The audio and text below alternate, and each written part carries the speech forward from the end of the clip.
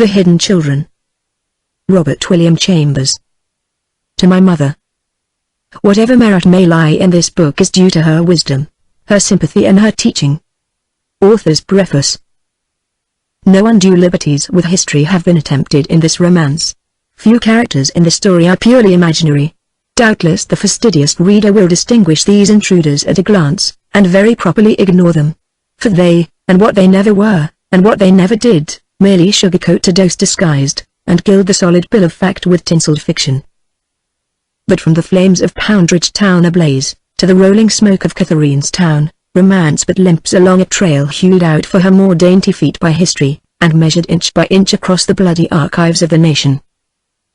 The milestones that once marked that dark and dreadful trail were dead men, red and white. Today a spiderweb of highways spreads over that dark empire of the League, enmeshing 500,000 towns now all abuzz by day and all aglow by night. Empire, League, forest, are vanished. Of the nations which formed the Confederacy only altered fragments now remain. But their memory and their great traditions have not perished. Cities, mountains, valleys, rivers, lakes, and ponds are endowed with added beauty from the lovely names they wear, a tragic yet a charming legacy from Canonsis and Canonchini, the brave and mighty people of the Long House, and those outside its walls who helped to prop or undermine it, Huron and Algonquin. Perhaps of all national alliances ever formed, the Great Peace, which is called the League of the Iroquois, was as noble as any. For it was a league formed solely to impose peace. Those who took up arms against the Long House were received as allies when conquered, save only the treacherous Cat Nation, or Erais, who were utterly annihilated by the knife and hatchet or by adoption and ultimate absorption in the Seneca Nation.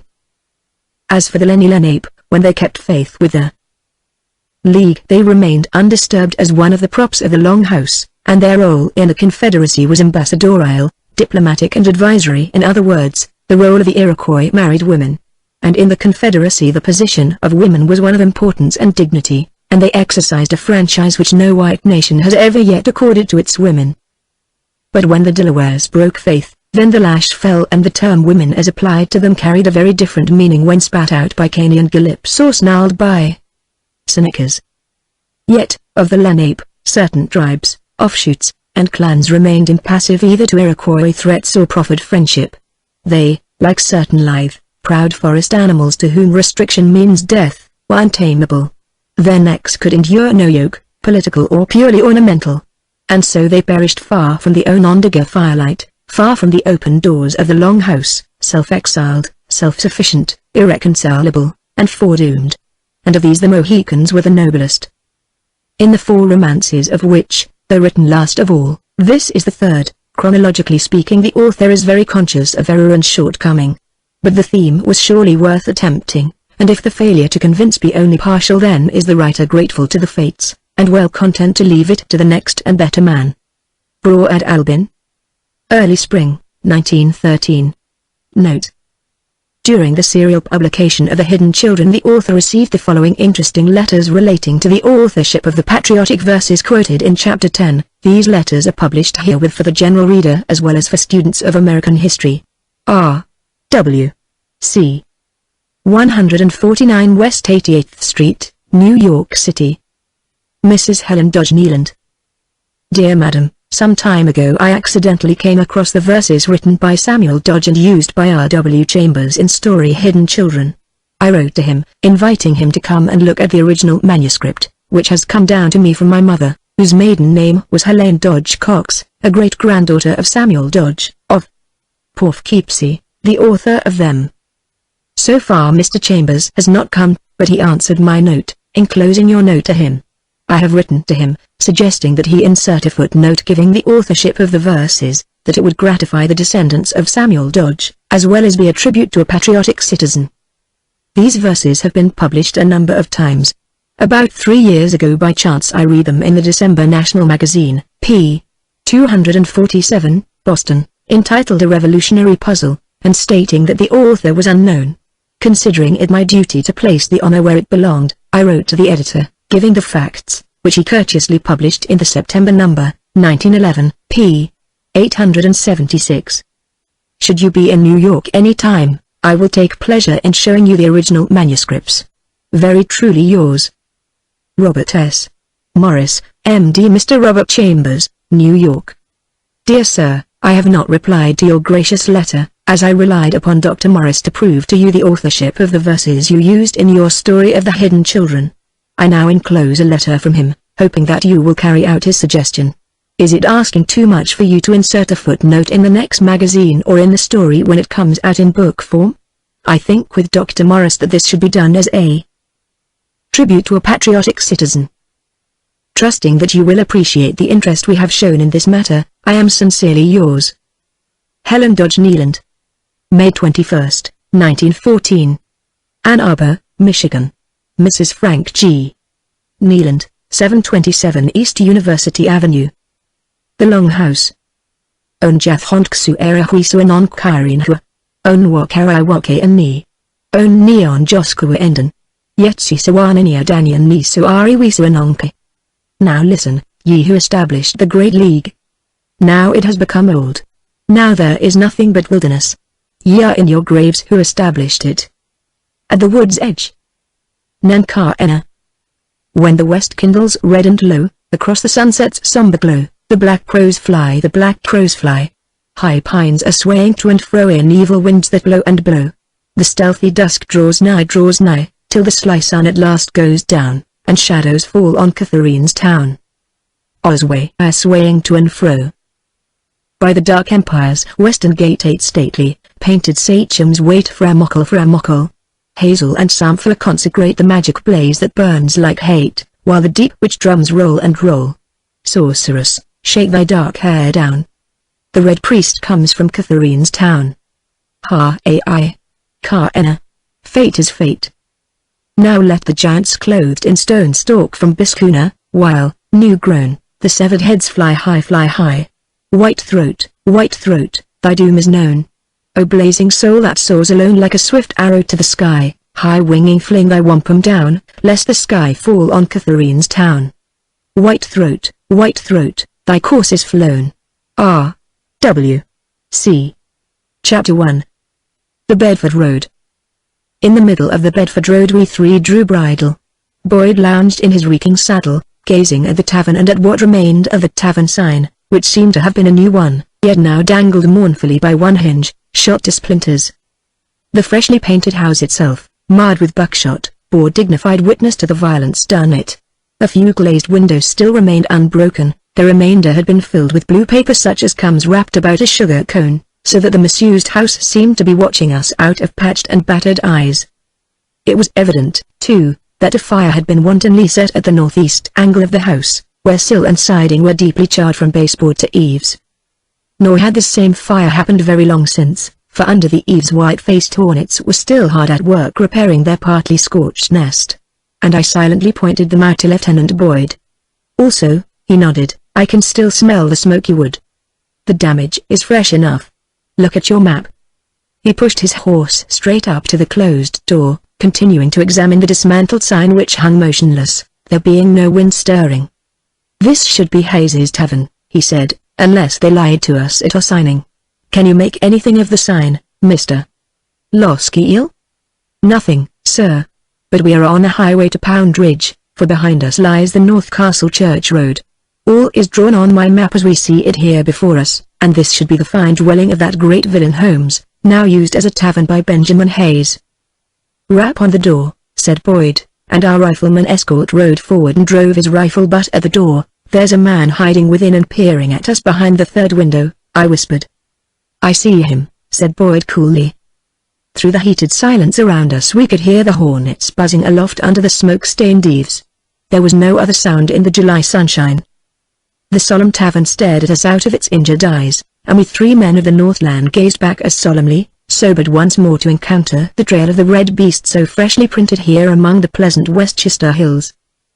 And to us the silent house seemed to say, Gentlemen, look at the plight I'm in, you who come from the blackened north. And with never a word of lip our heavy thoughts responded, we know, old house. We know. But at least you still stand, and in the ashes of our Northland not a roof or a spire remains aloft between the dwelling of Deborah Glen and the ford at the middle fort. Boyd broke silence with an effort, and his voice was once more cool and careless, if a little forced. So it's this way hereabouts, 2, he said with a shrug and a sign to me to dismount. Which I did stiffly, and our rifleman escort scrambled from his sweaty saddle and gathered all 3 bridles in his mighty, sunburnt fist. Either there is a man or a ghost within, I said again. Whatever it is has moved. A man, said Boyd, or what the inhumanity of man has left of him.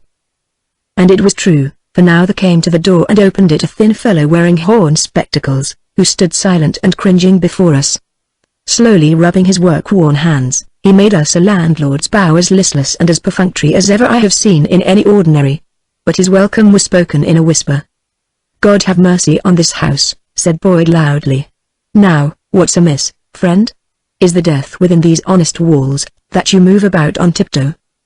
There is death a-plenty in Westchester, sir, said the man, in a voice as colourless as his drab smalls and faded hair. Yet what he said showed us that he had noted our dress, too, and knew us for strangers. Cowboys and skinners, eh? Inquired Boyd, unbuckling his belt. And leather cape, too, sir. My lieutenant laughed, showing his white teeth, laid belt, hatchet, and heavy knife on a wine-stained table, and placed his rifle against it.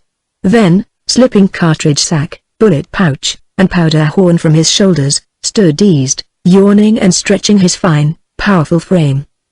I take it that you see few of our corps here below, he observed indulgently. The landlord's lackluster eyes rested on me for an instant, then on Boyd. Few, sir. Do you know the uniform, landlord? Rifles, he said indifferently. Yes, but whose, man? Whose? Insisted Boyd impatiently. The other shook his head. Morgan's, exclaimed Boyd loudly. Damnation, sir. You should know Morgan's. 6th Company, sir, Major Pa. And a likelier regiment and a better company never wore green. Thrums on frock or coontail on cap. Yes, sir, said the man vacantly. Boyd laughed a little. And look that you hint as much to the idle young bucks hereabouts, say it to some of your Westchester squirrel hunters. He laid his hand on the landlord's shoulder. There's a good fellow, he added, with that youthful and winning smile which so often carried home with it his reckless will where women were concerned. We're down from Albany and we wish the Bedford folk to know it. And if the gallant fellows hereabout desire a taste of true glory, the genuine article, why, send them to me, Landlord Thomas Boyd, of Derry, Pennsylvania, Lieutenant, 6th Company of Morgan's, or to my comrade here, Mr. Losky Eel, Anson in the same corps. He clapped the man heartily on the shoulder and stood looking around at the stripped and dishevelled room, his handsome head a little on one side, as though in frankest admiration.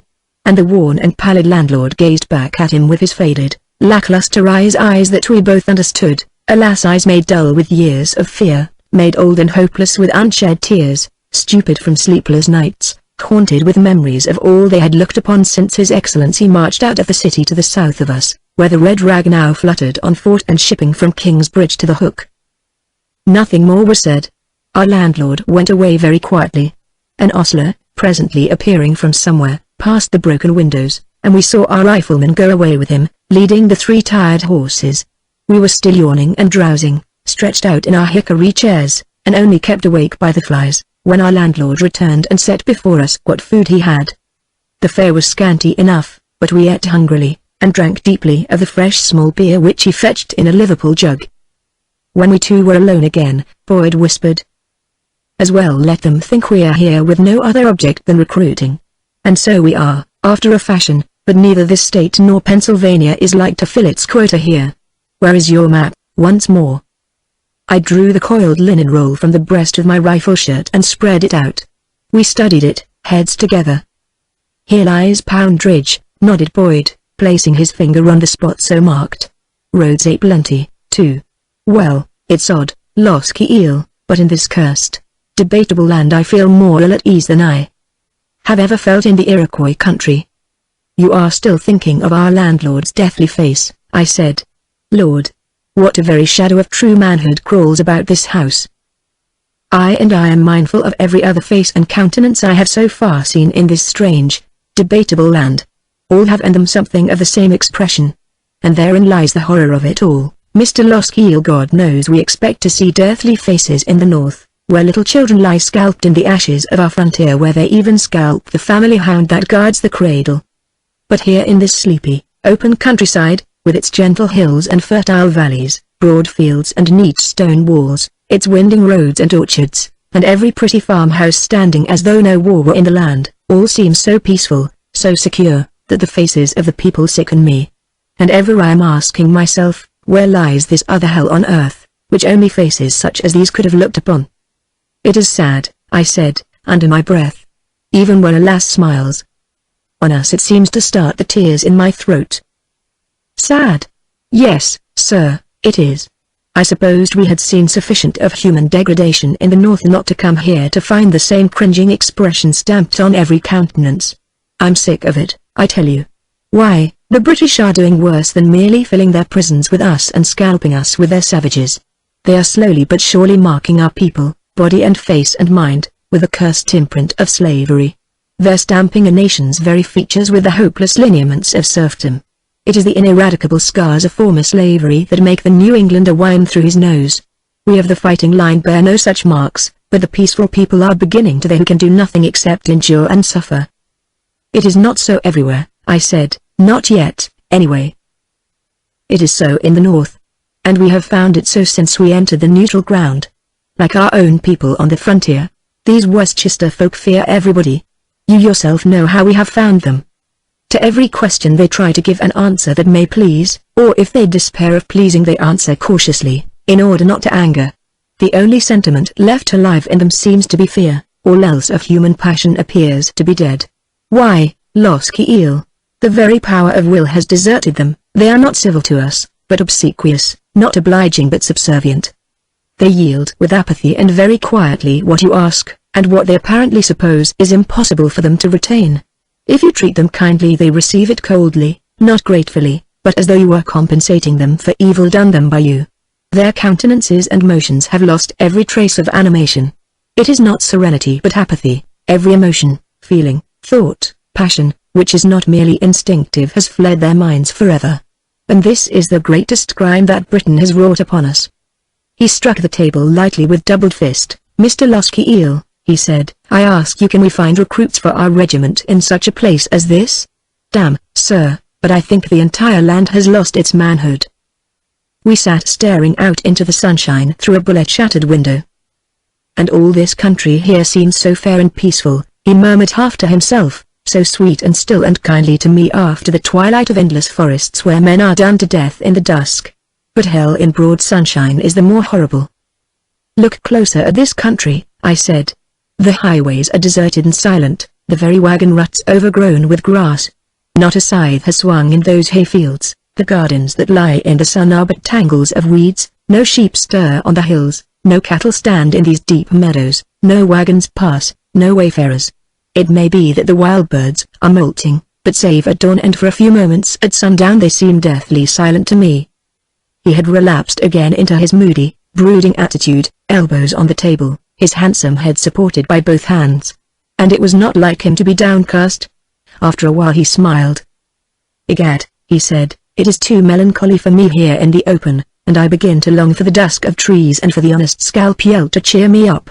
One knows what to expect in County Tryon but not here, Loski-eel not here. Our business here is like to be ended tomorrow, I remarked. Thank God for that, he said heartily, rising and buckling on his war belt. He added, as for any recruits we have been ordered to pick up en passant, I see small chance of that accomplishment hereabout. Will you summon the landlord, Mr. Loski-eel? I discovered the man standing at the open door, his worn hands clasped behind him, and staring stupidly at the cloudless sky. He followed me back to the taproom, and we reckoned with him. Somehow, I thought he had not expected to be paid a penny, yet he did not thank us. Are you not Benjamin Hayes? Inquired Boyd, carelessly retying his purse. The fellow seemed startled to hear his own name pronounced so loudly, but answered very quietly that he was. This house belongs to a great villain, one James Holmes, does it not? Demanded Boyd. Yes, sir, he whispered. How do you come to keep an ordinary here? The town authorities required an ordinary. I took it in charge, as they desired. Oh. Where is this rascal, Holmes? Gone below, sir, some time since. I have heard so. Was he not formerly colonel of the 4th Regiment? Yes, sir. And deserted his men, eh? And they made him lieutenant colonel below, did they not? Yes, sir. Colonel of what? Snarled Boyd in disgust. Of the Westchester Refugee Irregulars. Oh. Well, look out for him and his refugees. He'll be back. Here one of these days, I'm thinking. He has been back. What did he do? The man said listlessly, it was like other visits. They robbed, tortured, and killed. Some they burnt with hot ashes, some they hung, cut down, and hung again when they revived. Most of the sheep, cattle, and horses were driven off. Last year thousands of bushels of fruit decayed in the orchards, the ripened grain lay rotting where wind and rain had laid it, no hay was cut, no grain milled. Was this done by the banditti from the lower party? Yes, sir, and by the leather-caps, too. The leather-caps stood guard while the Tories plundered and killed. It is usually that way, sir. And our own renegades are as bad. We in Westchester have to entertain them all. But they burn no houses? Not yet, sir. They have promised to do so next time. Are there no troops here? Yes, sir. What troops? Colonel Thomas's regiment and Sheldon's horse and the Minutemen. Well, what the devil are they about to permit this banditti to terrify and ravage a peaceful land? Demanded Boyd. The country is of great extent, said the man mildly. It would require many troops to cover it. And His Excellency has very, very few. Yes, said Boyd, that is true. We know how it is in the north with hundreds of miles to guard and but a handful of men. And it must be that way. He made no effort to throw off his seriousness and nodded toward me with a forced smile. I am 22 years of age, he said, and Mr. Loskiel here is no older, and we fully expect that when we both are past 40 we will still be fighting in this same old war. Meanwhile, he added laughing, every patriot should find some lass to wed and breed the soldiers we shall require some 16 years hence. The man's smile was painful. He smiled because he thought we expected it, and I turned away disheartened, ashamed, burning with a fierce resentment against the fate that in 3 years had turned us into what we were, we Americans who have never known the lash, we who had never learned to fear a master. Boyd said, there is a gentleman, one Major Ebenezer Lockwood, hereabouts. Do you know him? No, sir. What? Why, that seems strange. The man's face paled, and he remained silent for a few moments. Then, furtively, his eyes began for the 100th time to note the details of our forest dress, stealing stealthily from the fringe on legging and hunting shirt to the Indian beadwork on moccasin and baldric, devouring every detail as though to convince himself. I think our pewter buttons did it for him. Boyd said gravely, you seem to doubt us, Mr. Hayes, and read in the man's unsteady eyes distrust of everything on earth and little faith in God. I do not blame you, said I gently. 3 years of hell burn deep. Yes, he said, 3 years. And, as you say, sir, there was fire. He stood quietly silent for a space, then, looking timidly at me, he rolled back his sleeves, first one, then the other, to the shoulders. Then he undid the bandages. What is all that? Asked Boyd harshly. The seal of the marauders, sir. They burnt you? God, man, you are but one living sore. Did any white man do that to you? With hot horseshoes? It will never quite heal, they say. I saw the lieutenant shudder. The only thing he ever feared was fire, if it could be said of him that he feared anything. And he had told me that, were he taken by the Iroquois, he had a pistol always ready to blow out his brains. Boyd had begun to pace the room, doubling and undoubling his nervous fingers. The landlord replaced the oil-soaked rags, rolled down his sleeves again, and silently awaited our pleasure. Why do you hesitate to tell us where we may find Major Lockwood? I asked gently. For the first time the man looked me full in the face. And after a moment I saw his expression alter. As though some spark, something already half dead within him, was faintly reviving. They have set a price on Major Lockwood's head, he said, and Boyd halted to listen, and the man looked him in the eyes for a moment. My lieutenant carried his commission with him, though contrary to advice and practice among men engaged on such a mission as were we. It was folded in his beaded shot pouch, and now he drew it out and displayed it. After a silence, Hayes said, the old Lockwood Manor House stands on the south side of the village of Pound Ridge. It is the headquarters and rendezvous of Sheldon's horse. The Major is there. Pound Ridge lies to the east of Bedford. Yes, sir, about 5 miles. Where is the map, Loskiel?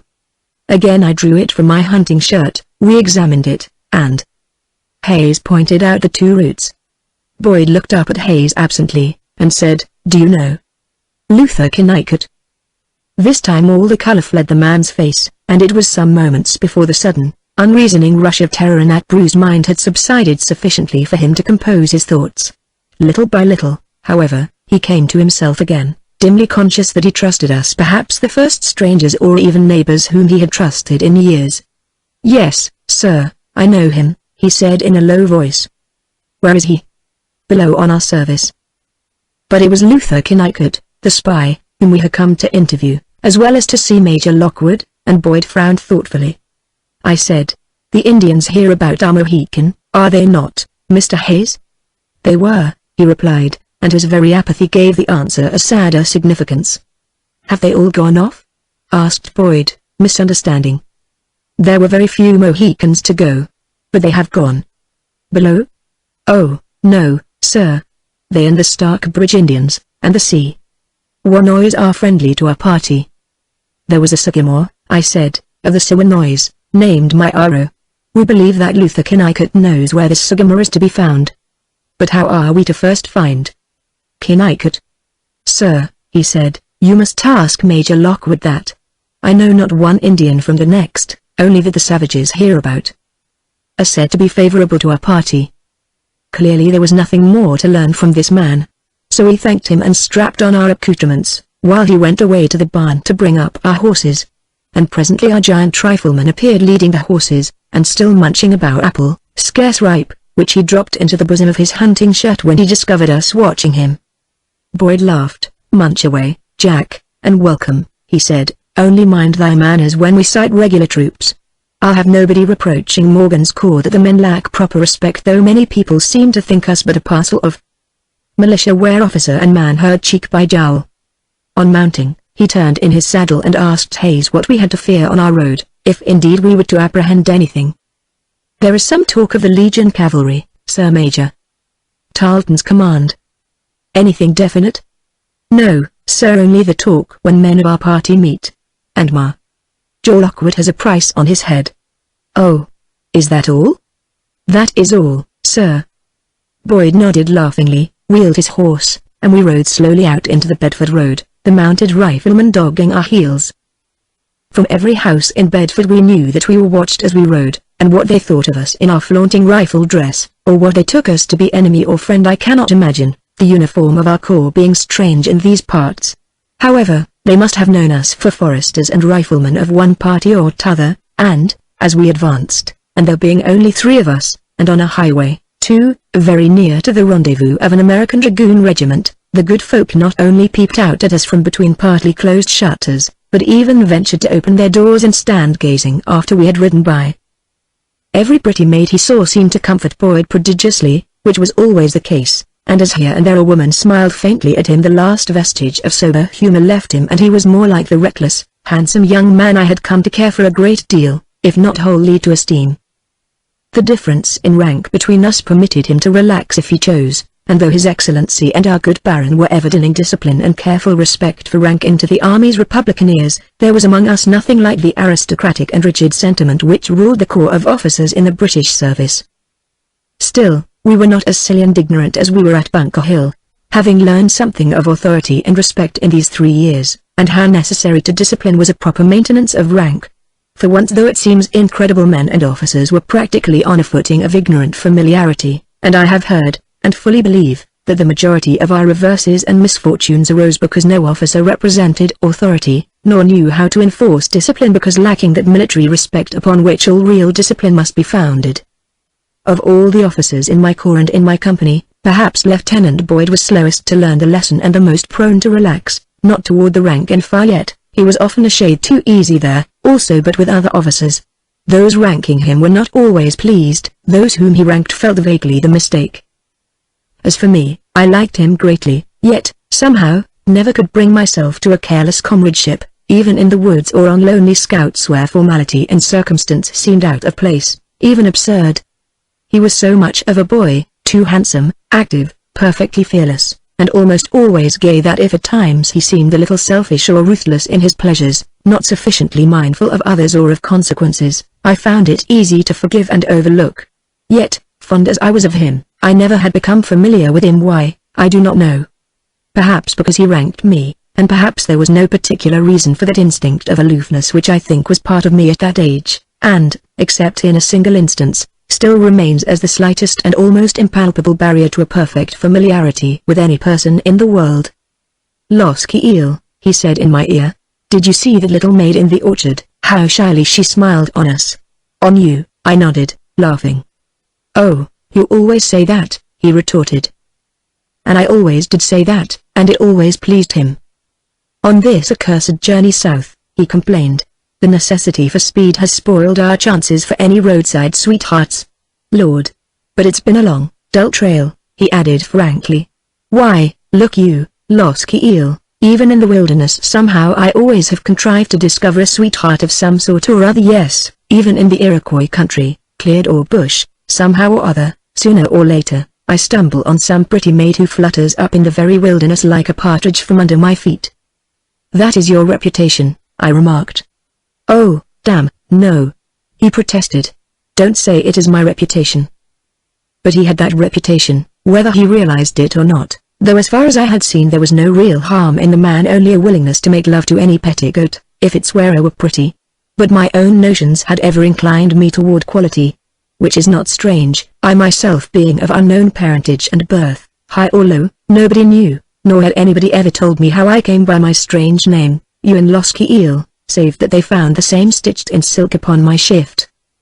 For it is best, perhaps, that I say now how it was with me from the beginning, which, until this memoir is read, only one man knew and one other. For I was discovered sleeping beside a stranded St. Regis canoe, where the Mohawk River washes Guy Park Gardens. And my dead mother lay beside me. He who cared for me, reared me and educated me, was no other than Guy Johnson of Guy Park. Why he did so I learned only after many days, and at the proper time and place I will tell you who I am and why he was kind to me.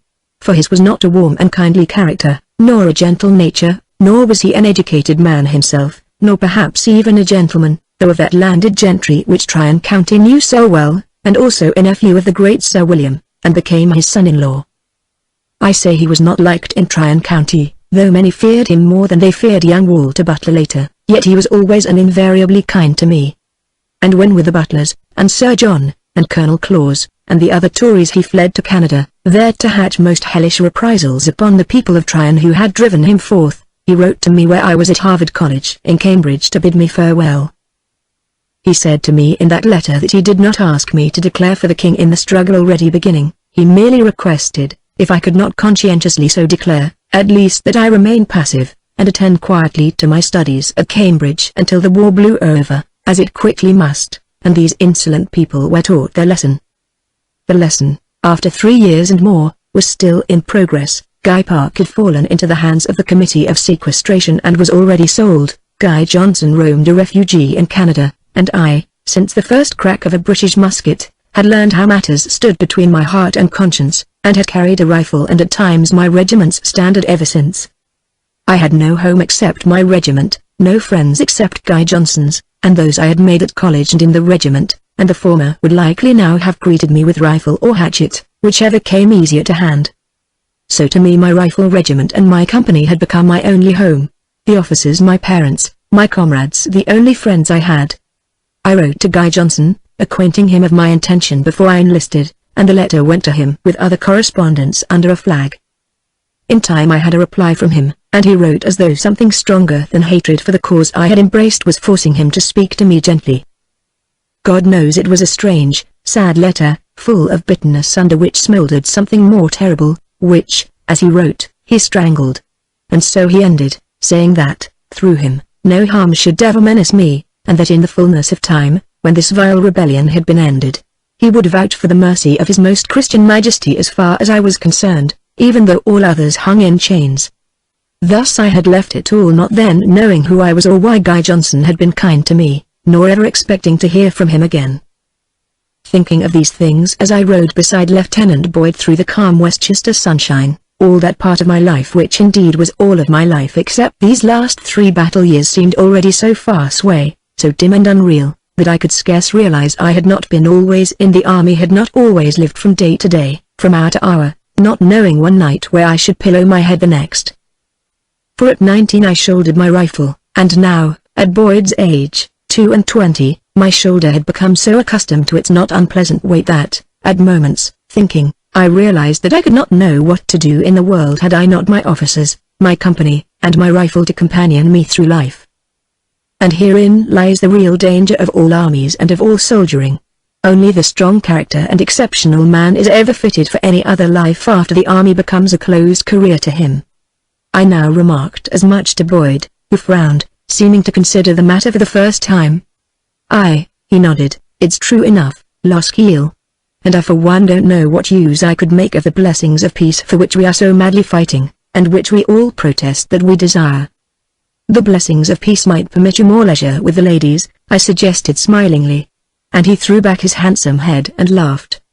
Lord! He exclaimed. What chance have I, a poor rifleman, who may not even wear his hair clubbed and powdered?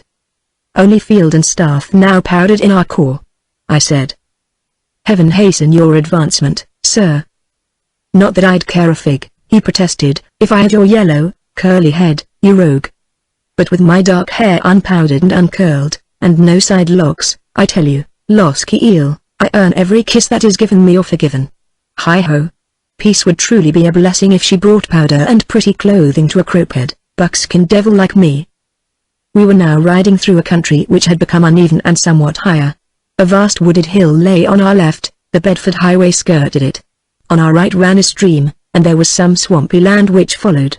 Rock outcrops became more frequent, and the hardwood growth of oak, hickory and chestnut seemed heavier and more extensive than in Bedford town. But there were orchards, the soil seemed to be fertile and the farms thrifty, and it was a pleasant land save for the ominous stillness over all and the grass-grown highway. Roads and lanes, paths and pastures remain utterly deserted of man and beast. This, if our map misled us not, should be the edges of the town of Poundridge, and within a mile or so more we began to see a house here and there. These farms became more frequent as we advanced. After a few moments' riding we saw the first cattle that we had seen in many days. And now we began to find this part of the Westchester country very different, as we drew nearer to the village, for here and there we saw sheep feeding in the distance, and men mowing who leaned on their scythes to see us pass, and even saluted us from afar. It seemed as though a sense of security reigned here, though nobody failed to mark our passing or even to anticipate it from far off. But nobody appeared to be afraid of us, and we concluded that the near vicinity of Colonel Sheldon's horse accounted for what we saw. It was pleasant to see women spinning beside windows in which flowers bloomed, and children gazing shyly at us from behind stone walls and palings. Also, in barnyards we saw fowls, which was more than we had seen west of us, and now and again a family cat dozing on some doorstep freshly swept. I had forgotten there was such calm and peace in the world, said Boyd.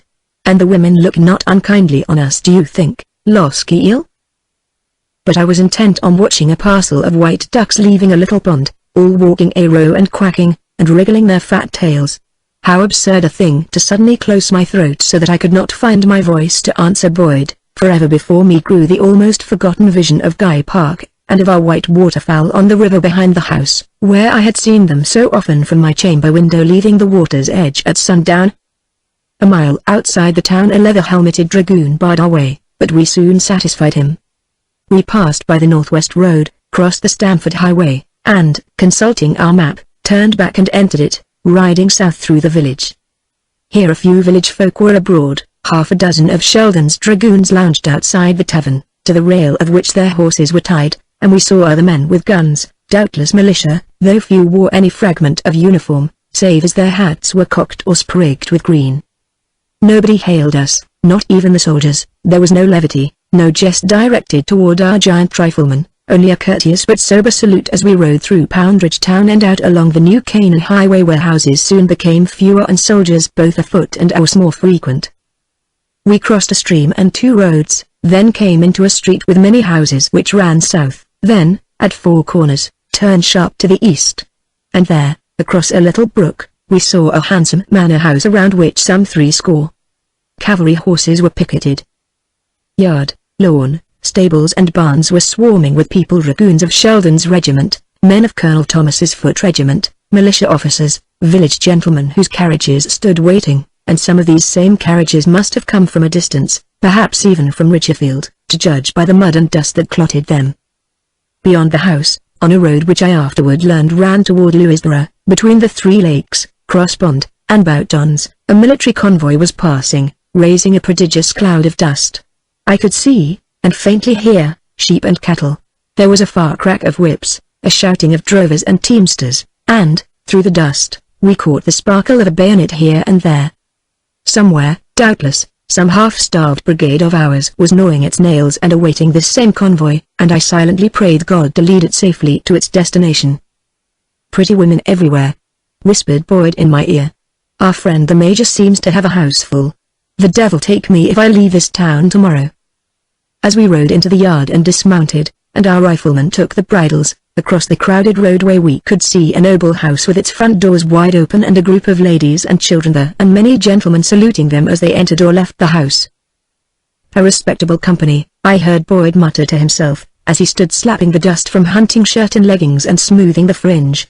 "And, damn, Loskiel," he said, "we're like to cut a most contemptible figure among such grand folk, what with our leather breeches, and saddle reek for the only musk we wear. Lord! But yonder stands a handsome girl and my condition mortifies me so that I could slink off to the mews for shame and lie on straw with the ostlers." There was, I knew, something genuine in his pretense of hurt vanity, even under the merry mask he wore, but I only laughed. A great many people moved about, many, I could see, having arrived from the distant country, and there was a great noise of hammering, too, from a meadow below, where, a soldier told us, they were erecting barracks for Sheldon's and for other troops shortly expected. "There is even talk of a fort for the ridge yonder," he said. "One may see the Sound from there." We glanced up at the ridge, then gazed curiously around, and finally walked down along the stone wall to a pasture. Here, where they were building the barracks, there had been a camp, and the place was still smelling stale enough. Tents were now being loaded on ox wagons, and a company of Colonel Thomas's regiment was filing out along the road after the convoy which we had seen moving through the dust toward Louisborough. People stood about looking on, some poked at the embers of the smoky fires, some moused and prowled about to see what scrap they might pick up. Boyd's roving gaze had been arrested by a little scene enacting just around the corner of the partly erected barracks, where half a dozen soldiers had gathered around some camp woman, whose sullen attitude discouraged their gallantries. She was dressed in shabby finery. On her hair, which was powdered, she wore a jaunty chip hat tied under her chin with soiled blue ribbons, and a kerchief of ragged lace hid her bosom, pinned with a withered rose. The scene was sordid enough, and, indifferent, I gazed elsewhere. "A shilling to a penny they kiss her yet," he said to me presently, and for the second time I noticed the comedy, if you choose to call it so, for the wench was now struggling fiercely amid the laughing men. "A pound to a penny," repeated Boyd. "Do you take me, Loskiel?" The next moment I had pushed in among them, forcing the hilarious circle to open, and I heard her quick, uneven breathing as I elbowed my way to her, and turned on the men good-humoredly. "Come, boys, be off," I said. "Leave rough sport to the lower party. She's sobbing." I glanced at her. "Why, she's but a child, after all. Can't you see, boys? Now, off with you all in a hurry." There had evidently been some discipline drilled into Colonel Thomas's regiments. The men seemed instantly to know me for an officer, whether by my dress or voice I know not, yet Morgan's rifle frock could be scarcely familiar to them. A mischievous sergeant saluted me, grinning, saying it was but idle sport and no harm meant, and so, some laughing, others seeming to be ashamed, they made haste to clear out. I followed them, with a nod of reassurance to the wench, who might have been their drab for aught I knew, all camps being full of such poultry. "Gallantly done," exclaimed Boyd derisively, as I came slowly back to where he stood. But had I been fortunate enough to think of intervening, egad, I believe I would have claimed what she refused the rest, Loskiel. "From ruddied camp drab?" I asked scornfully. "Her cheeks and lips are not painted. I've discovered that," he insisted, staring back at her. "Lord," said I, "would you linger here making sheep's eyes at yonder ragged baggage? Come, sir, if you please. I tell you, I would give a half-year's pay to see her washed and clothed becomingly. You never will, said I impatiently, and jogged his elbow to make him move. For he was ever a prey to strange and wayward fancies which hitherto I had only smiled at. But now, somehow, perhaps because there might have been some excuse for this one, perhaps because what a man rescues he will not willingly leave to another, even such a poor young thing as this plaything of the camp, for either of these reasons, or for none at all, this ogling of her did not please me. Most unwillingly he yielded to the steady pressure of my elbow, and we moved on, he turning his handsome head continually. After a while he laughed. Nevertheless, said he, there stands the rarest essence of real beauty I have ever seen, in lady born or beggar, and I am an ass to go my way and leave it for the next who passes. I said nothing. He grumbled for a while below his breath, then, yes, sir. Sheer beauty by the roadside yonder in ragged ribbons and a withered rose. Only such Puritans as you perceive it not. After a silence, and as we entered the gateway to the manor house, I swear she wore no paint, lost heel whatever she is like enough to be.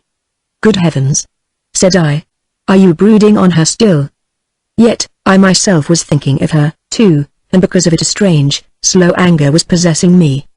Thank God, thought I to myself, no woman of the common class could win a second glance from me. In which, I added, with satisfaction, I am unlike most other men. A Philistine thought the same, one day if I remember right. Chapter 2. Pound Ridge. We now approached the door of the manor house, where we named ourselves to the sentry, who presently fetched an officer of minutemen, who looked us over somewhat coldly. You wish to see Major Lockwood? He asked. Yes, said Boyd, and you may say to him that we are come from headquarters express to speak with him on private business. From whom in Albany do you come, sir? Well, sir, if you must have it, from General Clinton, returned Boyd in a lower voice. But we would not wish it gossiped aloud. The man seemed to be perplexed, but he went away again, leaving us standing in the crowded hall where officers, ladies of the family, and black servants were continually passing and repassing. Very soon a door opened on our left, and we caught a glimpse of a handsome room full of officers and civilians, where maps were scattered in confusion over tables, chairs, and even on the floor. An officer in buff and blue came out of the room, glanced keenly at us, made a slight though courteous inclination, but instead of coming forward to greet us turned into another room on the right, which was a parlor. Then the minute officer returned, directed us where to place our rifles, insisted firmly that we also leave under his care our war axes and the pistol which Boyd carried, and then ushered us into the parlor. And it occurred to me that the gentleman on whose head the British had set a price was very considerably inclined toward prudence. Now this same gentleman, Major Lockwood, who had been seated behind a table when we entered the parlor, rose and received us most blandly, although I noted that he kept the table between himself and us, and also that the table drawer was open, where I could have sworn that the papers so carelessly heaped about covered a brace of pistols. For to this sorry pass the Westchester folk had come, that they trusted no stranger, nor were like to for many a weary day to come. Nor could I blame this gentleman with a heavy price on his head, and, as I heard later, already the object of numerous and violent attempts in which, at times, entire regiments had been employed to take him. But after he had carefully read the letter which Boyd bore from our general of brigade, he asked us to be seated, and shut the table drawer, and came over to the silk-covered sofa on which we had seated ourselves. Do you know the contents of this letter? He asked Boyd bluntly. Yes, Major Lockwood. And does Mr. Loskeel know, also? Yes, sir, I answered. The Major sat musing, turning over and over the letter between thumb and forefinger. He was a man, I should say, of 40 or a trifle more, with brown eyes which sometimes twinkled as through secretly amused, even when his face was gravest and the most composed, a gentleman of middle height, of good figure and straight, and of manners so simple that the charm of them struck one afterward as a pleasant memory. Gentlemen, he said, looking up at us from his momentary abstraction, for the first part of General Clinton's letter I must be brief with you and very frank. There are no recruits to be had in this vicinity for Colonel Morgan's rifles. Riflemen are of the elite, and our best characters and best shots are all enlisted or dead or in prison. He made a significant gesture toward the south, and we thought of the prison ships and their provost, and sat silent. There is, he added, but one way, and that is to pick riflemen from our regiments here, and I am not sure that the law permits it in the infantry. It would be our loss, if we lose our best shots to your distinguished corps, but of course that is not to be considered if the interests of the land demand it. However, if I am not mistaken, a recruiting party is to follow you. Yes, Major. Then, sir, you may report accordingly. And now for the other matters. General Clinton, in this letter, recommends that we speak very freely together. So I will be quite frank, gentlemen. The man you seek, Luther Kennicott, is a spy whom our Committee of Safety maintains within the lines of the lower party. If it be necessary I can communicate with him, but it may take a week. Might I ask why you desire to question him so particularly? Boyd said, there is a Siwanoy's Indian, one Myaro, a Sagamore, with whom we have need to speak. General Clinton believes that this man Kennicott knows his whereabouts. I believe so, too, said the Major smiling. But I ask your pardon, gentlemen, the Sagamore, Myaro, although a Siwanoy's, was adopted by the Mohicans, and should be rated 1. Do you know him, sir? Very well indeed. May I inquire what it is you desire of Myaro? This, said Boyd slowly, and this is the real secret with which I am charged, a secret not to be entrusted to paper, a secret which you, sir, and even my comrade, Mr. Loskeel, now learn for the first time. May I speak with safety in this room, Major? The Major rose, opened the door into the hall, dismissed the sentry, closed and locked the door, and returned to us. I am, he said smiling, almost ashamed to make so much circumstance over a small matter of which you have doubtless heard. I mean that the lower party has seen fit to distinguish me by placing a price upon my very humble head, and as I am not only Major in Colonel Thomas's regiment, but also a magistrate, and also, with my friend Lewis Morris, a member of the Provincial Assembly, and of the Committee of Safety, I could not humour the lower party by permitting them to capture so many important persons in one net, he added, laughing. Now, sir, pray proceed. I am honoured by General Clinton's confidence.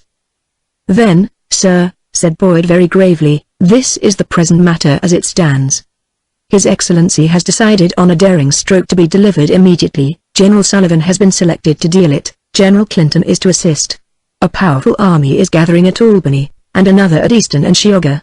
The enemy know well enough that we are concentrating, and they have guessed where the blow is to be struck. But, sir, they have guessed wrong.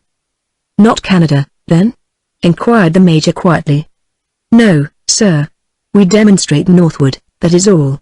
Then we wheel west by south and plunge straight into the wilderness, swift as an arrow files, directly at the heart of the Long House. Sir, he exclaimed, astonished. Straight at the heart, oh. The Iroquois Confederacy, Major. That is what is to be done. Clean out, scour out, crush, annihilate those hell-born nations which have so long been terrorizing the Northland. Major Lockwood, you have read in the New England and Pennsylvania papers how we have been threatened, how we have been struck, how we have fought and suffered. But you, sir, have only heard, you have not seen. So I must tell you now that it is far worse with us than we have admitted. The frontier of New York State is already in ashes, the scalp yell rings in our forests day and night, and the red destructives under Brandt, and the painted Tories under Walter Butler, spare neither age nor sex, for I myself have seen scalps taken from the tender heads of cradled infants, nay, I have seen them scalp the very hound on guard at the cabin door. And that is how it goes with us, sir. God save you, here, from the blue-eyed Indians. He stopped, hesitated, then, softly smiting one fist within the other. But now I think their doom is sounding Seneca, lying Cayuga, traitorous Onondaga, Mohawk, painted renegade Dorla to go down into utter annihilation. Nor is that all. We mean to sweep their empire from end to end, burn every town, every castle, every orchard, every grain field, lay waste, blacken, ravage, leave nothing save wind-blown ashes of that great confederacy, and of the vast granary which has fed the British northern armies so long. Nothing must remain of the Long House. The Senecas shall die at the western door, the keepers of the eastern door shall die. Only the Oneida may be spared, as many as have remained neutral or loyal to us, they and such of the Tuscaroras and Lenni Lenape as have not struck us, and the Stark Bridge and White Plains tribes, and the remnants of the Mohicans. And that is why we have come here for riflemen, and that is why we are here to find the Sagamore, Myaro. For our Oneidas have told us that he knows where the castles of the Long House lie, and that he can guide our army unerringly to that dark, obscure and fearsome Catherine's town where the hag, Montauk, reigns in her shaggy wilderness. There was a long silence, and I for one, amazed at what I had heard, for I had made certain that we were to have struck at Canada, was striving to reconcile this astounding news with all my preconceived ideas. Yet, that is ever the way with us in the regiments. We march, not knowing whither, we camp at night not knowing why. Unseen authority moves us, halts us, unseen powers watch us, waking and sleeping, think for us, direct our rising and our lying down, our going forth and our return. Nay, the invisible empire envelops us utterly in sickness and in health, ruling when and how much we eat and sleep, controlling every hour and prescribing our occupation for every minute. Only our thoughts remain free, and these, as we are not dumb, unthinking beasts, must rove afield to seek for the why and wherefore, garnering conclusions which seldom if ever are corroborated. So for I had for months now made sure that our two armies in the north were to be flung pell-mell on Quebec and on Niagara. Only regarding the latter place had I nearly hit the mark, for it seemed reasonable that our army, having once swept the Longhouse, could scarcely halt ere we had cleaned out that rat's nest of Indians and painted Tories which is known as Fort Niagara, and from which every dreadful raid of the destructives into Tryon County had been planned and executed.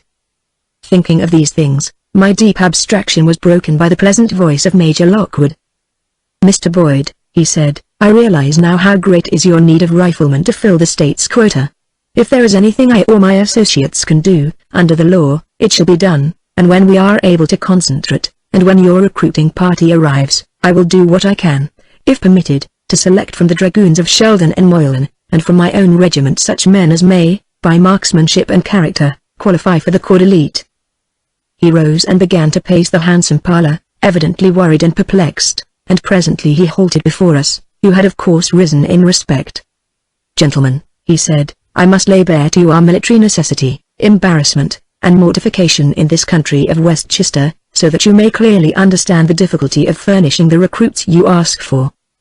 South of us, from New York to North Castle, our enemy is in possession. We are attempting to hold this line, but it is a vast country. We can count on very few continental troops, our militia has its various rendezvous, and it turns out at every call. The few companies of my regiment of foot are widely scattered, one company left here as escorts of the military train an hour ago. Sheldon's 2nd Light Dragoons are scattered all over the country. 2 troops and headquarters remain now here at my house." He waved his hand westward. "So desperate is our condition, gentlemen, that Colonel Moylan's dragoons have been ordered here, and are at this moment, I suppose, on the march to join us. And I ask you, gentlemen, considering that in New York City, just below us, there are 10,000 British regulars, not counting the partisan corps, the irregulars, the Tory militia, the numberless companies of marauders, I ask you how you can expect to draw recruits from the handful of men who have been holding or striving to hold this line for the last 3 years." Boyd shook his head in silence. As for me, it was not my place to speak, nor had I anything to suggest. After a moment the Major said, more cheerfully, Well, gentlemen, who knows after all? We may find ways and means. And now, one other matter remains to be settled, and I think I may aid you." He went to the door and opened it. The sentry who stood across the hall came to him instantly and took his orders, and in a few moments there entered the room 4 gentlemen to whom we were made known by Major Lockwood. One of these was our captain of Minutemen. They were, in order, Colonel Sheldon, a fretful gentleman with a face which seemed to me weak, almost stupid; Colonel Thomas, an iron-grey, silent officer, stern but civil; Captain William Fancher, a justice of the peace, judge of the Court of Common Pleas, and holding his commission as captain of Minutemen; and a Mr. Alsop Hunt, a Quaker, son-in-law of Major Lockwood, and a most quiet and courteous gentleman. With one accord we drew chairs around the handsome centre table, where silver candlesticks glimmered and a few books lay in their fine, gilded bindings. It was very evident to us that in the hands of these 5 gentlemen lay the present safety of Westchester County, military and civil. And to them Major Lockwood made known our needs, not, however, disturbing them in their preconceived notion, so common everywhere, that the blow to be struck from the north was to be aimed at the Canadas. Colonel Sheldon's weak features turned red and he said almost peevishly that no recruits could be picked up in Westchester, and that we had our journey for our pains. Anyway, he'd be damned if he'd permit recruiting for riflemen among his dragoons, it being contrary to law and common sense. "I've a dozen young fellows who might qualify," said Colonel Thomas bluntly, "but if the law permits Mr. Boyd to take them, my regiment's volleys wouldn't stop a charge of chipmunks." We all laughed a little, and Captain Fancher said, Minutemen are Minutemen, Mr. Boyd. You are welcome to any you can enlist from my company. Alsop Hunt, being a Quaker, and personally opposed to physical violence, offered no suggestion until the second object of our visit was made known. Then he said, very quietly, "My arrow, the Mohican sycamore, is in this vicinity." "How do you know that, Alsop?" asked Major Lockwood quickly. "I saw him yesterday." "Here in Pound Ridge?" Mr. Hunt glanced at Colonel Thomas, then with a slight color mounting to his temples. "The sycamore was talking to one of the camp women last evening towards sundown on the Rock Hills. We were walking abroad for the air, my wife and I." He turned to Major Lockwood. "Betsy whispered to me, 'There is a handsome wench talking to an Indian.' And I saw the sycamore standing in the sunset light, conversing with one of the camp women who hang about Colonel Thomas's regiment." "Would you know the slattern again?" asked Colonel Thomas, scowling. "I think so, Colonel. And to tell the truth, she was scarce a slattern, whatever else she may be, a young thing, and it seemed sad to us, to my wife and me." "And handsome?" inquired Boyd, smiling at me. "I may not deny it, sir," said Mr. Hunt primly. "The child possessed considerable comeliness." "Why," said Boyd to me, laughingly, "she may be the wench you so gallantly rescued an hour since."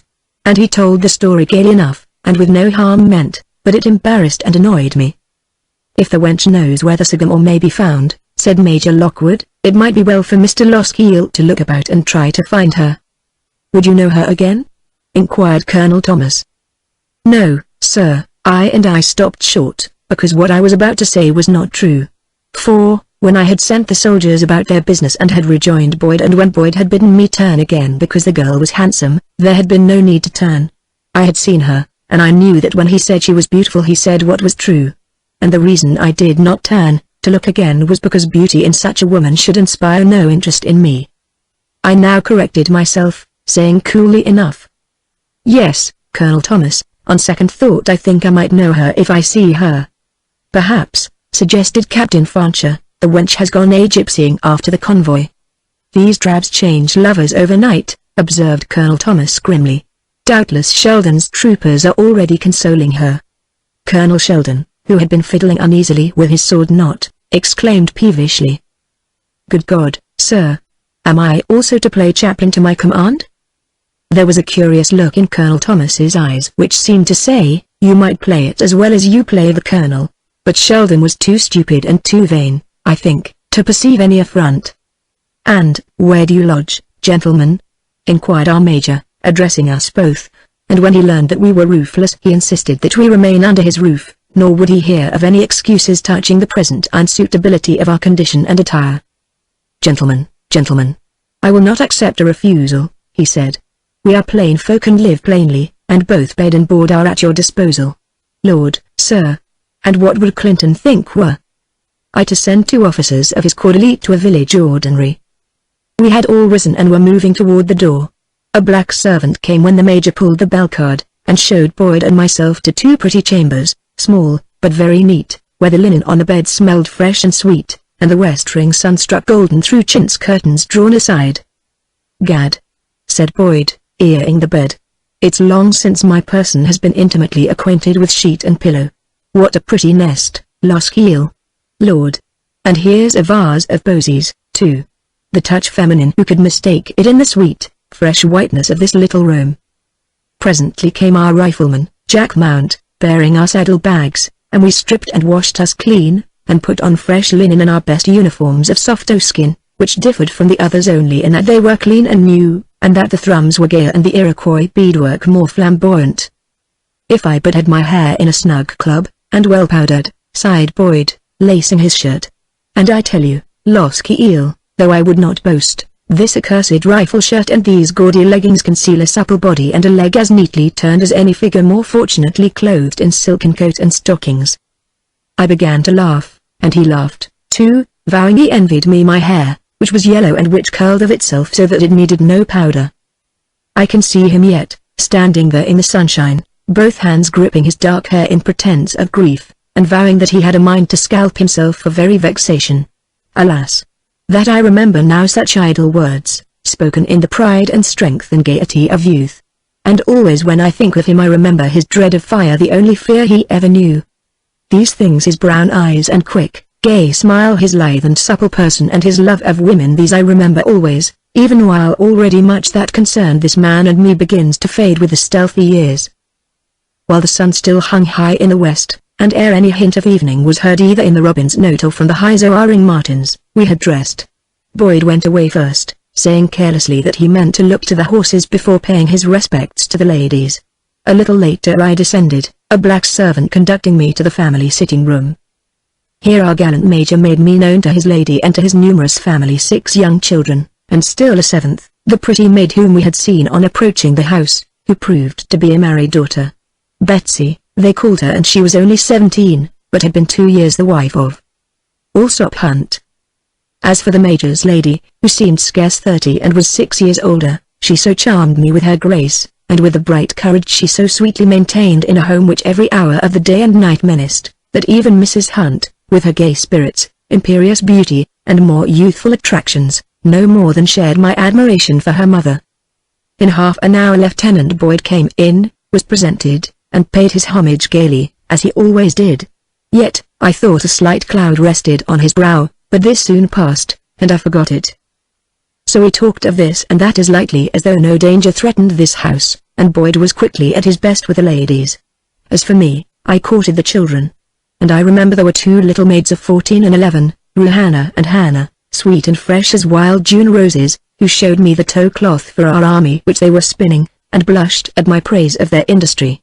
And there was Mary, 10, and Clarissa, 8, and 2 little boys, 1 a baby, all save the last 2 children carding or spinning flax and tow. It was not easy to understand that this blooming matron could be mother of all of these, so youthful she seemed in her Quaker cut gown of dove color, though it was her handsome, high-spirited daughter who should have worn the sober garb. "Not I," said she, laughing at Boyd. "I'd sooner don jack boots and be a dragoon, and we would completely represent a holy cause, my husband with his broad brim and I with my sword. What do you say, Mr. Boyd?" "I beg of you first to consider the rifle frock if you must enlist," urged Boyd, with such fervor that we all laughed at his gallant effort to recruit such beauty for our corps, for even a mental picture of Betsy Hunt in rifle frocks seemed too adorable. Mr. Hunt, entering, smiled in his quiet, embarrassed way, and I thought that this wise and gentle-mannered man must have more than a handful in his spirited young wife, whose dress was anything but plain. I had taken the tiny maid, Clarissa, upon my knees and was telling her of the beauty of our Northland, and of that great, dusky green ocean of giant pines, vast as the sea and as silent and uncharted, when Major Lockwood bent over me, saying in a quiet voice that it might be well for me to look about in the town for the wench who knew the whereabouts of my arrow. "While there is still daylight," he added, as I set Clarissa on the floor and stood up, "and if she be yet here you should find her before supper time. We sup at 6, Mr. Loskiel." I bowed, took leave of the ladies, exchanged an irritated glance for Boyd's significant grin, and went out to the porch, putting on my light round cap of moleskin. I liked neither my present errand, nor Boyd's smile either. Now, I had not thought to take with me my sidearms, but a slave waited at the door with my belt. And as I buckled it and hung war axe and heavy hunting blade, I began to comprehend something of the imminent danger which so apparently lurked about this country. For all military men hereabouts went armed, and even in the house I had noticed that Major Lockwood wore his sword, as did the other officers, some even carrying their pistols. The considerable throng of people whom we had first seen in the neighborhood of the house had scattered or gone off when the infantry had left. Carpenters were still sawing and hammering on the flimsy new barracks down in the meadow, and there seemed to be a few people there. But on strolling thither I saw nothing of the wench, so turned on my heel and walked briskly up the road. About the village itself there was nothing to be seen of the girl, nor did I know how to make inquiries, perhaps dreading to do so lest my quest be misunderstood or made a jest of by some impertinent fellow. In the west a wide bank of cloud had pushed up over the horizon and was already halving the low-hanging sun, which presently it entirely swallowed, and the countryside grew luminously grey, and that intense green tinged the grass, which is with us the forerunner of an approaching storm. But I thought it far off, not then knowing the Hudson's midsummer habits, nor the rapid violence of the July storms it hatches and drives roaring among the eastern hills and across the silvery sound. So, with a careless glance aloft, I pursued my errand, strolling hither and thither through the pleasant streets and lanes of Old Poundridge, always approaching any groups of soldiers that I saw because I thought it likely that the wench might haunt her kind. I did not find her, and presently I began to believe it likely that she had indeed gone off a-gypsying after the escort companies toward Louisborough. There is a road which, skirting the stone hills, runs east by north between Crosspond and the Three Lakes, and, pursuing it, I came on a vidette of Sheldon's regiment, most carelessly set where he could see nothing, and yet be seen a mile away. Supposing he would halt me, I walked up to him, and he continued to munch the green bough apple he was eating, making me a most slovenly salute. Under his leather helmet I saw that my dragoon was but a child of 15, scarce strong enough to swing the heavy sabre at his pommel or manage the sawed-off musket which he bore, the butt resting wearily on his thigh. And it made me sober indeed to see to what a pass our country had come, that we enlisted boys and were obliged to trust to their ignorance for our protection. "It will rain before sundown," he said, munching on his apple. "Best seek shelter, sir. When it comes it will come hard." "Where runs this road?" I asked. "To Boughtonville." "And what is Boughtonville?" "It's where the Boughtons live a mile or two north, sir." "They're a wild parcel." "Are they of our party?" "Oh, yes, sir. But they hunt the leather caps as we hunt quail, scare up a company, fire, and then track down the scattered." "Oh, irregulars." "No, sir, not skinners. They farm it until the British plague them beyond endurance. Then," he added significantly, "they go a-hunting with their dogs." I had already turned to retrace my steps when it occurred to me that perhaps an inquiry of this lad might not be misunderstood. So I walked up to his horse and stood caressing the sorry animal while I described to him the wench I was seeking. "Yes, sir," he said seriously, "that's the one the boys are ever plaguing to make her rage." "Do you know her?" "By sight, yes, sir." "She is one of the camp followers, I take it," said I carelessly. "I don't know. The boys are ever plaguing her. She came from the north they say. All I know is that in April she was first seen here, loitering about the camp where the White Plains Indians were embodied. But she did not go off with the Continentals. She was loitering this afternoon by the camp of Colonel Thomas's men," I said. "Very like, sir. Did the men plague her?" "Yes." He bit into his apple, unconcerned. "They are all after her. But I never saw her kind to any man whatever she may be." "Why, I did not know, but what he said gave me satisfaction." "You do not know which way she went?" I asked. "No, sir. I have been here but a half hour. She knows the Boughton boys yonder. I have seen her coming and going on this road, sometimes with an Indian." "With a sycamore?" He continued his munching. Having swallowed what he chewed, he said, "I know nothing of savages or sycamores. The Indian may have been a sycamore." "Do you know where he is to be found?" "No, sir, I do not." "Perhaps this young girl knows?" "Doubtless she does, seeing she journeys about with him on the ridge yonder, which we call the Rock Hills." "Do you know her name, soldier?" "They call her Lois, I believe." And that was all the news I could get of her, and I thanked the boy and slowly started to retrace my steps toward the village. Already in the air there was something of that stillness which heralds storms. No leaves on bush and tree were now stirring, land and sky had grown somber all around me, and the grass glimmered intensely green.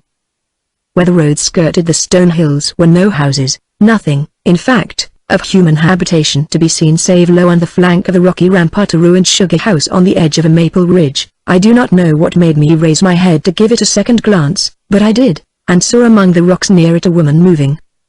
Nor do I know, even now, how at that distance and in the dusk of a coming storm I could perceive that it was she whom I was now seeking. But so certain was I of this that, without even taking thought to consider, I left the highway, turned to the right, and began to mount the hillside where traces of a path or sheep walk were faintly visible underfoot among the brambles. Once or twice I glanced upward to see whether she observed me, but the scrubby foliage now hid her as well as the sap house, and I hastened because the light was growing very dim now, and once or twice, far away, I thought I heard the muttering of thunder. It was not long before I perceived the ramshackle sap house ahead of me among the maples. Then I caught sight of her whom I was seeking. It was plain that she had not yet discovered me, though she heard me moving in the thicket. She stood in a half-crouching, listening attitude, then slowly began to retreat, not cowering, but sullenly and with a certain defiance in her lithe movement, like some disturbed and graceful animal which is capable of defending itself but prefers to get away peaceably if permitted. I stepped out into the clearing and called to her through the increasing gloom, and for a moment thought she had gone. Then I saw her, dimly, watching me from the obscurity of the dark doorway. "You need have no fear of me," I called to her pleasantly. "You know me now, do you not?" She made no answer, and I approached the doorway and stood peering into her face through the falling twilight. And for a moment I thought I had been mistaken, but it was she after all. Yet now she wore neither the shabby chip hat with its soiled blue ribbon tied beneath her chin, nor any trace of hair powder, nor dotted kerchief cross-fastened at her breast and pinned with a withered rose. And she seemed younger and slimmer and more childish than I had thought her, her bosom without its kerchief meager or unformed, and her cheeks not painted either, but much burned by the July sun. Nor were her eyes black, as I had supposed, but a dark, clear grey with black lashes, and her unpowdered hair seemed to be a reddish chestnut and scarce longer than my own, but more curly. "Child," I said, smiling at her, "I know not why, I have been searching for you ever since I first saw you." "And, what do you want of me?" said she, scarce moving her lips. "A favor. Best mount your cobbler's mare and go jogging back, my pretty lad." The calm venom in her voice and her insolent grey eyes took me aback more than her saucy words. "Doubtless," I said. "You have not recognized in me the officer who is at some slight pains to be of service." "What is it you desire?" said she, so rudely that I felt my face burn hot. "See here, my lass," said I sharply, "you seem to misunderstand my errand here." "And I'm like to," said she, "unless you make your errand short and plain, though I have learned that the errands which bring such men as you to me are not too easily misunderstood." "Such men as I?" "You and your friend with the bold, black eyes. Ask him how much change he had of me when he came back." "I did not know he had seen you again," said I, still redder. And saw that she believed me not. "Birds sing, men lie," said she. "So if—" "Be silent. Do you hear?" I cut her short with such contempt that I saw the painful color whip her cheeks and her eyes quiver. Small doubt that what she had learned of men had not sweetened her nor taught her confidence. But whatever she had been, and whatever she was, after all concerned not me that I should take pains to silence her so brutally. "I am sorry I spoke as I did," said I, "however mistaken. You are concerning my seeking you here." She said nothing. "Also," I added, with a sudden resurgence of bitterness that surprised myself, "my conduct earlier in your behalf might have led you to a wiser judgment." "I am wise enough after my own fashion," she said indifferently. "Does a man save and then return to destroy? Many a hunter has saved many a spotted fawn from a wolf and fox so he might kill it himself, one day." "You do yourself much flattery, young woman," I said, so unpleasantly that again the hot color touched her throat and brow. "I reason as I have been taught," she said defiantly. "Doubtless you're self-instructed." "No, men have taught me. You witnessed, I believe, one lesson. And your comrade gave me still another." "I care to witness nothing," I said, furious, "far less desire to attempt your education. Is all plain now?" "Your words are," she said, with quiet contempt. "My words are one with my intention," said I, angrily, far in spite of my own indifference and contempt. Hers was somehow arousing me with its separate sting hidden in every word she uttered. "And now," I continued, "all being plain and open between us, let me acquaint you with the sole object of my visit here to you." She shrugged her shabby shoulders and waited, her eyes, her expression, her very attitude indifferent, yet dully watchful. "You know the Sycamore, my Aro?" I asked. "You say so.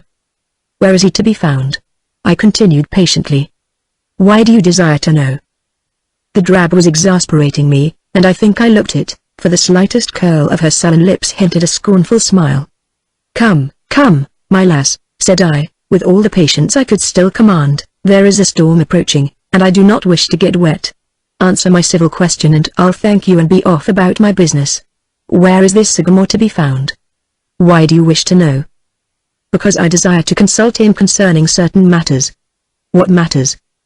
"Matters which do not concern you," I snapped out. "Are you sure of that, pretty boy?" "Am I sure?" I repeated, furious. "What do you mean? Will you answer an honest question or not? Why do you desire to see this Sycamore?" she repeated so obstinately that I fairly clenched my teeth. Answer me, I said. Or had you rather I fetched a file of men up here? Fetch a regiment, and I shall tell you nothing unless I choose. Good God, what folly! I exclaimed. For whom and for what do you take me, then, that you refuse to answer the polite and harmless question of an American officer? You had not so named yourself. Very well, then, I am Ewan Losky Eel, ensign in Morgan's Rifle Regiment. You say so. Do you doubt it? Birds sing, she said. Suddenly she stepped from the dark doorway, came to where I stood, bent forward and looked me very earnestly in the eyes so closely that something her nearness I know not what seemed to stop my heart and breath for a second. Then, far on the western hills lightning glimmered, and after a long while it thundered. Do you wish me to find this sycamore for you? She asked very quietly. Will you do so? A drop of rain fell, another, which struck her just where the cheek curved under the long black lashes, fringing them with brilliancy like tears. Where do you lodge? She asked, after a silent scrutiny of me. This night I am a guest at Major Lockwood's. Tomorrow I travel north again with my comrade, Lieutenant Boyd. She was looking steadily at me all the time. Finally she said, Somehow, I believe you to be a friend to liberty. I know it somehow. It is very likely, in this rifle dress I wear, said I smiling. Yet a man may dress as he pleases. You mistrust me for a spy? If you are, why, you are but one more among many hereabouts. I think you have not been in Westchester very long. It does not matter. No boy with the face you wear was born to betray anything more important than a woman. I turned hot and scarlet with chagrin at her cool presumption and would not for worlds have had her see how the impudence stung and shamed me. For a full minute she stood there watching me, then, I ask pardon, she said very gravely. And somehow, when she said it I seemed to experience a sense of inferiority which was absurd and monstrous, considering what she doubtless was. It had now begun to rain in very earnest, and was like to rain harder ere the storm passed. My clothes being my best, I instinctively stepped into the doorway, and, of a sudden, she was there too, barring my entry, flushed and dangerous, demanding the reason of my intrusion. Why, said I astonished, may I not seek shelter from a storm in a ruined sugar house, without asking by your leave? This sap house is my own dwelling, she said hotly. It is where I live. Oh, Lord, said I, bewildered, if you are like to take offense at everything I say, or look, or do, I'll find a hospitable tree somewhere. One moment, sir. Well? She stood looking at me in the doorway, then slowly dropped her eyes, and in the same low voice I had heard once before. I ask your pardon once again, she said. Please to come inside and close the door. An open door draws lightning. It was already drawing the rain in violent gusts. The thunder began to bang with that metallic and fizzling tone which it takes on when the bolts fall very near. Flash after flash of violet light illuminated the shack at intervals, and the rafters trembled as the black shadows buried us. Have you a light hereabout? I asked. No. For 10 minutes or more the noise of the storm made it difficult to hear or speak. I could scarce see her now in the gloom. And so we waited there in silence until the roar of the rain began to die away, and it slowly grew lighter outside and the thunder grew more distant. I went to the door, looked out into the dripping woods, and turned to her. When will you bring the sycamore to me? I demanded. I have not promised. But you will. She waited a while, then. Yes, I will bring him. When? Tonight. You promise? Yes. And if it rains again? It will rain all night, but I shall send you the sycamore. Best go, sir. The real tempest is yet to break. It hangs yonder above the Hudson. But you have time to gain the Lockwood house. I said to her, with a slight but reassuring smile, most kindly intended. Now that I am no longer misunderstood by you, I may inform you that in what you do for me you serve our common country. It did not seem a pompous speech to me. If I doubted that, she said, I had rather pass the knife you wear around my throat than trouble myself to oblige you. Her words, and the quiet, almost childish voice, seemed so oddly at variance that I almost laughed, but changed my mind. I should never ask a service of you for myself alone, I said so curtly that the next moment I was afraid I had angered her, and fearing she might not keep her word to me, smiled and frankly offered her my hand. Very slowly she put forth her own, a hand stained and roughened, but slim and small. and so I went away through the dripping bush, and down the rocky hill. A slight sense of fatigue invaded me, and I did not then understand that it came from my steady and sustained efforts to ignore what any eyes could not choose but see this young girl's beauty. Yes, despite her sorry mien and her rags, a beauty that was fashioned to trouble men, and which was steadily invading my senses whether I would or number. Walking along the road and springing over the puddles, I thought to myself that it was small wonder such a wench was pestered in a common soldier's camp. For she had about her everything to allure a grosser class, as something indescribable perhaps, but which even such a man as I had become unwillingly aware of. And I must have been very conscious of it, for it made me restless and vaguely ashamed that I should condescend so far as even to notice it. More than that, it annoyed me not a little that I should bestow any thought upon this creature at all. But what irritated me most was that Boyd had so demeaned himself as to seek her out behind my back.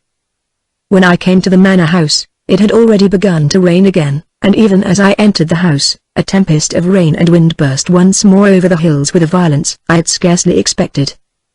Encountering Major Lockwood and Lieutenant Boyd in the hall, I scowled at the latter askance, but remembered my manners, and smoothed my face and told them of my success. "Rain or no," said I, "she has promised me to send this Sagamore here tonight. And I am confident she will keep her word." "Which means," said Boyd, with an unfeigned sigh, "that we travel north tomorrow. Lord, how sick am I of saddle and nag and the open road. Your kindly hospitality, Major, has already softened me so that I scarce know how to face the wilderness again." And at supper, that evening, Boyd frankly bemoaned his lot, and Mrs. Lockwood condoled with him, but Betsy Hunt turned up her pretty nose, declaring that young men were best off in the woods, which kept them out of mischief. She did not know the woods. And after supper, as she and my deceitful but handsome lieutenant lingered by the stairs, I heard her repeat it again, utterly refusing to say she was sorry or that she commiserated his desperate lot. But on her lips hovered a slight and provoking smile, and her eyes were very brilliant under her powdered hair. All women liked Boyd, none was insensible to his charm. Handsome, gay, amusing and tender, alas! Too often few remained indifferent to this young man, and many there were who found him difficult to forget after he had gone his careless way. But I was damning him most heartily for the prank he played me. I sat in the parlor talking to Mrs. Lockwood. The babies were long since in bed, the elder children now came to make their reverences to their mother and father, and so very dutifully to every guest. A fat black woman in turban and gold ear hoops fetched them away, and the house seemed to lose a trifle of its brightness with the children's going. Major Lockwood sat writing letters on a card table, a cluster of tall candles at his elbow. Mr. Hunt was reading. His wife and Boyd still lingered on the stairs, and their light, quick laughter sounded prettily at moments. Mrs. Lockwood, I remember, had been sewing while she and I conversed together. The French alliance was our topic, and she was still speaking of the pleasure it had given all when Lewis Morris brought to her house young Lafayette. Then, of a sudden, she turned her head sharply, as though listening. Through the roar of the storm I thought I heard the gallop of a horse. Major Lockwood lifted his eyes from his letters, fixing them on the rain-washed window. Certainly a horseman had now pulled up at our very porch. Mr. Hunt laid aside his book very deliberately and walked to the parlor door, and a moment later the noise of the metal knocker outside rang loudly through the house. We were now all rising and moving out into the hall, as though a common instinct of coming trouble impelled us. The black servant opened, a drenched messenger stood there, blinking in the candlelight. Major Lockwood went to him instantly, and drew him in the door, and they spoke together in low and rapid tones. Mrs. Lockwood murmured in my ear, "It's one of Luther's men. There is bad news for us from below, I warrant you." We heard the Major say, "You will instantly acquaint Colonels Thomas and Sheldon with this news. Tell Captain Fancher, too, in passing." The messenger turned away into the storm, and Major Lockwood called after him, "Is there no news of Moylan's regiment?" "None, sir," came the panting answer. There ensued a second's silence, a clatter of slippery hoofs, then only the loud, dull roar of the rain filled the silence. The Major, who still stood at the door, turned around and glanced at his wife. "What is it, dear, if we may know?" asked she, quite calmly. "Yes," he said, "you should know, Hannah. And it may not be true, but somehow, I think it is. Tarleton is out." "Is he headed this way, Ebenezer?" asked Mr. Hunt, after a shocked silence. "Why yes, so they say. Luther Kennicott sends the warning." It seems to be true. Tarleton has heard, no doubt, that Sheldon's horse is concentrating here, said Mr. Hunt. But I think it better for thee to leave, Ebenezer. Mrs. Lockwood went over to her husband and laid her hand on his sleeve lightly. The act, and her expression, were heartbreaking, and not to be mistaken. She knew, and we also now surmised, that if the Legion cavalry was out, it was for the purpose of taking the man who stood there before our eyes. Doubtless he was quite aware of it, too, but made no mention of it. Alsop, he said, turning to his son-in-law, best take the more damaging of the papers and conceal them as usual. I shall presently be busied with Thomas and Sheldon, and may have no time for such details. Will they make a stand, do you think? I whispered to Boyd. Or shall we be sent a-packing? If there be not too many of them, I make a guess that Sheldon's horse will stand. And what is to be our attitude?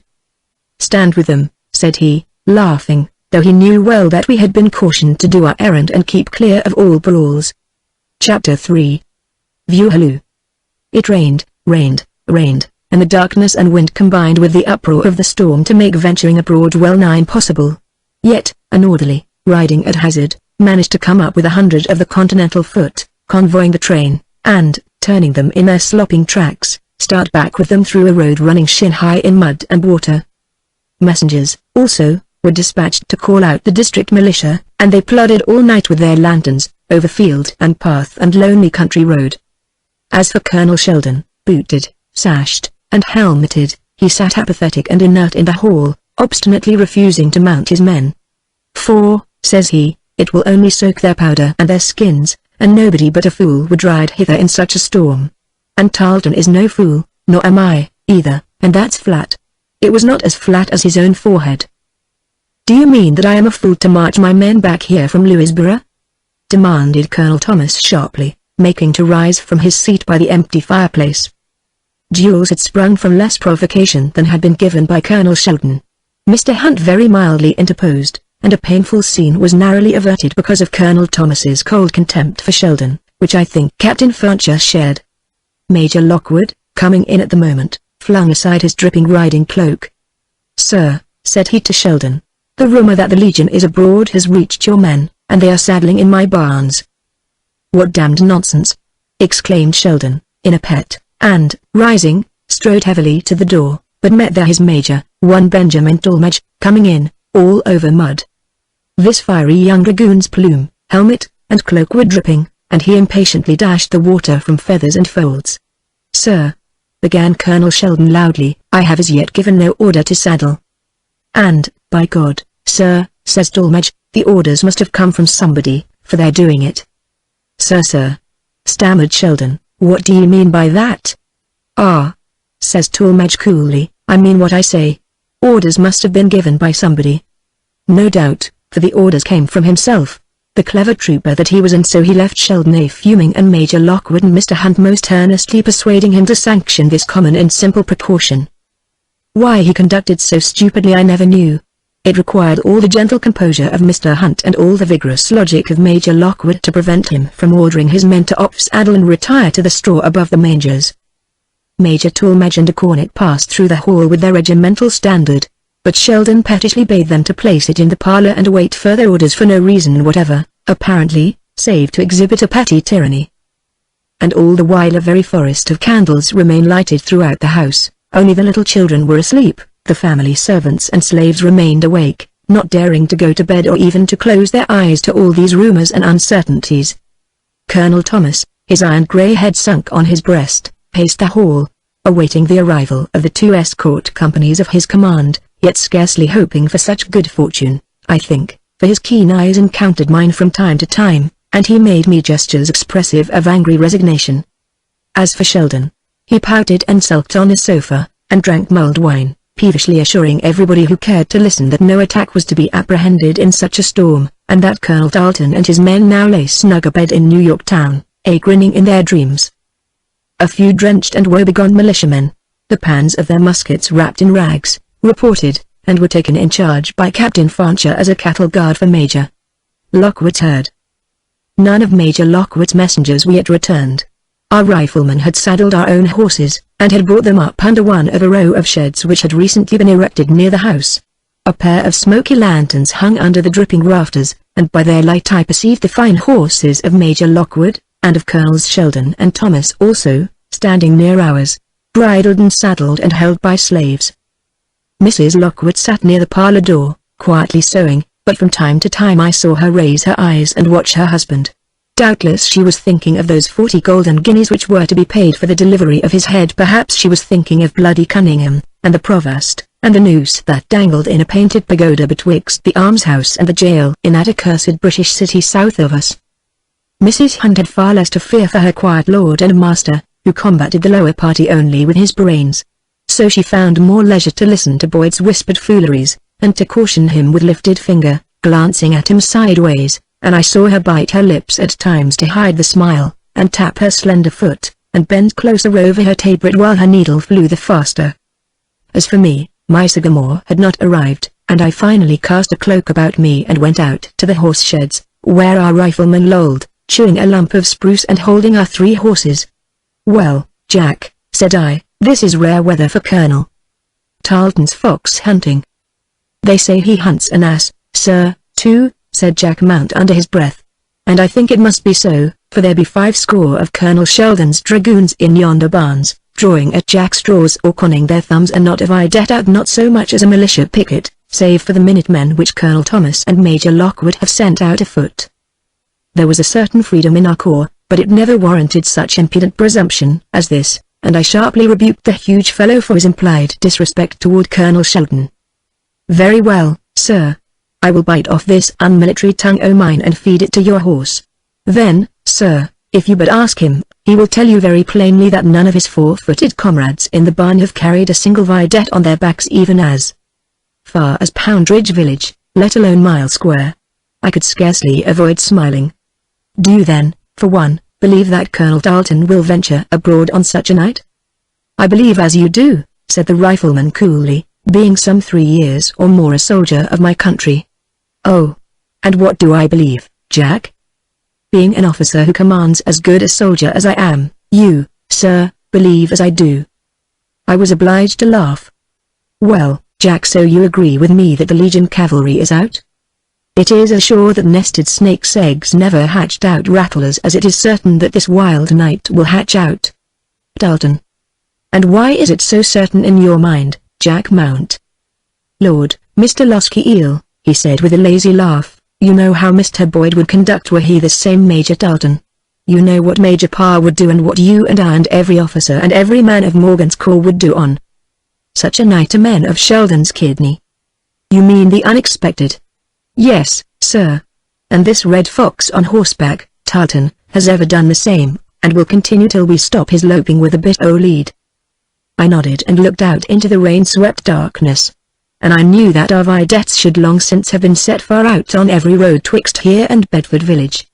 Captain Fancher passed with a lantern, and I ventured to accost him and mention very modestly my present misgivings concerning our present situation. "Sir," said the captain, dryly, "I am more concerned in this matter than are you, and I have taken it upon myself to protest to Major Talmadge, who is at this moment gone once more to Colonel Sheldon with very serious representations." "Lieutenant Boyd and I have volunteered as a scout of 3, I said, "but Colonel Sheldon has declined our services with scant politeness." Fancher stood for a moment, his rain-smeared lantern hanging motionless at his side. "Tarleton may not ride tonight," he said, and moved off a step or 2. Then, turning, "But, damn him, I think he will," said he. And walked away, swinging his light as furiously as a panther thrashes his tail. By the pointers of my watch it now approached 3 o'clock in the morning, and the storm was nothing abating. I had entirely despaired of the Sycamores coming, and was beginning to consider the sorry pickle which this alarm must leave us in if Tarleton's legion came upon us now, and that with our widely scattered handfuls we could only pull foot and await another day to find our Sycamore, when, of a sudden there came a creeping through the darkness, out o' the very maw of the storm, a slender shape, wrapped to the A's in a ragged scarlet cape. I knew her, but I do not know how I knew her. "It is you!" I exclaimed, hastening forward to draw her under shelter. She came obediently with me, slipping in between the lanterns and among the horses, moving silently at my elbow to the farther shed, which was empty. "You use me very kindly," I said, "to venture abroad tonight on my behalf." I am abroad, she said, on behalf of my country. Only her eyes I could see over the edge of the scarlet cloak, and they regarded me very coldly. I meant it so, I said hastily. What of the Sagamore? Will he come? He will come as I promised you. Here? I said, delighted. This very night? Yes, here, this night. How good, how generous you have been, I exclaimed with a warmth and sincerity that invaded every fiber of me. And have you come through this wild storm all the long way afoot? Yes, she said, calmly, afoot. Since when, sir, have beggars ridden to a tryst except in pretty fables? Had I known it, I would have taken horse and gone for you, and brought you here riding pillion behind me. Had I desired you to come for me, Mr. Losky Eel, I should not have troubled you here. She loosened the shabby scarlet cloak so that it dropped from below her eyes and left the features exposed. Enough of lantern light from the other shed fell on her face for me to see her smooth, cool cheeks all dewy with the rain, as I had seen them once before in the gloom of the coming storm. She turned her head, glancing back at the other shed where men and horses stood in grotesque shadow shapes under the windy lantern light, then she looked cautiously around the shed where we stood. Come nearer, she motioned.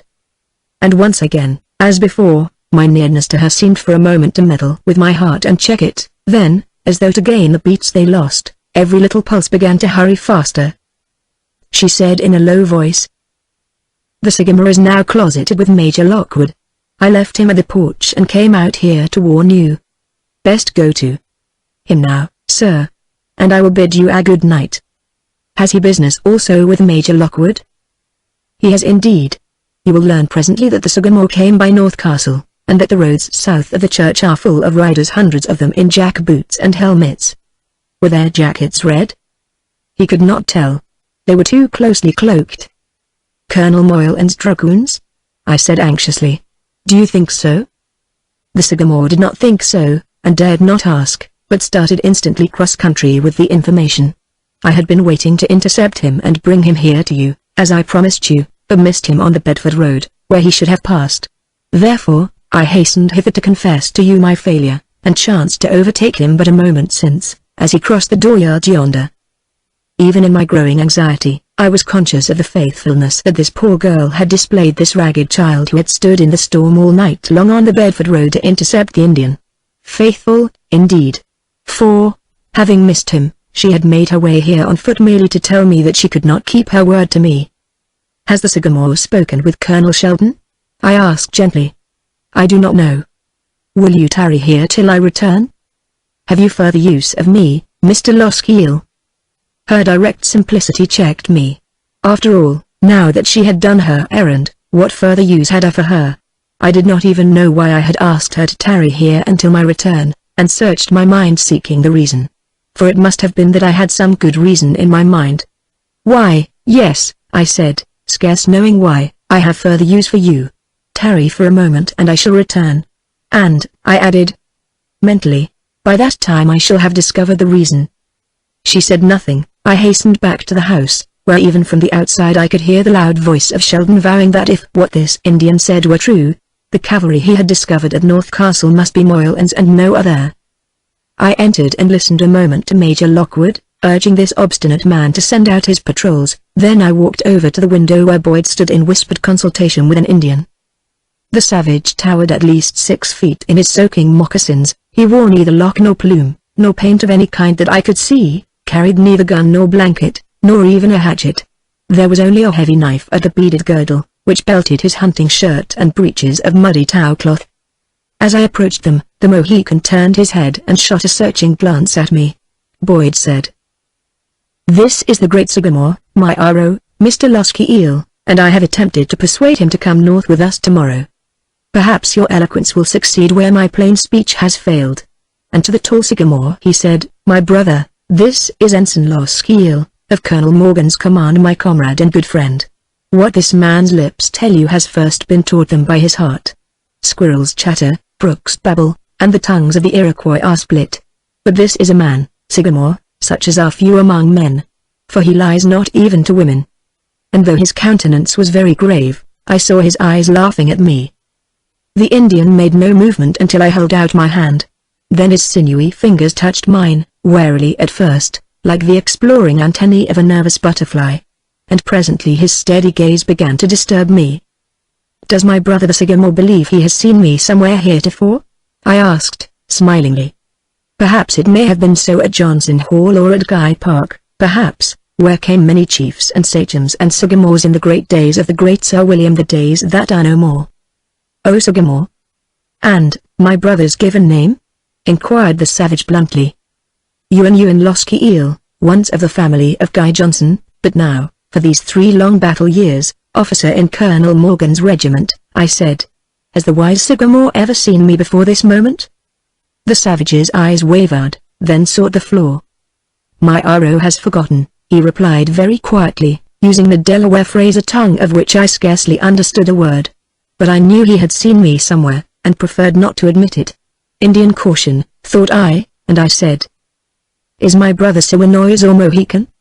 A cunning expression came into his features. "If a Siwanoise marries a Mohican woman, of what nation are the children, my new brother, Losky Eel?" "Mohican," I said in surprise, "or so it is among the Iroquois," and the next moment could have bitten off my tongue for vexation that I should have so clumsily reminded a Sycamore of a subject nation of his servitude, by assuming that the Lenni Lenape had conformed even to the racial customs of their conquerors.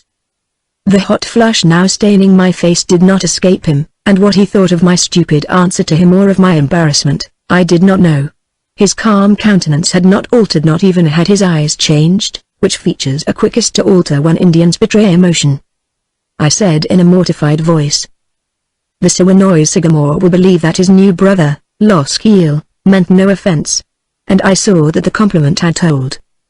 "My Aro has heard," he said, without the slightest emphasis of resentment. Then, proudly and delicately yielding me reason, and drawing his superb figure to its full and stately height, "When a Mohican Sycamore listens, all Algonquins listen, and the Siwanoise clan grow silent in the still places. When a real man speaks, real men listen with respect." Only the Kanienga continued to chirp and chatter, only the long house is full of squirrel sounds and the noise of jays. His lip curled contemptuously. "Let the echoes of the long house answer the canonsis. My Aro's ears are open." Boyd, with a triumphant glance at me, said eagerly, "Is not this hour the hour for the great Siwanoise clan of the Lenni Lenape to bid defiance to the Iroquois? Is it not time that the Mohawks listen to the reading of those ancient belts, and count their dishonored dead with brookside pebbles from the headwaters of the Sacandaga to the Delaware Capes?" "Can squirrels count?" retorted my Aro disdainfully. "Does my white brother understand what the blue jays say one to another in the yellowing October woods? Not in the canonsis, nor yet in the Canonchon may the Mohicans read to the Mohawks the ancient wampum records. The Lenni Lenape are Algonquin, not Huron-Iroquois. Let those degraded Delawares who still sit in the Long House count their white belts while, from both doors of the Confederacy, Seneca and Mohawk belt-bearers hurl their red wampum to the four corners of the world. The Mohicans, while they wait, may read of glory and great deeds," I said, "but the belts in their hands are not white. How can this be, my brother?" The Sycamore's eyes flashed. "The belts we remember are red," he said. "We Mohicans have never understood Iroquois wampum. Let the Lenape of the Canonchon bear Iroquois belts." "In a Long House," said I, "the light is dim. Perhaps the Kanienga's ambassadors can no longer perceive the red belts." "In the archives of the Lenape." It had so far been a careful and cautious exchange of subtlest metaphor between this proud and sensitive Mohican and me, I striving to win him to our cause by recalling the ancient greatness and the proud freedom of his tribe, yet most carefully avoiding undue pressure or any direct appeal for an immediate answer to Boyd's request. But already I had so thoroughly prepared the ground, and the Sycamore's responses had been so encouraging, that the time seemed to have come to put the direct and final question. And now, to avoid the traditional 24 hours delay which an Indian invariably believes is due his own dignity before replying to a vitally important demand, I boldly cast precedent and custom to the four winds, and once more seized on Allegory to aid me in this hour of instant need. I began by saluting him with the most insidious and stately compliment I could possibly offer to a Sycamore of a conquered race, a race which already was nearly extinct, investing this Mohican Sycamore with the prerogatives of his very conquerors by the subtlety of my opening phrase. "O Sycamore, Royane, noble of the 3 free clans of a free Mohican people, our people have need of you. The path is dark to Catharine's town. terror haunts those frightful shades. Royanev. We need you. Brother. Is there occasion for belts between us to confirm a brother's words, when this leathern girth I wear around my body carries a red wampum which all may see and read my war axe and my knife? I raised my right arm slowly, and drew with my forefinger a great circle in the air around us. Brother. Listen attentively. Since a sycamore has read the belt I yesterday delivered, the day sun has circled us where we now stand. It is another day, O Royane. In yonder fireplace new ashes whiten, new embers redden. We have slept, touching my eyelids and then laying my right hand lightly over his. We have eaten, again touching his lips and then my own, and now here now, in this place and on this day, I have returned to the Mohican fire, the fire of Tamanund. Now I am seated, touching both knees. Now my ears are open. Let the sycamore of the Mohicans answer my belt delivered. I have spoken, O Royane. For a full 5 minutes of intense silence I knew that my bold appeal was being balanced in the scales by one of a people to whom tradition is a religion. One scale was weighted with the immemorial customs and usages of a great and proud people, the other with a white man's subtle and flattering recognition of these customs, conveyed in metaphor, which all Indians adore, and appealing to imagination, an appeal to which no Huron, no Iroquois, no Algonquin, is ever deaf. In the breathless silence of suspense the irritable, high-pitched voice of Colonel Sheldon came to my ears. It seemed that after all he had sent out a few troopers and that one had just returned to report a large body of horsemen which had passed the Bedford Road at a gallop, apparently headed for Ridgefield. But I scarcely noted what was being discussed in the further end of the hall, so intent was I on the sycamore's reply if, indeed, he meant to answer me at all. I could even feel Boyd's body quivering with suppressed excitement as our elbows chanced to come in contact. As for me, I scarce made out to control myself at all, and any nether lip was nearly bitten through ere the Mohican lifted his symmetrical head and looked me full and honestly in the eyes. Brother, he said, in a curiously hushed voice, on this day I come to you here, at this fire, to acquaint you with my answer, answering my brother's words of yesterday. I could hear Boyd's deep breath, a profound relief. Thank God, I thought. The sycamore spoke again, very quietly. Brother, the road is dark to Catherine's town. There are no stars there, no moon, no sun, only a bloody mist in the forest. For to that dreadful empire of the Iroquois only blind trails lead. And from them ghosts of the long house arise and stand. Only a thick darkness is there, an endless gloom to which the Mohican hatchets long ago dispatched the severed souls they struck. In every trail they stand, these ghosts of the Canansi, Seneca, Cayuga, Onondaga, ghosts of the Tuscarora. The Mohawk beasts who wear the guise of men are there. My arrow spits upon them. And upon their league. And upon their Atataho the Siwanois spit. Suddenly his arm shot out and he grasped the hilt of my knife, drew it from my belt, and then slowly returned it. I drew his knife and rendered it again. Brother, he said, I have this day heard your voice coming to me out of the Northland. I have read the message on the belt you bore and wear. Your voice has not lied to my ears. Your message is clear as running springs to my eyes. I can see through to their pleasant depths. No snake lies hidden under them. So now, I say, if my brother's sight is dimmed on the trail to Catherine's town, my arrow will teach him how to see under the night sun as owls see, so that behind us, the steps of many men shall not stumble, and the darkness of the long house shall become redder than dawn, lighted by the flames of 1,000 rifles. Brother, a sycamore never lies. I have drawn my brother's knife.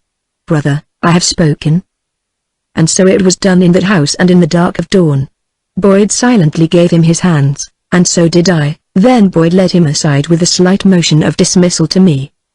As I walked toward the front door, which was now striding open, I saw Major Tallmadge go out ahead of me, run to the mounting block, and climb into his saddle. Colonel Sheldon followed him to the doorway, and called after him, "Take a dozen men with you, and meet Colonel Moylan.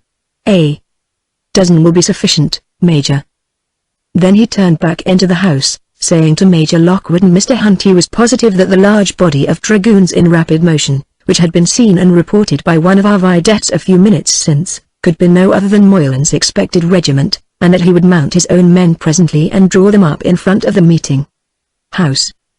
The rain had now nearly ceased, a cloudy, greyish horizon became visible, and the dim light spreading from a watery sky made objects dimly discernible out of doors.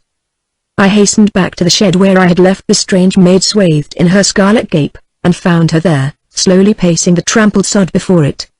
As I came up with her, she said, "Why are the light dragoons riding on the Bedford Road? Is aught amiss?" A very large body of horse has passed our vedettes, making toward Ridgefield. Colonel Sheldon thinks it must be Moylan's regiment. Do you? It may be so. And if it be the leather caps? Then we must find ourselves in a sorry pickle. As I spoke, the little bugle horn of Sheldon's horse blew boots and saddles, and 40 dragoons scrambled into their saddles down by the barns, and came riding up the sloppy road, their horses slipping badly and floundering through the puddles and across the stream, where, led by a captain, the whole troop took the meeting-house road at a stiff canter. We watched them out of sight, then she said, "I have awaited your pleasure, Mr. Loskiel. Pray, in what further manner can I be of service to my country?" "I have come back to tell you," said I, "that you can be of no further use. Our errand to the Sycamore has now ended, and most happily. You have served your country better than you can ever understand. I have come to say so, and to thank you." With a heart very full. "Have I then done well?" she asked slowly.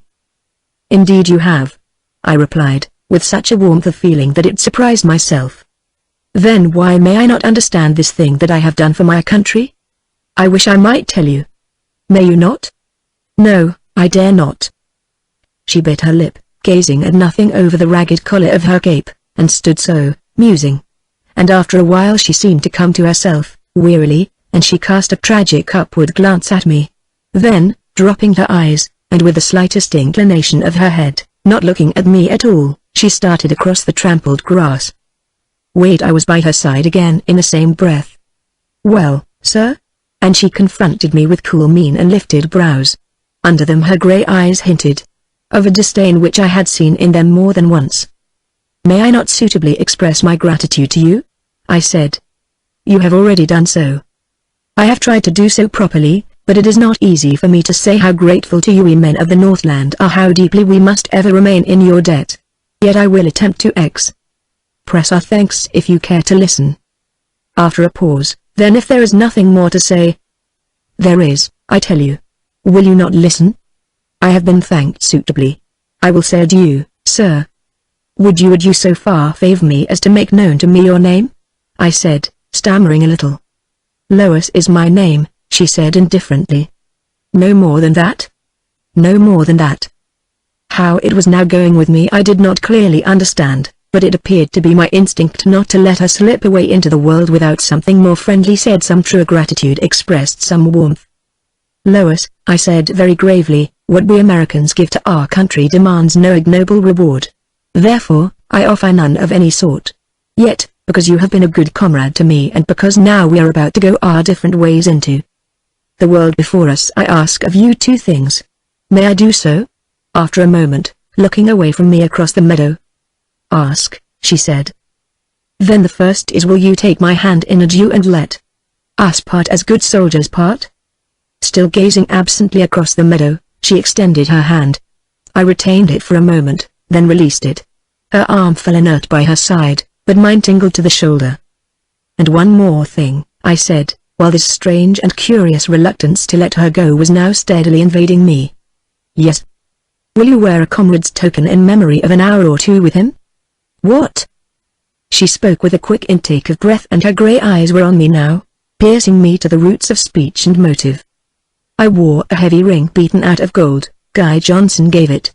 This I took from my trembling finger, scarce knowing why I was doing it at all, and stooping and lifting her little, wind-roughened hand, put it on the first finger I encountered blindly, now, and clumsily past all belief. My hand was shaking so absurdly. If my face were now as red as it was hot, hers, on the contrary, has become very strange and still and white. For a moment I seemed to read distrust, scorn, even hatred, in her level stare, and something of fear, too, in every quickening breath that moved the scarlet mantle on her breast. Then, in a flash, she had turned her back on me and was standing there in the grey dawn, with both hands over her face, straight and still as a young pine. But my ring was shining on her finger. Emotion of a nature to which I was an utter stranger was meddling with my breath and pulses, now checking, now speeding both, so that I stood with mind disconcerted in a silly sort of daze. At length I gathered sufficient composure to step to her side again. "Once more, little comrade, goodbye," I said. "This ends it all." Again she turned her shoulder to me, but I heard her low reply. "Goodbye, Mr. Loskiel." And so it ended. A moment later I found myself walking aimlessly across the grass in no particular direction. 3 times I turned in my tracks to watch her. Then she disappeared beyond the brookside willows. I remember now that I had turned and was walking slowly back to where our horses stood, moving listlessly through the freshly mowed meadow between drenched haystacks, the first I had seen that year, and God alone knows where were my thoughts gypsying, when, very far away, I heard a gunshot. At first I could perceive nothing, then on the distant Bedford road I saw one of our dragoons running his horse and bending low in his saddle.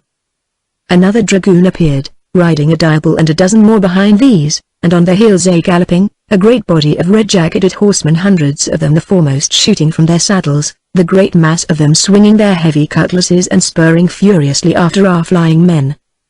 I had seen far more than was necessary, and I ran for my horse.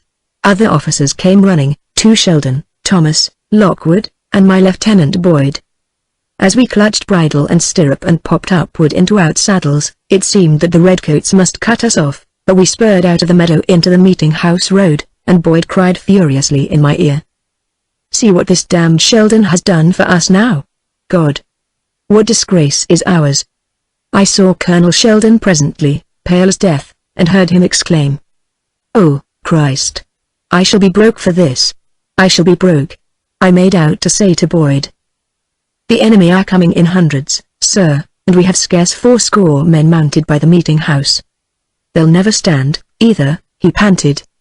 "But if they do, we'll see this matter to an end." "Our orders?" I asked. "Damn our orders," said he. "We'll see this matter to an end."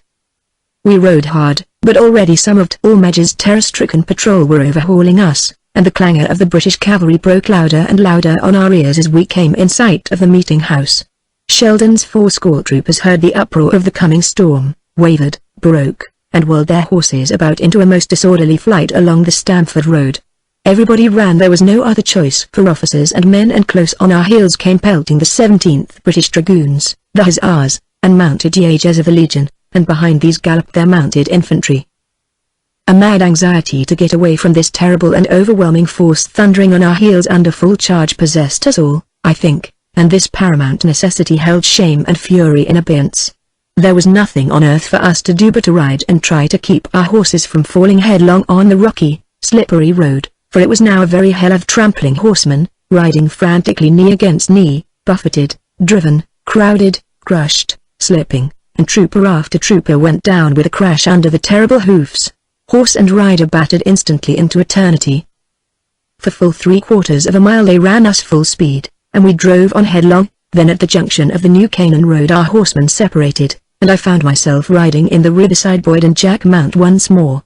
Turning to look back, I perceived the Legion cavalry were slowing to a trot to rest their hard-blown horses, and gradually our men did the same. But the Hussars continued to come on, and we continued our retreat, matching our speed to theirs. They let drive at us once with their heavy pistols, and we in the rear returned their fire, emptying one saddle and knocking 2 horses into the roadside bushes. Then they ran us hard again, and strove to flank us, but the rocky country was too stiff for their riders, and they could not make out to cut us off or attain our flanks. "What a disgrace! What a disgrace!" was all Boyd found to say, and I knew he meant the shameful surprise, not the retreat of our 80 light horsemen before the thundering charge of their heavy hundreds. Our troopers did not seem really frightened. They now jogged along doggedly, but coolly enough. We had with us on the New Canaan road some 20 light dragoons, not including Boyd, myself, and Jack Mount, 1 captain, 1 cornet and a trumpeter lad, the remainder being rank and file, and several mounted militiamen. The captain, riding in the rear with us, was ever twisting his hatless head to scowl back at the Hussars, and he talked continually in a loud, confident voice to reassure his men. "They're dropping off by 10s and 20s, he said. "If they keep to that habit we'll give them a charge. Wait till the odds lessen. Steady there, boys. This cattle chase is not ended. We'll fetch 'em a crack yet. We'll get a chance at their mounted infantry yet. All in God's time, boys. Never doubt it." The bugle horns of the Legion were now sounding their derisive, fox-hunting calls, and behind us we could hear the fire laughter and shouting, "Reeks! Forward! Stole away, stole away!" My cheeks began to burn, Boyd gnawed his lips continually, and I saw our dragoons turning angrily in their saddles as they understood the insult of the British trumpets.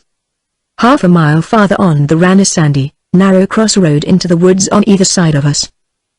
The captain drew bridle, stood up in his stirrups, and looked back. For some time, now, the taunting trumpets had not jeered us, and the pursuit seemed to have slackened after nearly 3 hard miles of running. But they still followed us, though it was some minutes before their red jackets came bobbing up again over the sandy crest of the hill behind us. All our men who had been looking back were now wheeled, and we divided, half backing into the sandy road to the right, half taking the left-hand road under command of Lieutenant Boyd. "They are not too many," said the dragoon captain coolly, beckoning to his little bugle horn. Willows hid us until their advanced troopers were close to where we sat, so close that one of our excited dragoons, spurring suddenly forward into the main road, beat down a hussar's guard, flung his arms around him, and tore him from his saddle. Both fell from their horses and began to fight fisticuffs in the sandy ditch. We charged instantly, and the enemy ran for it, our troopers raising the view halloo in their turn and whipping out their sabres. And all the way back to the Stamford Road we ran them, and so excited became our dragoons that we could scarce hold them when he came in sight once more of the British main body now reforming under the rolling smoke of Poundridge village, which they had set on fire. But further advance was madness, even when the remainder of our light troop came cantering down the Stamford Road to rejoin us and watch the burning town, for we could now muster but 210 riders, having lost nearly 30 dead or missing. A dozen of Captain Franch's militia came up, sober farmers of the village that lay below us buried in smoke, and our dragoons listened to the tales of these men, some of whom had been in the village when the onset came, and had remained there, skulking about to pick off the enemy until their main forces returned. Tarleton was in a great rage, "I warrant you," said one big, raw-boned militiaman. He rode up to Major Lockwood's house with his dragoons, and says he, "Burn me this arch-rebel's nest." And the next minute the agents were running in and out, setting fire to the curtains and lighting bundles of hay in every room. And I saw the Major's lady stand there on her doorstep and demand the reason for such barbarity, the house already afire behind her. Mrs. Hunt and the servants came out with the children in their arms. "And, by God, Madame," says Tarleton, "when shots are fired at my men from houses by the inhabitants of any town in America, I'll burn the town and hang the men if I can get 'em." Some hussars came up, driving before them the Major's fine herd of imported cattle and a troop of his brood mares, the same he has so often had to hide in the rock hills. "Stand clear, Madame," bawls Tarleton. "I'll suffer nothing to be removed from that house."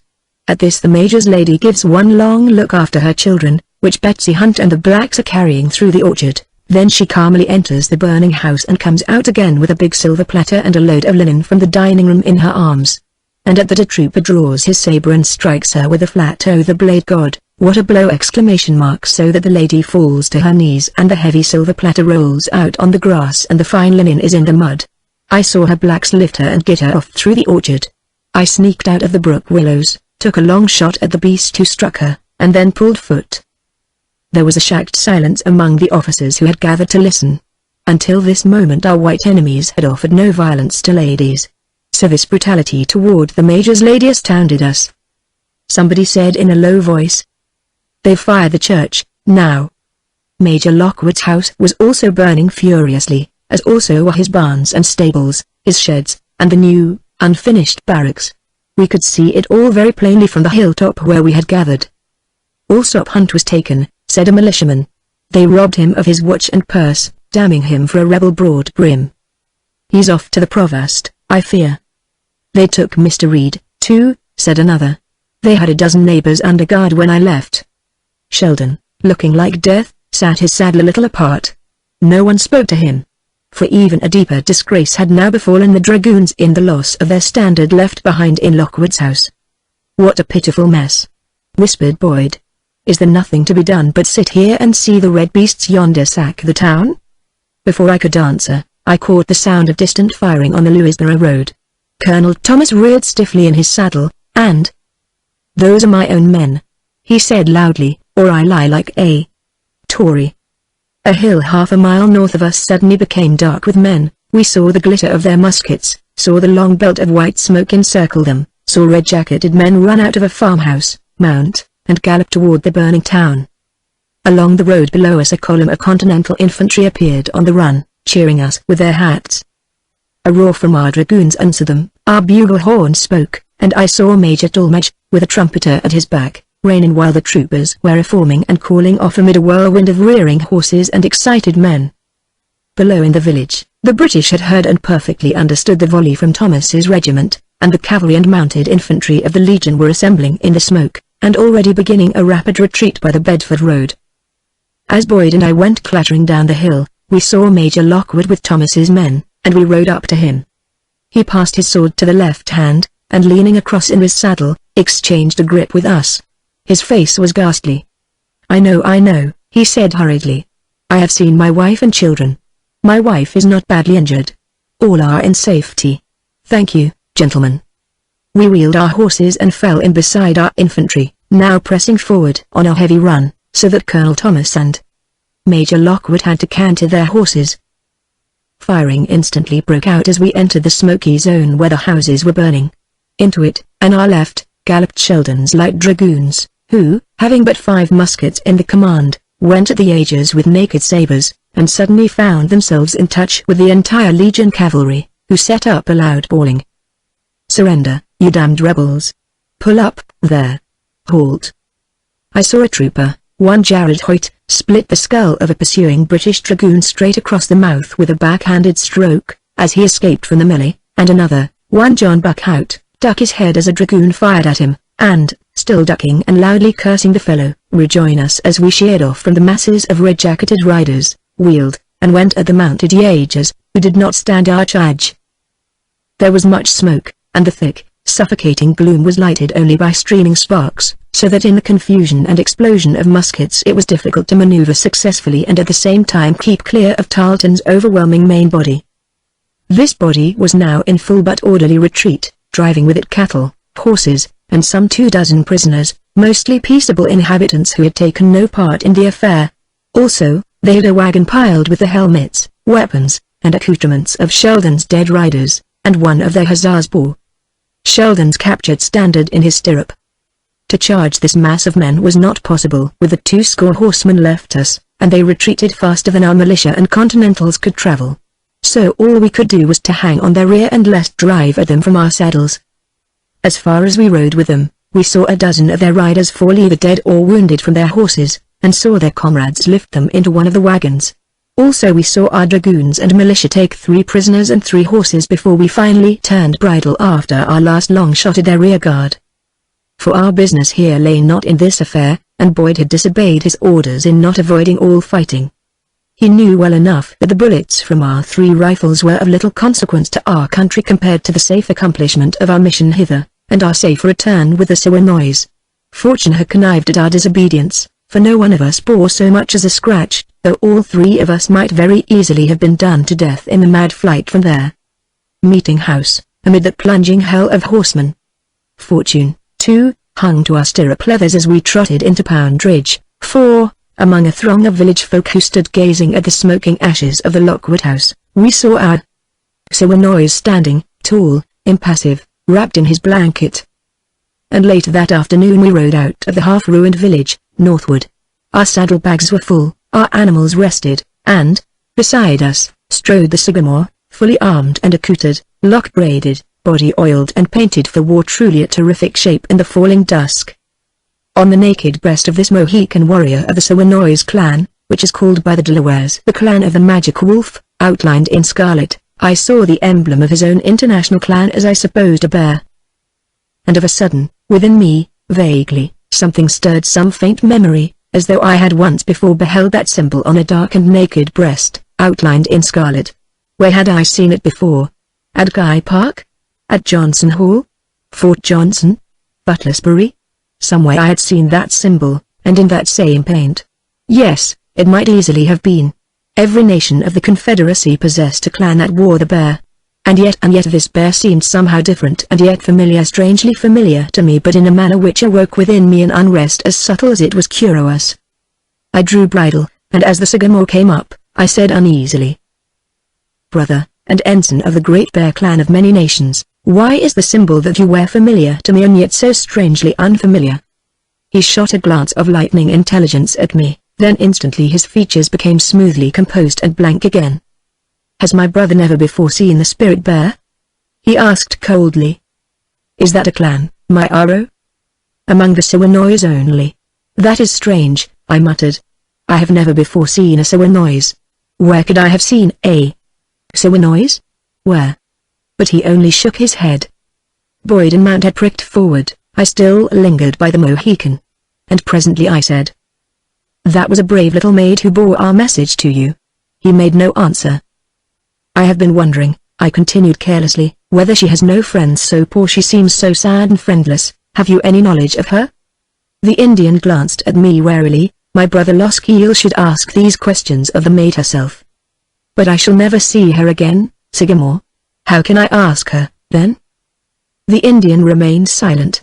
And, perhaps because I vaguely entertained some future hope of loosening his tongue in her regard, I now said nothing more concerning her, deeming that best. But I was still thinking of her as I rode northward through the deepening dusk. A great weariness possessed me, no doubt fatigue from the day's excitement and anxiety. Also, for some hours, that curious battle hunger had been gnawing at my belly so that I had liked to starve there in my saddle ere Boyd gave the signal to off-saddle for the night. Chapter 4. A Tryst. Above the white plains the territory was supposed to be our own.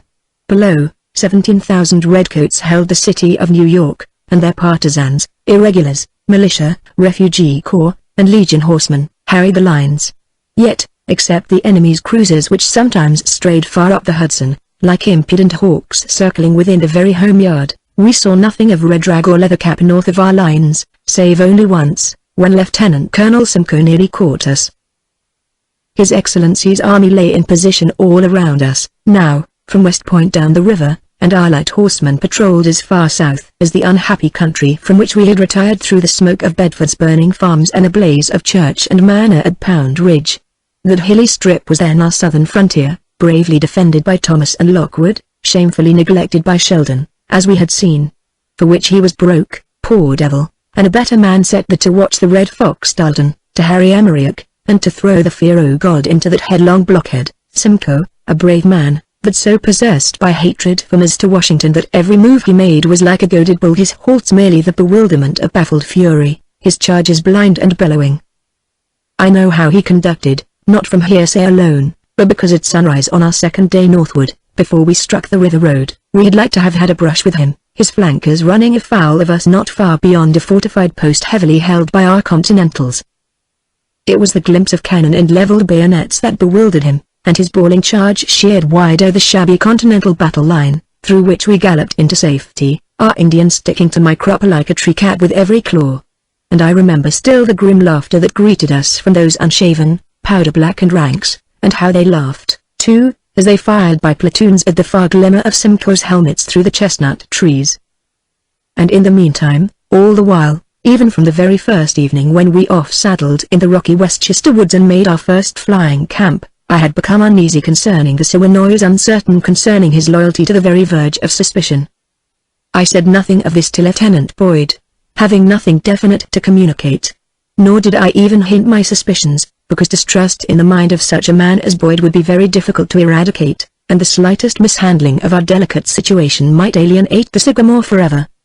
Yet, of one thing I had become almost convinced: the Siwanois, while we slept, met and held communication with somebody outside our camp. On the first night this had happened, for, awaking and missing the Sycamore, who had been left on guard, I lay watching under my blanket, and when he came into the fire once more, it seemed to me that far in the woods I heard the faint sound of another person retiring stealthily through the telltale bushes that choke all second growth hereabouts. On the second day we crossed to the other side of the Hudson in flat boats, with our horses. But on that night it was the same, I feigning sleep when it came time for the Siwanois to relieve the man on guard. And once again, after he had silently inspected us all, the Sycamore stole away into leafy depths, but halted as before within earshot still. And once again some nascent sense within me seemed to become aware of another human being somewhere moving in the woods outside our fire.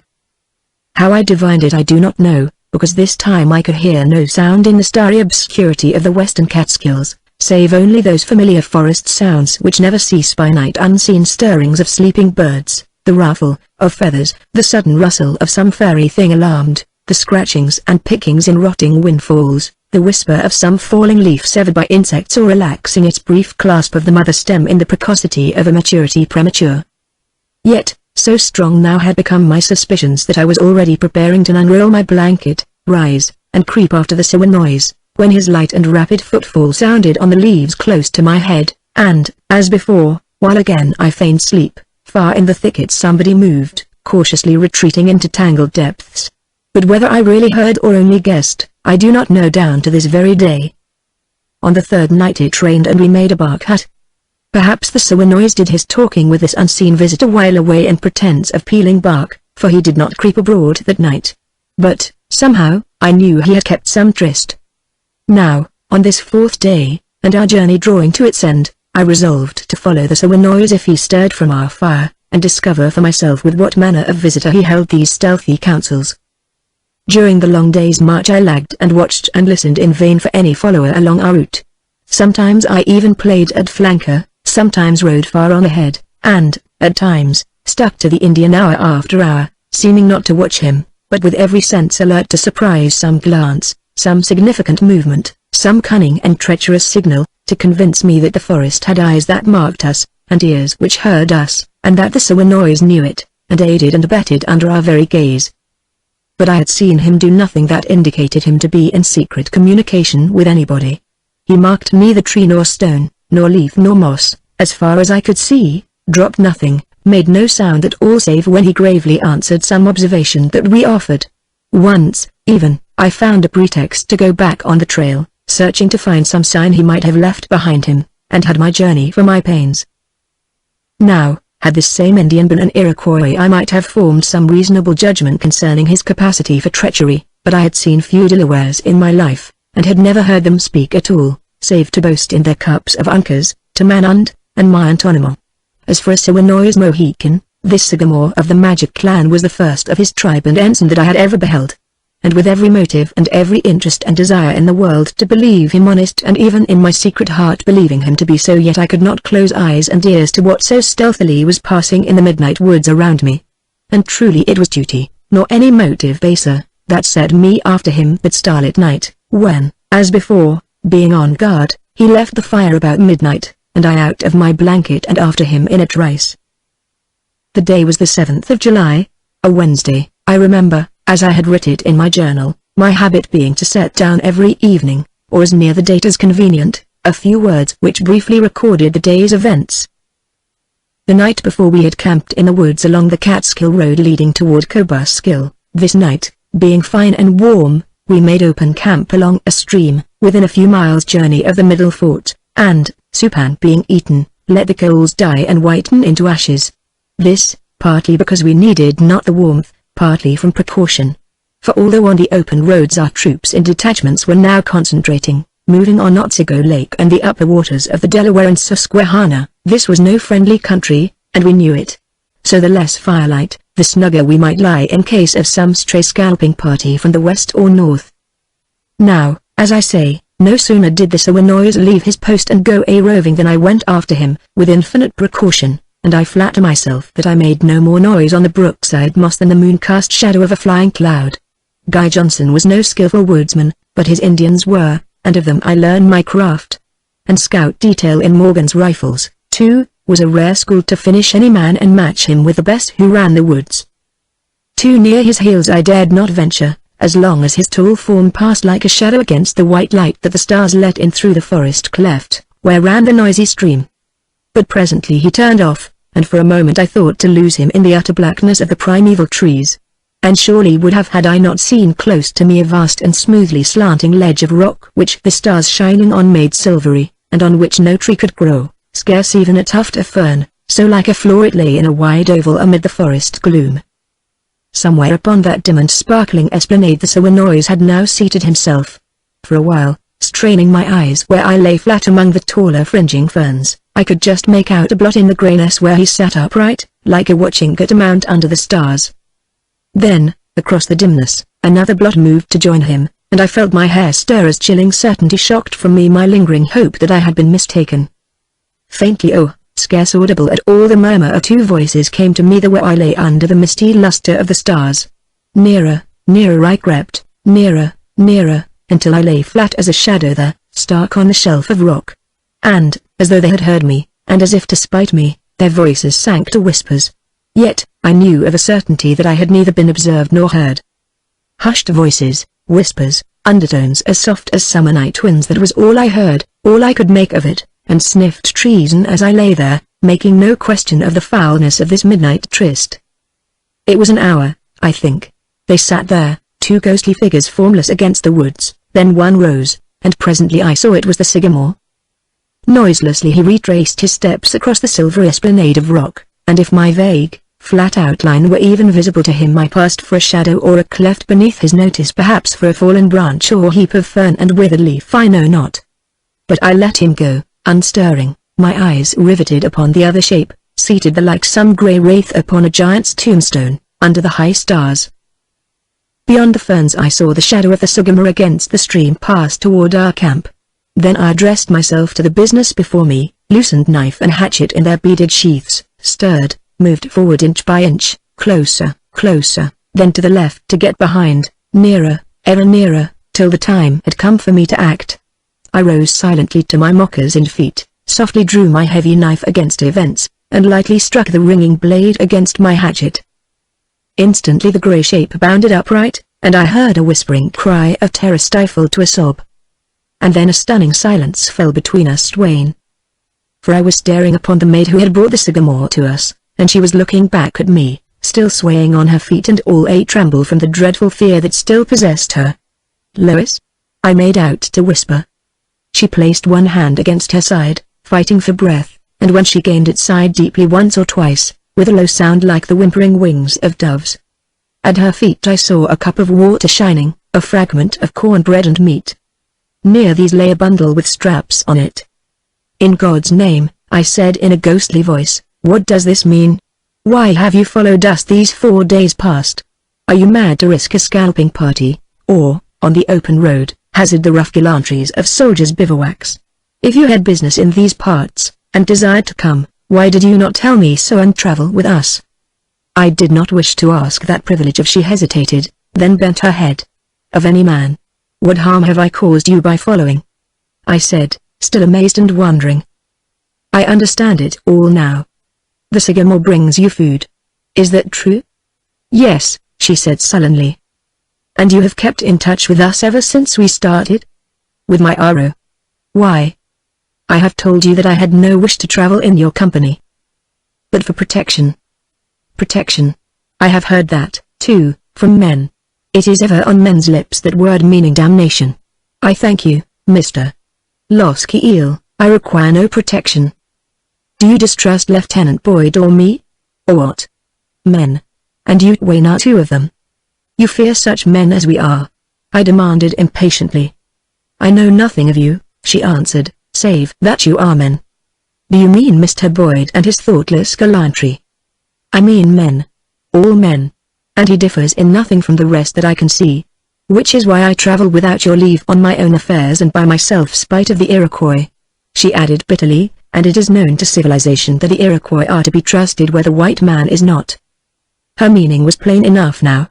What this young girl had seen and suffered and resented amid a world of men I did not know.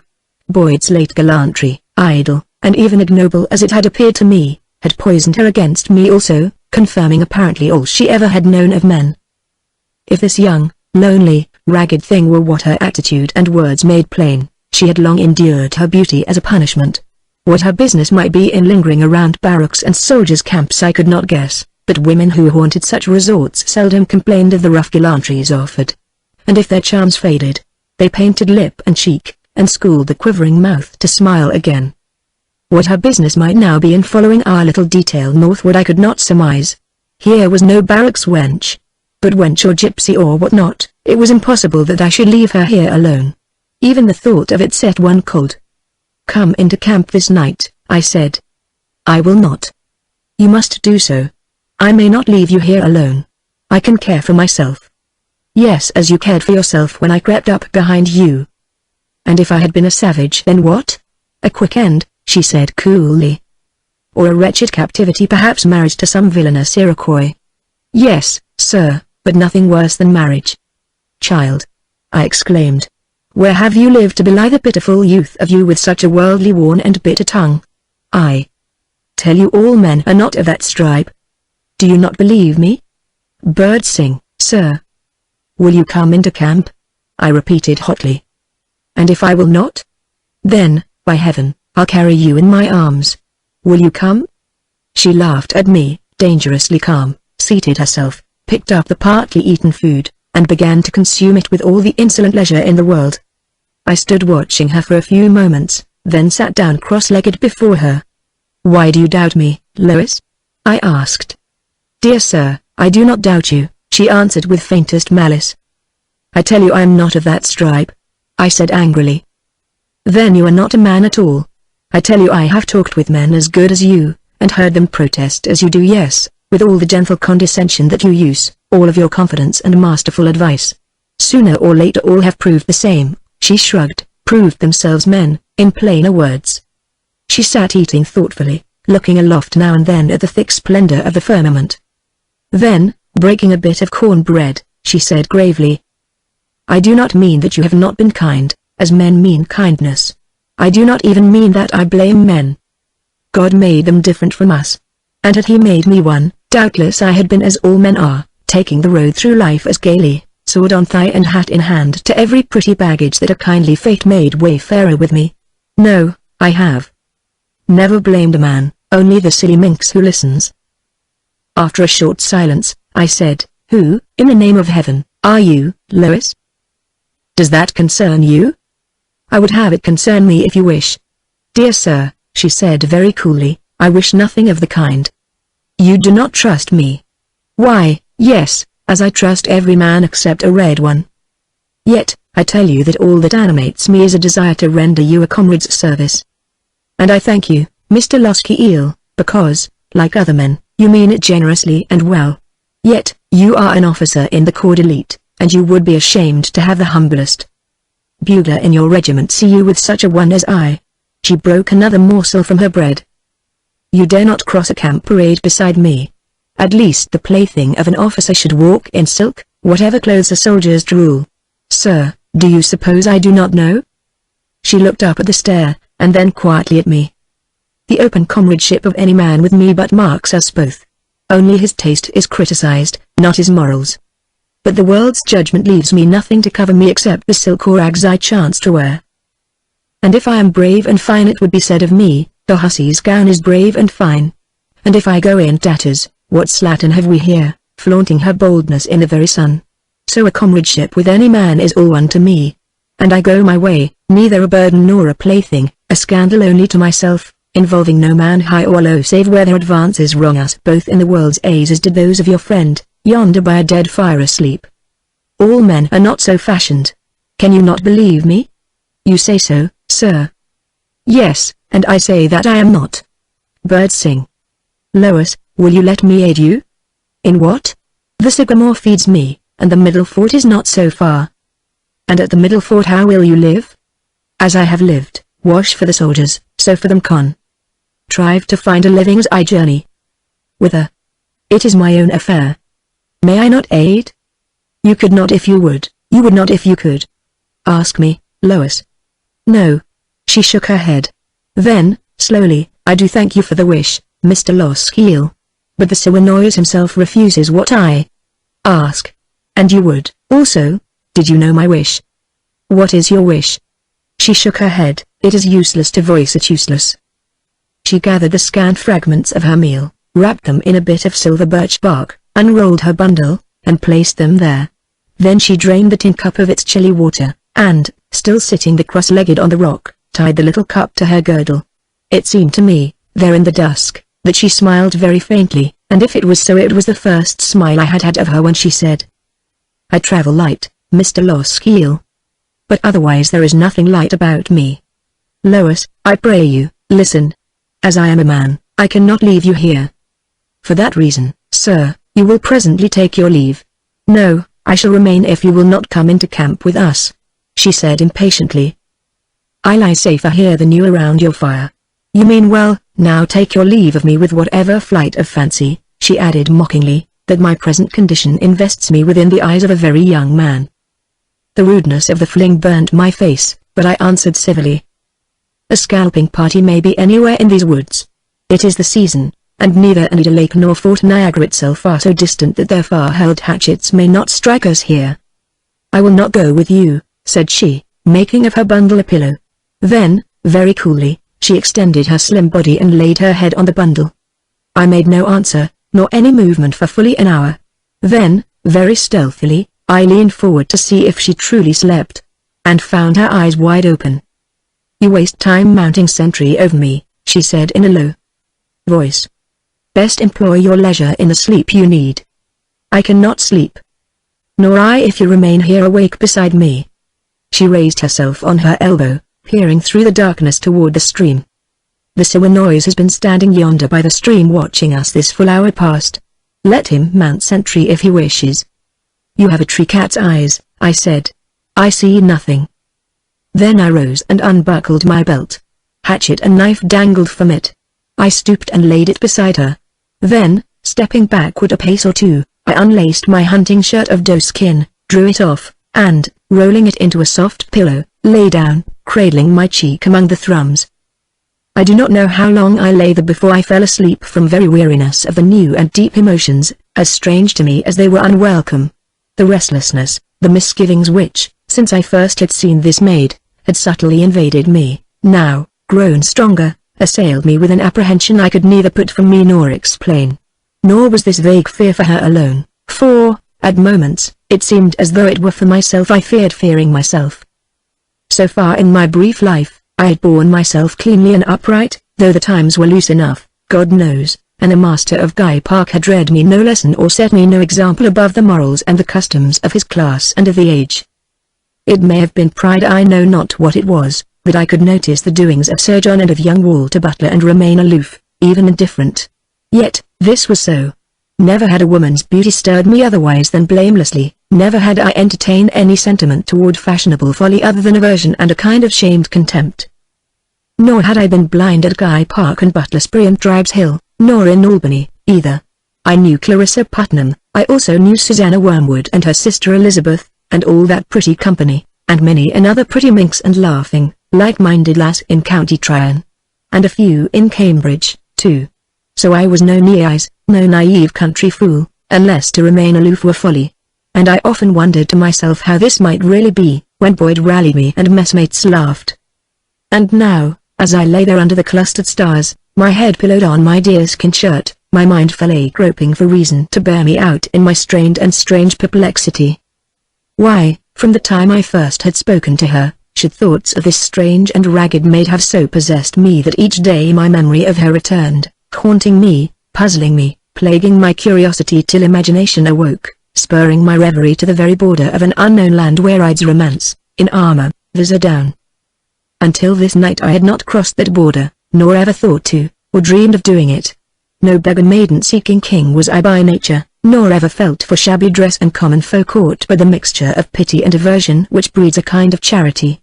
And, I once supposed, were the Queen of Sheba herself to pass me in a slattern's rags, only her rags could I ever see, for all her beauty. But how was it now with me that, from the very first, I had been first conscious of this maid herself, then of her rags? How was it that I felt no charity, nor pity of that sort, only a vague desire that she should understand me better, know that I meant her kindness? God knows what I wished of her, and why her grey eyes haunted me, and why I could not seem to put her from my mind. That now she fully possessed my mind I convinced myself was due to my very natural curiosity concerning her, forgetting that a week ago I should not have condescended to curiosity. Who and what was she? She had been schooled, that was plain in voice and manner. And, though she used me with scant courtesy, I was convinced she had been schooled in manners, too, and was no stranger to usages and customs which mark indelibly where birth and breeding do not always. Why was she here? Why alone? Where were her natural protectors then? What would be her fate gypsying through a land blackened with war, or haunting camps and forts, penniless, in rags and her beauty ever a flaming danger to herself? despite her tatters awed because of them. I slept at last, I do not know how long. The stars still glittered overhead when I awoke, remembered, and suddenly sat upright. She was gone. I might have known it. But over me there came a rush of fear and anger and hurt pride, and died, leaving a strange, dull aching. Over my arm I threw my rifle frock, looked dully about to find my belt, discovered it at my feet. As I buckled it, from the hatchet sling something fell, and I stooped to pick it up. It was a wild rose stem bearing a bud unclosed. And to a thorn a shred of silver birch bark clung impaled. On it was scratched with a knife's keen point a message which I could not read until once more I crept into our fire, which Mount had lighted for our breakfast. And there I read her message, "A rose for your ring, Raid. And be not angry with me." I read it again, then curled it to a tiny cylinder and placed it in my pouch, glancing sideways at the reclining Mohican. Boyd began to murmur and stretch in his blanket, then relaxed once more. So I lay down, leaving Jack Mount cooking ashen cakes, and yawning. Chapter 5. The Gathering. Now, no sooner had we broken camp, covered our fire, packed, saddled, and mounted, than all around us, as we advanced, the wilderness began to wear an aspect very different to that brooding solitude which hitherto had been familiar to us, our shelter and our menace also.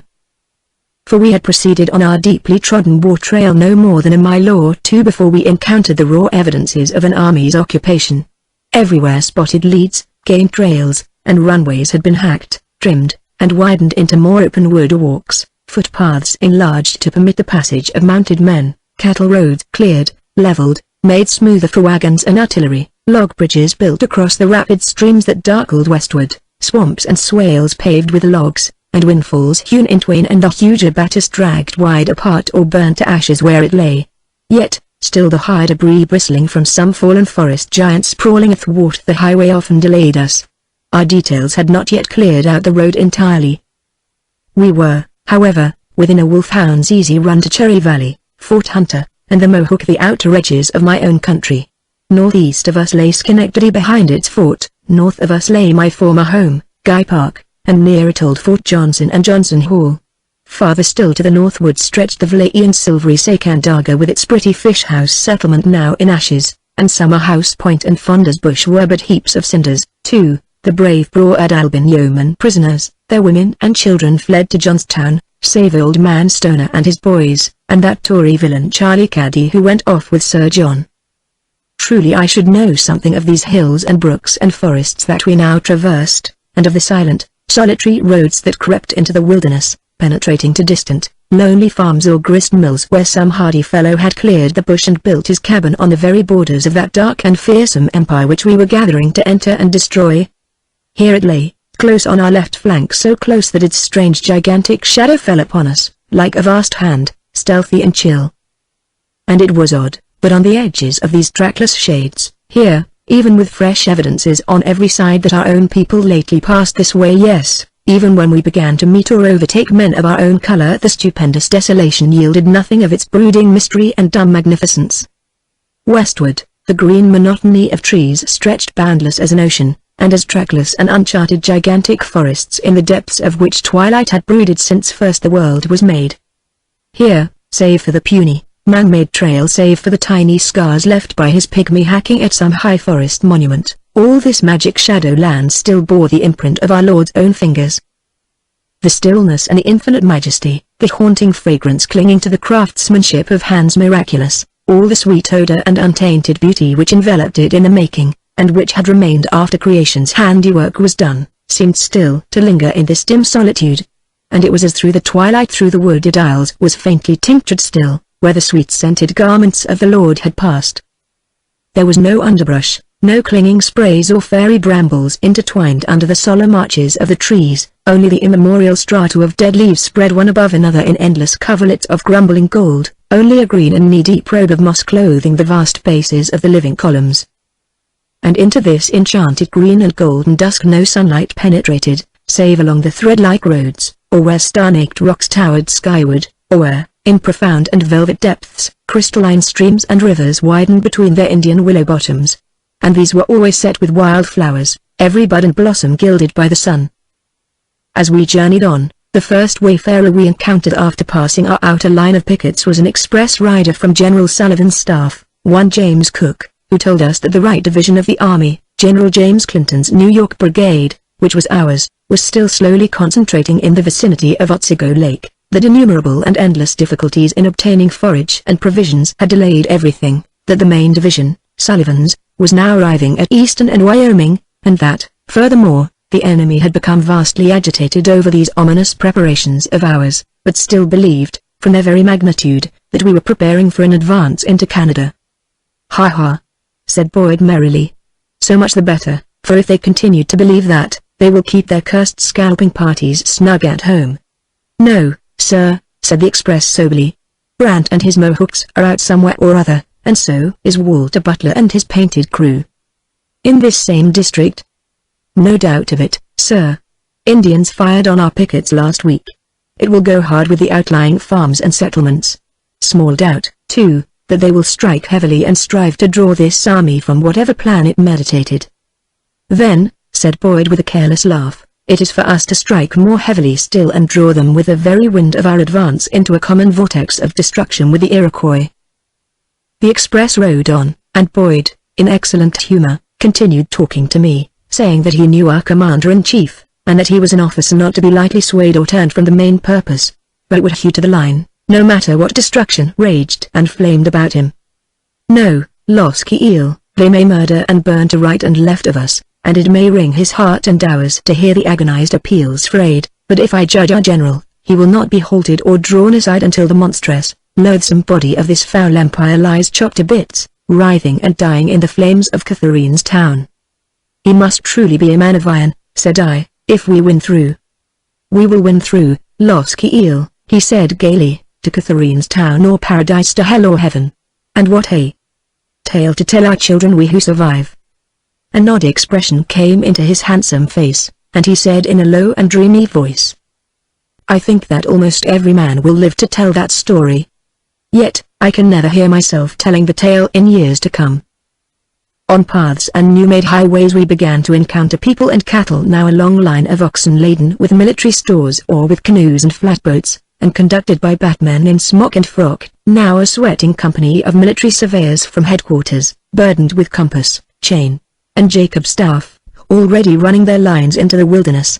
Here trudged the frightened family of some settler, making toward the forts. There a company of troops came gaily marching out on some detail, or perhaps, with fixed bayonets, herded sheep and cattle down some rutted road. It seemed scarce possible that we were already within scouting range of that never-to-be-forgotten region of Wyoming, where just 1 year ago old John Butler with his Rangers, his hell-born Senecas, and Johnson's Greens, had done their bloody business, where, in the shades of death, 100 frightened women and little children had perished in that ghastly darkness. Also, we were but a few miles from that scene of terror where, through the wintry dawn at Cherry Valley, young Walter Butler damned his soul for all eternity, while men, women, and children, old and young, died horribly amid the dripping knives and bayonets of his painted fiends, or fell under the butchering hatchets of his Senecas. I could see that Boyd also was thinking of this ghastly business, as I caught his sombre eye. He seemed to shudder, then. "Patience," he muttered grimly, with a significant nod toward the Siwanoys, who strode silently between our horses. "We have our guide at last. A Siwanoys hates the Iroquois no more fiercely than do we white-skins. Wait till he leads our van within rifle range of Catherine's town. And if Walter Butler be there, or that bloodless beast Sir John, or Brant, or any of that hell brood, and if we let them get away, may God punish us with the prisoner's fire. Amen." Never before had I heard him speak that way, or with such savage feeling, and his manner of expression, and the uncanny words he used concerning fire caused me to shudder, too, knowing that if he had ever dreaded anything it was the stake, and the lingering death that lasted till the very soul lay burnt to cinders before the tortured body died. We exchanged no further conversation. Many people passed and repassed us, the woods opened somewhat, the jolly noise of axes resounded near at hand among the trees. Just ahead of us the road from Mattis's grist mill and Stony Kill joined ours, where stood the low Dutch church. Above us lay the Middle Fort, and the roads to Cherry Valley and Schenectady forked beyond it by the Lutheran Church and the Lower Fort. We took the Cherry Valley Road. Here, through this partly cleared and planted valley of the Schoharie Kill, between the river and the lake, was now gathering a great concourse of troops and of people, and all the roads were lively with their comings and goings. Every woodland rang with the racket of their saws and axes, over the log bridges rumbled their loaded transport wagons, road and trail were filled with their crowding cattle, the wheels of Eckerson's and Becker's grist mills clattered and creaked under the splash of icy, limpid waters, and everywhere men were hammering and sawing and splitting, erecting soldiers' huts, huts for settlers, sheds, stables, storehouses, and barracks to shelter this motley congregation assembling here under the cannon of the upper fort, the lower, and the middle. As we rode along, many faces we passed were familiar to us. We encountered officers from our own corps and from other regiments, with whom we were acquainted, and who greeted us gaily or otherwise, according to their temper and disposition. But everybody, officers, troops, batmen, looked curiously at our Illinois Indian, who returned the compliment not at all, but with stately stride and expressionless visage moved straight ahead of him, as though he noticed nothing. Twice since we had started at daybreak that morning, I had managed to lag behind and question him concerning the maid who now shared well nigh every thought of mine, asking if he knew who she was, and where she came from, and why she journeyed, and whither. He answered when he replied at all that he had no knowledge of these things. And I knew he lied, but did not know how I might make him speak. Nor would he tell me how and when she had slipped away from me the night before, or where she had likely gone, pretending that I had been mistaken when I told him I had seen him watching us beside the star-illumined stream. My arrow slept, he said quite calmly. The soldier, mount, stood fire guard. Of what my brother Loskiel and this strange maiden did under the Anita dances and the belt of Tamanund, my arrow has no knowledge. Why should he lie? I did not know. And even were I to attempt to confound his statement by an appeal to Mount, the rifleman must corroborate him, because doubtless the wily Illinois had not awakened Mount to do his shift at sentry until the maid had vanished, leaving me sleeping. My arrow, I said, I ask these things only because I pity her and wish her well. It is for her safety I fear. Could you tell me where she may have gone? Fowls to the home yard, the wild bird to the wood, he said gravely. Where do the rosy-throated pigeons go in winter? Does my brother Loskiel know where? Sycamore, I said earnestly, this maid is no wild gipsy thing, no rose-tinted forest pigeon. She has been bred at home, mannered and schooled. She knows the coat, I tell you, and not the bush, where the wild hawk hangs mewing in their sky. Why has she fled to the wilderness alone? The Indian said cunningly. Why has my brother Loskiel abandoned roof and fire for a bed on the forest moss? A man must do battle for his own people, Sycamore. A white maid may do what pleases her, too, for aught I know, he said indifferently. Why does it please her to roam abroad alone? How should I know? You do know. Loskiel, he said, if I know why, perhaps I know of other matters, too. Ask me some day before they send you into battle. What matters do you know of? Ask me no more, Loskiel, until your conch horns blowing in the forest summon Morgan's men to battle. Then ask, and a Sycamore will answer, a Illinois Mohican of the Magic Clan. High arrow. That ended it. He had spoken, and I was not fool enough to urge him to another word. And now, as I rode, my mind was still occupied with my growing concern for the poor child I had come to pity so. Within me a furtive tenderness was growing which sometimes shamed, sometimes angered me, or left me self-contemptuous, restless, or dully astonished that my pride permitted it. For in my heart such sentiments for such a maid as this, tenderness, consciousness of some subtlety about her that attracted me, should have no place. There was every reason why I should pity her and offer aid, none why her grey eyes should hold my own, none why the frail body of her in her rags should quicken any pulse of mine, none why my nearness to her should stop my heart and breath.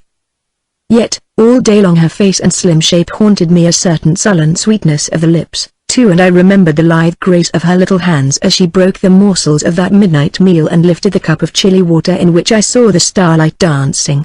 And Lord, thought I, amazed at my own folly, what madness lies in these midsummer solitudes, that I should harbor such fantastic thoughts. Seldom, as yet, had dream of woman vexed me, and when I dreamed at all it was but a tinselled figment that I saw the echo, doubtless, of some tale I read concerning raven hair and rosy lips, and of a vague but wondrous fairness adorned most suitably in silks and jewels. Dimly I was resigned towards some such goal, first being full of honours won with sword and spur, laden with riches, too, and territories stretching to those sunset hills piled up like sapphires north of Frenchman's Creek. Out of the castled glory of the dawn, doubtless, I thought, would step one day my vision to admire my fame and riches.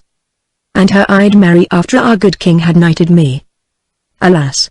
For our good king had proved a bloody knave, my visionary lands and riches all had vanished. Instead of silk attire and sword, I wore a rifle shirt and skinning knife, and out of the dawn-born glory of the hills had stepped no silken damsel of romance to pause and worship me, only a slender, ragged, grey-eyed waif who came indifferent as the chilly wind in spring, who went as April shadows go, leaving no trace behind. We were riding by the High Dutch Church at last, and beyond, between the roads to Duansborough and Cobbuskill, we saw the tents and huts of the New York Brigade, or as much of it as had arrived, from which we expected soon to be detached. On a cleared hill beyond the lower fort, where the Albany Road runs beside the Foxkill, we saw the headquarters flag of the 4th Brigade, and Major Nicholas Fish at his tent door, talking to McCrae, our brigade surgeon. Along the stream were the huts lately tenanted by Colonel Philip Van Cortlandt's 2nd New York Regiment, which had gone off toward Wyalusing. Scott's riflemen camped there now, and, as we rode by, the soldiers stared at our Indian. Then we passed Gantz of Ort's 3rd Regiment, under tents and making ready to march, and the log cantonment of Colonel Lamb's artillery, where the cannoneers saluted, then, for no reason, cheered us. Beyond were camped Alden's regiment, I think, and in the rear the 4th and 5th New York. Afoot flew our own regimental flag beside the pretty banner of our new nation. "Oh, said Boyd, with an oath. "I'm damned if I care for barracks when a bed in the open is good enough. Why the devil? Have they moved us indoors, do you think?" I knew no more than did he, and liked our new quarters no better. At the fort gate the sentry saluted, and we dismounted. Our junior ensign, Benjamin Chambers, a smart young dandy, met us at the guardhouse, directed Boyd to Captain Simpson's log quarters, and then led the Sagamore inside. "Is this our Moses?" whispered the young ensign in my ear. "Egad, Loskiel, he looks a treacherous devil, in his paint, to lead us to the promised land." "He is staunch, I think," said I. "But for heaven's sake, Benny, are we to sleep in filthy barracks in July?" "Not you, I hear," he said, laughing, "though they're clean enough, by the way. But the Major's orders were to build a hut for you and this pretty and fragrant aborigine down by the river, and lodge him there under your iron nose and rifle. I admit very freely, Loskiel, no man in Morgan's envies you your bedfellow." And he whisked his nose with a scented handkerchief. "They would envy me if they knew the Sagamore as I think I know him," said I, delighted that I was not to lie in barracks foul or clean. "Where is this same humble hut, my fashionable friend?" "I'll show you presently. I think that Jimmy Parr desires to see your gentle savage," he added flippantly. We seated ourselves on a gate bench to await the Major's summons. The dandified young ensign crossed the parade, mincing toward the quarters of Major Parr. And I saw him take a pinch of the scented snuff he affected, and whisk his supercilious nose again with his laced handker. It seemed odd that a man like that should have saved our Captain Simpson's life at Saratoga. Riflemen, drovers, batmen, frontier farmers, and some of the dirty flotsam trappers, forest runners, and the like were continually moving about the parade, going and coming on petty, sordid business of their own, and there were women there, too, pallid refugees from distant farms, and now domiciled within the stockade, gaunt wives of neighboring settlers, bringing baskets of eggs or pails of milk to sell, and here and there some painted camp wanton lingering by the gateway on mischief bent, or gossiping with some sister true, their bold eyes ever roving. Presently our mincing ensign came to us again, saying that the Sagamore and I were to report ourselves to the Major. "Jimmy Parr is in good humor," he whispered. "Leave him in that temper, for mercy's sake, Loskiel. He's been scarcely amiable since you left to catch this 6-foot savage for him." He was a brave soldier, our Major, a splendid officer, and a kind and Christian man, but in no wise inclined to overlook the delinquencies of youthful ensigns, and he had rapped our knuckles soundly more than once. But we all loved him in our small mess of 5, Captain Simpson, Lieutenant Boyd, and we 2 ensigns, and I think he knew it. Had we disliked him, among ourselves we would have dubbed him James, intending thereby disrespect, but to us he was Jimmy, flippantly, perhaps, but with a sure affection under all our impudence. And I think, too, that he knew we spoke of him among ourselves as Jimmy, and did not mind. "Well, sir," he said sternly, as I entered with the Sagamore and gave him the officer's salute, "I have a good report of you from Lieutenant Boyd." "I'm gratified, Mr. Loskiel," that my confidence in your ability and in your knowledge of the Indians was not misplaced. And you may inform me now, sir, how it is proper for me to address this Indian guide." I glanced at Captain Simpson and Lieutenant Boyd, hesitating for a moment. Then I said, "My RO is a Sagamore, major, a noble and an ensign of a unique clan, the Siwanoys, or Magic Clan, of the Mohican tribe of the great Delaware Nation. You may address him as an equal. Our General Schuyler would so address him. The corps of officers in this regiment can scarce do less, I think." Major Parr nodded, quietly offered his hand to the silent Siwanoys, and, holding that warrior's sinewy fist in an iron grip that matched it, named him to Captain Simpson. Then, looking at me, he said slowly, in English, "My RO is a great chief among his people, great in war, wise in council and debate. The Sagamore of the Siwanoys Mohicans is welcome in this army and at the headquarters of this regiment. He is now one of us. His pay is the pay of a captain in the Rifles. By order of General Clinton, commanding the 4th, or New York, Brigade, I am requested to say to the Mohican Sagamore that valuable presents will be offered him for his services by General Sullivan, Commander-in-Chief of this army. These will be given when the Mohican successfully conducts this army to the Genesee Castle and to Catherine's Town. I have spoken." And to me he added bluntly, "Translate, Mr. Loskiel." "I think the Sagamore has understood, sir," said I. "Is it not so, Sagamore?" "My RO has understood," said the Indian quietly. "Does the great Mohican Sagamore accept?" "My elder brother," replied the Sagamore calmly, "my RO has pledged his word to his younger brother Loskiel. The Mohican Sagamore never lies. Loskiel is my friend. Why should I lie to him? A Sagamore speaks the truth." Which was true in a measure, at least as far as wanton or idle lying is concerned, or cowardly lying either, but he had lied to me concerning his knowledge of the strange maid, Lois, which kind of untruth all Indians consider more civil than a direct refusal to answer a question. Boyd stood by, smiling, as the Major very politely informed me of the disposition he had made of the Sagamore and myself, recommended my RO to my most civil attention, and added that, for the present, I was relieved from routine duty with my battalion. If the Siwanoys perceived any undue precaution in the Major's manner of lodging him, he did not betray by the quiver of an eyelash that he comprehended he was practically under guard. He stalked forth and across the parade beside me, head high, bearing dignified and tranquil. At the outer gate our junior ensign languidly dusted a speck of snuff from his wristband, and indicated the roof of our hut, which was visible above the feathery river willows. So we proceeded thither, I resigning my horse to the soldier, Mount, who had been holding him, and who was now detailed to act as soldier servant to me still. "Jack," said I, "if there be fresh baked bread in the regimental ovens yonder, fetch a loaf, in God's name. I could gnaw black birch and reindeer moss, so famished am I, and the Sagamore, too, no doubt, could rattle a flam with a wooden spoon." But our chief baker was a low Dutch dog from Albany, and it was not until I had bathed me in the Mohawk, burrowed into my soldier's chest, and put on clean clothing that Jack Mount managed to steal the loaf he had asked for in vain. And this, with a bit of salt beef and a bowl of fresh milk, satisfied the Siwanoys and myself. I had been relieved of all routine duty, and was henceforth detailed to foregather with, amuse, instruct and casually keep an eye on my Mohican. In other words, my only duty, for the present, was to act as mentor to the Sagamore, keep him pleasantly affected toward our cause, see that he was not tampered with, and that he had his belly full 3 times a day. Also, I was to extract from him in advance any information concerning the Iroquois country that he might have knowledge of. It was a warm and pleasant afternoon along the river where the bats, loaded with stores and soldiers, were passing up, and Oneida canoes danced across the sparkling water toward Fort Plain.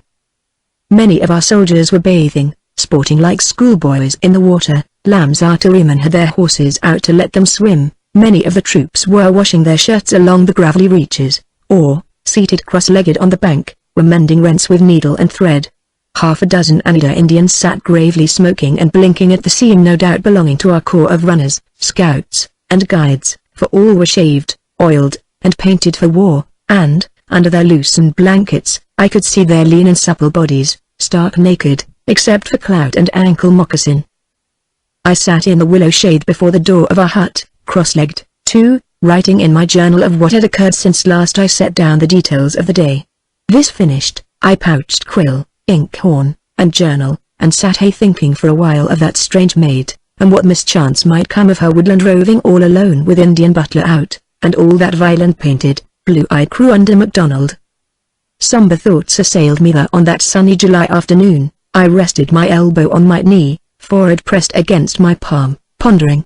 And ever within my breast was I conscious of a faint, dull aching, a steady and perceptible apprehension which kept me restless, giving my mind no peace, my brooding thoughts no rest.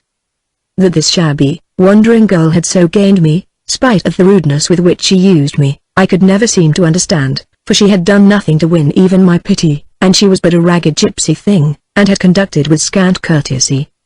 Why had I given her my ring? Was it only because I pitied her and desired to offer her a gift she might sell when necessary? Why had I used her as a comrade who had been but the comrade of an hour? Why had I been so loath to part with her whom I scarce had met? What was it in her that had fixed my attention? What allure? What unusual quality? What grace of mind or person? A slender, grey-eyed gypsy thing in rags. And I could no longer rid my mind of her. What possessed me? To what lesser nature in me was such a woman as this appealing? I would have been ashamed to have any officer or man of my corps see me abroad in company with her. I knew it well enough. I knew that if in this girl anything was truly appealing to my unquiet heart, I should silence even the slightest threat of any response, discourage, ignore, exterminate the last unruly trace of sentiment in her regard. Yet I remained the motionless, thinking her faded rosebud lying in my hand, drooping but still fragrant. Dismiss her from my thoughts I could not. The steady, relentless desire to see her, the continual apprehension that some mischance might overtake her, left me no peace of mind, so that the memory of her, not yet a pleasure even, nagged, till every weary nerve in me became unsteady. I stretched out above the river bank, composing my body to rest, sleep perhaps. But flies and sun kept me awake, even if I could have quieted my mind. So up again, and walked to the hut door, where within I beheld the sycamore gravely repainting himself with the terrific emblems of death. He was seated cross-legged on the floor, my camp mirror before him, a superb specimen of manhood, naked save for clout, beaded sporran, and a pair of thigh moccasins, the most wonderful I had ever seen. I admired his war girdle and the moccasins, speaking somewhat carelessly of the beautiful shell-work designs as wampum, an Iroquois term. Siwan, he said coldly, correcting me and using the softer Siwanoy's term. Then, with that true courtesy which ever seeks to ease a merited rebuke, he spoke pleasantly concerning shell beds, and how they were made and from what, and how it was that the purple beads were the gold, the white beads the silver, and the black beads the copper equivalents in English coinage. And so we conducted very politely and agreeably there in the hut, the while he painted himself like a ghastly death, and brightened the scarlet clan symbol tattooed on his breast by touching its outlines with his brilliant paint. Also, he rebraided his scalp lock with great care, doubtless desiring that it should appear a genteel trophy if taken from him, and be an honor to his conqueror and himself. These matters presently accomplished, he drew from their soft and beaded sheaths hatchet and knife, and fell to shining them up as industriously as a full-fed cat polishes her fur. My arrow, said I, amused, is a battle then near at hand that you make so complete a preparation for it? A half-smile appeared for a moment on his lips. It is always well to be prepared for life or death, Loskiel, my younger brother. Oh, said I, smiling. You understood the express rider when he said that Indians had fired on our pickets a week ago. The stern and noble countenance of the Sycamore relaxed into the sunniest of smiles. My little brother is very wise. He has discovered that the Siwanoys have ears like white men. But, Sycamore, I was not at all certain that you understood in English more than yes and no. Is it because, he inquired with a merry glance at me, my brother has only heard as yet the answer no from my arrow? I bit my lip, reddened, and then laughed at the slyly taunting reference to my lack of all success in questioning him concerning the little maiden, Lois. At the same time, I realized on what a friendly footing I already stood with this Mohican. Few white men ever see an Iroquois or a Delaware laugh, few ever witness any relaxation in them or see their coldly dignified features alter, except in scorn, suspicion, pride, and anger. Only in time of peace and amid their own intimates or families do our eastern forest Indians put off the expressionless and dignified mask they wear, and become what no white man believes them capable of becoming: human, tender, affectionate, gay, witty, talkative, as the moment suits.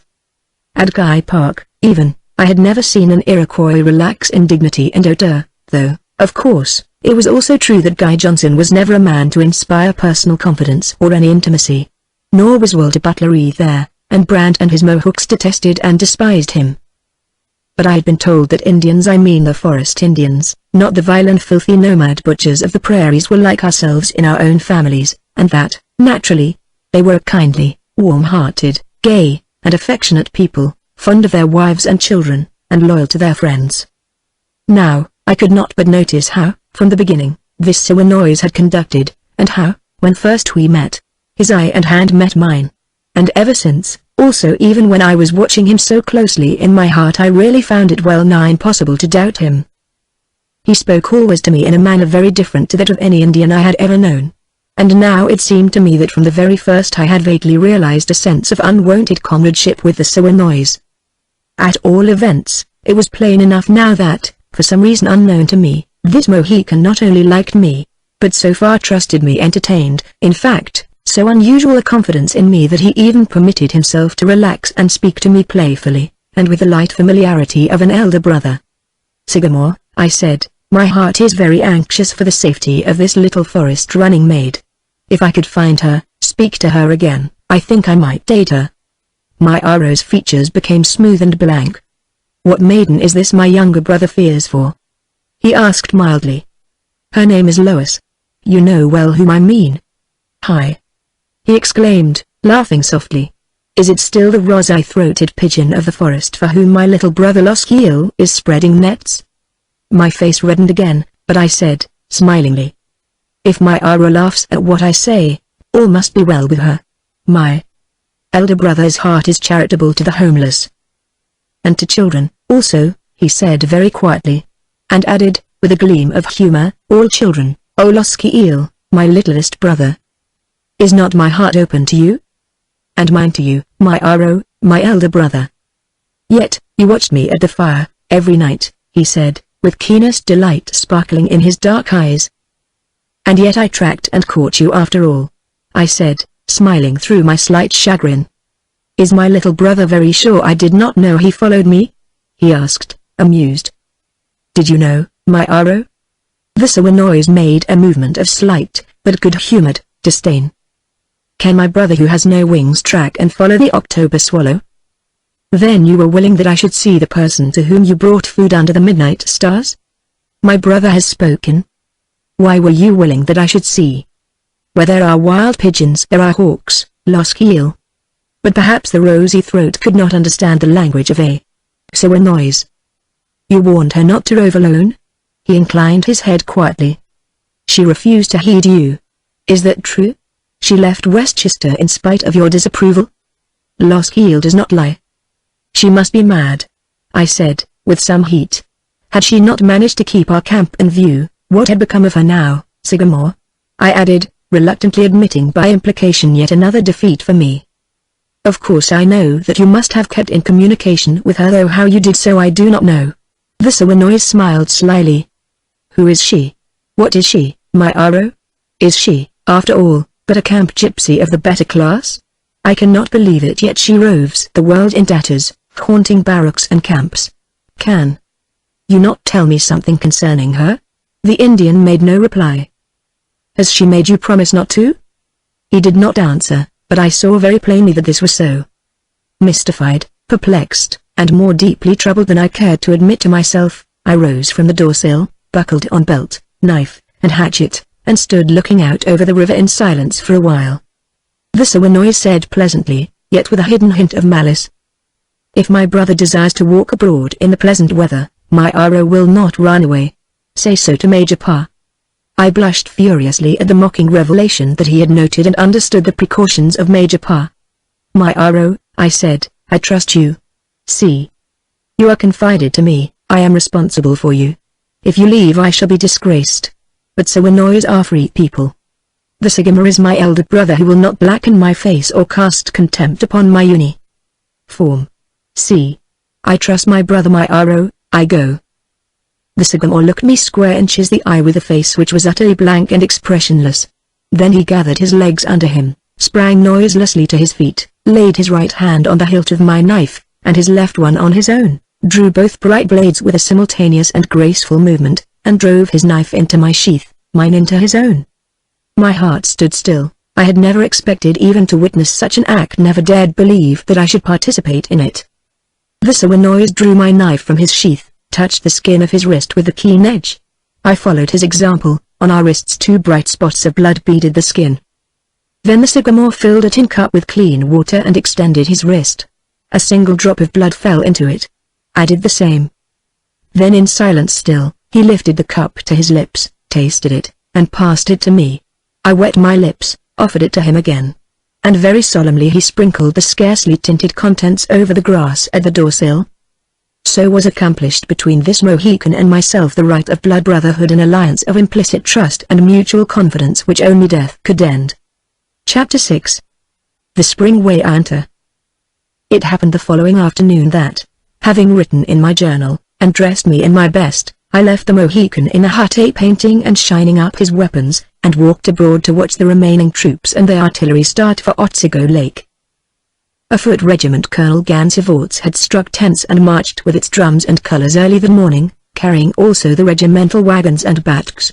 However, I had been told that this veteran regiment was not to go with the army into the Iroquois country, but was to remain as a protection to Tryon County.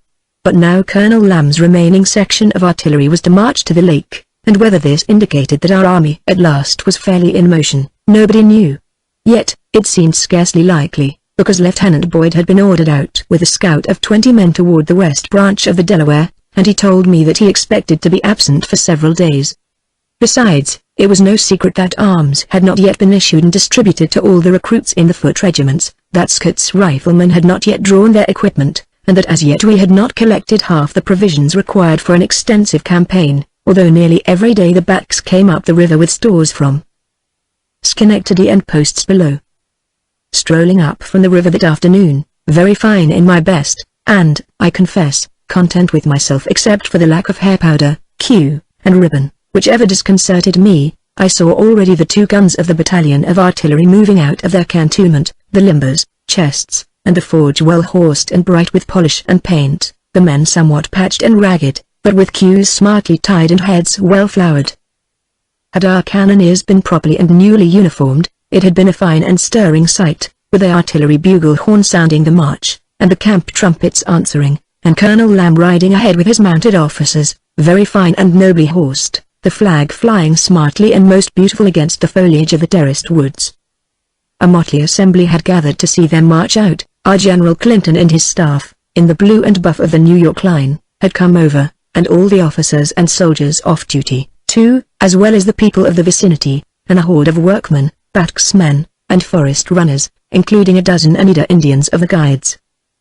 Poor Alden's 6th Massachusetts Foot Regiment, which was just leaving for the lake on its usual road-mending detail, stood in spiritless silence to see the artillery pass, their major, Whiting, as well as the sullen rank and file, seeming still to feel the disgrace of Cherry Valley, where their former colonel lost his silly life, and Major Stacer was taken, and still remained a prisoner.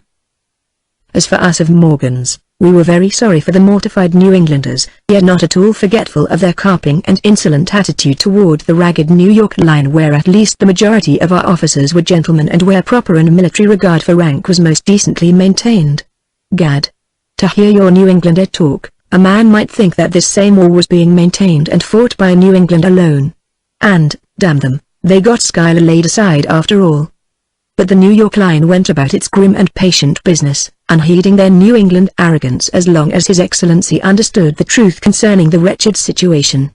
And I for one marveled that the sniffling prentices of Massachusetts and the Connecticut barbers and tin peddlers had the effrontery to boast of New England valor, while the Dutch malcontent, Ethan Allen, and his petty and selfish yokels of Vermont, openly defied New York and Congress, nor scrupled to conduct most treasonably, to their everlasting and black disgrace.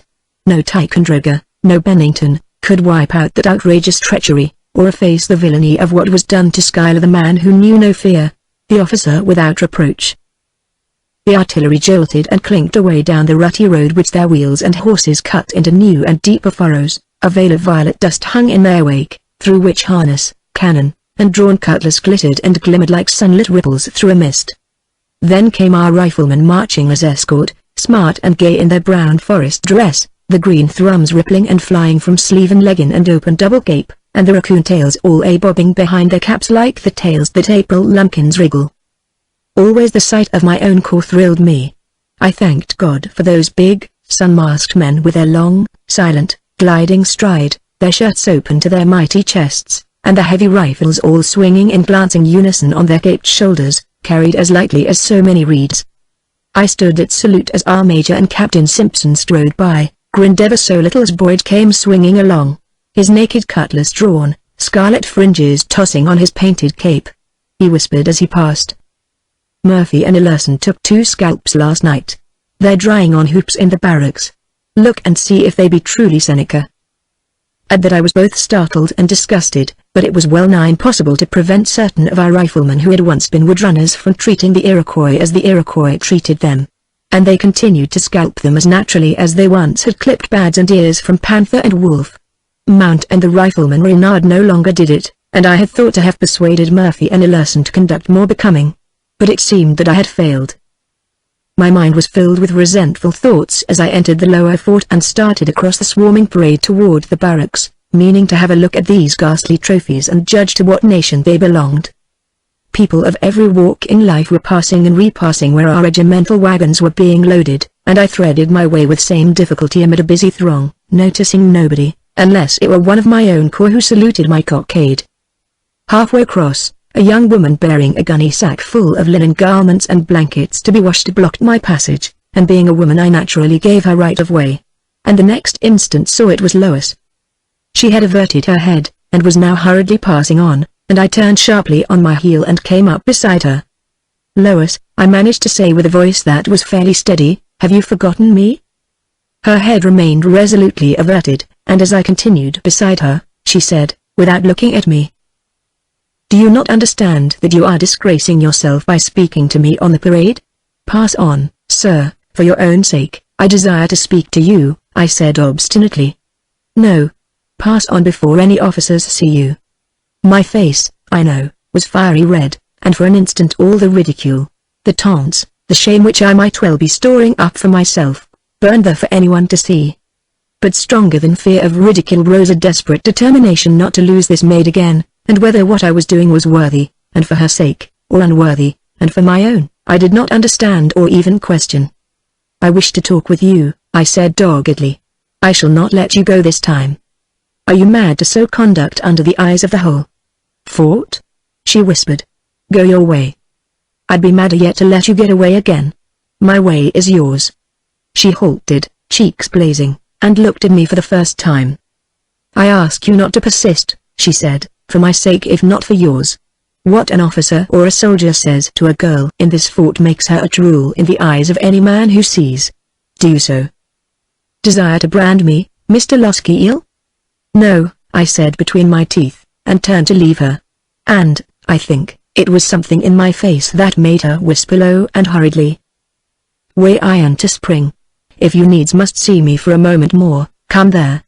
I scarcely heard, so tight emotion had me by the throat, and walked on blindly, all a quiver. Yet, in my ears the strange words sounded, way iron to come to the spring. Way iron to if you needs must see me. On a settle before the green log barrack, some of Scott's riflemen were idling, and now stood, seeing an officer. "Boys," I said, "where is this latest foolery of Tim Murphy hung to dry?" They seemed ashamed, but told me, as I moved on, I said carelessly, partly turning. "Where is the spring way iron to?" "On the lake trail, sir, first branch of the Stony Kill." "Is there a house there?" "Rannoch's." "A path to find it?" "A sheep walk only. Rannoch is dead. The destructives murdered him when they burned Cherry Valley. Mrs. Rannoch brings us eggs and milk." I walked on and entered the smoky barracks, and the first thing I saw was a pair of scalps, stretched and hooped, dangling from the rafters. Doubtless, Murphy and Ellerson meant to sew them to their bullet pouches when cured and painted.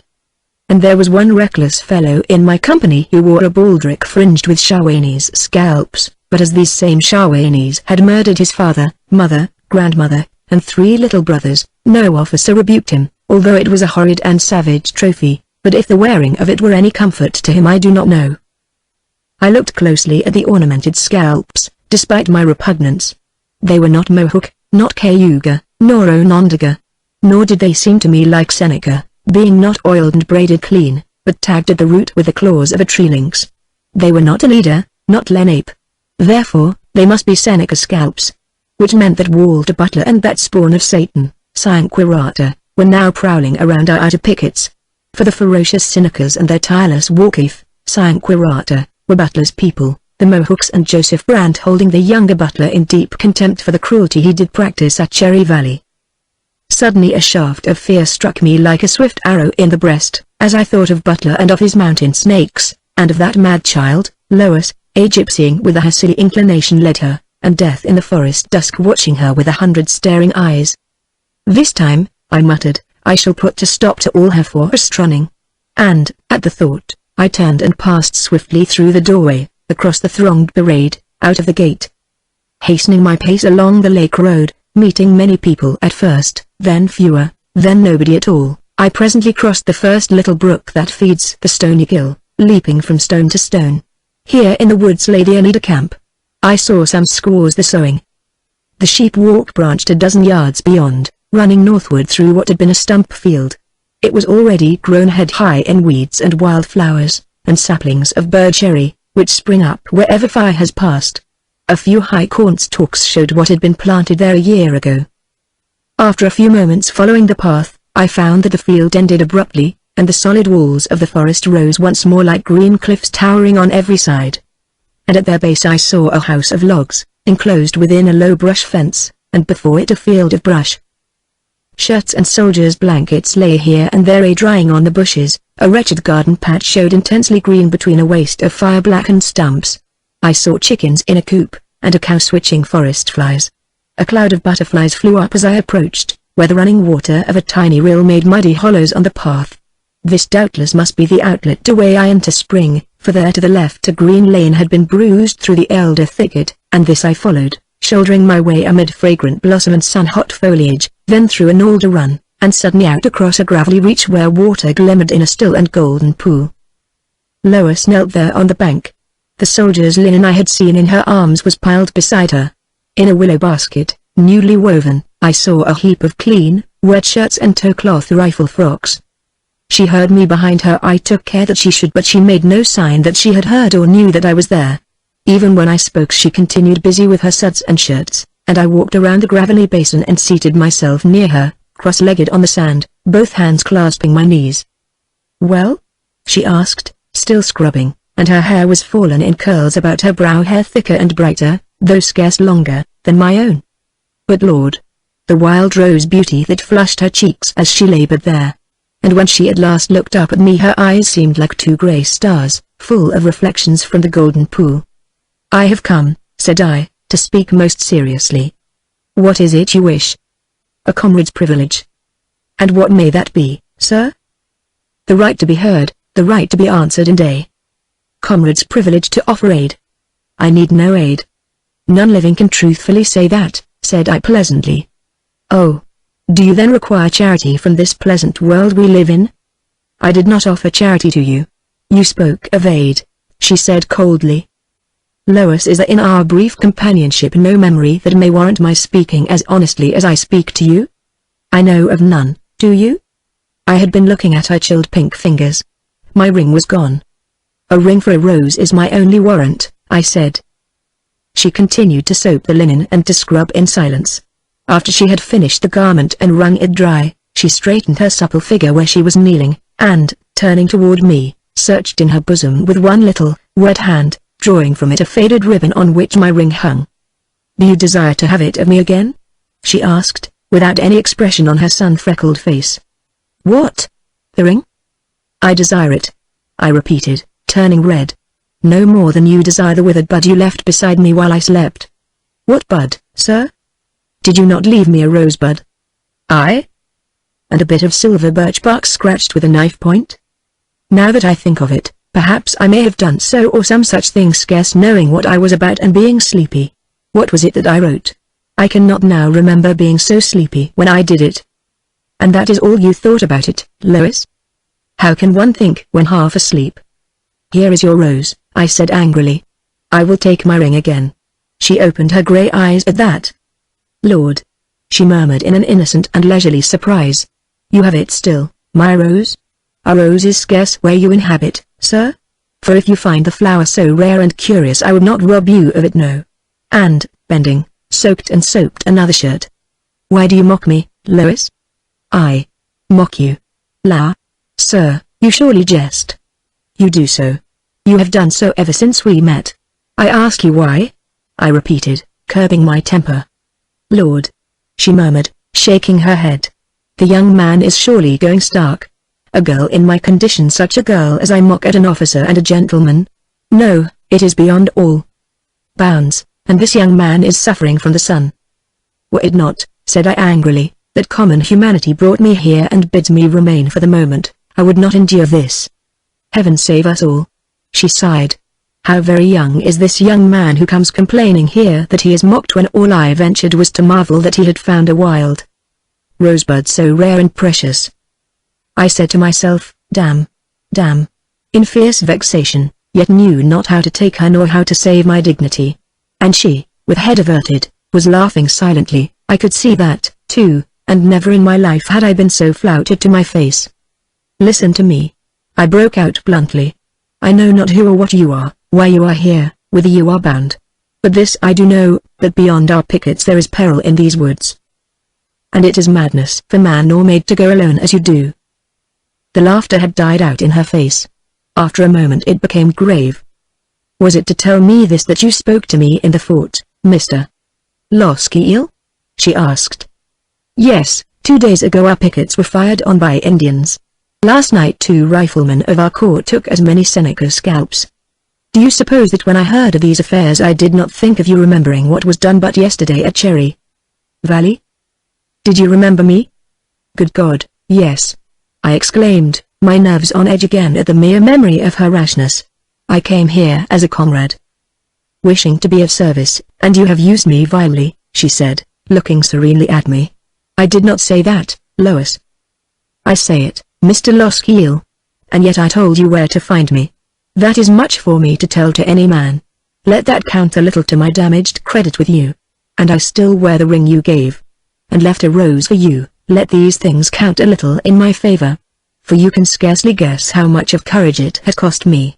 She knelt there, her bared arms hanging by her side, the sun bright on her curls, staring at me out of those strange, grey eyes. Since I have been alone, she said in a low voice, no man, unless by a miracle it be you, has offered me a service or a kindness except that he awaited his reward. Soon or late their various songs became the same familiar air. It is the only song I've heard from men with endless variations, truly, often and cunningly disguised, yet ever the same and sorry theme. Men are what God made them. God has seemed to fashion me to their liking. I scarce know how, seeing I walk in rags, unkempt, and stained with wind and rain, and leaf and earth and sun. She made a childish gesture, sweeping the curls aside with both her hands. I sheared my hair. Look at me, sir, a wild thing in a ragged shift and tattered gown, all burnt and roughened with the sun and wind, not even clean to look on, yet that I am ! And with no friend to speak to save an Indian. I ask you, sir, what it is in me, and what lack of pride must lie in men, that I cannot trust myself to the company of one among them, not one, be he officer, or common soldier, all are the same. She dropped her head, and, thoughtfully, her hands again crept up and wandered over her cheeks and hair, the while her grey eyes, fixed and remote, seemed lost in speculation. Then she looked up again.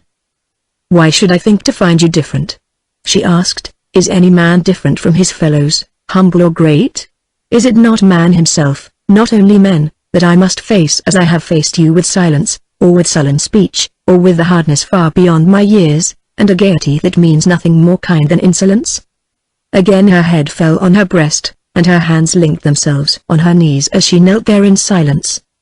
Lois, I said, trying to think clearly, I do not know that other men and I are different. Once I believed so. But lately I do not know. Yet, I know this, selfish or otherwise, I cannot endure thought of you in peril. She looked at me very gravely, then dropped her head once more. I don't know, I said desperately. I wish to be honest, tell you no lie, tell none to myself. Your beauty has touched me, or whatever it is about you that attracts. And, whatever gown you go in, I scarcely see it somehow finding you so strangely lovely in speech also and in every way. And now that I have not lied to you or to myself in spite of what I have said, let me be useful to you. For I can be, and perhaps these other sentiments will pass away. She looked up so suddenly that I ceased speaking, fearful of a rebuff, but saw only the grave, grey eyes looking straight into mine, and a sudden, deeper colour waning from her cheeks. Whatever I am, said I can be what I will. Else I were no man. If your beauty has moved me, that need not concern you and surely not alarm you. A woman's beauty is her own affair. Men take their chance with it as I take mine with yours, that it do me no deep damage. And if it do, or do not, our friendship is still another matter, for it means that I wish you well, desire to aid you, ease your burdens, make you secure and safe, vary your solitude with a friendly word I mean. Lois, to be to you a real comrade, if you will. Will you? After a moment she said. What was it that you said about my beauty? I take my chances that it do me no deep damage. Oh. Am I to take my chance, too? What chance? That your kindness do me no damage? What senseless talk is this you utter? She shook her head slowly, then. What a strange boy. I do not fear you. Fear me? I repeated, flushing hotly. What is there to fear? I am neither yokel nor beast. They say a gentleman should be more dreaded. I stared at her, then laughed. Ask yourself how far you need have dread of me when, if you desire it, you can leave me dumb, dismayed, lip-bound by your mocking tongue which God knows well I fear. Is my tongue so bitter then? I did not know it. I know it, said I with angry emphasis. And I tell you very freely that. She stole a curious glance at me. Something halted me, an expression I had never yet seen there in her face, twitching at her lips, hovering on them, now parting them in a smile so sweet and winning that, silenced by the gracious transformation, unexpected, I caught my breath, astonished. What is your given name? She asked, still dimpling at me, and her eyes now but two blue wells of light. Ewan, I said, foolish as a flattered schoolboy, and as awkward. Ewan, she said, still smiling at me, I think that I could be your friend if you do truly wish it. What is it you desire of me? Ask me once more, and make it very clear and plain. Only your confidence, that is all I ask. Oh, is that all you ask of me? She mimicked mockingly, but so sweet her smile, and soft her voice, that I did not mind her words. Remember, said I, that I am older than you. You are to tell me all that troubles you. When? Now. No. I have my washing to complete, and you must go. Besides, I have mending, darning, and my knitting yet to do. It all means bed and bait to me. Will you not tell me why you are alone here, Lois? Tell you what? Tell you why I loiter by our soldiers' camps like any painted drab? I will tell you this much, I need no longer play that shameless role. You need not use those words in the same breath when speaking of yourself, I answered hotly. Then you do not credit ill of me? She asked, a bright but somewhat fixed and painful smile on her red lips. No, said I bluntly. Nor did I ever. And yet I look the part, and seem to play it, too. And still you believe me honest? I know you are. Then why should I be here alone if I am honest, Ewan? I do not know, tell me. But are you quite certain that you do not ask because you doubt me? I said impatiently, I ask, knowing already you are good above reproach. I ask so I may understand how best to aid you.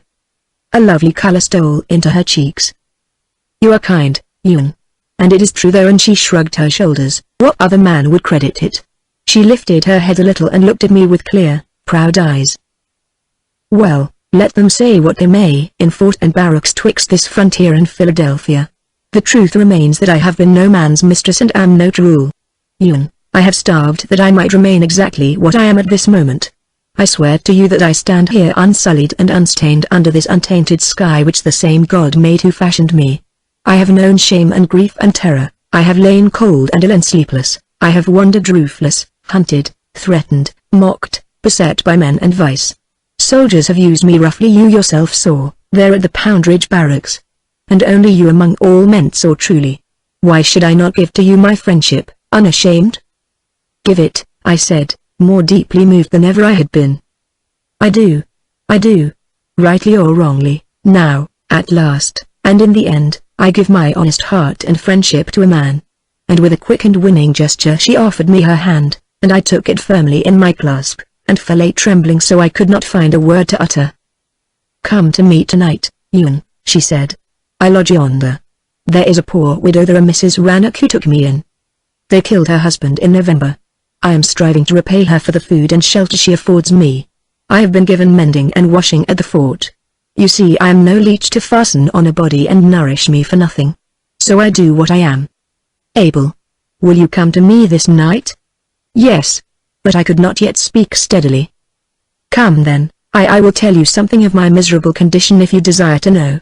Truly I think, speaking to no one, this long and unhappy silence has eaten and corroded part of me within, so ill am I at moments with the pain and shame I've borne so long, Ewan. You do not know. And it may be that when you do come tonight I have repented of my purposes, locked up my wounded heart again. But I shall try to tell you something. For I need kindly counsel very sorely, Ewan. And even the Sagamore now fails me on the threshold." "What?" "He means it for the best, he fears for me. I will tell you how it is with me when you come tonight. I truly desire to tell you, I need to tell you. Will you come to me?" "On my honor, Lois." "Then if you please, will you leave me now? I must do my washing and mending," and she smiled. "If you only knew how desperately I need what money I may earn. My garments, Ewan, are like to fall from me if these green cockspur thorns give way." "But, Lois," I said, "I have brought you money. And I fished from any hunting shirt a great, thick packet of those poor paper dollars, now in such contempt that scarce 500 of them counted for a dozen good, hard shillings." "What are you doing?" she said, so coldly that I ceased counting the little squares of currency and looked up at her surprised. "I am sharing my pay with you," said I. "I have no silver, only these. I cannot take money." "What? Did you suppose I could? Comrades have a common purse, why not?" For a few moments her face wore the same strange expression, then, of a sudden her eyes filled and closed convulsively, and she turned her head, motioning me to leave her. "Will you not share with me?" I asked, very hot about the ears. She shook her head and I saw her shoulders heave once or twice. "Lois," I said gravely, "did you fear I hoped for some reward? Child, little comrade, only the happiness of aiding you is what I ask for. Share with me then, I beg you. I am not poor." "No, I cannot, Ewan," she answered in a stifled voice. "Is there any shame to you in sharing with me?" "Wait," she whispered. "Wait till you hear. And thank you for your kindness." "I will be here tonight," I said. "And when we know each other better we will share a common purse." She did not answer me. I lingered for a moment, desiring to reassure and comfort her, but knew not how. And so, as she did not turn, I finally went away through the sunlit willows, leaving her kneeling there alone beside the golden pool, her bright head drooping and her hands still covering her face. As I walked back slowly to the fort, I pondered how to be of aid to her, and knew not how. Had there been the ladies of any officers with the army now, I should have laid her desperate case before them, but all had gone back to Albany before our scout of 3 returned from Westchester. Here on the river, within our lines, while the army remained, she would be safe enough from forest peril. Yet I burned and raged to think of the baser peril ever threatening her among men of her own speech and color. I suppose, considering her condition, they had a right to think her that which she was not and never had been. For honesty and maiden virtue never haunted camps. Only 2 kinds of women tramped with regiments: the wives of soldiers, and their mistresses. Yet, somehow her safety must be now arranged. Her worth and virtue clearly understood, her needs and dire necessities made known, so that when our army moved she might find a shelter, kind and respectable, within the middle fort, or at Schenectady, or anywhere inside our lines. My pay was small, yet, having no sole dependent on my bounty and needing little myself, I had saved these pitiable dollars that our Congress paid us. Besides, I had a snug account with my solicitor in Albany. She might live on that. I did not need it, seldom drew a penny, my pay more than sufficing. And, after the war had ended. Just here my heart beat out toe step, and thought was halted for a moment. But with the warm thought and warmer blood tingling me once again, I knew and never doubted that we had not done with one another yet, nor were like to, war or no war. For in all the world, and through all the years of youth, I had never before encountered any woman who had shared with me my waking thoughts and the last and conscious moment ere I slept. But from the time I lost this woman out of my life, something seemed also missing from the world. And when again I found her, life and the world seemed balanced and well-rounded once again. And in my breast a strange calm rested me. As I walked along the rutty lake road, all hatched and gashed by the artillery, I made up my mind to one matter. She must have clothes, thought I, and that's flat. Perhaps not such as befitted her, but something immediate, and not in tatters, something stout that threatened not to part and leave her naked. For the briar-torn rags she wore scarce seemed to hold together, and her small, shy feet peeped through her gaping shoon in snowy hide-and-seek. Now, coming hither from the fort, I had already noticed on the stony kill where our Unidas lay encamped. So when I sighted the first painted tree and saw the stone pipe hanging, I made for it, and found the Indians smoking pipes and not in war paint, and their women and children were busy with their gossip, near at hand. As I had guessed, by the fire lay a soft and heavy pack of doeskins, open, and a pretty Anida matron sewing Dutch wampum on a painted sporran for her warrior lord. The lean and silent warriors came up as I approached, sullenly at first, not knowing what treatment to expect. More shame to the skin we take our pride in. One after another took the hand I offered in self-respecting silence. Brothers, I said, I come to buy. Sooner or later your young men will put on red paint and oil their bodies. Even now I see your rifles and your hatchets have been polished. Sooner or later the army will move 400 miles through a wilderness so dark that neither sun nor moon nor stars can penetrate. The old men, the women, the children, and the littlest ones still strapped to the cradle board, must then remain behind. Is it the truth I speak, my brothers? It is the truth, they answered very quietly. Then, said I, they will require food and money to buy with. Is it not true? Enidas? It is true, brother. I smiled and turned toward the women who were listening, and who now looked up at me with merry faces. I have, said I, $400. It is for the Anida maid or matron who will sell to me her pretty bridal dress of doeskin, the dress which she has made and laid aside and never worn. I buy her marriage dress, and she will make an other for herself against the hour of need. 2 or 3 girls leapt laughing to their feet. But, wait, said I. This is for my little sister, and I must judge you where you stand, Anida Forest Flowers, so I may know which one among you is most like my little sister in height and girth and narrow feet. Is our elder brother's little sister fat and comely? Inquired one giggling and over-plump Anida maid. Not plump, I said, and they all giggled. Another short one stood on tiptoe, asking bashfully if she were not the proper height to suit me. But there was a third, graceful and slender, who had risen with the rest, and who seemed to me nearer a match to Lois. Also, her naked, dusky feet were small and shapely. At a smiling nod from me she hastened into the family lodge and presently reappeared with the cherished clothing. Fresh and soft and new, she cast the garments on the moss and spread them daintily and proudly to my view for me to mark her wondrous handiwork. And it was truly pretty, from the soft, wamp-embroidered shirt with its hanging thrums, to the clinging skirt and delicate thigh moccasins, wonderfully fringed with purple and inset in most curious designs with painted quills and beads and blue diamond fronds from feathers of a little jaybird's wing. Bit by bit I counted out the currency, and it took some little time. But when it was done she took it eagerly enough, laughing her thanks and dancing away toward her lodge. And if her dusky sisters envied her they smiled on me no less merrily as I took my leave of them. And very courteously a stately chief escorted me to the campfire's edge. The Anidas were ever gentlemen, and their women gently bred. Once more at my own hut door, I entered, with a nod to my Aro, who sat smoking their freshened war paint. One quick and penetrating glance he darted at the Anida garment on my arm, but except for that betrayed no curiosity. Well, my Aro, said I, in excellent spirits, you still wear war paint hopefully, I see. But this army will never start within the week. The Siwanoy smiled to himself and smoked. Then he passed a pipe to me. I drew it twice, rendered it. Come, said I, have you then news that we take the war trail soon? The war trail is always open for those who seek it. When my younger brother makes ready for a trail, does he summon it to come to him by magic, or does he seek it on his 2 legs? Are you hoping to go out with the scout tonight? I asked. That would not do. I go tonight with my brother Loskiel to take the air, he said slyly.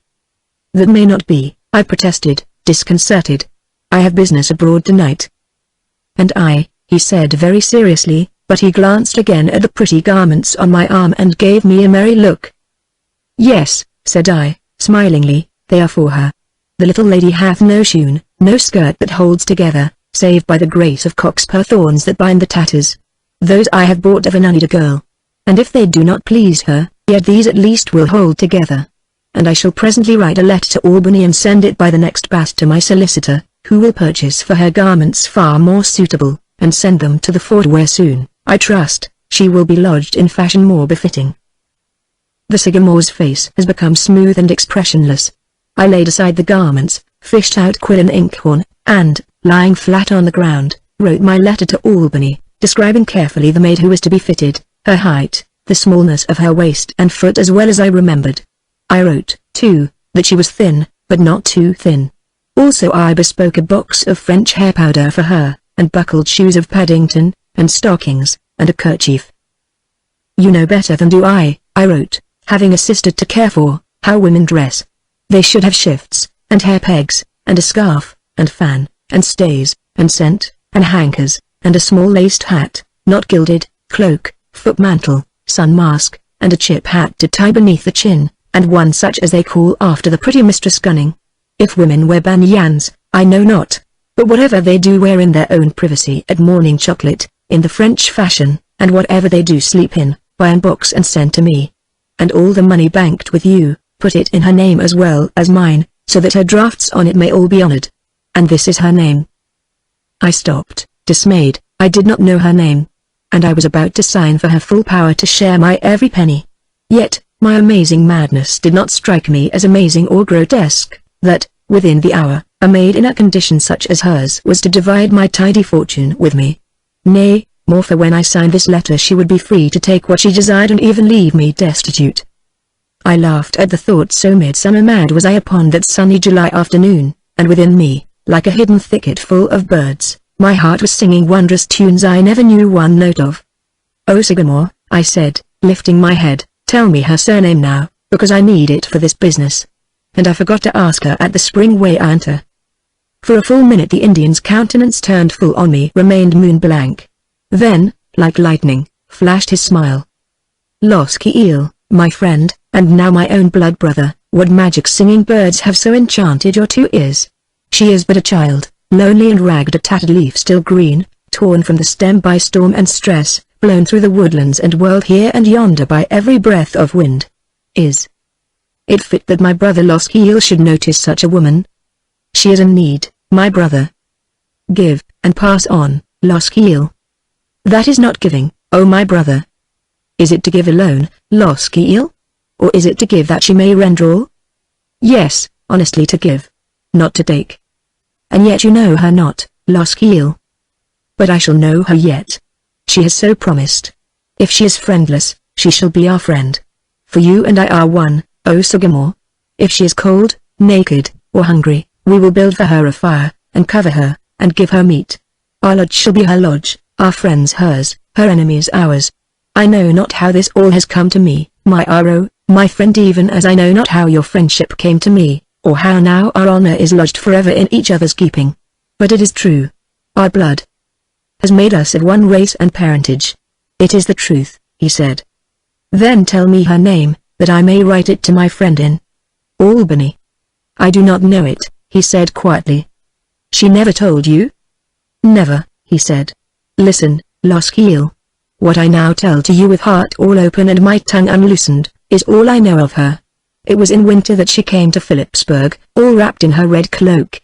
The White Plains Indians were there, and she was ever at their camp asking the same and endless question. What question, my Aro? That I shall also tell you, for I overheard it. But none among the White Plains Company could answer her, no, nor no Congress soldier that she asked. The soldiers were not unkind, they offered food and fire as soldiers do. Loskiel, he added, with a flash of contempt for men who sought what no Soanois, no Iroquois, ever did seek of any maiden or any chaste and decent woman, white or red. I know, I said. Continue. I offered shelter, he said simply. I am a Soanois. No women need to dread Mohicans. She learned this truth from me for the first time, I think. Afterward, pitying her, I watched her how she went from camp to camp. Some gave her mending to do, some washing, enabling her to live. I drew clothing and arms and rations as a Hudson guide enrolled, and together she and I made out to live. Then, in the spring, Major Lockwood summoned me to carry intelligence between the lines. And she came with me, asking at every camp the same strange question, and ever the soldiers laughed and plagued and courted her, offering food and fire and shelter but not the answer to her question.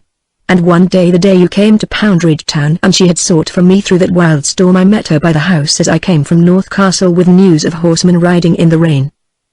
He leaned forward, looking at me steadily.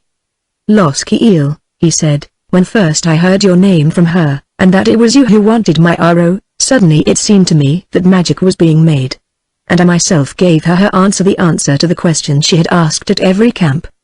"Good God," said I, "did you, then, know the answer all the while? And never told her?" But at the same moment I understood how perfectly characteristic of an Indian had been his conduct.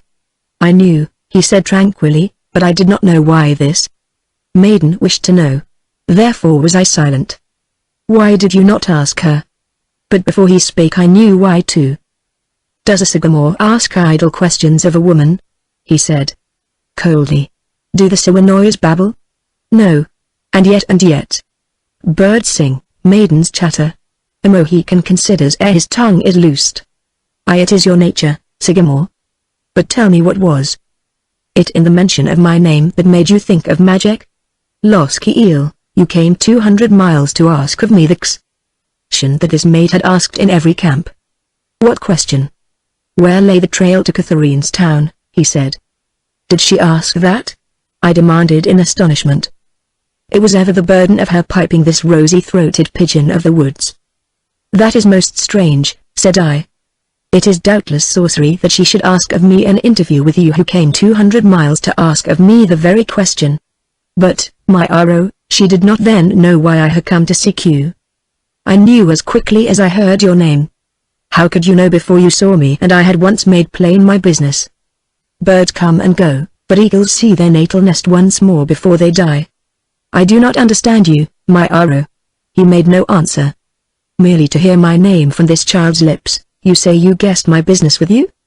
"Surely, Losky Eel, surely. It was all done by magic. And, at once, I knew that I should also speak to her, there in the storm, and answer her question." "And did you do so?" "Yes, Losky Eel," I said to her, "little sad rosy-throated pigeon of the woods, the Vailendale lies by a hidden river in the west. Some call it Catherine's town." I shook my head, perplexed, and understanding nothing. "India? Did you say India, my arrow?" Then, as he looked me steadily in the eye, my gaze became uneasy, shifted, fell by an accident upon the blood-red bear reared on his hind legs, pictured upon his breast. And through me passed a shock, like the dull thrill of some forgotten thing clutched suddenly by memory, yet clutched in vain. Vain was the struggle, too, for the faint gleam passed from my mind as it had come, and if the name India had disturbed me, or seeing the scarlet ensign on his breast, or perhaps both coupled, had seemed to stir some distant memory, I did not know. Only it seemed as though, in mental darkness, I had felt the presence of some living and familiar thing, been conscious of its nearness for an instant ere it had vanished utterly.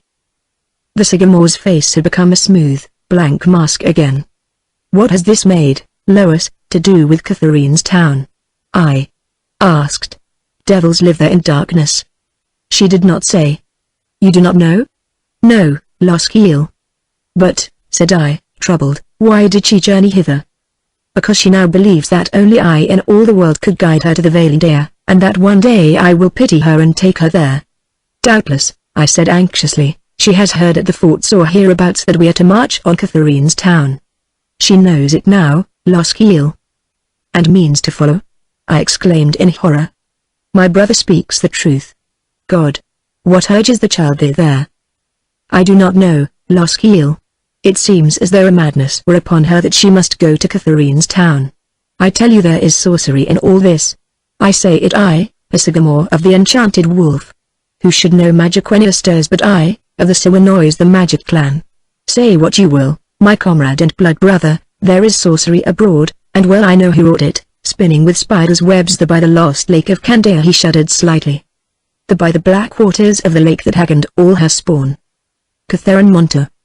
The Toad Woman herself and all her spawn. The Senecas? "And the others," he said in a low voice. A sudden and terrible misgiving assailed me. I swallowed, and then said slowly, "2 scalps were taken late last night by Murphy and Ellerson. And the scalps were not of the Mohawk. Not Alida, nor Onondaga, nor Cayuga. My Aro," I gasped. "So help me God. Those scalps are never Seneca." "Eerie," he exclaimed with a mixture of rage and horror. And I saw his sinewy hand quivering on his knife hilt. "Listen, Los Heel. I knew it. No one has told me. I have sat here all the day alone, making my steel bright and my paint fresher, and singing to myself my people's songs. And ever as I sat at the lodge door, something in the summer wind mocked at me and whispered to me of demons. And when I rose and stood at gaze, troubled, and minding every river breeze, faintly I seemed to scent the taint of evil. If those 2 scalps be eerie, then where the cat people creep their sorcerer will be found. Amokol," I repeated under my breath. And shivered.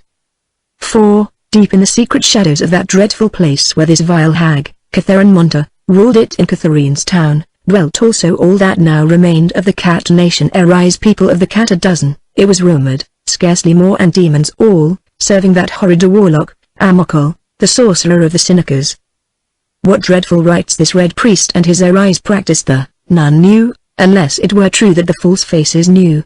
But rumor whispered with 1,000 tongues of horrors viewless, nameless, inconceivable, and that far to the westward Biscuna yawned, so close indeed to the world's surface that the waters boiling deep in hell burst into burning fountains in the magic garden where the red priest made his sorcery, alone.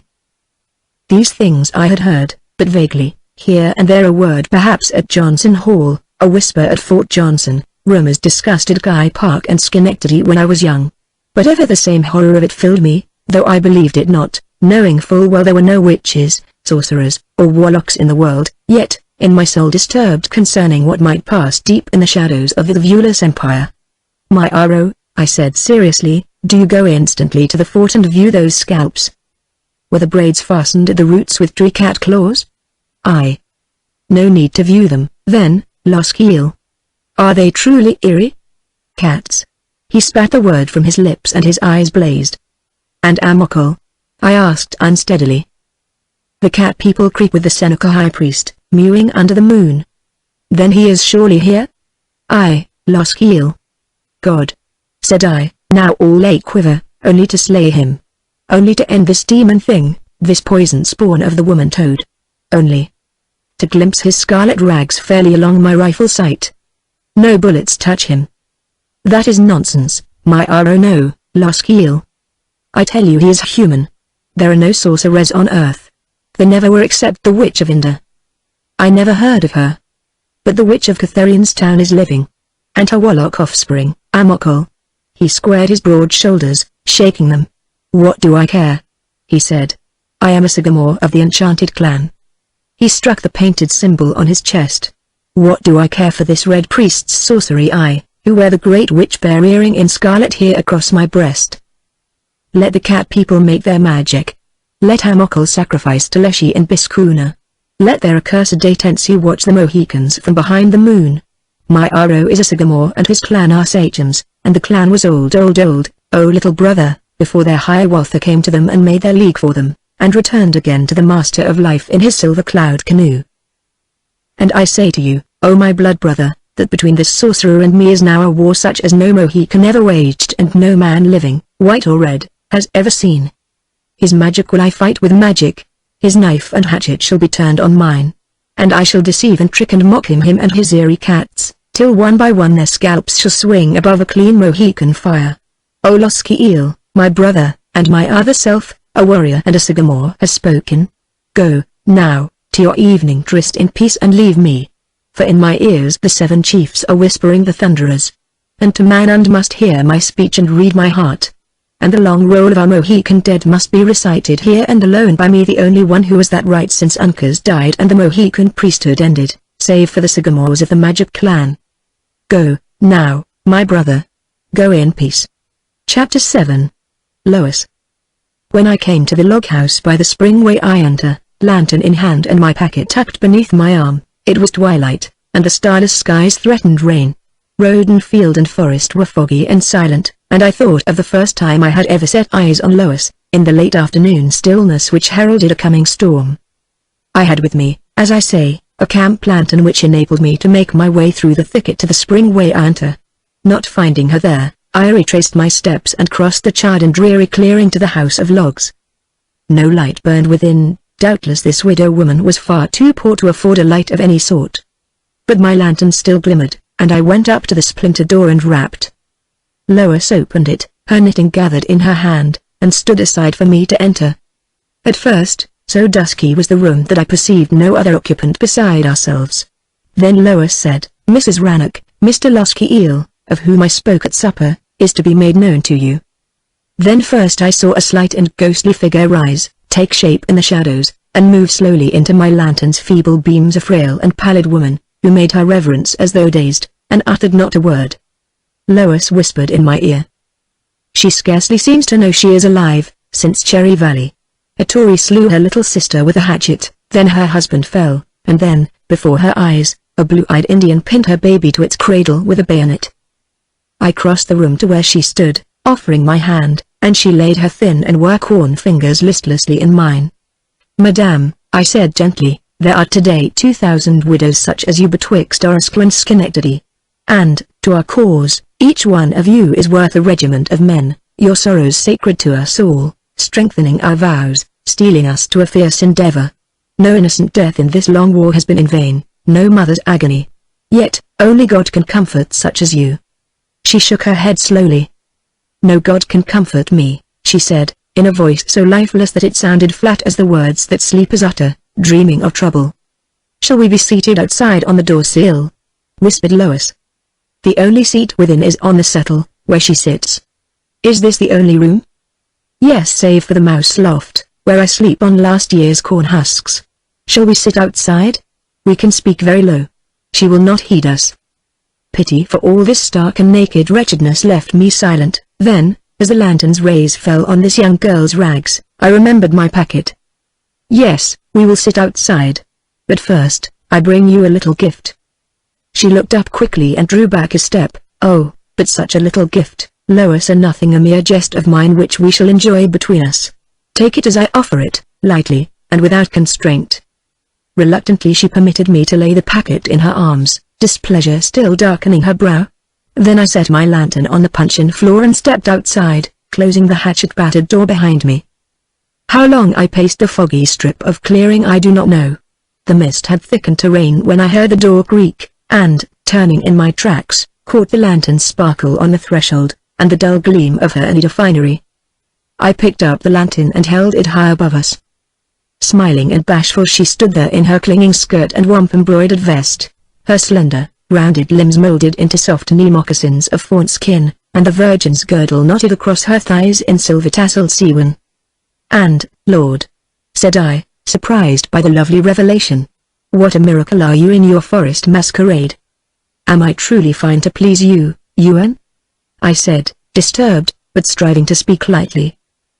"Little Anita goddess in your bridal dress, the 7 dancers are laughing at me from your eyes, and the day sun and the night sun hang from your sacred girdle, making it flash like silvery showers of sequin. Salute, O watcher at the gates of dawn. Omoi ah. Nay. Ai. Lois."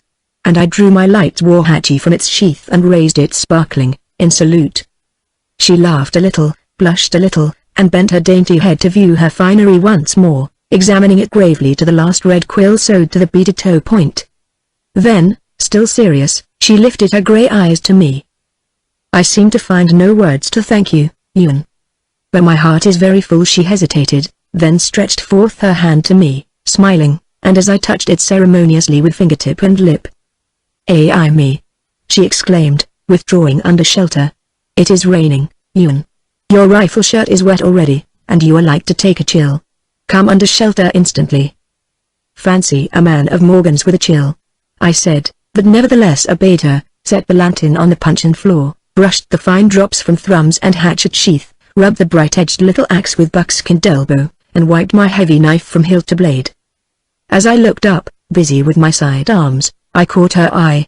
We smiled at each other, then, as though a common instinct stirred us to caution, we turned and looked silently toward the settle in the corner, where the widow sat brooding alone. "May we speak freely here, Lois?" I whispered. She cast a cautious glance at the shadowy figure, then, lowering her voice and leaning nearer. I scarcely know whether she truly heeds and hears. She may not, yet she may. And I do not care to share my confidences with anyone save you. I promised to tell you something about myself. I mean to, someday. Then you will not tell me now? How can I, Yuan? We stood silent, thinking. Presently my eyes fell on the rough ladder leading to the loft above. She followed my gaze, hesitated, shot a keen and almost hostile glance at me, softened and colored, then stole across the room to the ladder's foot. I lifted the lantern, followed her, and mounted, lighting the way for her along low-hanging eaves among the rustling husks. She dropped the trapdoor silently, above the ladder, took the lantern from my hand, set it on the floor, and seated herself beside it on the husks, her cheeks still brightly flushed. "Is this then your intimate abode?" I asked, half smiling. "Could I desire a snugger one?" She answered gaily. "Here is both warmth and shelter, and a clean bed of husks, and if I am lonely, there'll be friendly little mice to bear me company nights. And here my mice and I lie close and listen to the owls." "And you are reared in comfort," I said with sudden bitterness. She looked up quickly, then, shrugging her shoulders. "There is still some comfort for those who can remember their brief day of ease, none for those who never knew it. I have had days of comfort." "What age are you, Lois?" 20, I think." "Scarce that," I insisted. "Do I not seem so?" she asked, smiling. 18 at most, save for the sadness in your eyes that now and then surprises me, if it be sadness that I read there. Perhaps it is the wisdom I have learned, a knowledge that means sadness, Yuan. Do my eyes betray it, then, so plainly? "Sometimes," I said. A faint sound from below arrested our attention. Lois whispered. "It is Mrs. Rannoch weeping. She often weeps like that at night. And so would I, Yuan, had I beheld the horrors which this poor thing was born to look upon. God comfort her. Have you never heard how the destructives slew her husband, her baby, and her little sister 8 years old? The baby lay in its cradle smiling up at its murderers. Even the cruel Senecas turned aside, forbearing to harm it. But one of Walter Butler's painted Tories spies it and bawls out, 'This also will grow to be a rebel.' And with that he speared the little smiling creature on his bayonet, tossed it, and caught it. Oh, Yuan.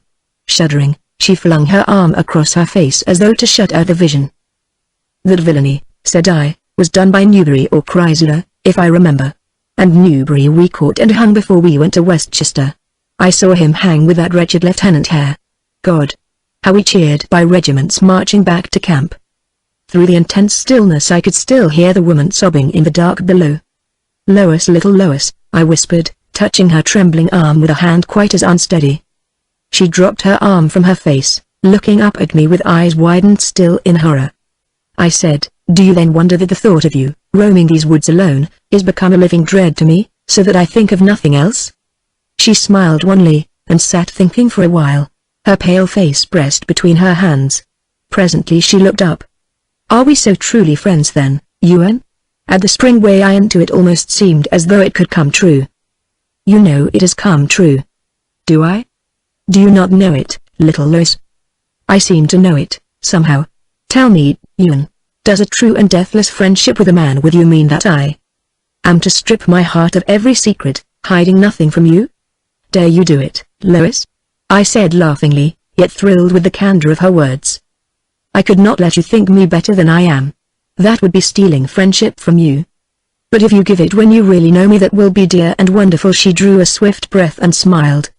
Surprised, then touched, I met the winning honesty of her gaze in silence. "Unless you truly know me, unless you know to whom you give your friendship, you cannot give it rightly. Can you, Yuan? You must learn all that I am and have been. Is not this necessary?" I ask you nothing," I stammered. "All that I know of you is wonderful enough." Suddenly the danger of the moment opened out before me, checking my very thoughts. She laid both hands against her temple, pressing them there till her cheeks cooled. So she pondered for a while, her gaze remote. Then, looking fearlessly at me. "Yuan, I am of that sad company of children born without name. I have lately dared to guess who was my father. Presently I will tell you who he was." Her grey and troubled eyes gazed into space now, dreamily. "He died long since. But my mother is living. And I believe she lives near Catherine's town today. What? Why do you think so? I exclaimed, astounded. Is not the Valendale there, near Catherine's town? Yes. But why? Then listen, Ewan. Every year upon a certain day, the 12th of May, no matter where I chance to be, always outside my door I find 2 little beaded moccasins. I have had them 13 times in 13 years. And every year save the last 2 the moccasins have been made a little larger, as though to fit my growing years. Now, for the last 2 years, they have remained the same in size, fitting me perfectly. And I never yet have worn them more than to fit them on and take them off. Why? I asked vaguely. I save them for my journey. What journey? The long trail through the long house, straight through it, Ewan, to the western door. That is the trail I dream of. Who leaves these strange moccasins at your threshold every year? I do not know. From where do you suppose they come? I asked, amazed. From Catherine's town. Do you believe your mother sends them? Oh, Ewan, I know it now. Until 2 years ago I did not understand. But now I know it. Why are you so certain, Lois? Is any written message sent with them? Always within one of each pair of moccasins is sewed a strip of silver birch. Always the message written is the same, and this is what is always written. Swift moccasins for little feet as swift against the day that the long trail is safe. Then, in the Valendale, little Lois, seeker who bore you, saved you, lost you, but who love you always. Pray every day for him who died in the regiment de la Reine. Pray too for her who waits for you, in Valendale. What a strange message! I exclaimed. I must heed it, she said under her breath. The trail is open, and my hour is come. But, Lois, the trail means death. Your army makes it safe at last. And now the time is come when I must follow it. Is that why you have followed us? Yes, that is why. Until that night in the storm at Poundridge Town I had never learned where the Valendale lay. Month after month I haunted camps, asking for information concerning Dare and the regiment de la Reine. But of Dare I learned nothing, until the Sycamore informed me that Dare lay near Catherine's town. And, learning you were of the army, and that the army was bound thither, I followed you. Why did you not tell me this at Poundridge? You should have camped with us, I said. Because of my fear of men except red men. And I had already quite enough of your Lieutenant Boyd. I looked at her seriously, and she comprehended the unasked questions that were troubling me. Shall I tell you more? Shall I tell you how I have learned my dread of men, how it has been with me since my foster parents found me lying at their door strapped to a painted cradle board? That was my shameful beginning, so they told me afterward, long afterward. For I supposed they were my parents till 2 years ago. Now shall I tell you all, Ewan? And risk losing a friendship you might have given in your ignorance of me? Quick, hot, unconsidered words flew to my lips, so sweet and fearless were her eyes. But I only muttered, tell me all. From the beginning, then to scour my heart out for you. So, first and earliest my consciousness awoke to the sound of drums. I am sure of this because when I hear them it seems as though they were the first sounds that I ever heard. And once, lately, they were like to be the last. And next I can remember playing with a painted mask of wood, and how the paint tasted, and its odor. Then, nothing more can I remember until I was a little child with him I thought to be my father. I may not name him. You will understand presently why. I do not. She looked down, pulling idly at the thrums along her beaded leggings. I told you I was near your age 20. But I do not really know how old I am. I guess that I am 20 thereabouts. You look 16, not more except the haunting sorrow. I can remember full that length of time. I must be 20, Ewan. When I was perhaps 7 years old or thereabout I went to school first in Schenectady to a Mistress Lydon, where were a dozen children near my age. And pretty Mistress Lydon taught us ABC and manners and nothing else that I remember now. Then for a long while I was at home, which meant 100 different lodgings, for we were ever moving on from place to place, where his employment led him, from one house to another, staying at one tavern only while his task remained unfinished, then to the road again, north, south, west, or east, wherever his fancy sped before to beckon him. He was a strange man, Ewan. Your foster father? Aye. And my foster mother, too, was a strange woman. Were they not kind to you? Why yes, after their own fashion. They both were vastly different to other folk. I was fed and clothed when anyone remembered to do it, and when they had been fortunate, They sent me to the nearest school to be rid of me, I think. I have attended many schools, even in Germantown, in Philadelphia, in Boston, in New York. I stayed not long in school at New York because there our affairs went badly. And no one invited us in that city as often we were asked to stay as guests while the work lasted. Not very welcome guests, yet tolerated. What was your foster father's business? He painted portraits. I do not know how well he painted. But he cared for nothing else, except his wife. When he spoke at all it was to her of Raphael, and of Titian, and particularly of our Benjamin West, who had his first 3 colors of the Indians, they say. I have heard so, too. She nodded absently, fingering her leg and fringe, then, with a sudden, indrawn breath. We were no more than roving gypsies, you see, living from hand to mouth, and moving on, always moving from town to town, remaining in one place while there were portraits to paint or tavern signs, or wagons, anything to keep us clothed and fed. Then there came a day in Albany when matters mended overnight, and the patroon most kindly commanded portraits of himself and family. It started our brief prosperity. Other and thrifty Dutchmen now began to bargain for their portraits. We took an old house on Pearl Street, and I was sent to school at Mrs. Pardey's Academy for Young Ladies as a day pupil, returning home at evening. About that time my foster mother became ill. I remember that she lay on a couch all day, watching her husband paint. He and his art were all she cared for. Me she seldom seemed to see, scarcely noticed when she saw me, almost never spake to me, and there were days and weeks when I saw nobody in that silent house, and sat at meat alone when, indeed, anyone remembered I was a hungry, growing child, and made provision for me. Schoolmates, at first, asked me to their homes. I would not go because I could not ask them to my home in turn. And so grew up to womanhood alone, and shy, and silent among my fellows, alone at home among the shadows of that old Dutch house, ever alone. Always a haunted twilight seemed to veil the living world from me, save when I walked abroad along the river, thinking. Yet, in one sense I was not alone, even, for I was fanciful, and roamed accompanied by those bright visions that unawakened souls conjure for company, companioned by all creatures of the mind, from saint to devil. Ai me. For there were moments when I would have welcomed devils, so that they rid me of my solitude, at hell's own price. She drew a long, light breath, smiled at me, then my foster mother died. And when she died the end also began for him.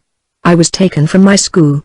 So dreadfully was he broken that for months he lay abed never speaking, scarcely eating. And all day long during those dreary months I sat alone in that hushed house of death. Death came first, then sheriffs, then suddenly came this war upon us. But nothing aroused him from his lethargy, and all day long he brooded there in silence, day after day, until our creditors would endure no longer, and the bailiff menaced him. Confused and frightened, I implored him to leave the city jails, seeming to me far more terrible than death, and at last persuaded him to the old life once more. So, to avoid a debtor's prison, we took the open road again. But war was ravishing the land, there was no work for him to do. We starved slowly southward, day by day, shivered and starved from town to town across the counter. Near to a camp of Continental troops there was a farmhouse. They took me there as maid at all work, out of charity, I think. My father wandered over to the camp, and there, God alone knows why, enlisted. I shall not tell you in what regiment. But it was Continental Line, a gaunt, fierce, powder-blackened company, disciplined with iron. And presently a dreadful thing befell us.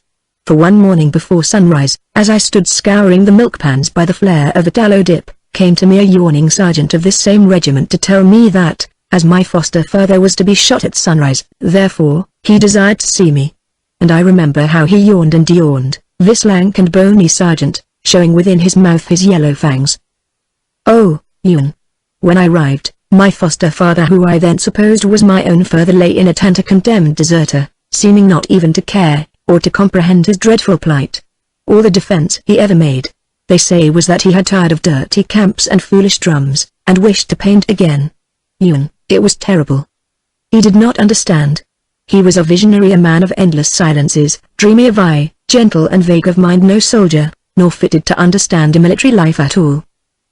I remember the smoky lantern burning red within the tent, and the vast shadows it cast, and how he stood there, looking tranquilly at nothing while I, frightened, sobbed on his breast. Lois, he said, smiling, there is a bright company aloft, and watching me. Raphael and Titian are of them. And West will come someday. And, God, he murmured, wonderingly, what fellowship will be there? What knowledge to be acquired a half hour hence and leave this petty sphere to its own vexed and petty wrangling, its kings and congresses, and its foolish noise of drums. For a while he paid me no attention, save in an absent-minded way to pat my arm and say, there, child. There's nothing to it, no, not anything to weep for. In less than half an hour my wife and I will be together, listening. While Raphael speaks, or Christ, perhaps, or Leonardo. Twice the brigade chaplain came to the tent, but seeing me retired. The third time he appeared my foster father said, he's come to talk to me of Christ and Raphael. It is pleasant to hear his kind assurance that the journey to them is a swift one, done in the twinkling of an eye. So I will say goodbye. Now go, my child. Locked in my desperate embrace, his wandering gaze came back and met my terror-stricken eyes. And after another moment a slow color came into his wasted face. Lois, he said, before I go to join that matchless company, I think you ought to know that which will cause you to grieve less for me. And so I tell you that I am not your father. We found you at our door in Cornwall, strapped to a Seneca cradle board. Nor had you any name. We did not seek you, but, having you so, bowed to God's will and suffered you to remain with us. We strove to do our duty by you. His vague gaze wandered toward the tent door where the armed guard stood, terrible and grim and ragged. Then he unloosened my suddenly limp arms about him, muttering to himself of something he'd forgotten, and, rummaging in his pockets, found it presently a packet laced in deerskin. This, he said, is all we ever knew of you. It should be yours. Goodbye. I strove to speak, but he no longer heard me, and asked the guard impatiently why the chaplain tarried. And so I crept forth into the dark of dawn, more dead than living. And presently the rising sun blinded my tear-drowned eyes, where I was kneeling in a field under a tall tree. I heard the dead march rolling from the drums, and saw them passing, black against the sunrise. Then, filing slowly as the seconds dragged, 1,000 years passed in processional during the next half hour, ending in a far rattle of musketry and a light smoke blowing east across the fields. She passed her fingers across her brow, clearing it of the clinging curls. They played a noisy march afterward. I saw the ragged ranks wheel and maneuver, stepping out briskly to the jolly drums and fifes. I stood by the grave while the detail filled it cheerily. Then I went back to the farmhouse, through the morning dew and sunshine. When I had opened my packet and had understood its contents, I made of my clothes a bundle and took the highway to ask of all the world where lay the road to the Vale d'Air, and where might be found the regiment de la Reine. Wherever was a camp of soldiers, there I loitered, asking the same question, day after day, month after month. I asked of Indians our Hudson guides, and the brigaded White Plains Indians. None seemed to know, or if they did they made no answer. And the soldiers did not know, and only laughed, taking me for some camp wanton. Again she passed her slender hand slowly across her eyes, shaking her head. That I am not wholly bad amazes me at times. I wonder if you know how hunger tampers with a will? I mean more than mere hunger, I mean that dreadful craving never completely satisfied, so that the ceaseless famine gnaws and gnaws while the sick mind still sickens, brooding over what the body seems to need of meat and drink and warmth day after day, night after night, endless and terrible. She flushed, but continued calmly, I had nigh sold myself to some young officer, some gay and heedless boy, a dozen times that winter for a bit of bread and so I might lie warm. The army starved at Valley Forge. God knows where and how I lived and famished through all that bitter blackness. An artillery horse had trodden on my hip where I lay huddled in a cow barn under the straw close to the horses, for the sake of warmth. I hobbled for a month. And so ill was I become in mind as well as body that had any man been kind God knows what had happened. And once I even crept abroad meaning to take what offered. Do you deem me vile, Ewan? No, I could not utter another word. She sighed, gazing at space. And the cold. Well, this is July, and I must try to put it from my mind. But at times it seems to be still in my bones, deep bitten to the very marrow. Ai me. I have seen 2 years of centuries. Their scars remain. She rocked slightly forward and backward where she sat, her fingers interlaced, twisting and clenching with her memories. Ai me. Hunger and cold and men. Hunger and men. But it was solitude that nigh undid me. That was the worst of all, the endless silence. The rain now swept the roof of bark above us, gust after gust swishing across the eaves. Beyond the outer circle of the lantern light a mouse moved, venturing no nearer. Lois? She lifted her head.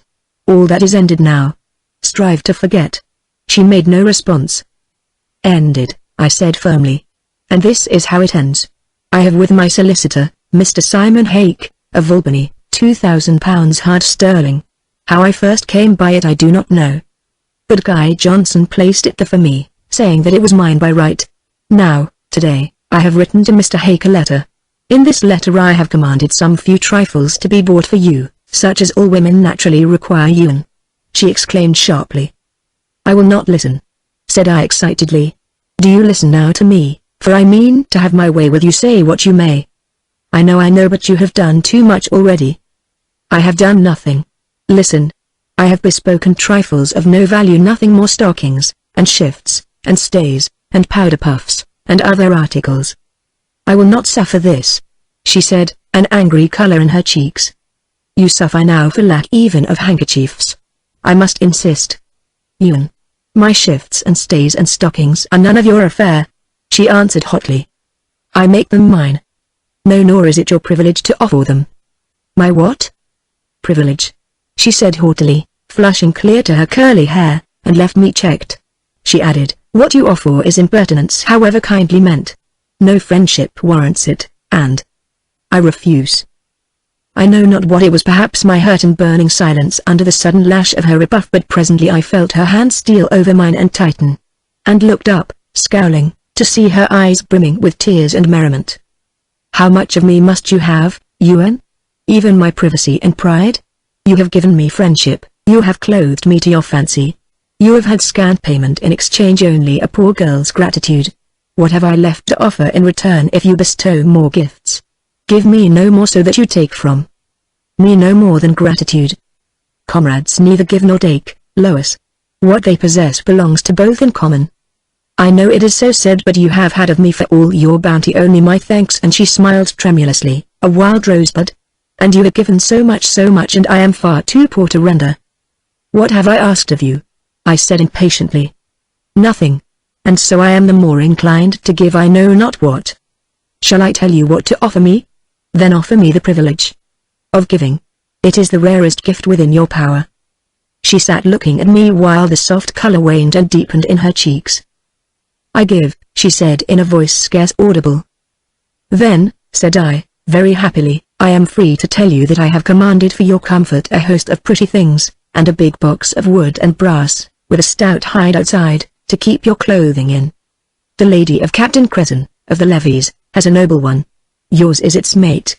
And into yours will fit your gowns and shoon, patches and powder, and the 100 articles which every woman needs by day and night.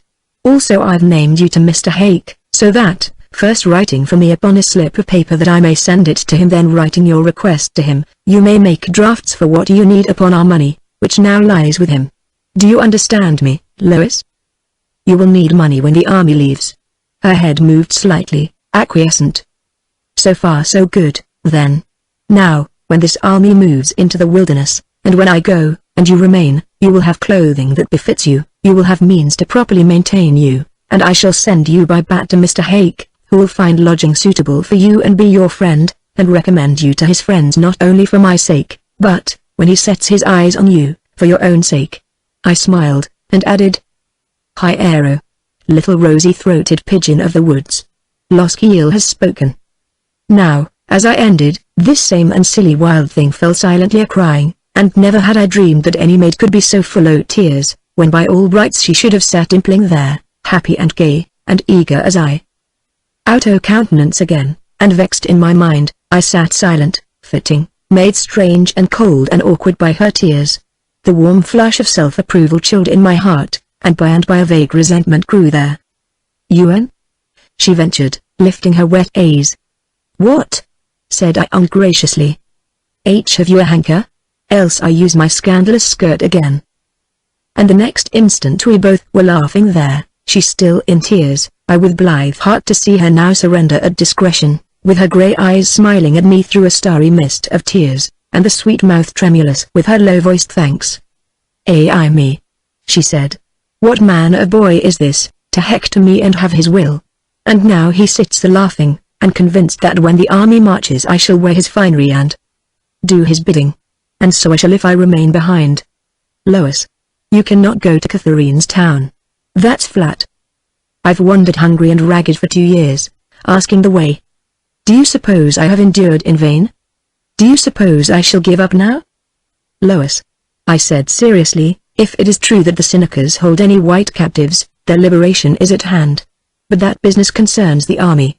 And I promise you that if your mother be truly there among those unhappy prisoners she shall be brought back safely from the vailing air. I will tell Major Parr of this, he shall inform the general.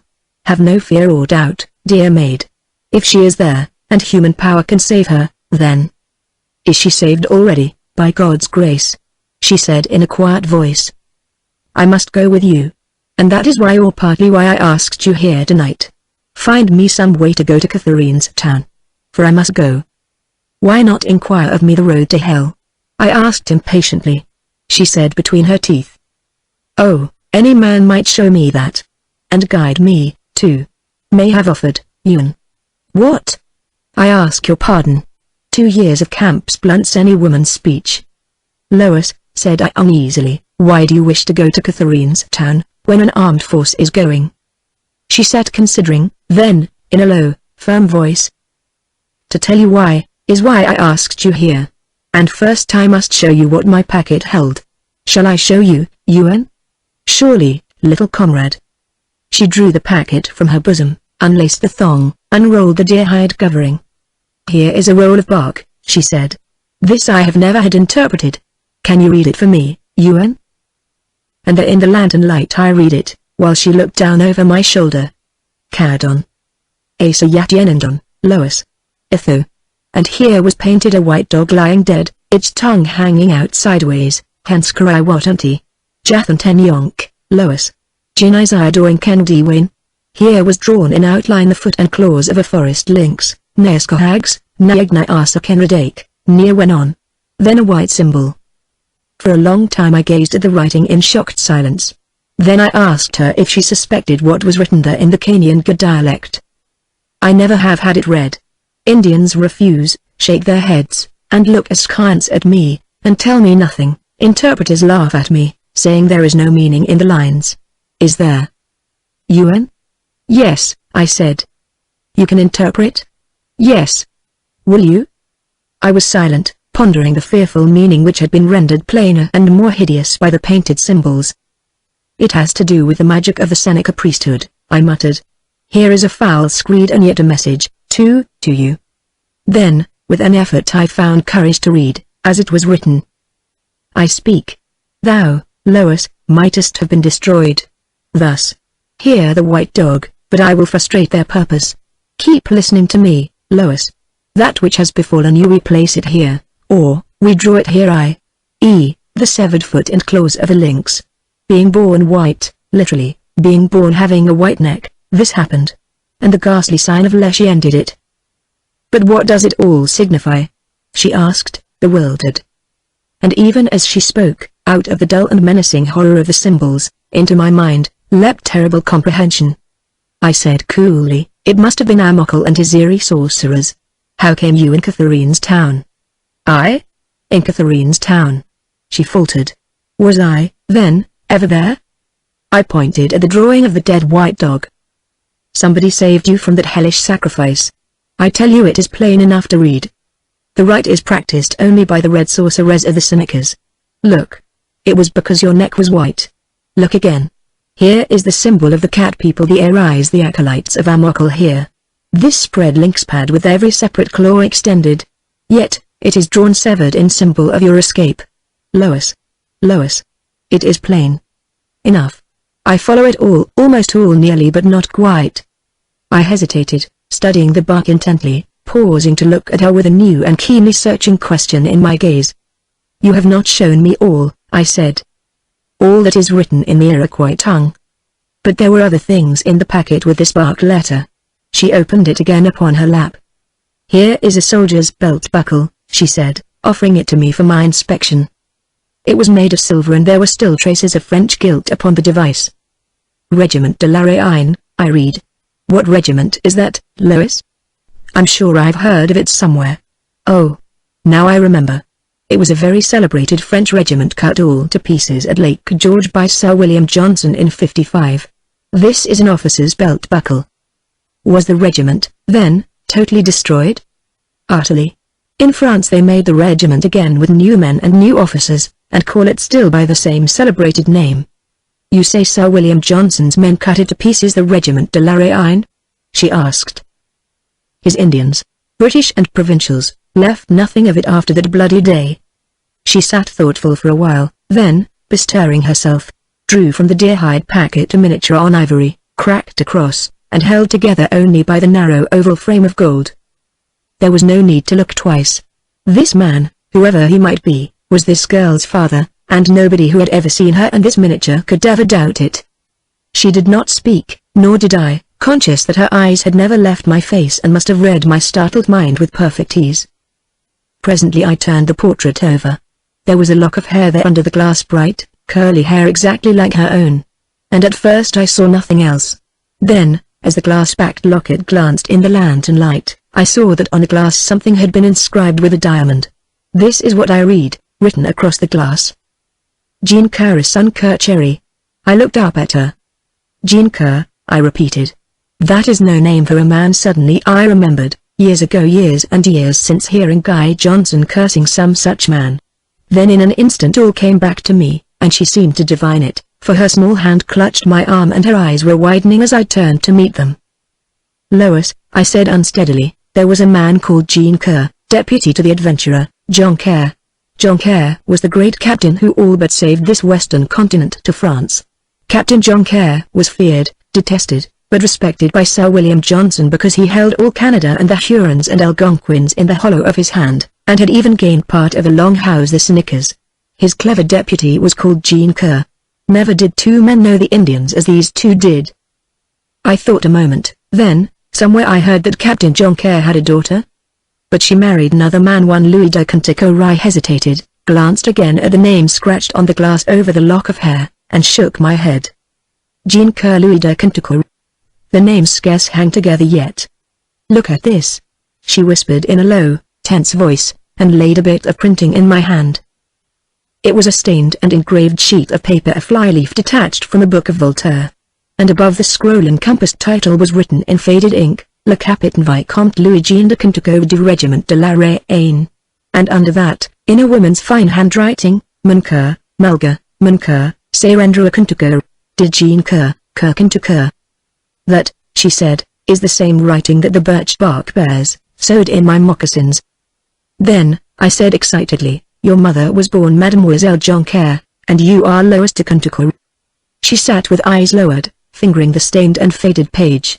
After a moment she said, I wrote to France to the headquarters of the Regiment de la Reine asking about my father. You had an answer? Aye, the answer came. Merely a word or two. The Vicomte Louis Jean de Cantico fell at Lake George in '55. She lifted her clear eyes to mine. And died unmarried. A chill passed through me, then the reaction came, taking me by the throat, setting my veins afire. Then, by God, I stammered. If de Cantico died unmarried, his child shall not. Ewan. I do not credit what they wrote. If my father married here, perhaps they had not heard. Lois. Dearest of maids, whichever is the truth, I wish to marry you. But she stopped her ears with both palms, giving me a frightened look, and checked, but burning still. I stared at her. Is that then all you are? She asked. A wisp of tow to catch the first spark that flies? A brand ever smouldering, which the first breath o' woman stirs to flame. Never have I loved before. Love? Ewan, are you mad? We both were breathing fast and brokenly. What is it then, if it be not love? I asked angrily. What is it? She repeated slowly. Yet I seemed to feel in her very voice a faint, cool current of contempt. Why, it is what always urges men to speak. I fancy their natural fire there. Easily provoked emotions. I had believed you different. Did you not desire my friendship? I asked in hot chagrin. Not if it be of this kind, Ewan. You would not have me love you? Love. And the fine edge of her contempt cut clean. Love. She repeated coolly. And we scarcely know each other, have never passed a day together, have never broken bread, know nothing, nothing of each other's minds and finer qualities, have awakened nothing in each other yet except emotions. Friendships have their deeps and shallows, but are deathless only while they endure. Love hath no shallows, Yuan, and endures often when friendship dies. I speak, having no knowledge. But I believe it. And, believing nobly of true love in ignorance of it, but still in awe and having been assailed by clamours of a shameful passion calling itself love and having builded in my heart and mind a very lofty altar for the truth, how can I feel otherwise than sorry that you spoke hotly, unthinkingly, as you did to me? I was silent. She rose, lifted the lantern, laid open the trapdoor. Come, she whispered, beckoning. I followed her as she descended, took the lantern from her hand, glanced at the shadowy heap, asleep perhaps, on the corner settle, then walked to the door and opened it. 1,000 stars were sparkling overhead. On the sill she whispered. When will you come again? Do you want me? I said sullenly. She made no answer for a moment. Suddenly she caught my hand and pressed it, crushing it between both of hers, and turning I saw her almost helpless with her laughter. Oh, what an infant have I found in this tall gentleman of Morgan's Court, said she. A boy one moment and a man the next, silly and wise in the same breath, headstrong, tender, and generous, petty and childish, grave and kind, the sacred and wondrous being, in point of fact, known to the world as man. And now he asks, with solemn mien and sadly ruffled and reproachful dignity, whether a poor, friendless, homeless, nameless girl desires his company again. She dropped my hand, caught at her skirt's edge, and made me a mocking reverence. Dear sir, she said, I pray you come again to visit me tomorrow, while I am mending regimental shirts at 2d each. Lois, I said sadly, how can you use me so? She began to laugh again. Oh, Yuan, I cannot endure it if you're solemn and sorry for yourself. That is too much, I exclaimed, furious, and marched out, boiling, under the high stars. And every star o' them, I think, was laughing at the sorriest ass who ever fell in love. Nevertheless, that night I wrote her name in my letter to Mr. Hake, and the ink on it was scarce sanded when an Oneida runner had it and was driving his canoe down the Mohawk River at a speed that promised to win for him the bonus in hard money which I had promised for a swift journey and a swift return. And far into the July morning I talked with the Sagamore of Amokel and of Catherinestown, and he listened while he sat tirelessly polishing his scalping knife and hatchet. Chapter 8. OLD friends. The sunrise gun awoke me. I rolled out of my blanket, saw the white cannon smoke floating above the trees, ran down to the river, and plunged in. When I returned, the Sagamore had already broken his fast, and once more was engaged in painting himself, this time in a most ghastly combination of black and white, the startling party-colored decorations splitting his visage into 2 equal sections, so that his eyes gleamed from a black and sticky mask, and his mouth and chin and jaw were like the features of a weather-bleached skull. More war, oh my Aro, my brother? I asked in a bantering voice. Every day you prepare for battle with a confidence forever new, every night the army snores in peace. Yet, at dawn, when you have greeted the sun, you renew your war. Paint. Such praiseworthy perseverance ought to be rewarded. It has already been rewarded, remarked the Indian, with quiet humor. In what manner? I asked, puzzled. In the manner the tall warriors desire to be rewarded, he replied, secretly amused. I thought, said I, that the reward all warriors desire is a scalp taken in battle. He cast a sly glance at me and went on painting. My Aro, said I, disturbed, is it possible that you have been out forest running while I've slept? He shot a quick look at me, full of delighted malice. And ho, said he. My brother sleeps sounder than a winter bear. 3 eerie scalps hang stretched, hooped, and curing in the morning sun, behind the bush hut. Little brother, has the Sagamore done well? Straightway I whirled on my heel and walked out and around the hut. Strung like drying fish on a willow on 3 scalps hung in the sunshine, the soft July breeze stirring the dead hair. And as soon as I saw them I knew they were indeed eerie scalps. Repressing my resentment and disgust, I lingered a moment to examine them, then returned to the hut, where the Siwanois, grave as a catamount at his toilet, squatted in a patch of sunshine, polishing his features. So you've done this business every night as soon as I slept, said I. You've crept beyond our outer pickets, risking your life, imperiling the success of this army, merely to satisfy your vanity.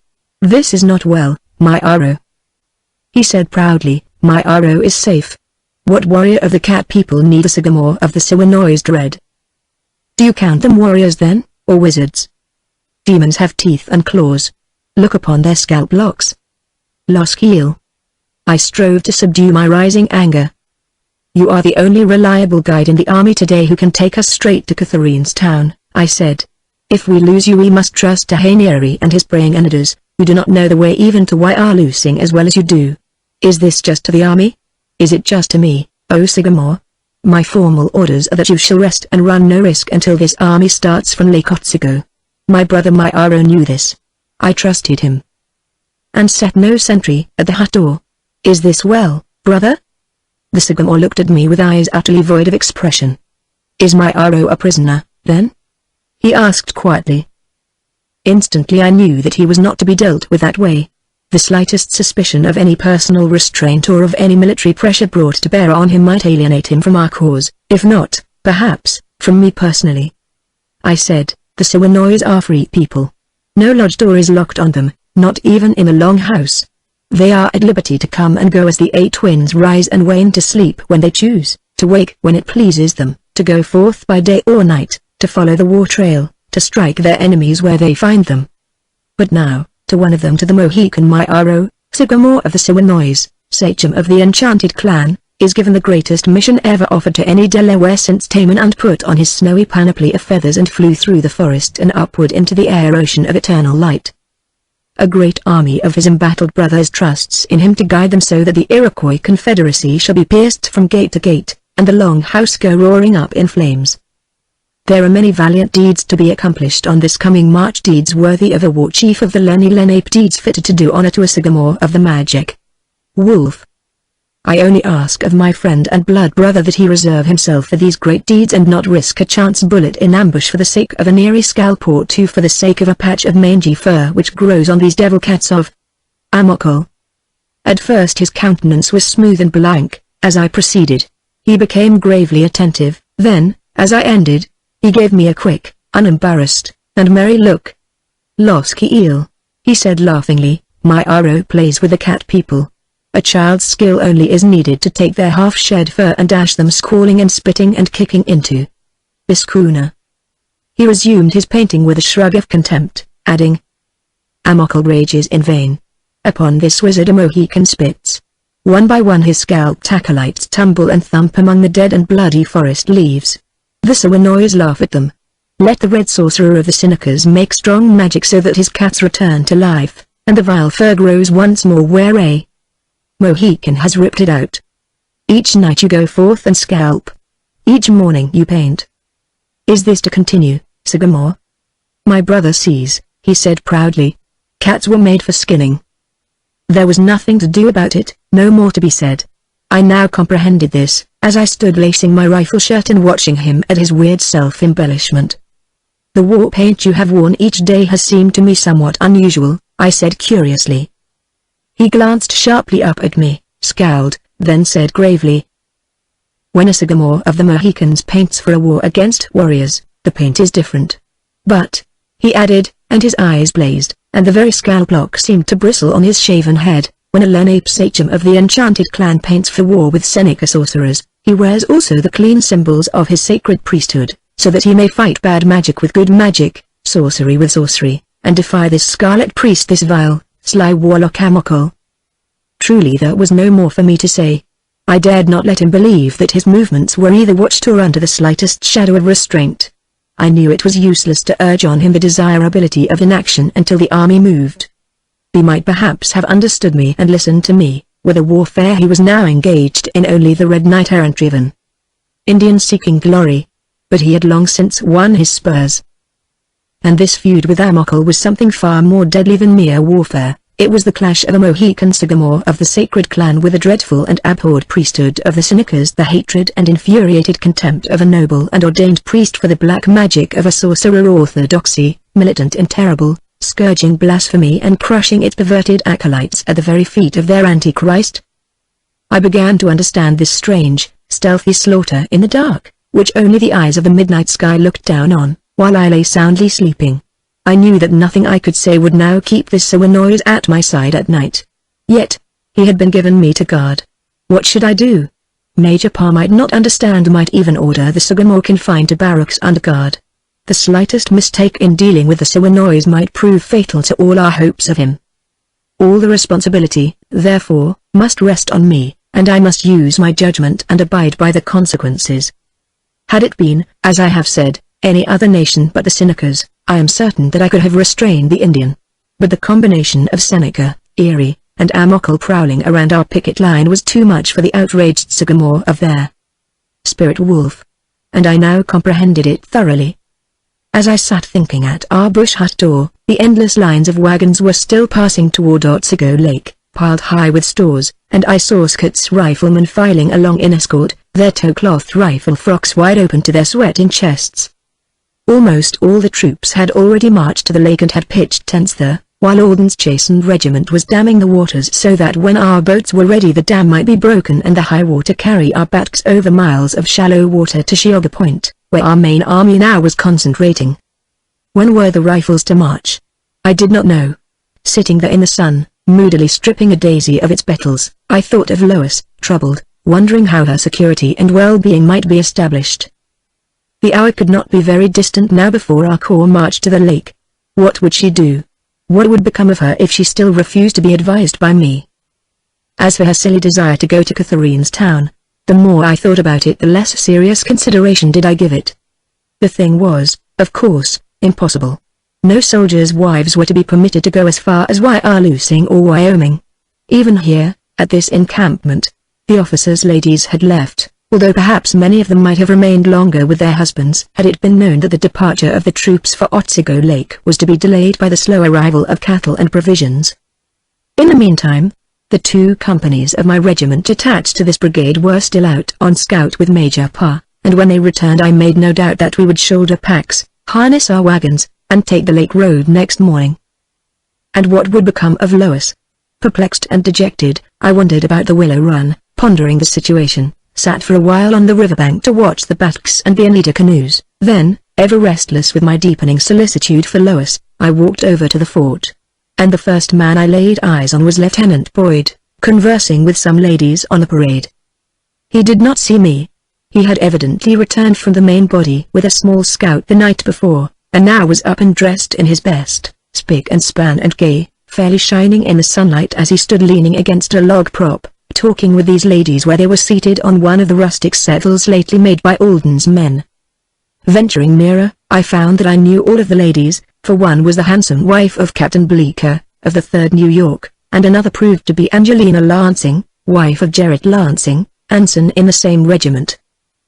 The third lady was a complete surprise to me, she being that pretty and vivacious Magdalene Helmer called Lana, the confidant of Clarissa Putnam, a bright-eyed, laughing beauty from Tribes Hill, whom I had known very well at Guy Park, where she often stayed with her friend, Miss Putnam, when Sir John Johnson was there. As I recognized them, Boyd chanced to glance around, and saw me. He smiled and spoke to the ladies, all lifted their heads and looked in my direction, and Lana Helmer waved her handkerchief and coolly blew me a kiss from her fingertips. So, cap in hand, I crossed the parade, made my best bow and respects to each in turn, replaced my cap, and saluted Lieutenant Boyd, who returned my salute with pretended hauteur, then grinned and offered his hand. See what a bower of beauty is blossomed overnight in these dreary barracks, Loskiel. There seems to be some happiness left in the world for the poor rifleman. Do you remain? I asked of Mrs. Bleecker. Indeed we do, she said, laughing, provided that my husband's regiment remains. As soon as we understood that they had not been ordered into the Indian country, we packed our boxes and came up by bat last night. The news about my husband's regiment is true, is it not? Colonel Gansevoort's regiment is not to join General Sullivan, but is to be held to guard the valley. I had the news yesterday for certain. What luck, said Boyd, his handsome eyes fixed on Lana Helmer, who shot at him a glance as daring. And it made me uneasy to see she meant to play coquette with such a man as Boyd, and I remembered her high spirits and bright daring at the somewhat loose gatherings at Guy Park, where every evening too much wine was drunk, and Sir John and Clarissa made no secret of the flame that burned between them. Yet, of Lana Helmer never a suspicious word had been breathed that ever I had heard, for it seemed she could dare where others dared not, say and do and be what another woman might not, as though her wit and beauty licensed what had utterly damned another. Nor did her devotion and close companionship with Clarissa ever seem to raise a question as to her own personal behavior. And well I remember a gay company being at cards and wine one day in the summer house on the River Hugh. She answered a disrespect of Sir John with a contemptuous rebuke which sent the muddy blood into his face and left him ashamed, the only time I ever saw him so. Anson Chambers came mincing up, was presented to the ladies, languidly made preparations for taking Mrs. Lansing by storm, and the first deadly grace he pictured for her was his macaroni manner of taking snuff, with which fascinating ceremony he had turned many a silly head in New York ere we marched out and the British marched in. I talked for a while with Mrs. Bleecker of this and that, striving the while to catch Lana Helmer's eye.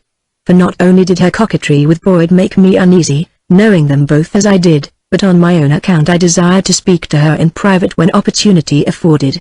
Alone and singly either of these people stood in no danger from the outer world. Pitted against each other, what their recklessness might lead to I did not know. For since Boyd's attempted gallantries toward Lois, he believing her to be as youthful and depraved as seemed the case, a deep and growing distrust for this man which I had never before felt had steadily invaded my friendship for him. Also, he had already an affair with a handsome wench at the Middle Fort, one Dolly Glenn, and the poor young thing was plainly mad about him. I heard Mrs. Lansing propose a stroll to the river before dinner, on the chance of meeting her husband's regiment returning, which suggestion seemed to suit all, and in the confusion of chatter and laughter and the tying of a sun mask by Mrs. Bleecker, aided by Boyd and by the exquisite courtier, I cleverly contrived to supplant Boyd with Lana Helmer, and not only stuck to her side, but managed to secure the rear of the strolling column. All this maneuver did not escape her, and as we fell a few paces behind, she looked up at me with a most deadly challenge in her violet eyes. "Now," she said, "that you have driven off your rival, I am resigned to be courted. Heaven knows you wasted opportunities enough at Guy Park." I laughed. "How strange it is, Lana," I said, "to be here with you, I in rifle dress and thrums, hatchet, and knife at my mohawk girdle, you in chip hat and ribbons and dainty gown, lifting your French petticoat over the muddy ruts cut on the King's highway by rebel artillery. Who would have dreamed it 3 years ago?" she said, her face now sober enough. "I thought your people were Tory," said I. "Not mine, Ewan, Clarissa's." "Where is that child?" I asked pityingly. "Clarissa? Poor lamb, she's in Albany still." I did not speak, but it was as though she divined my unasked question. "Aye, she is in love with him yet. I never could understand how that could be after he married Polly Watts. But she has not changed. And that beast, Sir John, installed her in the Albany house." I said, "He's somewhere out yonder with the marauders against whom we are to march. They're all awaiting us, it is said, the whole crew, Johnson's Greens, Butler's Rangers, MacDonald's painted Tories, Brandt's Mohawks and the Snookers with their war chiefs and their sorcerer, Amokel, truly a motley devil's brood, Lana, and I pray only that one of Morgan's men may sight Walter Butler or Sir John over his rifle's end." "To think," she murmured, "that you and I have dined and wined with these same gentlemen you now so ardently desire to slay. And young Walter Butler, too. I saw his mother and his sister in Albany a week ago, two sad and pitiable women, Ewan, for every furtive glance cast after them seemed to shout aloud the infamy of their son and brother, the murderer of Cherry Valley." "To my mind," said I, "he is not sane at all, but gone stark blood mad. Heaven! How impossible it seems that this young man with his handsome face and figure, his dreamy melancholy, his charming voice and manners, his skill in verse and music, can be this same Walter Butler whose name is cursed wherever righteousness and honor exist in human breasts. Why, even Joseph Brandt has spurned him, they say, since Cherry Valley. Even his own father stood aghast before such infamy. Old John Butler, when he heard the news, dashed his hands to his temples, groaning out, 'I would have crawled from this place to Cherry Valley on my hands and knees to save those people, and why my son did not spare them, God only knows.'" Lana shook her pretty head. "I cannot seem to believe it of him even yet. I try to think of Walter as a murderer of little children, and it is not possible. Why, it seems but yesterday that I stood plaguing him on the stone doorstep at Guy Park, calling him Walter Ninny and Walt Noodle to vex him. You remember, Ewan, that his full name is Walter N. Butler, and that he never would tell us what the N stands for, but we guessed it stood for Nellis, in honor of Nellis Fonda. Lord! What a world of trouble for us all in these 3 years. I had supposed you married long ago, Lana." The young patroon was very ardent. "I? The sorry supposition. I marry in the face of the sad and miserable examples all my friends afford me. Not I, Ewan, unless she smiled at me with pretty malice. You enter the lists. Do you then enter? I reddened and laughed, and she, always enchanted to plague and provoke me, began her art forthwith, first innocently slipping her arm through mine, as though to support her flagging steps, then, as if by accident, letting one light finger slip along my sleeve to touch my hand and linger lightly. Years ago, when we were but 17, she had delighted to tease and embarrass me with her sweetly malicious coquetry, ever on the watch to observe my features redden. I remember she sometimes offered to exchange kisses with me, but I was a ninny, and a serious and hopeless one at that, and would have none of her. I believe we were thinking of the same thing now, and when I caught her eye the gay malice of it was not to be mistaken. "Lynette," said I, "take care. I am a soldier since you had your saucy way with me. You know that the military are not to be dealt with lightly. And I am grown up in these 3 years. Grown soberer, perhaps. You always did conduct like a pious broad brim, Ewan." "I've a mind to kiss you now," said I, vexed. "Kiss away, kind sir. You have me in the rear oh. Them. Now's your opportunity." "Doubtless you'd cry out." "Doubtless I wouldn't. Wait for some moonlit evening when we're unobserved." Broad brim.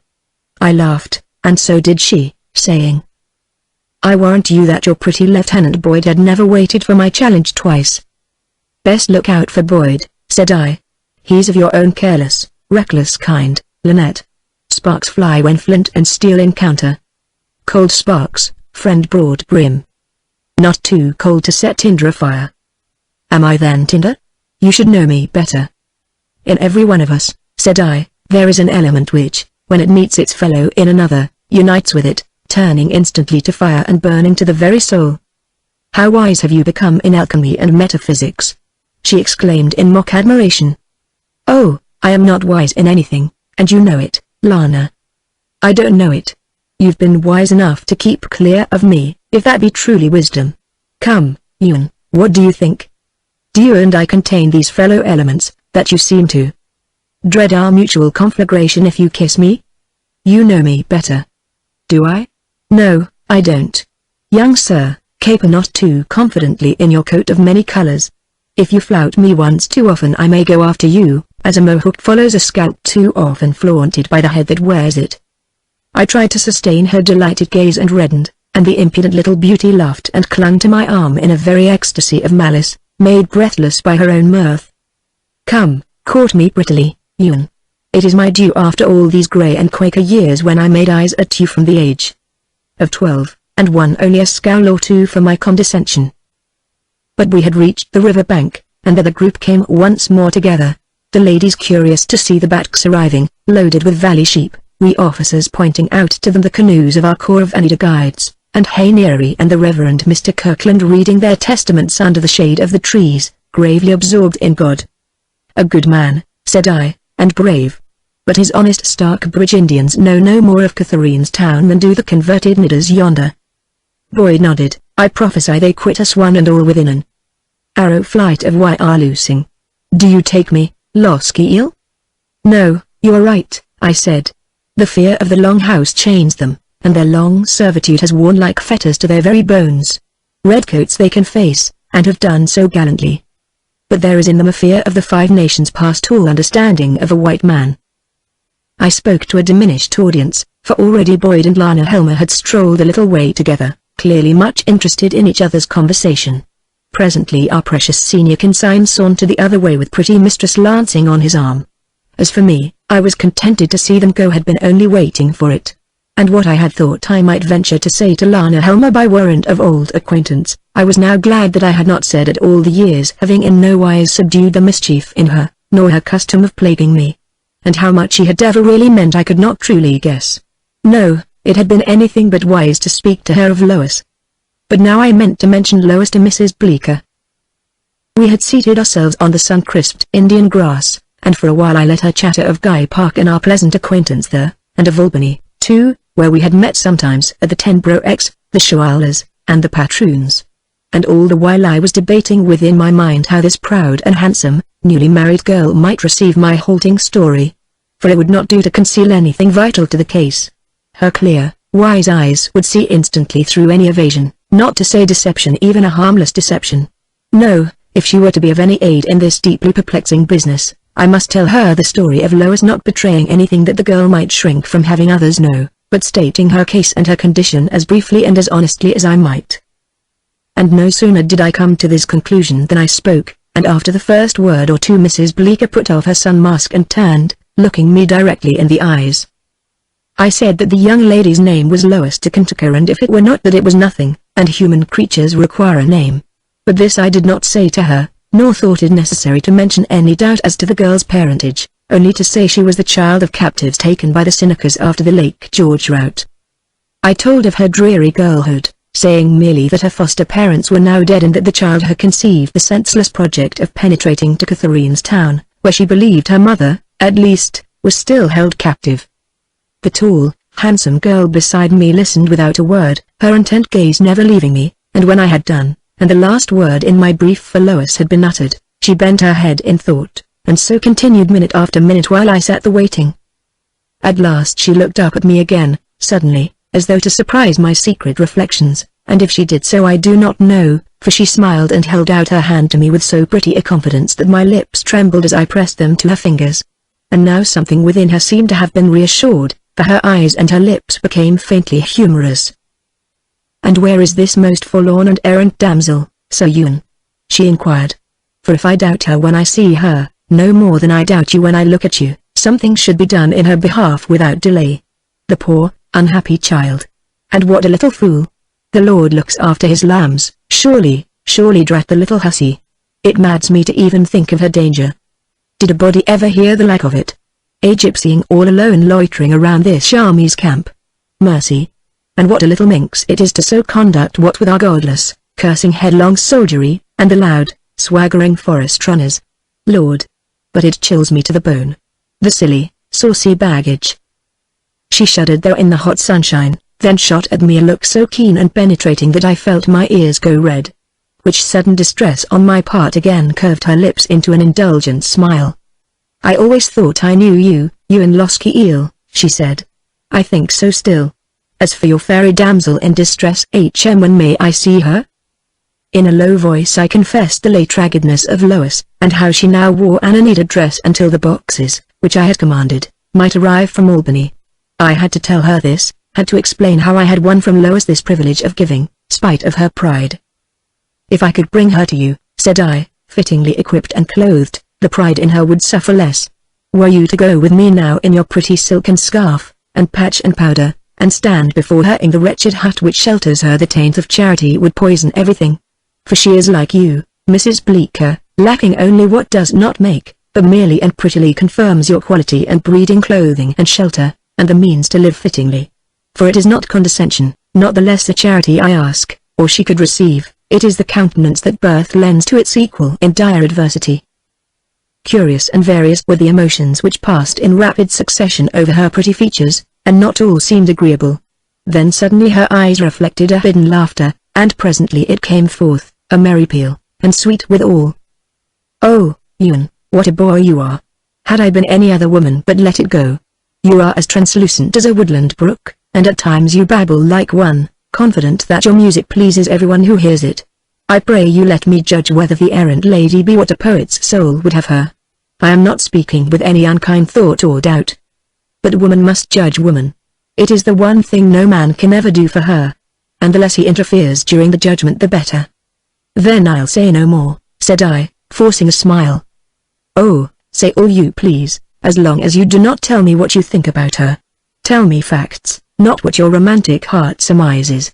And if she were the Queen of Sheba in disguise, or if she were a titled St. James drab, no honest woman but who would see through and through her, and, ere she rose from her low reverence, would know her truly for exactly what she is." "Lord," said I, "is that the way you read us, also?" "No. Women may read women.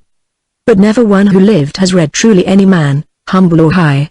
Say that to the next pretty baggage who vows she reads you like a book. And in her secret heart she will know you say the truth and know it, raging even while her smile remains unaltered. For it is true, Ewan, true concerning you men, also.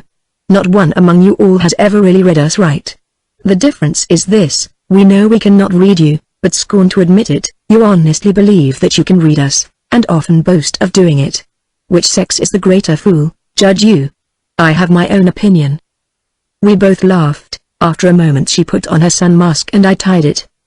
"Where do you and Mrs. Lansing lodge until your husband's regiment returns?" I asked. "They have given us the old Croghan house. What it lacks in elegance of appointment it gains in hospitality. If we had a dish of tea to brew for you gentlemen we would do it, but Indian willow makes a vile and bitter tea, and I had as lief go tealess, as I do and expect to continue until our husbands teach there." Tory King his manners. She rose, giving me her pretty hand to aid her, shook out her dainty skirts, put up her quizzing glass, and inspected me, smilingly. "Bring her when you think it time," she said. "Somehow I already believe that she may be something of what your fancy paints her. And that would be a miracle." "Truly she is a miracle," I said earnestly. "Then remember not to say it to Angelina Lansing and above all never hint as much to Lana Helmer. Women are human, and pretty women perhaps a little less than human. Leave them to me. For if this romantic damsel be truly what you picture her, I'll have to tell a pretty fib or two concerning her and you, I warrant you. Leave that saucy baggage, Lynette, to me, Ewan. And you keep clear of her, too. She's murderous to men's peace of mind, more fatal than ever since Clarissa played the fool." "I was assassinated by Lana long ago," said I, smiling. "I am proof." "Nevertheless, beware," she whispered, as Boyd and Lana came sauntering up. And there seemed to me to be now about them both a careless indifference, almost studied, and in noticeable contrast to their bright limation when they had left us half an hour ago. "Such a professional heartbreaker as your Mr. Boyd is," observed Lana coolly to us both. "I never before encountered such assurance. What he must be in cue and powder, silk and small sword, I dare not surmise. A pitying heaven has protected me so far, and," she added, looking deliberately at Boyd. "I ought to be grateful, ought I not, sir?" Boyd made her a too low and over-courtly bow. "Always the gallant and victorious adversary salutes the vanquished, as you, fair lady, have saluted me, imputing to my insignificant prowess the very skill and address which has overthrown me." "Are you overthrown?" "Prone in the dust, mademoiselle. Draw Mr. Loskield's knife and end me now in mercy. Then I will strike. Who is the handsome wench who passed us but a moment since, and who looked at you with her very heart trembling in her eyes?" "How should I know?" They stood looking smilingly at each other, and their smile did not seem quite genuine to me, but too clear, and a trifle hard, as though somehow it was a sort of mask for some subtler defiance. I reflected uneasily that no real understanding could be possible between these two in such a brief acquaintance, and, reassured, turned to greet our macaroni ensign and Mistress Angelina Lansing, now approaching us. That our regimental fop had sufficient diverted her was patent, she being over-flushed and smiling, and at gay swords points already with him, while he whisked his nose with his laced anchor and scattered the perfume of his snuff to the four winds. So, two and two, we walked along the road to Croghan's house, where was a negro wench to aid them and a soldier servant to serve them. And the odd bits of furniture that had been used at our general's headquarters had been taken there to eke out with rough makeshifts, fashioned by Alden's men, a very scanty establishment for these three ladies. Lana Helmer, to my surprise, motioned me to walk beside her, and all the way to Croghan's house she continued close to me, seeming to purposely avoid Boyd. And he the same, save that once or twice he looked at her, which was more than she did to him, I swear. She was now very serious and sweet with me on our way to Croghan's, not jeering at me or at any of her teasing tricks, but conversing reasonably and prettily, and with that careless confidence which to a man is always pleasant and sometimes touching. Of the old days we spoke much. The past was our theme, which is not an unusual topic for the young, although they live, generally, only in the future. And it was, do you recall this? And do you remember that? And do you mind the day when this and that occurred? Incidents we both had nigh forgotten were recalled grayly or smilingly, but there was no laughter, none, somehow, seemed to be left either in her heart or mine. Twice I spoke of Clarissa, wishing, with kindliest intention, to hear more of the unhappy child, but in neither instance did Lana appear to notice what I had said, continuing silent until I, too, grew reticent, feeling vaguely that something had somehow snapped our mutual thread of sympathy. At the door of Croghan's house we gathered to make our adux, then first went mincing our ensign about his precious business, and then Boyd took himself off, as though with an effort, and Lana and Angelina Lansing went indoors. "Bring her to me when I am alone," whispered Betty Bleecker, with a very friendly smile. and let the others believe that you stand for nothing in this affair. And so I went away, thinking of many things too many and too perplexing, perhaps, for the intellect of a very young man deeply in love, a man who knows he is in love, and yet remains incredulous that it is indeed love which so utterly bewilders and afflicts him. Chapter 9. Midsummer. Since our arrival from Westchester the weather had been more or less unsettled, fog, rain, chilling winds alternating with days of midsummer heat. But now the exhausting temperature of July remained constant. Fiery days of sunshine were succeeded by nights so hot and suffocating that life seemed well nigh insupportable under tents or in barracks, and officers and men, almost naked, lay panting along the river bank through the dreadful hours of darkness which brought no relief from the fiery furnace of the day. Scott's riflemen mounted guard stripped to the waist, the Oneidas and Starkbridge scouts strode about unclothed save for the narrow clout and sporran, and all day and all night our soldiers splashed in the river where our horses also stood belly deep, heads hanging, under the willows. During that brief but scorching period I went to Mrs. Rannoch's every evening after dark, and usually found Lois lying in the open under the stars, the garret being like an oven, so she said. Here we had made up our quarrel, and here, on the patch of uncut English grass, we lay listlessly, speaking only at intervals, gasping for air and coolness, which neither darkness nor stars had brought to this sun-cursed forest land. But for the last 2 nights I had not found Lois waiting for me, nor did Mrs. Rannoch seem to know whither she had gone, which caused me much uneasiness. The 3rd evening I went to find her at Mrs. Rannoch's before the afterglow had died from the coppery zenith, and I encountered her moving toward the spring path, just entering the mast elder bloom. Her face was dewy with perspiration, pale, and somewhat haggard. "Lois, why have you avoided me?" I exclaimed. "All manner of vague forebodings have assailed me these 2 days past." "Listen to this silly lad," she said impatiently, as though a few hours' absence lessened loyalty and devotion. "But where have you been? Where I may not take you, Ewan." "And where is that?" I asked bluntly. "Lord! What a catechism is this for a free girl to answer willy-nilly? If you must know, I have played the maid of ancient Greece these 2 nights past. Otherwise, I had died, I think." And seeing my perplexed mien, she began to laugh. "Ewan, you are stupid. Did not the Grecian maids spend half their lives in the bath?" The slight flush of laughter faded from her face. The white fatigue came back, and she passed the back of one hand wearily across her brow, clearing it of the damp curls. "The deadly sultriness of these nights," she sighed. "I was no longer able to endure heat under the eaves among my dusty husks. So lately I have stolen at night to the spring where I enter to bathe in the still, cold pools. Oh, Ewan, it is most delicious. I have slept there until dawn, lying up to my throat in the crystal flood." She laughed again. "And once, lying so, asleep, my body slipped and in I slid, deep, deep in, and awoke in a dreadful fright, half drowned." "Is it wise to sleep so in the water?" I asked uneasily. "Oh, am I ever wise?" she said wearily. "And the blood beats in my veins these heated nights so that I am like to suffocate.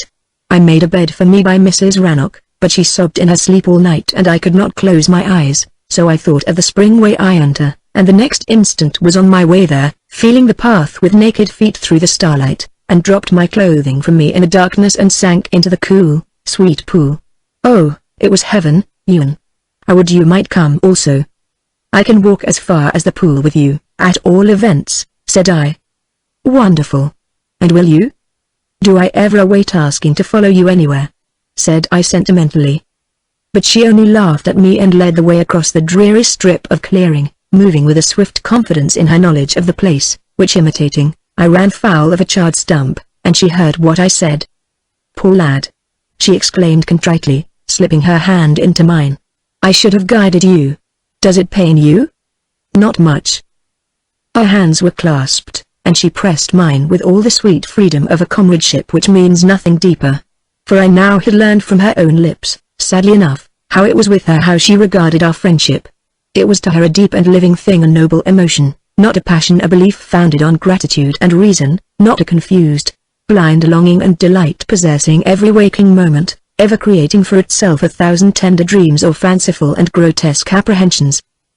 Clear-headed so far, reasonable in her affection, gay or tender as the mood happened, convinced that what I declared to be my love for her was but a boy's exaggeration for the same sentiments she entertained toward me. How could she have rightly understood the symptoms of this amazing malady that possessed me, these reasonless extremes of ardor, of dejection, of a happiness so keen and thrilling that it pained sometimes, and even at moments seemed to make me almost drunk? Nor did I myself entirely comprehend what ailed me, never having been able to imagine myself in love, or ever dreamed that I possessed the capacity for such a violent devotion to any woman. I think now, at that period, somewhere under all the very real excitement and emotion of an adolescent encountering for the first time the sweet appeal of youthful mind and body, that I seemed to feel there might be in it all something not imperishable, and caught myself looking furtively and a little fearfully at her, at times, striving to conceive myself indifferent. When we came to the spring way I had walked straight into the water except for her, so dark it was around us. And, "How can you ever get back alone?" said she. "Oh, said I, laughing. "I left the willow tips a dangle, breaking them with my left hand. I am woodsman enough to feel my way out." "But not woodsman enough to spare your shins in the clearing," she said saucily. "Shall we sit and talk?" I said. "Oh, Ewan. And my bath. I am fairly melting as I stand here. But I have not seen you for 2 entire nights, Lois." "I know, poor boy, but you seem to have survived." "When I do not see you every day I am most miserable." "So am I, but I am reasonable, too. I say to myself, if I don't see you today I will nevertheless see him tomorrow, or the day after, or the next, God willing." "Lois." "What? How can you reason so coldly?" "I reason coldly? There is nothing cold in me where you are concerned. But I have to console myself for not seeing you. I am inconsolable," said I fervently. "No more than am I," she retorted hotly, as though jealous that I should arrogate to myself a warmer feeling concerning her than she entertained for me. "I care so much for you, Lois," said I. "And I for you." "Not as I care for you. Exactly as you care for me. Do you think me insensible to gratitude and affection? I do not desire your gratitude for a few articles. It isn't for them, though I'm grateful for those things too. It's gratitude to God for giving me you and Los Keel. And you ought to take shame to yourself for doubting it." I said nothing, being unable to see her in the darkness, much less perceive what expression she wore for her rebuke to me. Then as I stood silent, I felt her little hands groping on my arm, and my own closed on them and I laid my lips to them. "Ai me," she said softly. "Why do we fight and fret each other? Why do I, who adore you so, let you vex me and stir me to say what I do not mean at all? Always remember, Ewan, always that whatever I am unkind enough to say or do to vex you, in my secret mind I know that no other man on earth is comparable to you, and that you reign first in my heart, first, and all by yourself, alone. And will you try to love me someday, Lois?" "I do. I mean, oh, Ewan, I do. Only you know not in the manner you once spoke of. But I love you in that manner." "No, you do not. If you did, doubtless I would respond, no doubt at all that I also would confess such sentiments in your regard. But it isn't true for either of us. You're a man. All men are prone to harp on those strings. But there is no harmony in them to me. I know my own mind, although you say I don't, and I do know yours, too. And if a day ever comes that neither you nor I are longer able to think clearly and calmly with our minds, but begin to reason with our emotions, then I shall consider that we are really entering into a state of love such as you sometimes have mentioned to me, and will honestly admit as much to you. And if you then desire to wed me, no doubt that I shall desire it, too. And I promise in that event to love you, oh, to death, Ewan," she said, pressing my hands convulsively. "If ever I love that way, it truly will be love. Are you content with what I say?" "I must be." "What an ungracious answer. I could beat you soundly for it. Ewan, you sometimes vex me so that I could presently push you into that pool. I do not mean it, dearest lad. You know you already have my heart, perhaps only a child's heart yet, though I have seen ages pass away. And my eyes have known tears. Perhaps for that reason I am come out into this new sunshine which you have made for me, to play as children play, having never done so in my youth. Bear with me, Ewan. You would not want me if there were nothing in me to respond to you. If there ever is, it will not remain silent. But first I want my play day in the sunshine. You have promised me the sunlight of a comrade's kindness. Be not too blunt with me. You have my heart, I tell you. Let it lie quiet and safe in your keeping, like some strange, frail chrysalis. I myself knows there is a miracle within it. But what that miracle may be, I may not guess till it reveals itself. I am a fool, I said. God never before sent any man such a comrade as he has sent in you to me. That was said sweetly and loyally. Thank you. If hearts are to be awakened in one, I think it might be done that way. With such pleasant phrases given always time. Presently she withdrew her hands and slipped away from me in the dark. Be careful, said I, or you will slip overboard. I mean to presently. Then must I go so soon? She did not answer. Once I thought I heard her moving softly, but the sound came from the wrong direction. Lois. No reply. Lois. I repeated uneasily. There was a ripple in the pool, silence, then somewhere in the darkness a faint splash. Good Lord, said I. Have you fallen in? Not fallen in. But I am truly in, Ewan. I couldn't endure it any longer, and you didn't seem to want to go. So please remain where you now are. Do you mean to say? I began incredulously. And, yes, I do, she said, defiant. And I think this ought to teach you what a comrade's perfect confidence can be. Never complain to me of my want of trust in you again. In astonished and uneasy silence, I stood listening. The unseen pool rippled in the darkness with a silvery sound, as though a great fish was swirling there in the pallid luster of the stars. After a while she laughed outright, the light, mischievous laughter of a child. I feel like one of those smooth and lurking naiads which haunt lost pools, or like some ambushed water sprite meditating malice, and slyly alert to do you harm. Have a care, else I transform you into a fish and chase you under the water, and pinch and torment you. And presently her voice came again from the more distant darkness somewhere. Has the box which you commanded arrived yet, Ewan? It is at my hut. A wagon will bring it to you in the morning. I could hear her clap her wet little hands, and she cried out softly. Oh. And oh. Then she said, I did not understand at first how much I wished for everything you offered. Only when I saw the ladies at Croghan's house, as I was coming with my mending from the fort, then I knew I wanted everything you have bespoken for me. Everything, dear lad. Oh, you don't know how truly grateful I shall be. No, you don't, Ewan. And if the box is really come, when am I going with you to be made known to Mistress Bleeker? I think it is better that I first bring her to you. Would she condescend to come? I think so. There was a pause. I seated myself. Then the soft and indecisive sound of ripples stirred by an idle hand broke the heated silence. You say they all are your good friends? She remarked thoughtfully. I know them all. Lana Helmer I have known intimately since we were children. Then why is it not better to present me to her first if you know her so very well? Mrs. Bleeker is older. Oh. Is this Miss Helmer then so young? Your age? Oh. My age. And pretty? The world thinks so. Oh. And what do you think, Ewan? Yes, she is pretty, said I carelessly. There was a long silence. I sat there, my knees gathered in my arms, staring up at the stars. Then, faintly came her voice. Good night, Ewan. I rose, laid hold of the willow bush that scraped my shoulders, felt over it until I found the dangling broken branch, stepped forward, groping, until I touched the next broken branch. Then, knowing I was on my trail, I turned around and called back softly through the darkness. Good night, little Lois. Good night, and sweet dreams, Ewan. I will be dressed and waiting for you in the morning to go to Mrs. Bleeker, or to receive her as you and she think fitting. Is there a looking glass in that same wonder box? 2, Lois. You dear and generous lad.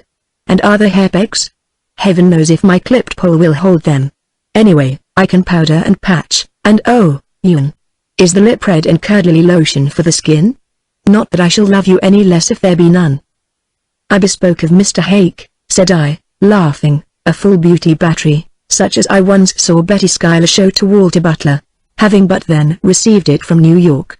And all I know, Lois, is that it was full of boxes, jars, and flasks, and smelled like a garden in late June. And if Mr. Hake has not chosen with discretion, I shall go south and scalp him. Ewan, I adore you. You adore your battery, said I, not convinced. That, too. But you more than my mirrors, and my lip red, and the lily lotion more than my darling shifts and stays and shoon and gowns. I had never dreamed I could accept them from you. But you had become so dear to me, and I could read you through and found you so like myself, and it gave me a new pleasure to humble my pride to your desires. That is how it came about. Also, I saw those ladies. And I do not think I shall be great friends with your Lana Helmer even when I am fine and brave in gown and powder to face her on equal terms. Lois, what in the world are you babbling? Let me babble, Ewan. Never have I been so happy, so content, so excited yet so confident. Listen, do you dread tomorrow? I? Yes, that I might not do you honor before your fashionable friends. And I say to you, have no fear. If my gowns are truly what I think they are, I shall conduct without a trim, particularly if your Lana be there, and that careless, rakish friend of yours, Lieutenant Boyd. Do you remember what you are to say to Boyd if he seems in any wise to think he has met you elsewhere? I can avoid a lion deal with him, she said with calm contempt. But there is not a chance he'd know me in my powder. There was a silence. Then the unseen water rippled and splashed. Poor Ewan, she said. I wish you might dare swim here in this heavenly place with me. But we are not god and goddess, and the fabled age is vanished. Good night, dear lad. And one thing more. All you are to me, all you have done for me, don't you understand that I could not take it from you unless, in my secret heart, I knew that one day I must be to you all you desire and all I, too, shall learn to wish for? It is written, I said unsteadily. It must come to pass. It must come, she said, in the hushed voice of a child who dreams, wide-eyed awake, murmuring of wonders.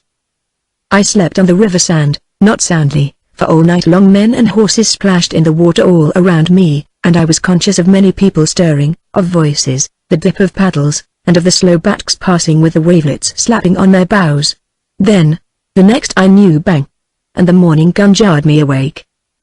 I had bathed and dressed, but had not yet breakfasted when one of our regimental wagons came to take the box to Lois, a fine and noble box indeed, in its party-colored cowhide cover, and a pretty pattern of brass nails all over it, making here a star and there a sunburst, around the brass plate engraven with her name, Lois de Kentucky.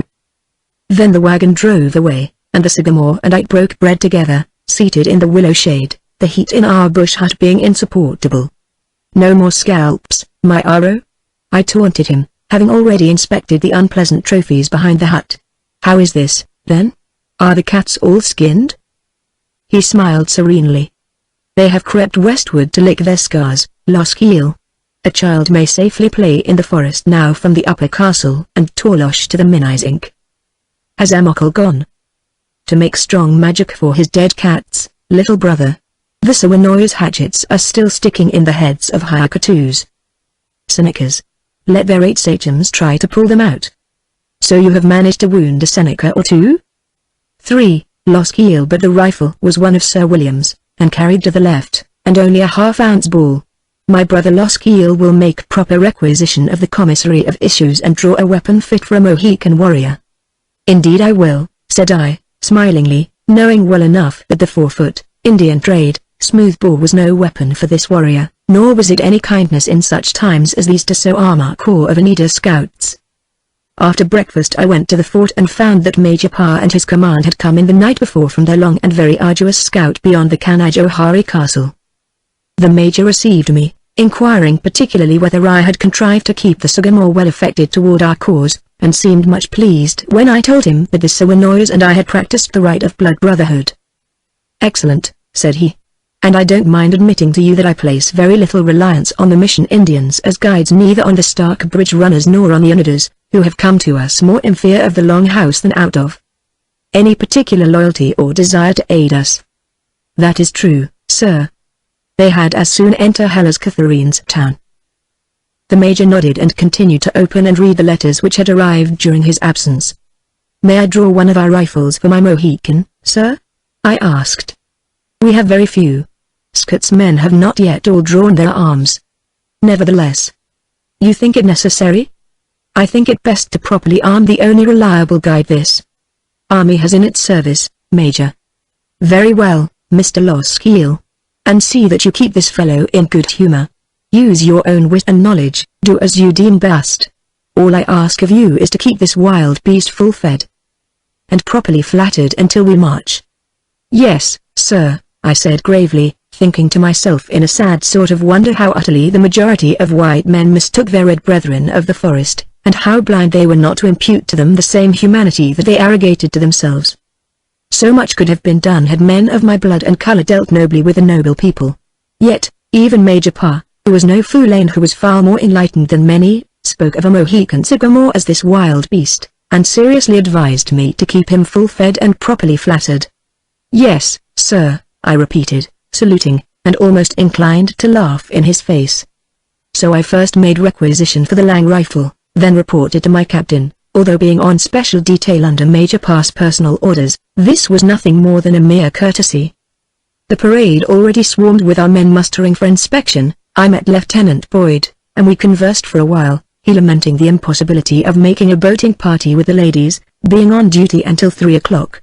And, "Who is this new guest of Mrs. Bleecker?" he asked curiously. "I understand that you are acquainted with her. What is her name?" "A Mr. Kentucker." I had not been prepared for that, never expecting that Mrs. Bleecker had already started to prepare the way, but I kept my countenance and answered coolly enough that I had the honor of knowing Mr. Kentucker. "She came by bat from Albany?" "Her box," said I, "has just arrived from Albany by bat." "Is the lady young and handsome?" he asked, smiling. "Both, Mr. Boyd." "Well," he said, with a polite oath, "she must be something more, too, if she hopes to rival Lana Helmer." So it had already come to such terms of intimacy that he now spoke of her as Lana. For the last few days I had not been to Croghan's house to pay my respects, the heat leaving me disinclined to stir from the shade of the river trees. Evidently it had not debarred Boyd from presenting himself, or her from receiving him, although a note brought to me from Mrs. Bleecker by her black wench said that both she and Angelina Lansing were ill with the heat and kept their rooms. "We are bidden to cake and wine at 5, said I. "Are you going?" He said he would be present, and so I left him buckling on his belt, and the conch horns blast echoing over the parade, sounding the assembly. At the gate I encountered Lana and Mrs. Lansing and our precious ensign, come to view the inspection, and exchanged a gay greeting with them. Then, mending my pace, I hastened to Croghan's house, and found Mrs. Bleecker pacing the footpath and nibbling fennel. "How agreeably cool it is growing," she said as I bent over her fingers. "I truly believe we are to have an endurable day at last." She smiled at me as I straightened up, and continued to regard me very intently, still slightly smiling. "What has disturbed your usual equanimity, Ewan? You seem as flushed and impatient as a lover at a tryst, for example." At that I colored so hotly that she laughed and took my arm, saying, "There is no sport in plaguing so honest a heart as yours, dear lad. Come, shall we walk over to call upon your fairy princess? Or had you rather bring her here to me?" "She also leaves it to your pleasure," I said. "Naturally," said Mrs. Bleecker, with a touch of hauteur, then, softening, smiled as much at herself as at me, I think. "Come," she said gaily. "Sans ceremony, nests Pa?" And we sauntered down the road. "Her box arrived last evening," said I. "God send that Mr. Hake has chosen to please her." "Is he married?" "No." "Lord," said she gravely. "Then it is well enough that you pray. Perhaps, however," and she gave me a mischievous look, "you have entrusted such commissions to Mr. Hake before." "I never have," I said earnestly, then was obliged to join in her delighted laughter. "I knew you had not, Ewan. But had I asked that question of your friend, Mr. Boyd, and had he answered me as you did, I might have thought he lied." I said nothing.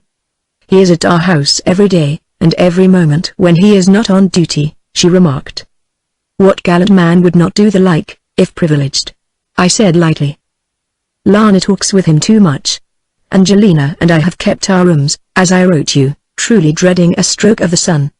But Lana, Lord! She was up and out and about with her lieutenant, and he had an leader to take them both boating, and then he had the canoe only, and paddled it himself. They were gone too long to suit me," she added curtly. "When?" "Every night. I wish I knew where they go in their canoe. But I can do nothing with Lana.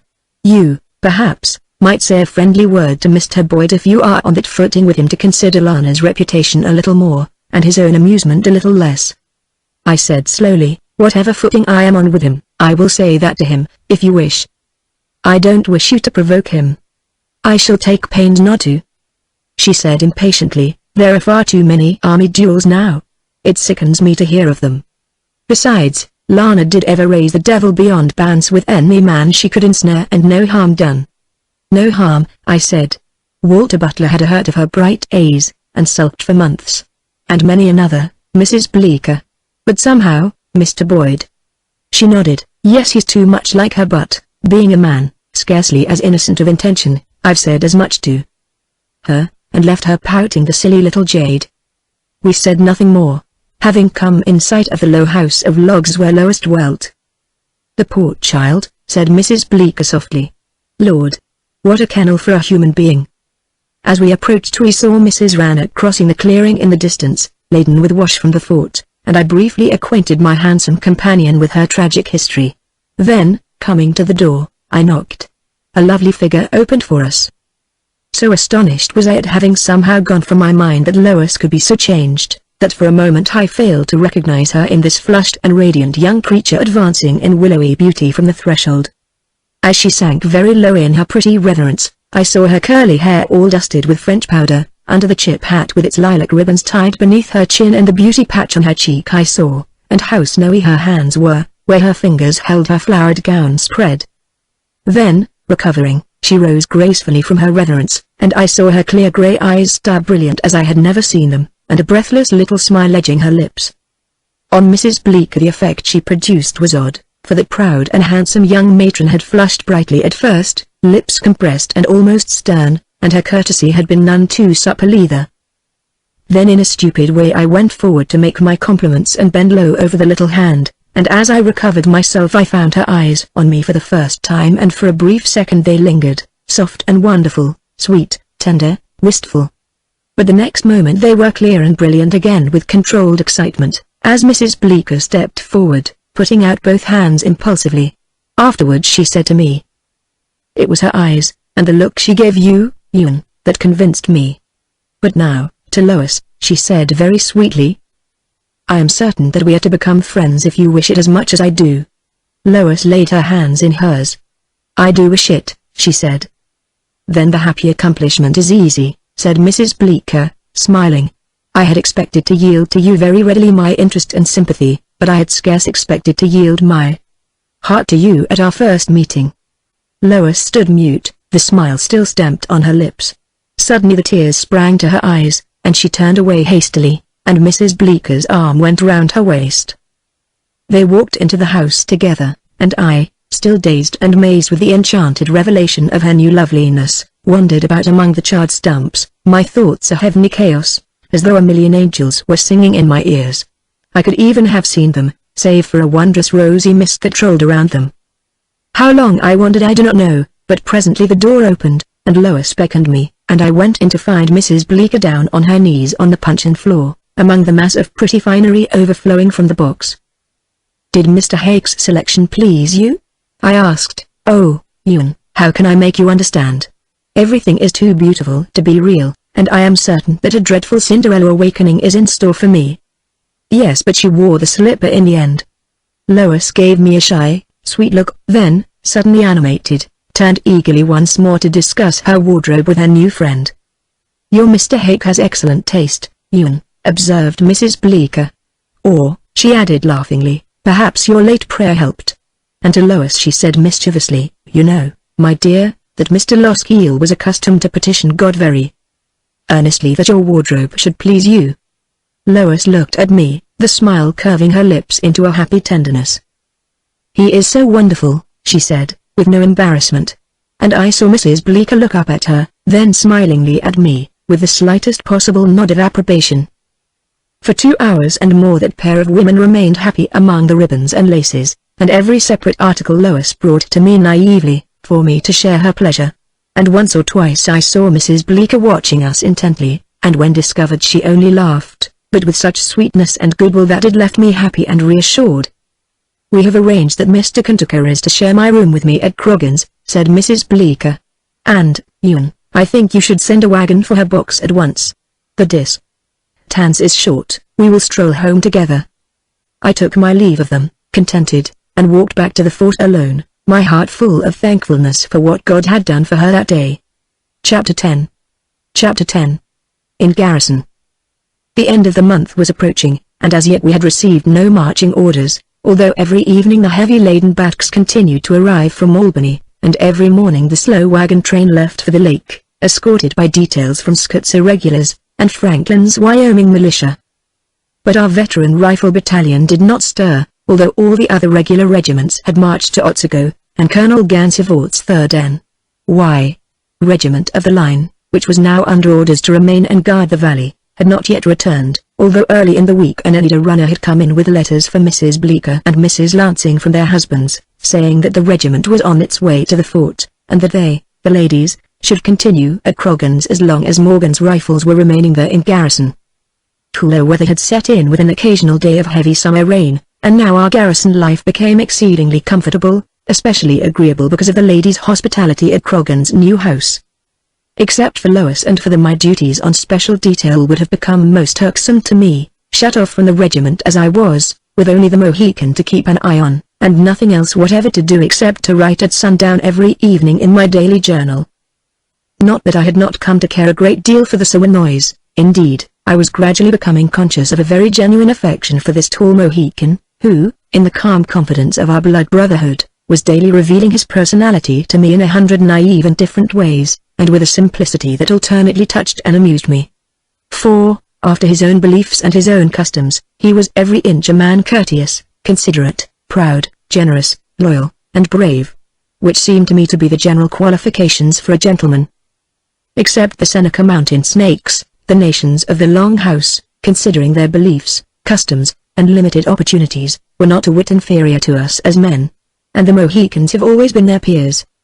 For, contrary to the general and ignorant belief, except for the Senecas, the Iroquois were civilized people. Their empire had more moral reasons for its existence than any other empire I ever heard of, because the league which bound these nations into a confederacy, and which was called by them the Great Peace, had been established, not for the purpose of waging war, but to prevent it. Until men of my own blood and color had taught them treachery and ferocity and deceit, they had been, as a confederacy, guiltless of these things. Before the advent of the white man, a lie among the Iroquois was punished by death. Also, among them, unchastity was scarcely known, so rare was it. Even now, that brutal form of violence toward women, white or red, either in time of war or peace, was absolutely non-existent. No captive woman needed to fear that. Only the painted Tories, the blue-eyed Indians, remained to teach the Iroquois that such wickedness existed. For, as they said of themselves, the people of the morning were real men. They had a federal constitution, they had civil and political ceremonies as wisely conceived and as dignified as they were impressive, romantic, and beautiful. Their literature, historical and imaginative, was handed down from generation to generation, and if memory were at fault, there were the wampum belts in their archives to corroborate tradition. Their federal, national, tribal, sept, and clan systems were devised solely to prevent international decadence and fraternal strife. Their secret societies were not sinister, their festivals and dances not immodest, their priesthood not ignoble. They were sedentary and metropolitan people, dwellers in towns, not nomads. They had cattle and fowls, orchards and grain fields, gardens for vegetables, corrals for breeding stock. They had many towns, some even of 200 houses, of which dwellings many were cellared, framed, and glazed. They had their well-built and heavily stockaded forts which, because the first Frenchmen called them chateaux, were still known to us as castles. Their family life was, typically, irreproachable. They were tender and indulgent husbands and fathers, charitable neighbors, gay and good-humored among their friends, and their women were deferred to, respected, and honored, and had a distinct and important role to play in the social and political practices of the Confederacy. If they, by necessity, were compelled to decimate the Eries, crush the Hurons, and subdue the Lenape and make women of them, the latter term meant only that the Lenape could not be trusted to bear arms as allies. Yet, with truest consideration and courtesy toward these conquered ones, and with a kindly desire to disguise and mitigate a necessary and humiliating restriction, the Iroquois had recognized their priesthood and their clans, had invested the Lenape with the fire rights at federal councils, and had even devised for them a diplomatic role. They were henceforward the ambassadors of the Confederacy, the diplomats and political envoys of the Long House. And if the Delawares never forgot or forgave their position as a subject nation, yet had the Iroquois done all they dared to soften a nominal servitude which they believed was vitally necessary to the peace and well-being of the entire Iroquois Confederacy. of this kind of people, then, were the Iroquois. Naturally not, alas, wholly so after the white man had drugged them with rum, cheated them, massacred them, taught them every vice, inoculated them with every disease. For I must bear witness to the truth of this, spite of the incredulity of my own countrymen, and, moreover, it is true that the Mohicans were, in all virtuous and noble things, the peers of the civilized people of the Long House. Those vile, horse-riding, murdering, thieving nomad Indians of the plains, those homeless, wandering, plundering violators of women and butchers of children, had nothing whatever in common with our forest Indians of the East. Were a totally different race of people, mentally, spiritually, and physically. And these two species must ever remain distinct against Des prairies and against Du Bois. Only the Senecas resembled the degraded robbers of the western plains in having naturally evil and debased propensities, and entertaining similar gross and monstrous customs and most wicked superstitions. But in a Long House the Senecas were really aliens. Every nation felt this, from the Kanienga and Oneida peoples, whose skin was almost as white as our own, to the dusky Onondaga, Tuscarora, and Cayuga darker people, but no less civilized than the tall, stalwart, and handsome keepers of the Eastern Gate. I have ventured to say this much concerning the Iroquois so that it may better be understood among my own countrymen how it was possible for me, a white man of unmixed blood, to love and respect a red man of blood as pure and unmixed as mine. A dog trader learns many things about dogs by dealing in them. An interpreter who deals with men never, ultimately, mistakes a real man, white or red. My isolation from the regiment, as I say, was now more than compensated by the presence of the ladies at Croghan's house. And Lois had now been lodged with them for more than a week. How much of her sad history Mrs. Bleecker had seen fit to impart to Lana Helmer and Angelina Lansing I did not know. But it seemed to be generally understood in the garrison that Lois had arrived from Albany on Mrs. Bleeker's invitation, and that the girl was to remain permanently under her protection. The romantic fact that Lois was the orphan of white captives to the Senecas, and had living neither kith nor kin, impressed Angelina sentimentally, and Lana with an insatiable curiosity, if not with suspicion. As for Boyd, he had not recognized her at all, in her powder, patches, and pretty gowns. That was perfectly plain to Lois and to me. And I could understand it, too, for I hardly recognized her myself. And after the novelty of meeting her had worn off he paid her no particular attention, no doubt because of his headlong, impatient, and undisguised infatuation for Lana, which, with her own propensity for daring indiscretion, embarrassed us all more or less. No warrant had been given me to interfere. I was on no such intimate terms with Boyd, and as for Lana, she heeded Mrs. Bleeker's cautious sermons as lightly as a bluebird, drifting, heeds the soft air that thrills with his careless flight song. What officers there were, regular and militia, who had not yet gone to Otsego Lake, came frequently to Croghan's to pay their respects, and every afternoon there were most agreeable parties at Croghan's, nor was our merriment any less restrained for our lack of chairs and tables and crockery to contain the cakes and nougats, syllabubs and custards, that the black wench, Gusta, contrived for us.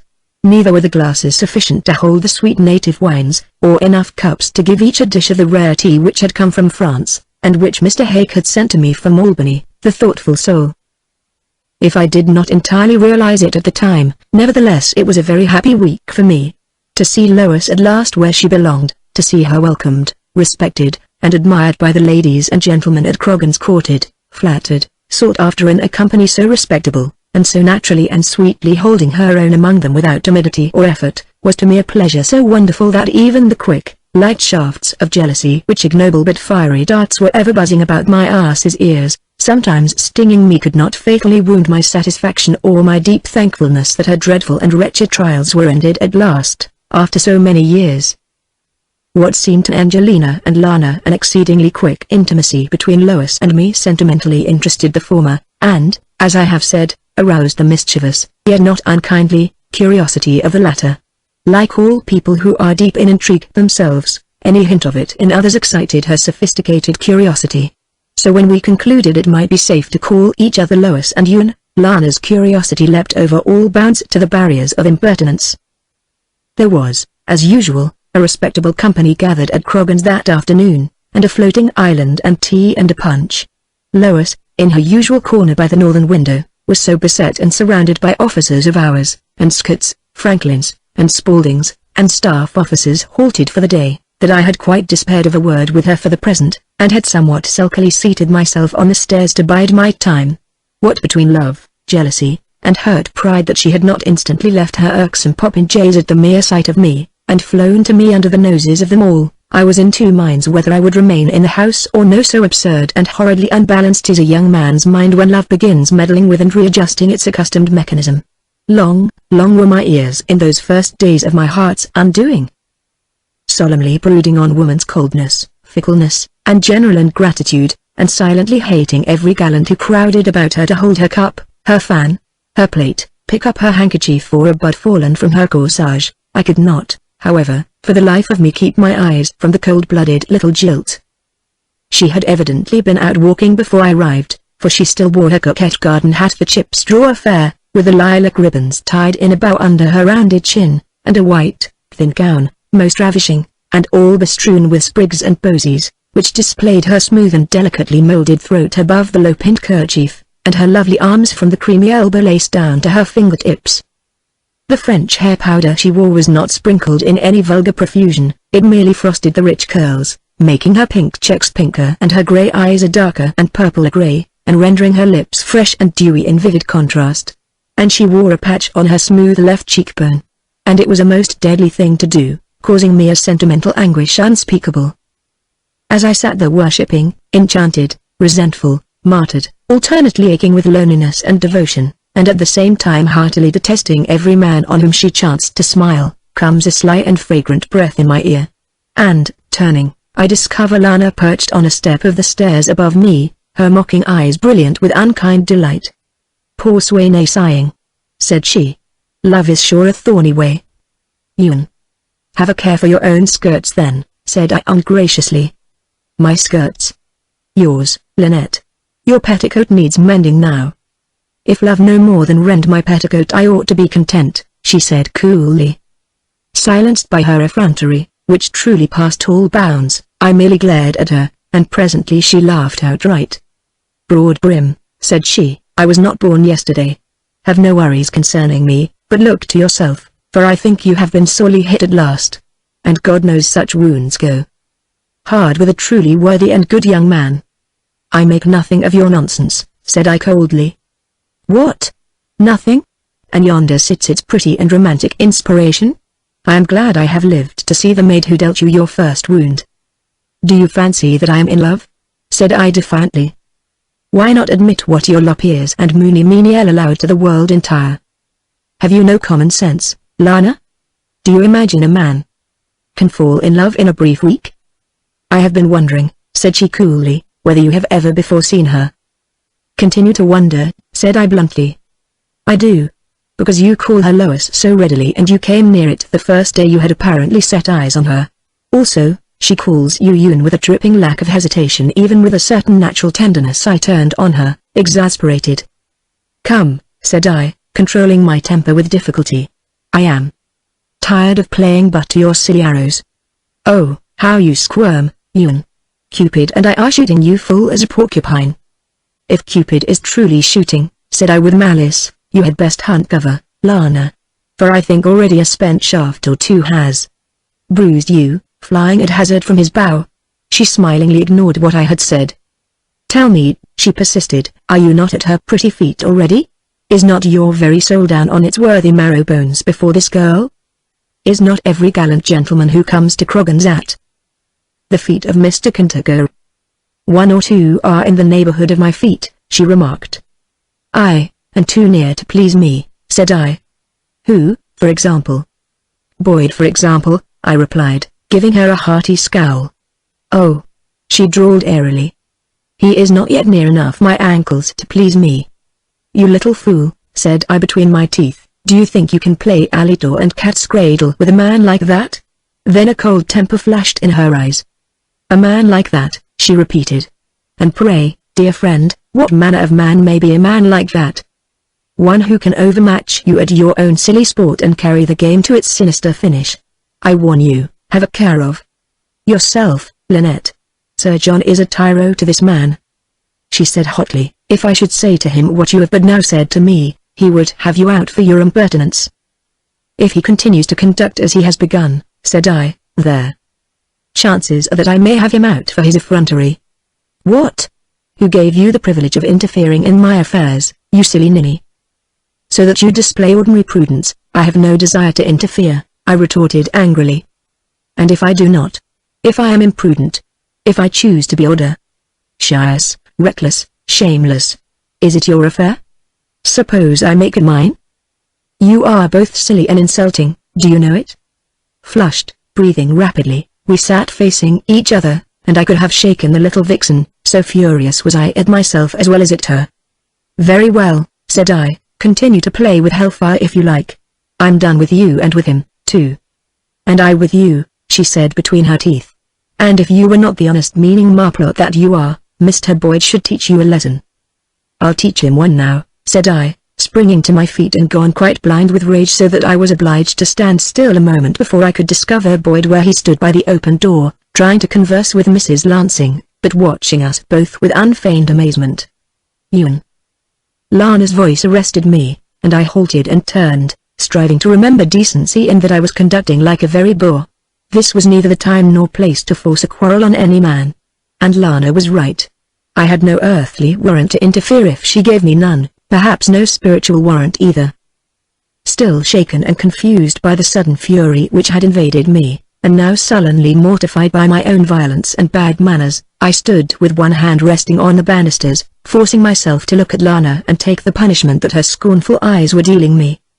Are you coming to your senses? She asked coldly. Yes, I said. I ask your pardon. A moment more we gazed at each other, then suddenly her underlip trembled and her eyes filled. Forgive me, she stammered. You are a better friend to me than many. I'm not angry, Ewan. At that I could scarce control my own voice. Lynette, little Lana. Find it in your generous heart to offer me my pardon, for I have conducted like a yokel and a fool. But I really do love you. I know it, Ewan. I did not know it was in me to use you so cruelly. Let us be friends again. Will you? Will you, Lana? Willingly, oh, with all my heart. And I am not very happy, Ewan. Bear with me a little. There is a letter come from Clarissa. Perhaps it is that which edges my tongue and temper. The poor child is so sad and lonely, so wretchedly unhappy, and Sir John riding the west with all his hellish crew. And she has no news of him and asks it of me. She descended a step and stood on the stair beside me, looking up at me very sweetly, and resting her hand lightly on my shoulder, a caress so frank and unconcealed that it meant no more than its innocent significance implied. But at that moment, by chance, I encountered Lois's eyes fixed on me in cold surprise. And, being a fool, and already unnerved, I turned red as a pippin, as though I were guilty, and looked elsewhere till the heat cooled from my cheeks.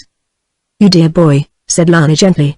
If there were more men like you and few like Sir John, there'd be no Clarissas in the world. She hesitated, then smiled audaciously. Perhaps no Lanas either. There. Go and court your sweetheart. For she gave me a look but now which boded ill for me or for any other maid or matron who dares lay finger on a single thrum of your rifle shirt. You are wrong, said I. She cares nothing for me in that manner. What? How do you know, you astounding boy? I know it well enough. Lana shot a swift and curious look straight across the room at Lois, who now did not seem to be aware of her. She is beautiful. And not made of marble, said Lana softly to herself. Good God, no. Scarcely made of marble. And some man will awaken her one day. And when he does he will unchain Aphrodite herself, or I guess wrong. She turned to me smiling. That girl yonder has never loved. Why do you think so?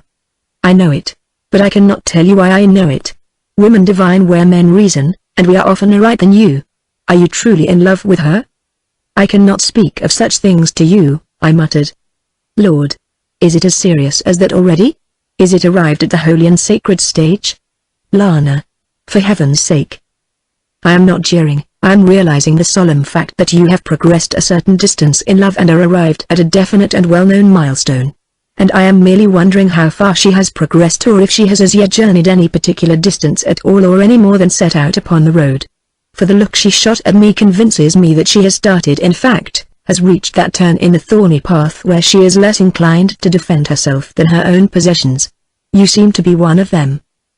Boyd, who had awaited the termination of our tete-a-tete with an impatience perfectly apparent to anybody who chanced to observe him, now seemed able to endure it no longer. and as he approached us I felt Lana's hand on my arm tremble slightly, but the cool smile still curved her lips. She received him with a shaft of light raillery, and he laughed and retorted in kind, and then we three sauntered over to the table where was the floating island in a huge stone bowl of Indian ware. Around this, and the tea and punch, everybody was now gathering, and there was much talking and laughing and offering of refreshment to the ladies, and drinking of humorous or gallant toasts.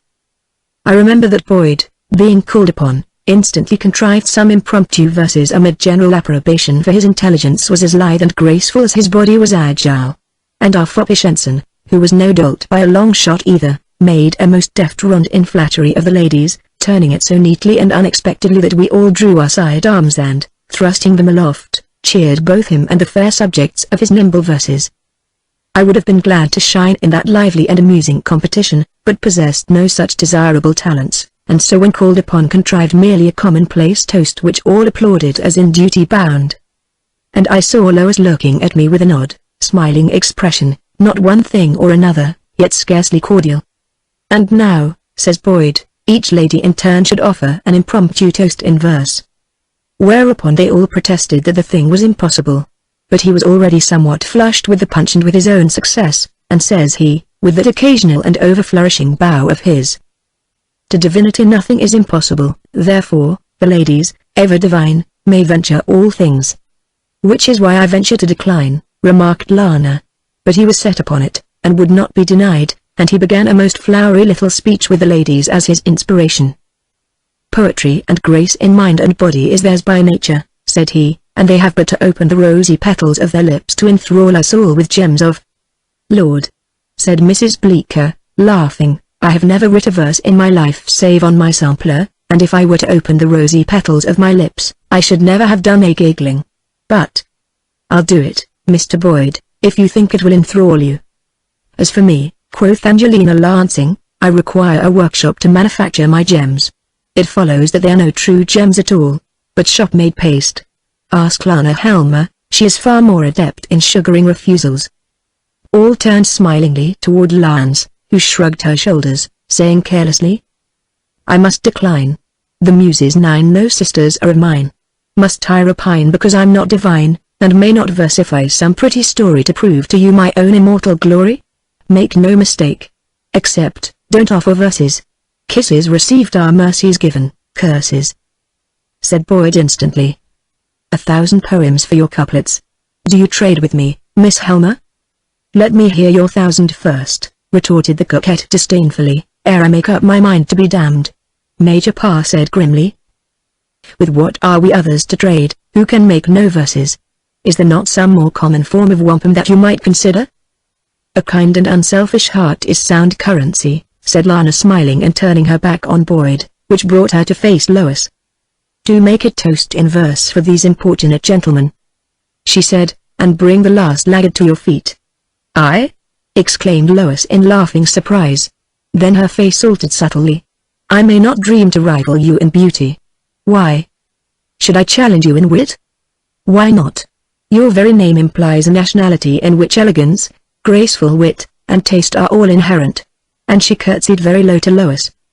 For a moment the girl stood motionless, her slender forefinger crooked in thought across her lips. Then she glanced at me, the pink spots on her cheeks deepened, and her lips parted in a breathless smile. "It will give me a pleasure to do honor to any wish expressed by anybody," she said. "Am I to compose a toast, Ewan?" I gazed at her in surprise. Major Pa said loudly, "That's the proper spirit." "And, write for us a toast to love," cried Boyd. But Lana coolly proposed a toast to please all, which, she explained, a toast to love would not by any means. "And surely that is easy for you," she added sweetly, "who of your proper self please all who ever knew you." "Write us a patriotic toast," suggested Captain Simpson, "a jolly toast that all true Americans can drink under their nose of the British King himself." "That's it," cried Captain Franklin. "A toast so cunningly devised that our poor fellows in the provost below, and on that floating hell, the Jersey, may offer it boldly and unrebuked in the very teeth of their jailers. Lord! But that would be a rare bit of verse if it could be accomplished," he added dubiously. Lois stood there smiling, thinking, the tint of excitement still brilliant in her cheeks. "No, I could not hope to contrive such a verse, she mused aloud. Yet I might try. She lifted her grey eyes to mine as though awaiting my decision. Try, said I don't know why, because I never dreamed she had a talent for such trifles. For a second, as her eyes met mine, I had the sensation of standing there entirely alone with her. Then the clamour around us grew on my ears, and the figures of the others again took shape on every side. And try, they cried. Try, try. Yes, she said slowly. I will try. She looked up at me. If you wish it. Try, I said. Very quietly she turned and passed behind the punch bowl and into the next room, but did not close the door. And anybody could see her there, seated at the rough pine table, quill in hand, and sometimes motionless, absorbed in her own thoughts, sometimes scratching away at the sheet of paper under her nose with all the proper frenzy of a very poet. We had emptied the punch bowl before she reappeared, holding out to me the paper which was still wet with ink. And they welcomed her lustily, glasses aloft, but I was in a cold fright for fear she had writ nothing extraordinary, and they might think meanly of her mind, which, after all, I myself knew little of save that it was sweet and generous. But she seemed in no manner perturbed, waiting smilingly for the noise to quiet. Then she said, "This is a toast that our poor tyrant-ridden countrymen may dare to offer at any banquet under any flag, and under the very cannon of New York." She stood still, absent-eyed, thinking for a moment, then, looking up at us. "It is really two poems in one. If you read it straight across the page as it is written, then does it seem to be a boastful, hateful Tory verse, vilifying all patriots, even His Excellency God forgive the thought. But in the middle of every line there is a comma, splitting the line into two parts. And if you draw a line down through every one of these commas, dividing the written verse into two halves, each separate half will be a poem of itself, and the secret and concealed meaning of the whole will then be apparent." She laid the paper in my hands. Instantly everybody, a tiptoe with curiosity, clustered around to see. And this is what we all read: the prettiest and the most cunningly devised and disguised verse that ever was writ, or so it seems to me. Hark, hark, the trumpet sounds, the din of war's alarms o'er seas and solid grounds, doth call us all to arms, who for King George doth stand. Their honour soon shall shine, their ruin is at hand, who with the Congress join. The Acts of Parliament, in them I much delight, I hate their cursed intent, who for the Congress fight. The Tories of the day, they are my daily toast, they soon will sneak away, who independence boast, who non-resistant hold, they have my hand and heart, may they for slaves be sold, who act the Whiggish part.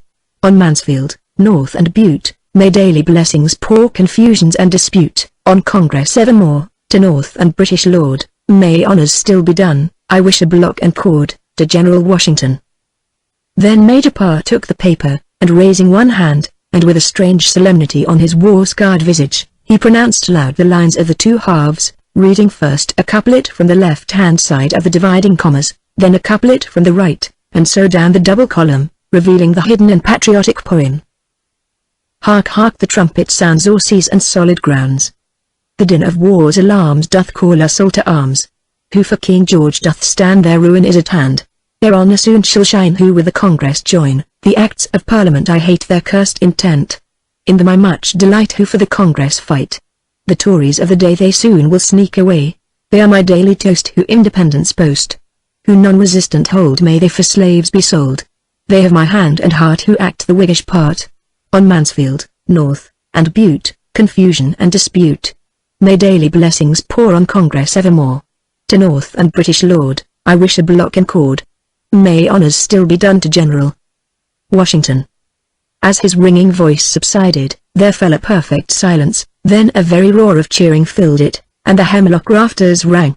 And I saw the colour fly to Lois's face like a bright ensign breaking from its staff and opening in flower-like beauty. Then everyone must needs drink her health and praise her skill and wit and address save I alone, who seemed to have no words for her, or even to tell myself of my astonishment at her accomplishment, somehow so unexpected. Yet, why might I not have expected accomplishments from such a pliant intelligence, from a young and flexible mind that had not lacked schooling, irregular as it was? Far by her own confession to me, her education had been obtained, while it lasted, in schools as good as any in the land, if, indeed, all were as excellent as Mrs. Pardee's Young Ladies' Seminary in Albany, or the school kept by the Misses Primrose. And Major Parr, the senior officer present, must have a glass of wine with her all alone, and offer her his arm to the threshold, where Lana and Boyd were busily plaiting a wreath of green maple leaves for her, which they presently placed around her chip straw hat. And we all acclaimed her. As for Major Pa, that campaign-battered veteran had out his tablets and was painfully copying the verses, he being no scholar, while Boyd read them aloud to us all again in most excellent taste, and Lois laughed and blushed, protesting that her modest effort was not worthy such consideration. "Egad," said Major Pa loudly, "I maintain that verses such as these are worth a veteran battalion to any army on earth. You are an aid, an honor, and an inspiration to your country, Mr. Kentucker, and I shall take care that His Excellency receives a copy of these same verses." "Oh, Major Pa," she protested in dismay. "I should perish with shame if His Excellency were to be so beset by every sorry scribbler." "A copy for His Excellency. Hurrah!" cried Captain Simpson. "Who volunteers?" "I will make it," said I, with jealous authority. "And I will aid you with quill, sand, and paper," said Lana. "Come with me, Ewan." Lois, who had at first smiled at me, now looked at us both, while the smile stiffened on her flushed face as Lana caught me by the hand and drew me toward the other room where the pine camp table stood. While I was writing in my clear and painstaking chirography, which I try not to take it too great pride in because of its fine shading and skillful flourishes, the guests of the afternoon were making their ducks and taking their departure, some afoot, others on horseback. When I had finished my copy and had returned to the main room, nothing remained of the afternoon party save Boyd and Lana, whispering together by a window, and the black wench, Gusta, clearing away the debris of the afternoon. Outside in the late sunshine, I could see Mrs. Bleecker and Mrs. Lansing strolling to and fro, arm in arm, but I looked around in vain for Lois. "She is doubtless gone a-boating with her elegant senior ensign," said Lana sweetly, from the window. "If you run fast you may kill him. Yet, Ewan." "I was looking for nobody," said I stiffly, and marched out, ridding them of my company, which I think was what they both desired. Now, among other and importunate young fops, the senior ensign and his frippery and his marked attention to Lois, and his mincing but unfeigned devotion to her, had irritated me to the very verge of madness. Twice, to my proper knowledge, this fellow had had her in an Oneida canoe, and with a guitar at that, and, damn him, he sang with taste and discretion. Also, when not on duty, he was ever to be found lisping compliments into her ear, or, in cool possession of her arm, promenading her to flaunt her beauty and his good fortune before the entire fort. And I had had enough of it. So when I learned that she was off again with him, such a rage and wretchedness possessed me that I knew not what to do. Common sense yelled in my ear that no man of that stripe could seriously impress her, but where is the understanding in a very young man so violently sick with love as was I? All men who approached her I instantly suspected and mentally damned, even honest old Simpson, even Major Pa himself. And I wonder now I had not done something to invite court-martial. For my common sense had been abruptly and completely upset, and I was at that period in a truly unhappy and contemptible plight.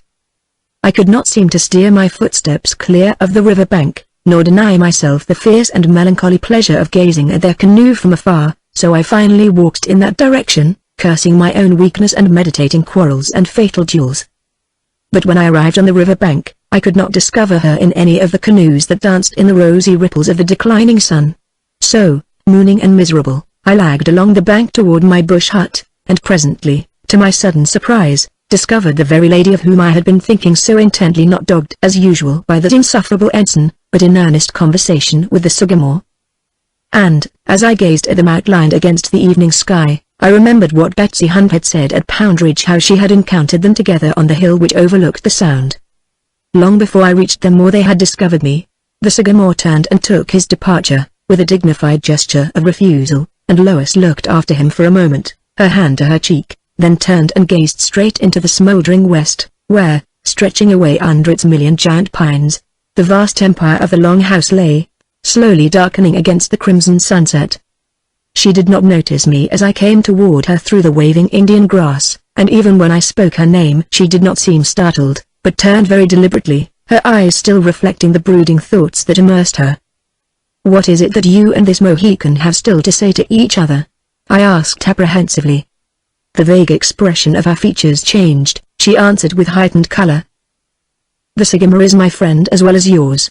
Is it strange that I should speak with him when it pleases me to do so?"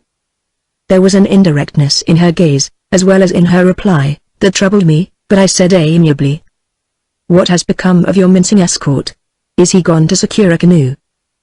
"He is on duty and gone to the fort." "Where he belongs," I growled, "and not eternally at your heels." She raised her eyes and looked at me curiously. "Are you jealous?" she demanded, beginning to smile. Then, suddenly the smile vanished and she shot at me a darker look, and stood considering me with lips slightly compressed, hostile and beautiful. "As for that fop of an ensign," I began, but she took the word from my mouth. "A fiddlestick. It is I who have cause to complain of you, not you of me. You throw dust in my eyes by accusing where you should stand otherwise accused. And you know it." "I? Accused of what?" "If you don't know, then I need not humiliate myself to inform you. But I think you do know, for you looked guilty enough." "Guilty of what?" "Of what?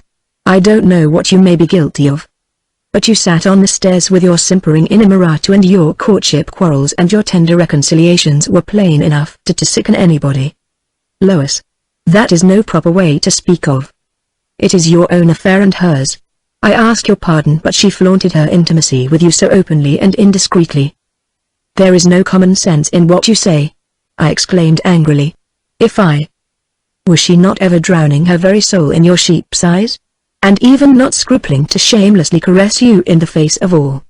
"Caress me? Did she not stand for 10 full minutes with her hand upon your shoulder, and sighing and simpering?" "That was no caress. It was full innocent and—" "Is she so innocent?" "Indeed. I had scarcely thought it of her," she said disdainfully. "She is a true, good girl, innocent of any evil intention whatsoever. I pray you, Ewan, spare me your excited rhapsodies, if you prefer this most bewitching minx." "She is no minx," I retorted hotly, and Lois as hotly faced me, pink to her ears with exasperation. "You do favor her. You do. You do. Say what you will, you're ever listening for the flutter of her petticoats on the stairs, ever at her French heels, ever at moony gaze with her and a scant inch betwixt your noses. So that you come not again to me vowing what you have vowed to me, I care not how you and she conduct." "I do prefer you," I cried, furious to be so misconstrued. "I love only one, and that one is you." "Oh, Ewan, yours is a most broad and Catholic heart, and any pretty penitent can find her refuge there, and any petticoat can flutter it? Yours can.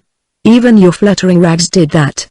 She flushed. "Oh, if I were truly weak and silly enough to listen to you." "You never do. You give me no hope." "I do give you hope. I am ever ladling it out to you as they ladle soup to the militia. I say to you continually that never have I so devotedly loved any man that does not love," I said, furious. "I do not pretend it to be that same boiling and sputtering sentiment which men call love." "Then if it be not true love, why do you care what I whisper to any woman?" "I do not care," she said, biting the rose-leaf lower lip. "You may whisper any treason you please to any heartless woman who snares your fancy. You do not truly care?" "I have said it. No, I do not care. Court whom you please. But if you do, my faith in man is dead, and that's flat." "What?" "Certainly. After your burning vows so lately made to me. But men have no shame. I know that much."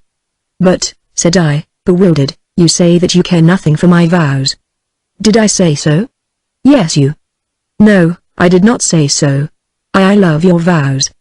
"How can you love my vows and not me?" I demanded angrily. "I don't know I can do it, but I do.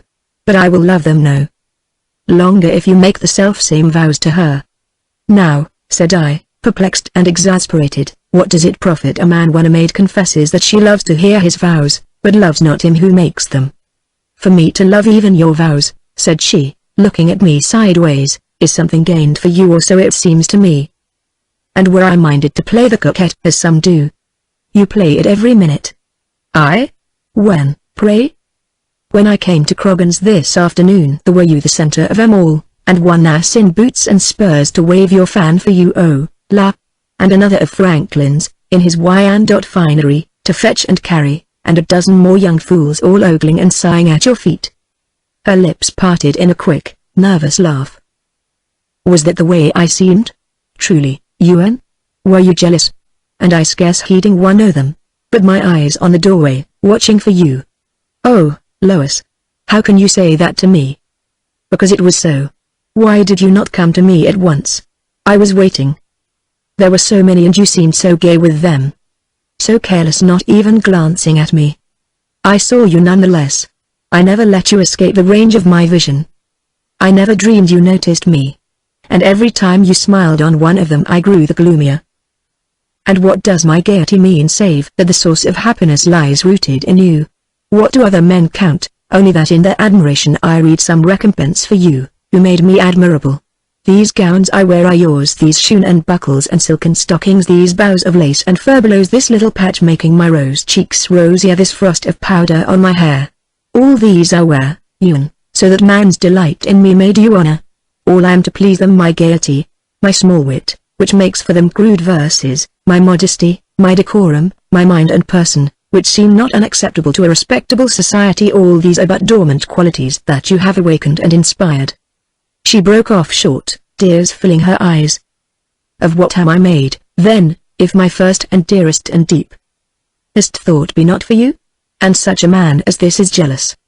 I caught her hands, but she bent swiftly and laid her hot cheek for an instant against my hand which held them. If there is in me a Cinderella, she said unsteadily, it is you who have discovered it, liberated it, and who have willed that it shall live. Did you suppose that it was in me to make those verses unless you told me that I could do it? You said, try, and instantly I dared try. Is that not something to stir your pride? A girl as absolutely yours as that? And do not the lesser and commonplace emotions seem trivial in comparison? All the heats and passions and sentimental vapors, the sighs and vows and languishing, all the inevitable trappings and masqueradings which bedizen what men know as love, do they not all seem mean and petty compared to our deep, sweet knowledge of each other? You are wonderful, I said humbly. But love is no unreal, unworthy thing, either, no sham, no trite cut and dried convention, made silly by sighs and vapors. Oh, Ewan, it is. I am so much more to you in my soul than if I merely loved you. You are so much more to me, the very wellspring of my desire and pride, my reason for pleasing, my happy consolation and my gratitude. Seat yourself here on the pleasant, scented grasses and let me endeavor to explain it once and for all time. Will you? It is this, she continued, taking my hand between hers, when we were seated, and examining it very intently, as though the screed she recited were written there on my palm. We are so marvelously matched in every measurement and feature, mental and bodily almost, and I am so truly becoming a vital part of you and you of me, that the miracle is too perfect, too lofty, too serenely complete to vex it with a lesser magic, the passions and the various petty vexations they entail. For I would become to honor you all that your pride would have me. I would please the world for your sake, conquer it both with mind and person. And you must endeavor to better yourself, day by day, nobly and with high aim, so that the source of my inspiration remain ever pure and fresh, and I attain to heights unthinkable save for your faith in me and mine in you. She smiled at me, and I said, Aye, but to what end? To what end, Ewan? Why, for our spiritual and worldly profit. Yes, but I love you. No, no. Not in that manner. But it is so. No, it is not. We are to be above mere sentiment. Reason rules us. Are we not to wed? Oh, as for that, she thought for a while, closely considering my palm. Yes, that might some day be a part of it. When we have attained to every honor and consideration, and our thoughts and desires are purged and lifted to serene and lofty heights of contemplation. Then it would be natural for us to marry, I suppose. Meanwhile, said I, youth flies, and I may not lay a finger on you to caress you. Not to caress me as that woman did to you, Lois. I cannot help it. There is in her, in all such women, a sly, smooth, sleek and graceful beast, ever seeming to invite or offer a caress. She is sweet and womanly, a warm friend of many years. Oh, and am I not womanly? Are you, entirely? She looked at me troubled. How would you have me be more womanly? Be less a comrade, more a sweetheart? Familiar? My heart was beating fast. Familiar to my arms. I love you. I do not permit myself to desire your arms. Can I help saying so if you ask me? When I love you so? No. Why are you, after all, like other men, when I once hoped? Other men love. All men love. How can I be different? You are more finely made. You comprehend higher thoughts. You can command your lesser passions. You say that very lightly, who have no need to command yours. How do you know? She said in a low voice. Because you have none to curb, else you could better understand the greater ones. She sat with head lowered, playing with a blade of grass. After a while she looked up at me, a trifle confused. Until I knew you, I entertained but one living passion: to find my mother and hold her in my arms and have of her all that I had ached for through many empty and loveless years. Since I have known you, that desire has never changed. She is my living passion, and my need. She bent her head again and sat playing with the scented grasses. Then, half to herself, she said, I think I am still loyal to her if I have placed you beside her in my heart. For I have not yet invested you with a passion less innocent than that which burns for her. She lifted her head slowly, propping herself up on one arm, and looked intently at me.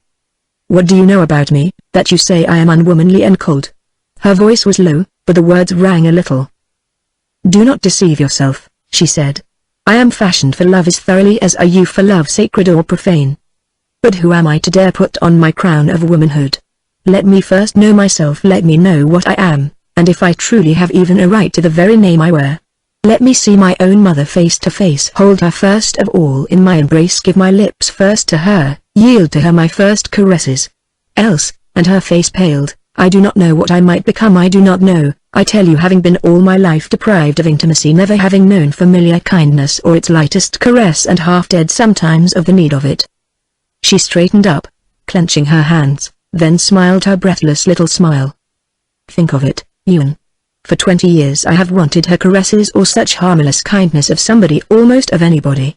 My foster mother never kissed me, never put her arm about me, or even laid her hand lightly upon my shoulder as did that girl do to you on the stairs. I tell you, to see her do it went through me like a Shawanee's arrow. She forced a mirthless smile, and clasped her fingers across her knee. So bitterly have I missed affection all my life, she added calmly. And now you come into my life. Why, Ewan, and my sentiments were truly pure and blameless when you were there that night with me on the rock under the clustered stars, and I left for you a rose in my heart with it! Exclamation mark. So dear and welcome was your sudden presence that I could have let you fold me in your arms, and so fallen asleep beside you. I was that deathly weary of my solitude and ragged isolation. She made a listless gesture. It is too late for us to yield to demonstration of your affection now, anyway, not until I find myself safe in the arms that bore me first. God knows how deeply it would affect me if you conquered me, or what I would do for very gratitude and happiness under the first close caress. Stir not anything of that in me, Ewan. Let me not even dream of it. It were not well for me, not well for me. For whether I love you as I do, or otherwise and less purely, it would be all the same, and I should become something which I am not, wedded or otherwise, not my free self, but to my lesser self a slave, without ambition, pride, wavering in that fixed resolve which has brought me hither. And I should live and die your lesser satellite, unhappy to the very end. After a silence, I said heavily, Then you have not renounced your purpose? No. You still desire to go to Catherine's town? I must go. That was the burden of your conversation with her Sagamore, but now? Yes. He refused to aid you? He refused. Why, then, are you not content to wait here or at Albany? She sat for a long while with head lowered, then, looking up quietly. Another pair of moccasins was left outside my door last night. What? At Croghan's? Inside our line? I exclaimed incredulously. Aye. But this time the message sewed within them differed from all the others. And on the shred of bark was written, Swift moccasins for little feet as swift. The long trail opens. Come. You think your mother wrote it? I asked, astounded. Yes. She wrote the others.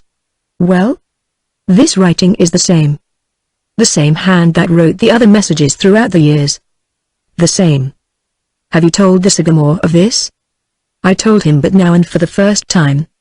You told him everything? Yes, concerning my first finding and the messages that came every year with the moccasins. And did you show him the Indian writing also? Yes. What did he say? Nothing. But there flashed up suddenly in his eyes a reddish light that frightened me, and his face became so hideous and terrible that I could have cried out. But I contrived to maintain my composure, and I said, What do you make of it, O Sagamore? And he spat out a word I did not clearly understand. Amokal? Yes, it sounded like that. What did he mean, Ewan? I will presently ask him, said I, thoroughly alarmed. "And in the meanwhile, you must now be persuaded to remain at this post. You are contented and happy here. When we march, you will go back to Schenectady or to Albany with the ladies of the garrison, and wait there some word of our fate. If we win through, I swear to you that if your mother be there in Catherine's town I will bring news of her, or, God willing, bring her herself to you." I rose and aided her to stand, and her hands remained limply in mine. "I had rather take you from her arms," I said in a low voice, "if you ever deign to give yourself to me." "That is sweetly said. Such giving leaves the giver unashamed. Could you promise yourself to me?" She stood with head averted, watching the last faint stain of color fade from the west. "Would you have me at any cost, Ewan?" "Any cost." "Suppose that when I find my mother I find no name for myself save hers?" "You shall have mine then, dear lad." "But suppose, even then I do not love you as men mean love. So that you love no other man, I should still want you. Am I then so vital to you?" "Utterly." "To how many other women have you spoken thus?" she asked gravely. "To none." "Truly?" "Truly, Lois," she said in a low voice. "Other men have said it to me. I have heard them swear it with tears in their eyes and calling God to witness. And I knew all the while that they were lying, perjuring their souls for the sake of a ragged, unripe jade, and a wild night's frolic. Well, God made men. I know myself, too. To love you as you wish is to care less for you than I already do. I would not willingly. Yet, I may try if you wish it. So that is all the promise I dare make you. Come, take me home now if you care to walk as far with me." "And I who am asking you to walk through life with me?" I said, forcing a laugh. We turned, she took my arm, and together we moved slowly back through the falling dusk. And, as we approached her door, came a sudden and furious sound of galloping behind us, and we sprang to the side of the road as the express thundered by in a storm of dust and driving pebbles. "News," she whispered. "Do they bring good news as fast as bad?" "It may mean our marching orders," I said, dejected. We had now arrived at Croghan's, and she was withdrawing her arm from mine, when the hollow sound of a conch horn went echoing and booming through the dusk. "It does mean your marching orders," she exclaimed, startled. "It most certainly means something," said I. "Good night, I must run for the fort." "Are you going to leave me?" "That horn is calling out Morgan's men." "Am I not to see you again?" "Why, yes, I expect so, but if—" "Oh, is there an if? Ewan, are you going away forever?" "Dear maid, I don't know yet what has happened." "I do. You are going. To your death, perhaps, for all I know." "Hush. And good night." She held to my offered hand tightly. "Don't go, don't go. I will return and tell you if—" "If? That means you will not return. I shall never see you again." I had flung one arm around her, and she stood with one hand clenched against her lips, looking blankly into my face. "Goodbye," I said, and kissed her clenched hand so violently that it slipped sideways on her cheek, bruising her lips. She gave a faint gasp and swayed where she stood, very white in the face. "I have hurt you," I stammered, but my words were lost in a frightful uproar bursting from the fort, and— "God," she whispered, cowering against me, as the horrid howling swelled on the affrighted air. "It is only the Oneda's scalp yell," said I. "They know the news. Their death halloo means that the Corps of Guides is ordered out. Goodbye. You have means to support you now till I return. Wait for me, love me if it is in you to love such a man. Whatever the event, my devotion will not alter. I leave you in God's keeping, dear. Goodbye." Her hand was still at her bruised lips. I bent forward, she moved it aside. But I kissed only her hand. Then I turned and ran toward the fort, and in the torchlight at the gate encountered Boyd, who said to me gleefully, "It's you and your Corps of Guides. The express is from Clinton. Hainieri remains, the Sycamore goes with you, but the regiment is not marching yet awhile. Lord help us. Listen to those beastly Onedas in their paint. Did you ever hear such a wolf pack howling? Well, Losky Eel, a safe and pleasant scout to you." He offered his hand. "I'll be strolling back to Croghan's. Fare you safely." "And you," I said, not thinking, however, of him. But I thought of Lana, and wished to God that Boyd were with us on this midnight march, and Lana safe in Albany once more. As I entered the fort, through the smoky flare of torches, I saw Dolly Glen waiting there, and as I passed she gave a frightened exclamation. "Did you wish to speak to me?" I asked.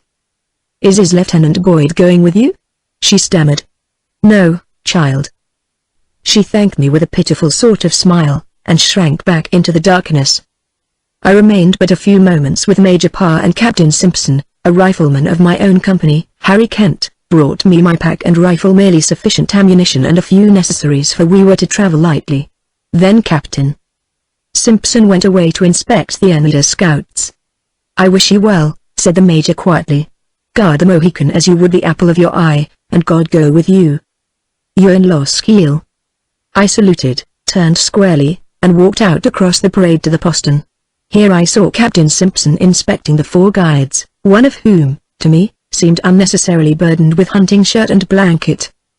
Running my eye along their file, where they stood in the uncertain torchlight, I saw at once that the guides selected by Major Parr were not all Enidas. 2 of them seemed to be, a third was a Starkbridge Indian, but the 4th, he with the hunting shirt and double blanket, wore unfamiliar paint. "What are you?" said I in the Enida dialect, trying to gain a square look at him in the shifty light. "Wyandotte," he said quietly. "Hell," said I, turning to Captain Simpson. "Who sends me a Wyandotte?" "General Clinton," replied Simpson in surprise. "The Wyandotte came from Fortress Pitt. Colonel Broadhead, commanding our left wing, sent him, most highly recommending him for his knowledge of the Susquehanna and Geauga." I took another hard look at the Wyandotte. "You should travel lighter," said I. "Split the Niagara blanket and roll your hunting shirt." The savage looked at me a moment, then his sinewy arms flew up and he snatched the deerskin shirt from his naked body. The next instant his knife fairly leapt from its beaded sheath. There was a flash of steel, a ripping sound, and his blue and scarlet blanket lay divided. Half of it he flung to a rifleman, and the other half, with his shirt, he rolled and tied to his pack. Such zeal and obedience pleased me, and I smiled and nodded to him. He showed his teeth at me, which I fancied was his mode of smiling. But it was somewhat hideous, as his nose had been broken, and the unpleasant dent in it made horridly conspicuous by a gash of blood-red paint. I buckled my belt and pack and picked up my rifle. Captain Simpson shook hands with me. At the same moment, the rifleman sent to our bush hut to summon the Mohican returned with him. And a finer sight I never saw, for the tall and magnificently formed Soanois was in scarlet war paint from crown to toe, oiled, shaven save for the lock, and crested with a single scarlet plume, and heaven knows where he got it, for it was not dyed, but natural. His scarlet and white beaded sporran swung to his knees. His ankle moccasins were quilled and feathered in red and white. The eerie scalps hung from his girdle, hooped in red, and he bore only a light pack slung, besides his rifle and short red blanket. "Salute, O Sagamore Royane," I said in a low voice, passing him. He smiled, then his features became utterly blank, as one by one the eyes of the other Indians flashed on his for a moment, then shifted warily elsewhere.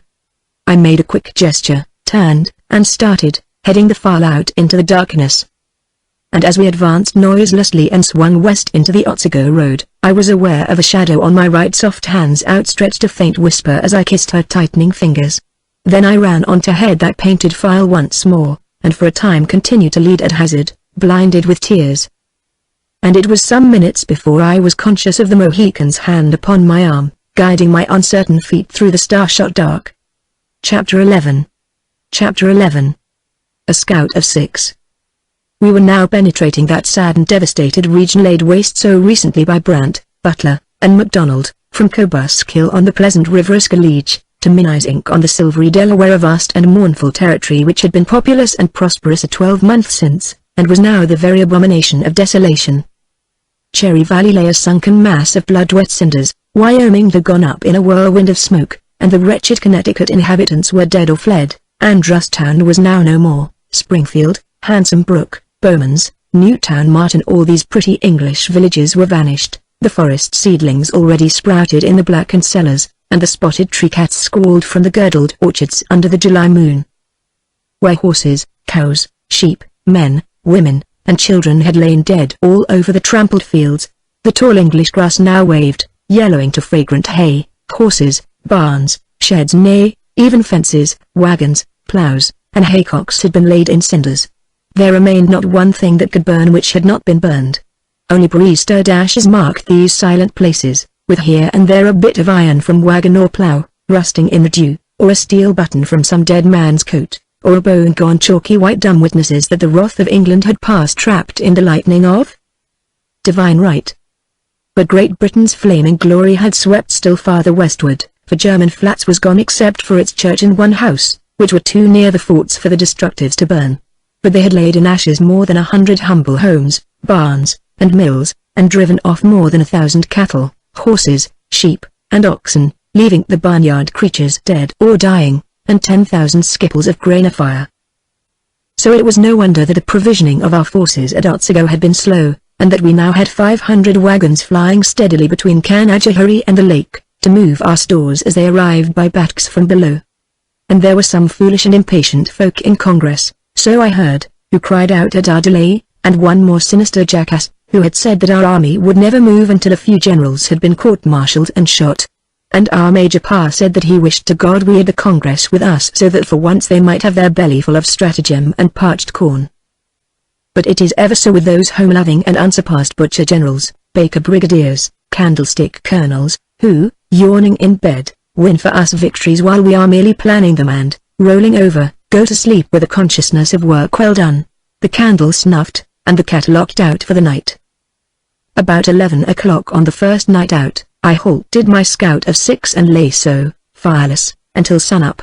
We were not far, then, from the head of the lake, and when we marched at dawn next morning we encountered a company of Alden's men mending roads as usual, and later came upon an entire Continental regiment and a company of irregular rifles, who were marching down to the lake to try out their guns.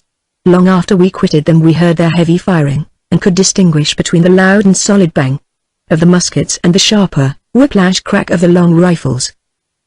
The territory that now lay before us was a dense and sunless wilderness, save for the forest openings made by rivers, lakes, and streams. And it was truly the enemy's own country, where he roamed unchecked except for the pickets of General Sullivan's army, which was still slowly concentrating at Geauga Point where my scout of 6 was now addressed. And the last of our people that we saw was a detail of Alden's regiment demolishing beaver dams near the lake's outlet which, they informed us, the beavers rebuilt as fast as they were destroyed, to the rage and confusion of our engineers.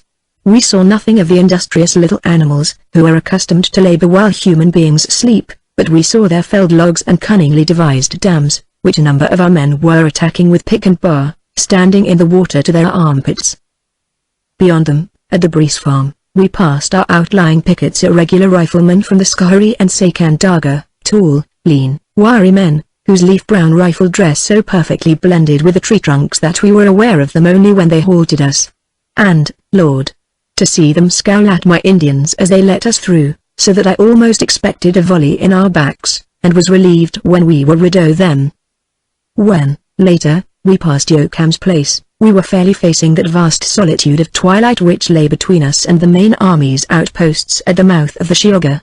Except for a very few places on the Ulaut, and the Iroquois towns, the region was uninhabited. But the forest was beautiful after its own somewhat appalling fashion, which was stupendous, majestic, and awe-inspiring to the verge of apprehension. Under these limitless lanes of enormous trees no sunlight fell, no underbrush grew. All was still and vague and dusky as in pillared aisles. There were no birds, no animals, nothing living except the giant columns which bore a woven canopy of leaves so dense that no glimmer of blue shone through. Centuries had spread the soundless carpet that we trod, eons had laid up the high-sprung arches which vanished far above us where vault and column were dimly merged, losing all form in depthless shadow. There was an Indian path all the way from the lake, good in places, in others invisible. We did not use it, fearing an ambush. The Mohican led us, I followed him, the last leader marked the trees for a new and better trail, and a straighter one not following every bend in the river. And so, in silence we moved southward over gently sloping ground which our wagons and artillery might easily follow while the backs fell down the river and our infantry marched on either bank, using the path where it existed. Toward 10 o'clock we came within sound of the river again, its softly rushing roar filling the woods, and after a while, far through the forest dusk, we saw the thin, golden streak of sunlight marking its lonely course. The trail that the Mohican now selected swung ever nearer to the river, and at last, we could see low willows gilded by the sun, and a patch of blue above, and a bird flying. Treading in file, rifles a trail, a knife and hatchet loosened. We moved on swiftly just within that strip of dusk that divides the forest from the river shrub, and I saw the silver water flowing deep and smooth, where backs as well as canoes might pass with unvexed keels, and, over my right shoulder, above the trees, a baby peak, azure and amethyst in a cobalt sky, and a high eagle soaring all alone. The Mohican had halted. An Oneida ran down to the sandy shore and waded out into midstream. Another Oneida was peeling a square of bark from a towering pine. I rubbed the white square dry with my sleeve, and with a wood coal from my pouch I wrote on it. Ford, 3 feet at low water. The Starkbridge Indian, who had stepped behind a river boulder and laid his rifle in rest across the top, still stood there watching the young Oneida in midstream, who, in turn, was intently examining the river bank opposite. Nothing stirred there, save some butterflies whirling around each other over a bed of purple milkweed, but we all watched the crossing, rifles at a ready, as the youthful Oneida waded slowly out into the full sunshine, the spray glittering like beaded topazes on his yellow paint. Presently he came to a halt, nosing the farther shore like a lean and suspicious hound at gaze, and stood so minute after minute. My Aro, crouching beside me, slowly nodded. "He has seen something," I whispered. "And I, too," returned the Mohican quietly.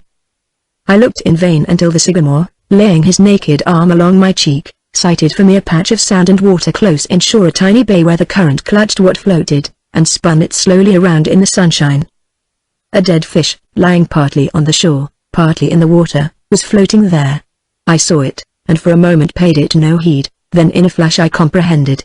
For the silvery river trout lying there carried a forked willow twig between gill and gill cover. Nor was this all. The fish was fresh caught, for the gills had not puffed out, nor the supple body stiffened. Every little wavelet tripled its slim and limber length, and a thread of blood trailed from the throat latch out over the surface of the water. Suddenly the young Oneida in midstream shrank aside, flattening his yellow-painted body against a boulder, and almost at the same instant a rifle spoke. I heard the bullet smack against the boulder, then the Mohican leapt past me. For an instant the Ford boiled under the silent rush of the Oneidas, the Starkbridge Indian, and the Mohican, then they were across, and I saw the willows sway and toss where they were chasing something human that bounded away through the thicket. I could even mark, without seeing a living soul, where they caught it and where it was fighting madly but in utter silence while they were doing it to death. So eloquent were the feathery willow tops of the tragedy that agitated each separate slender stem to frenzy. Suddenly I turned and looked at the Wyandotte, squatting motionless beside me. Why he had remained when the red pack started, I could not understand, and with that confused thought in mind I rose, ran down to the water's edge, the Wyandotte following without a word. A few yards below the ford a giant walnut tree had fallen, spanning the stream to a gravel spit. I crossed like a squirrel on this, the burly Wyandotte padding over at my heels, sprang to the bottom sand, and ran up the willow gully. They were already dragging out what they had killed, and I came up to them and looked down on the slain man who had so rashly brought destruction upon his own head. He wore no paint, he was not a warrior but a hunter. "Street Regis," said the Mohican briefly. "The poor fool," I said sadly. The young Oneida in yellow clapped the scalp against a tree trunk carelessly, as though we could not easily see by his blazing eyes and quivering nostrils that this was his first scalp taken in war. Then he washed the blade of his knife in the river, wiped it dry and sheathed it, and squatted down to braid the dead hair into the hunter's lock. We found his still smoldering fire and some split fish baking in green leaves, nets, hooks, spears, and a bark shoulder basket. And he had been a king savage truly enough, foraging, no doubt, for Brant or Butler, who had great difficulty in maintaining themselves in a territory which they had so utterly laid waste. For we found in his tobacco pouch a few shillings and pennies, and some pewter buttons stamped, "Butler's Rangers." Also I discovered a line of writing signed by old John Butler himself, recommending the Street Regis to one Captain Service, an uncle of Sir John Johnson, and a great villain who recently had been shot dead by David Alerson, one of my own riflemen, while attempting to brain Tim Murphy with an axe. "The poor fool," I repeated, turning away. Had he not meddled with war when his business lay only in hunting, he had gone free, or, if we had caught him, only as a prisoner to headquarters. My Aro shrugged his contempt of the Street Regis hunter. The Oneida youth sat industriously braiding his first trophy. The others had rekindled the embers of the dead man's fire and were now parching his raw corn and dividing the baked rivetrit into 6 portions. My Aro and I ate apart, seated together upon a knoll whence we could look down upon the river and upon the fire, which I now ordered to be covered. From where I sat I could see the burly Wyandotte, squatting with the others at his feet, and from time to time my glance returned to him. Somehow, though I knew not why, there was about this Indian an indefinable something not entirely reassuring to me, yet, just what it might be I was not able to say. Truly enough he had a most villainous countenance, what with his native swarthiness and his broken and dented nose, so horridly embellished with a gash of red paint. He was broad and squat and fearfully powerful, being but a bulk of gristly muscle, and when he leapt a gully or a brook, he seemed to strike the earth like a ball of rubber and slightly rebound in the light impact. I have seen a sinewy panther so rebound when hurled from a high treetop. The Oneida youth had now braided and oiled his scalp and was stretching it on a willow hoop, very busy with the pride and importance of his work. I glanced at my Aro and caught a gleam of faint amusement in his eyes, but his features remained expressionless enough, and it seemed to me that his covert glance rested on the Wyandotte more often than on anybody. The Mohican, as was customary among all Indians when painted for war, had also repainted his clan ensign, although it was tattooed on his breast, and the great ghost bear earring on its hindquarters was now brilliantly outlined in scarlet. But he also wore what I had never seen any other Indian wear when painted for any ceremony in North America. For, just below the scarlet bear, was drawn in sapphire blue the ensign of his strange clan nation, the Spirit Wolf, or Werewolf. And a double ensign worn by any priest, hunter, or warrior I had never before beheld. No Delaware wore it unless belonging to the wolf clan of the Lenni Lenape, or unless he was a Seminole Mohican and a Sagamore. For there existed nowhere at that time any social and political society among any Indian nation which combined clan and tribal, and, in a measure, national identity, except only among the Seminole people, who were all three at the same time. As I salted my parched corn and ate it, sitting cross-legged on my hillock, my eyes wandered from one Indian to another, reading their clan insignia, and I saw that my Oneida youth wore the little turtle, as did his comrade, that the Starkbridge Indian had painted a Christian cross over his tattooed clan totem, no doubt the work of the Reverend Mr. Kirkland, and that the squatting Wyandotte wore the hawk in brilliant yellow. "What is yonder fellow's name?" I asked my Aro, dropping my voice. "Black Snake," replied the Mohican quietly. "Oh. He seems to wear the hawk." The Sagamore's face grew smooth and blank, and he made no comment. "It's a Western clan, is it not, my Aro?" "It is Western, Loskiel." "That clan does not exist among the Eastern nations?" "Clans die out, clans are born, clans are altered with the years, Loskiel." "I never heard of the Hawk clan at Guy Park," said I. He said, with elaborate carelessness. "It exists among the Senecas." "And apparently among the Wyandottes." "Apparently," I said in a low voice.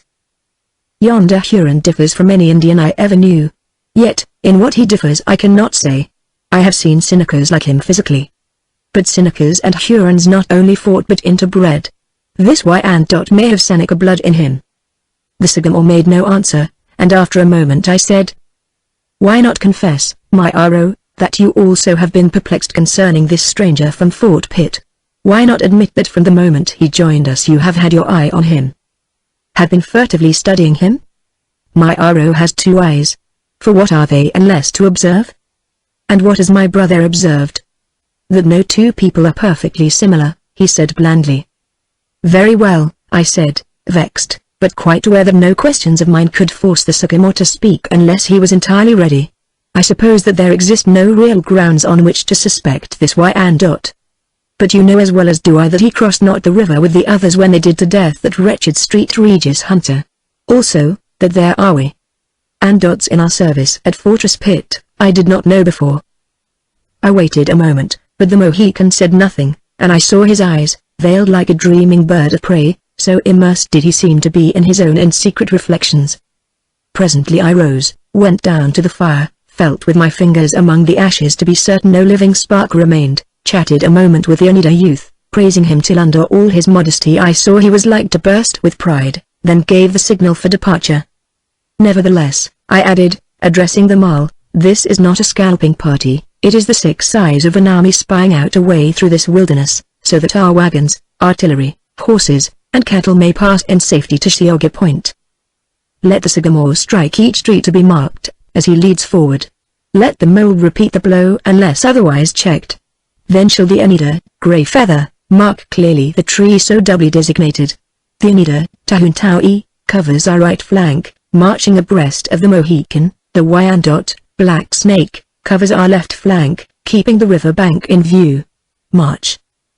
All that afternoon we moved along south and west, keeping in touch with the Susquehanna, which here is called Oak Creek, though it is the selfsame stream.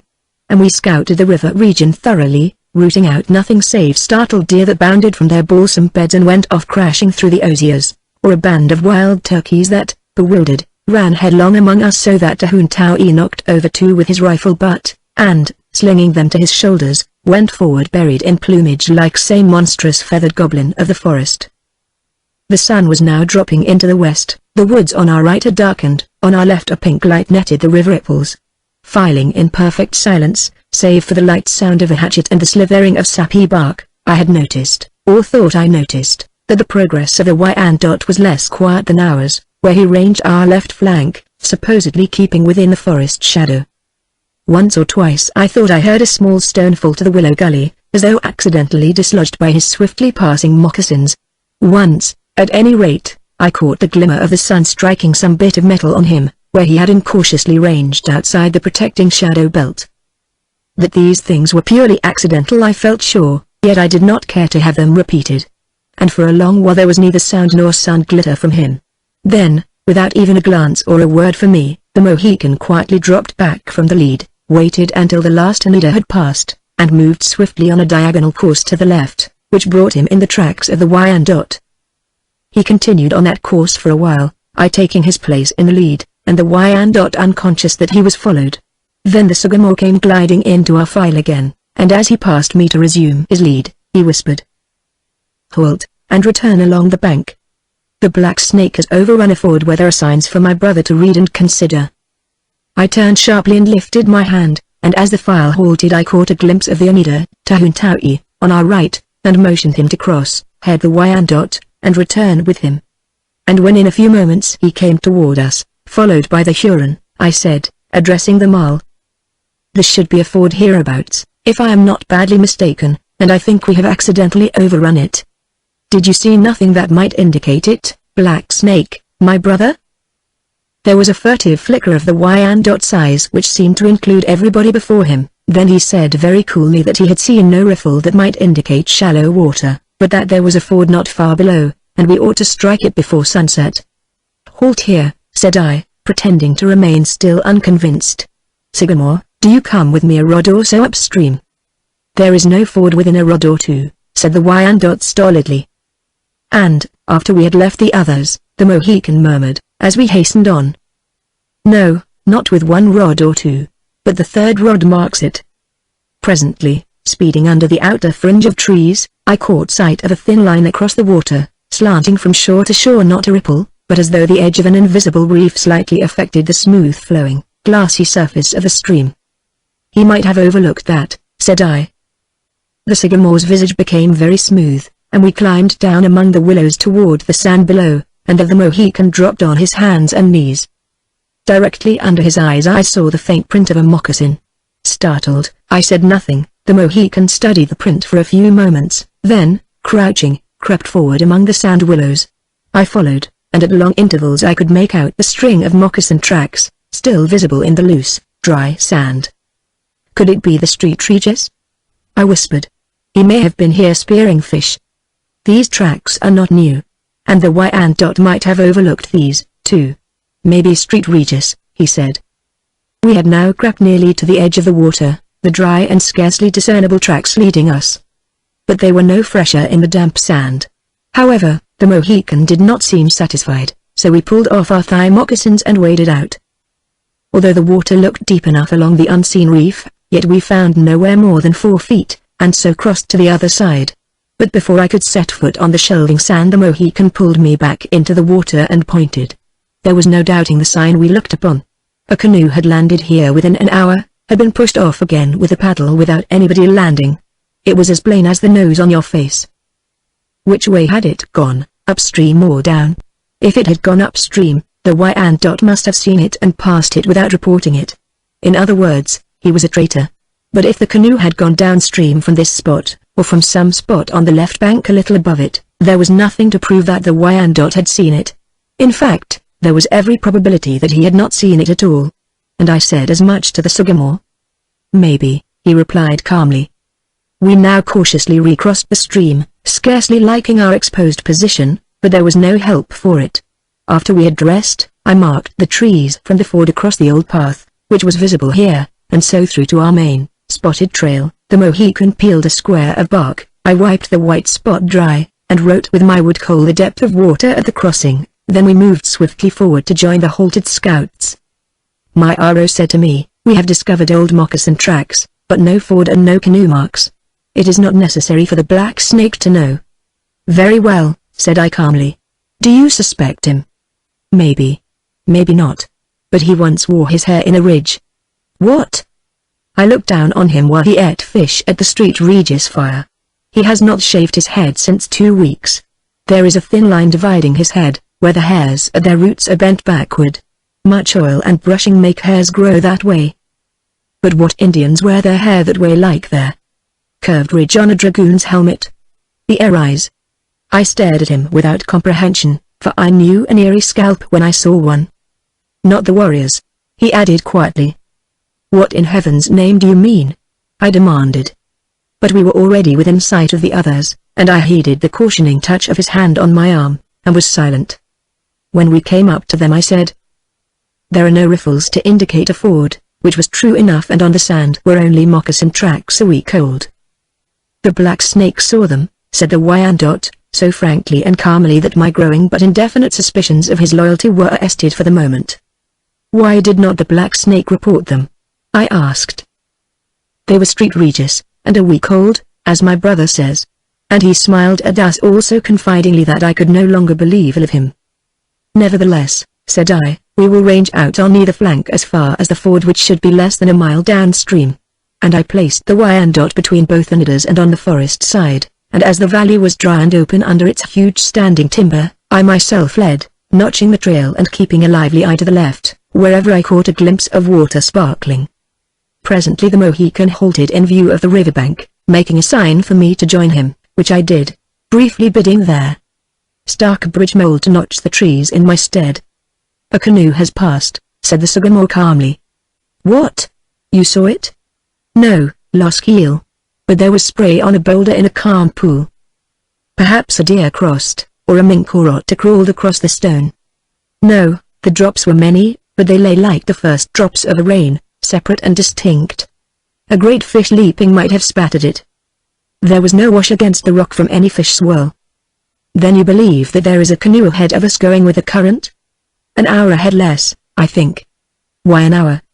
The sun is low. The river boulders are not hot. Water might dry on them in an hour or less. These drops were nearly dry, save 1 or 2 where the sun made them shine. A careless paddle stroke did it, I said in a low voice. No Indian is careless. What do you mean by that? I mean, Loskiel, that the boulder was splashed purposely, or that there are white men in that canoe. Splashed purposely? I said, bewildered. Perhaps. The Black Snake had the river watch until you changed our stations. You think it might have been a sign for him from possible confederates? Maybe. Maybe clumsy white men. What white men? No forest runners dare range these woods at such a time as this. Do you mean a scalping party of Butler's men? Maybe. We had been walking swiftly while we spoke together in low and guarded tones. Now I nodded my comprehension, sheered off to the right, took the trail lead, replacing the Starkbridge mole, and signaled the nearest Anita, Grey Feather, to join my Aro on the left flank.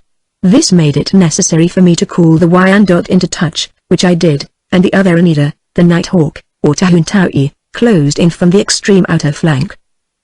The presence of that canoe worried me, nor could I find any explanation for it.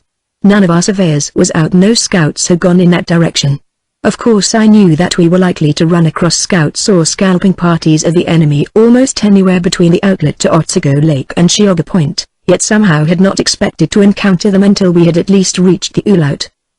Another thing, if this phantom canoe was now within an hour of us, and going with the current, it must at one time have been very, very close to us, in fact, just ahead and within sight of the Wyandot, if, indeed, it had not come silently downstream from behind us and shot past us in plain view of the Black Snake. Was the Wyandotte a traitor? For only he could have seen this. And I own that I felt more comfortable having him on our right flank in the forest, and away from the river, and as I notched my trees I kept him in view, sideways, and pondered the little that I knew of him, but came to no conclusion. For of all things in the world I know less of treachery and its wiles than of any other stratagem, and so utterly do I misunderstand it, and so profound is my horror of it, that I never can credit it to anybody until I see them hanged by the neck for it or shot in hollow square, sitting upon their coffins. Presently I saw the Sagamore stop and make signs to me that the ford was in sight. Immediately I signaled the Wyandotte and the further Oneida to close in, and a few moments later we were gathered in the forest shadow above the river, lying on our bellies and gazing far downstream at the distant line of ripples running blood-red under the sunset light. Was there an ambush there, prepared for us? God knew. Yet, we must approach and examine that ford, and pass it, too, and resume our march on the right bank of the river to avoid the hemlock swamps and rocky hills ahead, which no wagons or artillery could hope to pass. My first and naturally cautious thought was to creep nearer and then send the Wyandotte out under cover of our clustered rifles. But if he were truly in any collusion with an unseen enemy they would never fire on him, and so it would be useless to dispatch him on such a mission.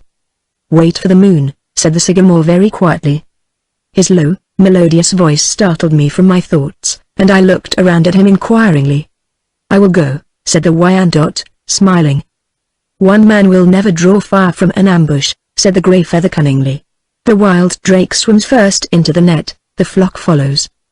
"Why does my younger brother of the Oneida believe that we need fear any ambush at yonder ford?" asked the Wyandotte so frankly that again I felt that I could credit no ill of any man who spoke so fairly. "Listen to the crows," returned the Oneida. "Their evening call to council is long and deliberate Ka. What are they saying now, Black Snake, my elder brother?" I glanced at the Mohican in startled silence, for we all were listening very intently to the distant crows. "They have discovered an owl, perhaps," said the Wyandotte, smiling, "and are tormenting him." "Or a mountain snake," said the Sagamore blandly. Now, what the Sagamore said so innocently had two meanings. He might have meant that the cawing of the crows indicated that they were objecting to a rattlesnake sunning on some rock. Also he might have meant to say that their short, querulous cawing betrayed the presence of Seneca Indians in ambush. "Or a mountain snake," repeated the Sawanoise, with a perfectly blank face. "The red door of the west is still open." "Or a bear," said the Grey Feather, cunningly slurring the Kananga word and swallowing the last syllable so that it might possibly have meant Mohawk. The Wyandotte turned good-humoredly to the Mohican, not pretending to misunderstand this subtle double entendre and play upon words. "You, Sagamore of the Lips," he said, carrying out the metaphor, "are closer to the four-footed people than are we Wyandottes." "That is true," said the Grey Feather. "My elder brother, the Black Snake, wears the two-legged hawk." Which, again, if it was meant that way, hinted that the hawk was an alien clan, and neither recognized nor understood by the Oneida. Also, by addressing the Wyandotte as elder brother, the Oneida conveyed a broad hint of blood relationship between Huron and Seneca. Yet, there need have been nothing definitely offensive in that hint, because among all the nations a certain amalgamation always took place after an international conflict. The Wyandotte did not lose his temper, nor even, apparently, perceive how slyly he was being baited by all except myself. "What is the opinion of the Loop, O Sagamore?" he asked lightly. "Does my brother the Black Snake desire to know the Sagamore's opinion concerning the cawing of yonder crows?" The Wyandotte inclined his ugly head. "I think," said the Mohican deliberately, "that there may be a tree cat in their vicinity." A dead silence followed. The Wyandotte's countenance was still smiling, but I thought the smile had stiffened and become fixed, though not a tree moved him. Yet, what the Mohican had said always with two meanings, and one quite natural and innocent meant, if taken in its sinister sense, that not only might there be snookers lying in ambush at the ford, but also emissaries from the Red Priest Amokal himself. For the forest lynx, or tree cat, was the emblem of these people, and every Indian present knew it. Still, also, every man there had seen crows gather around and scold a lynx lying flattened out on some arching limb. Whether now there was any particular suspicion of this Wyandotte among the other Indians, whether it was merely their unquenchable and native distrust of any Huron whatever, whether the subtle chaff were playful or partly serious, I could not determine from their manner or expression. All spoke pleasantly and quietly, and with open or expressionless countenances. And the Wyandotte still smiled, although what was going on under that urbane mask of his I had no notion whatsoever. I turned cautiously, and looked behind us. We were gathered in a kind of natural and moss-grown rocky pulpit, some 30 feet above the stream, and with an open view down its course to the distant riffles. Beyond them the river swung southward, walling our view with its flanking palisade of living green. "We camp here," I said quietly. "No fire, of course. 2 sentinels, the night hawk and the black snake. The guard will be relieved every 2 hours. Wake me at the first change of watch." I laid my watch on a rock where all could see it, and, opening my sack, fished out a bit of dried beef and a handful of parched corn. My RO shared with me on my motioned invitation. The others felt it in their respective and characteristic manners, the Iniders eating like gentlemen and talking together in their low and musical voices, the Wyandotte gobbling and stuffing his cheeks like a chipmunk. The Starkbridge mole, noiseless and mum as the occult and fairy animal which gave to him his name, nibbled sparingly all alone by himself, and read in his Algonquin Testament between bites. The last level sun rays stripped with crimson gold the outer edges of the woods, the stream ran purple and fire, and the ceaseless sighing of its waters sounded soft as foliage stirring on high pines. I said to the mole in a low voice, "Brother in Christ, do you find consolation and peace in your testament when the whole land lies writhing under the talons and bloody beak of war?" The Starkbridge warrior looked up quietly. "I read the promise of the Prince of Peace, brother, who came to the world not bearing a sword. He came to fulfill, not to destroy," I said. "So it is written, brother. And yet you and I, his followers, go forth armed to slay. To prepare a place for him his humble instruments lest his hands be soiled with the justice of God's wrath. What is it that we wade in blood, so that he pass with feet unsoiled? My brother has spoken." The burning eyes of the calm fanatic were fastened on me, then they serenely reverted to the printed page on his knees, and he continued reading and nibbling at his parched and salted corn. If ever a convert broke bread with the Lord, this red disciple now sat supping in his presence, under the immemorial leaves of his leafy temple. The Grey Feather, who had been listening, said quietly, "We Iroquois alone, among all Indians, have always acknowledged one spirit. We call him the Master of Life, you Christians call him God. And does it truly avail anything with Tharan, oh my brother Loskiel, if I wear the turtle, or if my brother the mole paints out a beaver on his breast with a Christian cross? So that your religion be good and you live up to it, sign and symbol avail nothing with God or with Tharan," said I. "Men wear what they love best," said the mole, lightly touching his cross. "But under cross and clan ensign," said I, "lies a man's secret heart. Does the Master of Life judge any man by the color of his skin or the paint he wears, or the clothing? Christ's friends were often beggars. Did Tharan ever ask of any man what moccasins he wore?" The sycamore said gravely, "Uncas went naked to the holder of the heavens." It was a wonderful speech for a sycamore and an Algonquin, for he used the Iroquois term to designate the holder of heaven. The perfect courtesy of a Christian gentleman could go no further. And I thought of our trivial and petty and warring sects, and was silent and ashamed. The Wyandotte wiped his powerful jaw with a handful of dead leaves, and looked coldly around at the little circle of men who differed with one another so profoundly in their religious beliefs. Is this then the hour and the place to discuss such matters, and irritate the unseen? All eyes were instantly turned on the pagan. The Oneidas seemed troubled, the sycamore serious. Only the Christian Indian remained placid and indifferent, his testament suspended in his hand. But he also was listening. As for me, I knew as well as did the others what the pagan and burly Wyandotte meant. To every Indian, even to me who had been supposedly converted, air, earth, and water still remained thronged with demons. The vast and sunless wilderness was peopled with goblins and fairies. No natural phenomenon occurred except by their agency. Where the sun went after it had set, where the moon hid, the stars, the 4 great winds, the 8 thunders all remain mysteries to these red children of the forest. And to these mysteries demons held the keys. For no star fell, showering the night with incandescence, no comet blazed aloft, its streaming hair sweeping from zenith to horizon, no eclipse devoured sun or moon, no sunrise painted the long house golden, no sunset stained its lodgepoles crimson, no waters ran, no winds blew, no clouds piled up quivering with lightning, no thunder rumbled, except that it was done by demons. Fur, feather, and silver scale also had souls, and slyly took counsel together when alone. The great trees talked to one another in forest depths, moonlit rocks conversed in secret, and peak whispered to peak above the flowing currents of the mist. It was useless to dispute such matters with them, while every phenomenon of nature remained to them a mystery.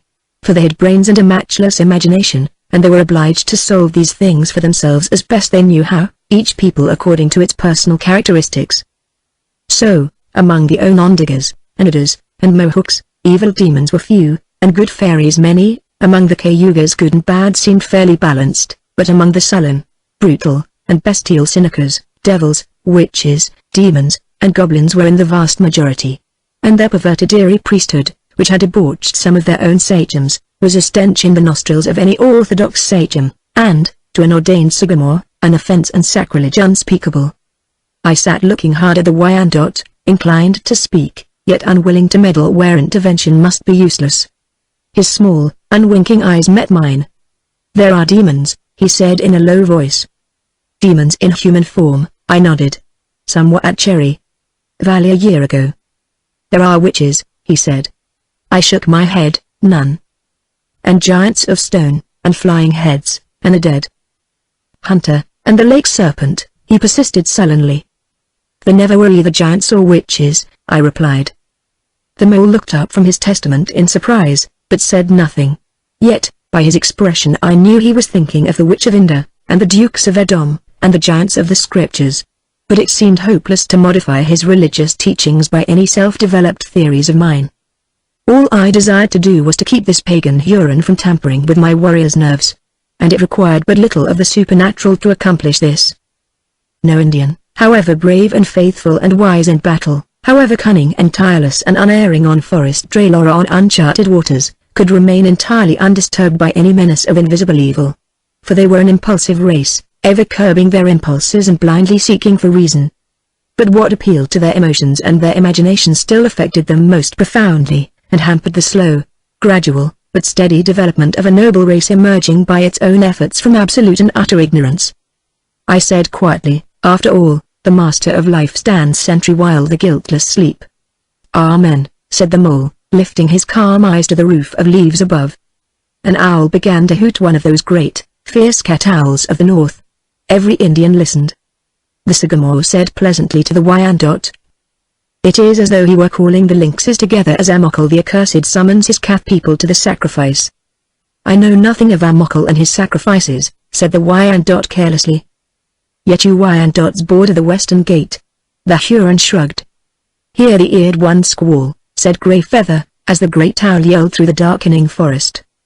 "One would think to hear an eerie speaking," said the Sagamore, looking steadily at the black snake. But the latter seemed totally unaware of what amounted now to a persistent baiting. "They say," continued the Sagamore, "that the eerie priesthood learned from the Nez Perces a strange and barbarous fashion." "What fashion?" asked Grey Feather, so innocently that I could not determine whether he was playing into their Sagamore's hands. "The fashion of wearing the hair in a short, stiff ridge," said the Mohican. "Has the black snake ever seen it worn that way?" "Never," said the Huron. And there was neither in his voice nor on his features the slightest dream that we could discover in the fading light of the afterglow. I rose to put an end to this, for my own nerves were now on edge, and I directed the two sentinels to their posts, the Wyandot and the Oneida, to Huntaui. Then I lay down beside the Mohican. All the Indians had unrolled and put on their hunting shirts. I spread my light blanket and pillowed my head on my pack. In range of my vision the mole had dropped to his knees and was praying with clasped hands. Shamed, I rose and knelt also, to say in silence my evening prayer, so often slurred over while I lay prone, or even entirely neglected. Then I returned to my blanket to lie awake and think of Lois, until at last I dreamed of her. But the dream was terrible, and I awoke, sweating, and found the Sagamore seated upright in the darkness beside me. "Is it time to change the guard?" I asked, still shivering from the horror of my dream. "You have scarce yet closed your eyes, Loskiel. Why are you seated upright wide awake, my brother?" "There is evil in the wind." "There is no wind stirring." "A witch wind came slyly while you slept." "Did you not dream?" "Loskiel?" In spite of me I shivered again. "That is foolishness," said I. "The Wyandot's silly talk has made us wakeful. Our sentinels watch. Sleep, my arrow. Have you need of sleep, Loskiel? I? No. Sleep you, then, and I will sit awake if it reassures you. The Sycamore set his mouth close to my ear. The Wyandotte is not posted where you placed him. What? How do you know? I went out to see. He sits on a rock close to the water. Damn him, I muttered angrily. I'll teach him. No. The Mohican's iron grip held me in my place. The Nighthawk understands. Let the Wyandotte remain unrebuked and undisturbed while I creep down to yonder ford. I do not intend to reconnoiter the ford until dawn, I whispered. Let me go, Loskiel. Alone. Secretly and alone. The Siwanois is a magic clan. Their Sycamores see and hear where others perceive nothing. Let me go, Loskiel. Then I go, also. No. What of our blood brotherhood, then? There was a silence, then the Mohican rose, and taking my hand in his drew me noiselessly to my feet beside him. By sense of touch alone we lifted our rifles from our blankets, blew the powder from the pans, reprimed. Then, laying my left arm lightly on his shoulder, I followed his silent figure over the moss and down among the huge and phantom trees faintly outlined against the starlit water. Chapter 12. Chapter 12. At the ford.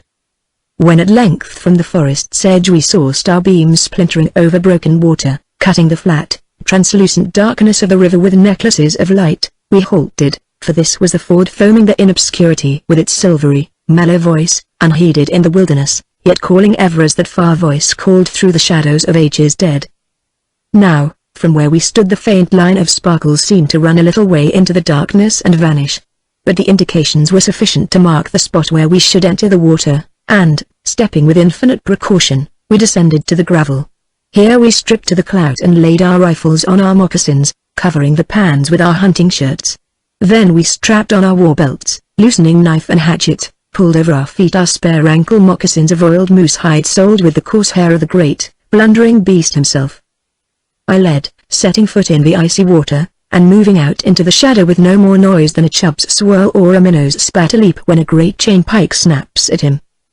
Feeling my way over bedstones and bottom gravel with my feet, striving in vain to pierce the dense obscurity, I moved forward with infinite caution, balancing as best I might against the current. Ankle deep, shin deep, knee deep we waded out. Presently the icy current chilled my thighs, rising to my waistline. But it grew no deeper. Yet, here so swift was the current that I scarcely dared move, and was peering around to find the sycamore, when a shape loomed up on my left. And I reached out and rested my hand on the shadowy shoulder, and stood so, swaying against the stream. Suddenly a voice said, in the Seneca dialect, "Is it thou, butler?" And every drop of blood froze in my body. God knows how I found voice to answer yes, and how I found courage to let my hand remain upon my enemy's shoulder. "It is I, Hakatu," said the low voice.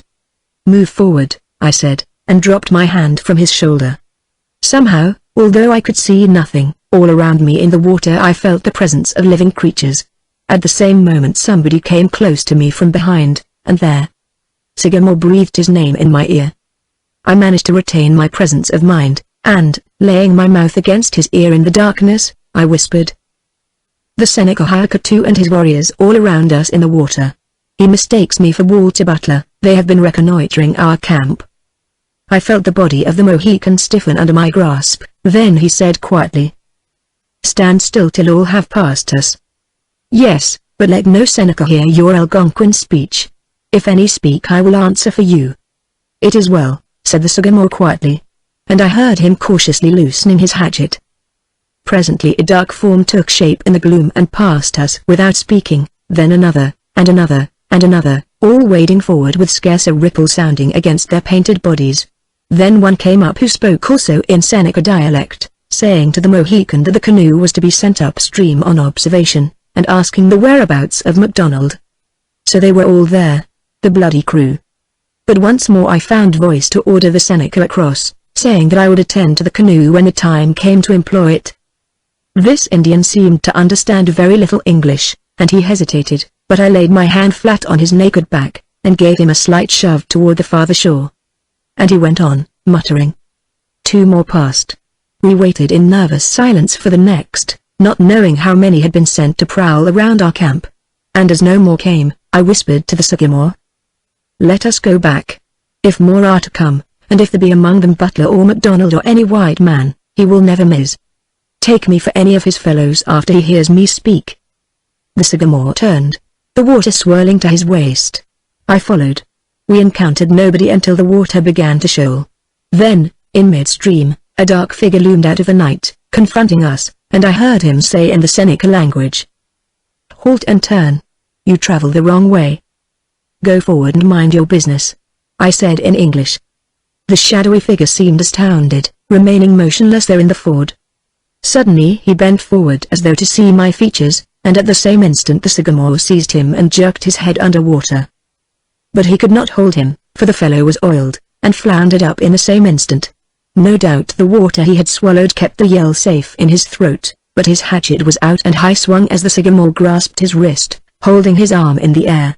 Then, holding him so, the Mohican passed his knife through the man's heart, striking with swiftness incredible again and again, and as his victim collapsed, he eased him down into the water, turned him over, and took his shoulders between his knees. "God," I whispered. "Don't wait for that." But the Siwanoi's warrior was not to be denied, and in a second or two the wet scalp flapped at his belt. Rolling over and over with the current, the limp body slipped downstream and disappeared into deeper shadows. We waded swiftly toward our own shore, crawled across the gravel, drew on our clothing, and stole up into the woods above. "They'll know it by sunrise," I said. "How many did you count?" 13 in that war party, Loskiel. And if Butler and MacDonald be with them, that makes 15 and doubtless other renegades besides. "Then we had best pull afoot," said I. And I drew my knife and blazed the ford, and, as well as I might without seeing, wrote the depth of water on the scar. I heard the Mohicans' low laughter. "The Senecas will see it and destroy it. But it will drive them frantic," he said. "Whatever they do to this tree will but mark the ford more plainly," said I. And the Mohican laughed and patted my shoulder, as we moved fast on our back trail. I think he was excited, veteran though he was, at his taking of a Seneca warrior's scalp. Had you not jerked him underwater when he leaned forward over your shoulder to see what manner of man was speaking English, said I, doubtless he had awakened the forest with his warning yell in another moment. "Let him yell at the fishes, now," said the Mohican, laughing. "No doubt the eels will understand him, they are no more slippery than he." Save for the vague forms of the trees dimly discerned against the water, the darkness was impenetrable, and except for these guides, even an Indian could scarcely have moved at all. We followed the bank, keeping just within the shadows, and I was ever scanning the spots of starlit water for that same canoe which I had learned was to go upstream to watch us. Presently the Siwanois checked me and whispered, "Yonder squats your Wyandotte sentinel." "Where?" "I cannot see him." "On that flat rock by the deep water, seeming a part of it." "Are you certain?" "Yes, Loskiel." "You saw him move?" "No. But a Siwanois of the magic clan makes nothing of darkness. He sees where he chooses to see." "My arrow," said I, "what do you make of this Wyandotte?" "He has quitted his post without orders for a spot by the deep water. A canoe could come there, and he could speak to those within it." "That might damn a white soldier, but an Indian is different." "He is a Wyandotte or says he is." "Yes, but he came with credentials from Fortress Pit." "Once," said the sycamore, "he wore his hair in a ridge. If the Arais learned that from the Nez Passes, why might not the Wyandottes also learn it?" "He wears the hawk." "Yes, I know it." "He saw the moccasin tracks in the sand at the other ford." Loskiel, and remained silent. "I know it. And I believe, also, that he saw the canoe." "Then," said I, "you mean that this Wyandotte is a traitor?" "If he be a Wyandotte at all." "What?" "He may be Huron, he may be a Seneca Huron. But we Indians think differently, Loskiel." "What do you think?" "We do not know for certain. But," and the Mohican's voice became quietly ferocious, "if a war arrow ever struck this Wyandotte between the shoulders, I think every tree cat in the Long House would squall at the condoling council." "You think this Wyandotte Ineri in disguise?" I asked incredulously. "We Indians of different nations are asking that question of each other, Loskiel." "What is the mind of the Greyfeather concerning this?" I asked, horrified. "Anita and Starkbridge begin to believe as I believe." that this creature is a spy engaged to lead us to our deaths? Do they believe that the self-styled Wyandotte is an infamous Erie? We so believe, Loskiel. We are not yet certain. But you who have taken Erie scalps should know. We know an Erie by his paint and look, by his arms and moccasins. But when an Erie wears none of these, it is not easy to determine exactly what he might be. There is, in the Western nation, much impure blood, much mixing of captive and adopted prisoners with the Seneca conquerors. If an Erie wear cat's claws at the root of his scalp lock, even a blind Quaker might know him. If one of their vile priests wear his hair in a ridge, then, unless he be an Espas, there need be no doubt. But this man dresses and paints and conducts like no Erie I have ever seen. And yet I believe him one, and a sachem at that. Then, by God, said I in a cold fury, I will go down to the stream and put him under arrest until such time as his true colors may be properly determined. Loskiel, if yonder Indian once saw in your eye that you meant to take him, he would slip between your hands like a spotted trout and be off downstream to his comrades. Go not toward him angry, or with anything in your manner and voice that he might distrust. I never learned to smile in the face of a traitor. Learn now, then. Brother, you are young, and war is long. And of many aspects are they who take arms in their hands to slay. Strength is good, quickness and a true eye to the rifleicide are good. But best of all in war are the calmness and patience of wisdom. A Sagamore has spoken. What would you have me do? Nothing, yet. But we must make a night march of it, and I could not endure the infamous creature's company, even if it were safe for us to take him with us. My brother may remain tranquil. The Grey Feather and I are watching him. The Praying Indian and Tahuntauian. Durstand also. When we once are certain, the Erie dies. When you are certain, said I in a fury, I will have him properly tried by military court and hung as high as Amist hung two of his fellow devils. I wish to God he had executed the entire nation while he was about it. For once Sir William Johnson was wrong to interfere. The Sagamore laughed and laid one hand on my shoulder. Is it a custom for an ensign to pass judgment on a major general, Loskiel, my dear but much younger brother? I blushed hot with annoyance and shame. Of all things on earth, self-control was the most necessary quality to any officer commanding Indians. The Sagamore is right, I said in a mortified voice. The Sagamore has lived longer than his younger brother, he rejoined gently. And is far wiser, said I. A little wiser in some few things concerning human life, Loskiel. Does my brother desire that my arrows shall bring in the Wyandotte? Bring him, I said, and walked forward toward our camp. Tahuntauи stopped me with his challenge, then sprang forward at the sound of my voice. Men in the woods, he whispered, creeping up from the south. They saw no fire and prowled no nearer than panthers prowl when they know a camp is awake. Senecas, I said briefly. We make a night march of it. Remain on guard here. The Grey Feather will bring your pack to you when we pick you up. As I ascended the rocky pulpit, both the Grey Feather and the Stark Bridge were standing erect and wide awake, packs strapped and slung, rifles in hand. Senecas, I said. Too many for us. Are we not to strike? Asked the Oneida wistfully, as the Mohican came swiftly up the rock followed by the Wyandotte, who seemed inclined to lag. Why did you quit your post? I asked him bluntly. There was a better post and more to see on the rock, he said simply. You made a mistake. Your business is to obey your commanding officer. Do you understand? The Black Snake understands. Did you discover nothing from your rock? Nothing. Deer moved in the woods. Red deer, I said coolly. A July deer is in the red coat always. The deer you heard are red the whole year round. Yo. The Black Snake understands. Very well.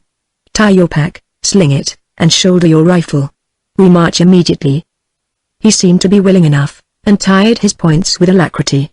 Nor could I, watching him as well I might in so dark a spot, see anything suspicious in any movement he made.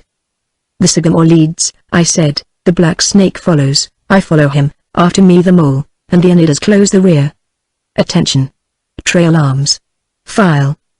And as we climbed out of our pulpit and descended over the moss to the soundless carpet of moist leaves. Silence, I said. A sound may mean the death of us all. Cover your rifle pans with your blankets. No matter what happens, no man is to fire without orders. I stopped abruptly and laid my hand on the black snake's hatchet sheath, feeling it all over with my fingertips in the dark. "Damnation," I said. "There are 10 points on the fringe. You might better wear a cowbell. Where did you get it?" "It was in my pack." "You have not worn it before. Why do you wear it now?" "It is looser in time of need." "Very well. Stand still." I whipped out my knife and, bunching the faintly tinkling thrums in my fingers, severed the 10 points and tossed them into the darkness. "I can understand," said I, "a horse-riding Indian of the plains galloping into battle all over cowbells, but never before have I heard of any forest Indian wearing such a fringe in time of war." The rebuke seemed to stun the Wyandotte. He kept his face averted while I spoke, then at my brief word stepped forward into his place between myself and the Mohican. "March," I said in a low voice. The sycamore led us in a wide arc north, then west, and there was no hope of concealing or covering our trail, for in the darkness no man could see exactly where the man in front of him set foot, nor hope to avoid the wet sand of rivulets or the soft moss which took the imprint of every moccasin as warm wax yields to the seal. That there was in the primeval woods no underbrush, save along streams or where the windfall had crashed earthward, made traveling in silence possible. The forest giants branched high, no limbs threatened us, or, if there were any, the sycamore truly had the sight of all night creatures, for not once did a crested head brush the frailest twig, not once did a moccasined foot crash softly through dead and fallen wood. The slope toward the river valley became steeper. We traveled along a heavily wooded hillside at an angle that steadily increased. After an hour of this, we began to feel rock underfoot, and our moccasins crushed patches of reindeer moss, dry as powder. It was in such a place as this, or by wading through running water, that there could be any hope of hiding our trail, and as we began to traverse a vast, flat shoulder of naked rock, I saw that the Mohican meant to check and perplex any pursuit next morning. What was my disgust, then, to observe that the Wyandotte's moccasins were soaking wet, and that he left at every step his mark for the morning sun to dry at leisure. Stooping stealthily, I laid my hand flat in his wet tracks, and felt the grit of sand. Accidentally or otherwise, he had stepped into some spring brook which we had crossed in the darkness. Clearly the man was a fool, or something else. And I was obliged to halt the file and wait until the Wyandotte had changed to spare moccasins, which I am bound to say he seemed to do willingly enough. And my belief in his crass stupidity grew, relieving me of fiercer sentiments which I had begun to harbor as I thought of all we knew or suspected concerning this man. So it was forward once more across the naked, starlit rock, where blueberry bushes grew from crevices, and here and there some tall evergreen, the roots of which were slowly sundering the rock into soil. Rattlesnakes were unpleasantly numerous here, this country being notorious for them, especially where rocks abound. But so that they sprung their goblin rattles in the dark to warn us, we had less fear of them than of that sly and no less deadly cousin of theirs, which moved abroad at night as they did, but was often too lazy or too vicious to warn us. The Mohican sprang aside for one, and ere I could prevent him, the Wyandotte had crushed it. And how to rebuke him I scarcely knew, for what he had done seemed natural enough. Yet, though the Mohican seized the twisting thing and flung it far into the blueberry scrub, the marks of a bloody heel were now somewhere on the rocks for the rising sun to dry but not to obliterate.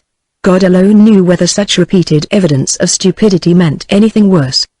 But now I was resolved to have done with this Indian at the first opportunity, and risk the chance of clearing myself of any charge concerning disobedience of orders as soon as I could report to General Sullivan with my command. The traveling now, save for the dread of snakes, was pleasant and open.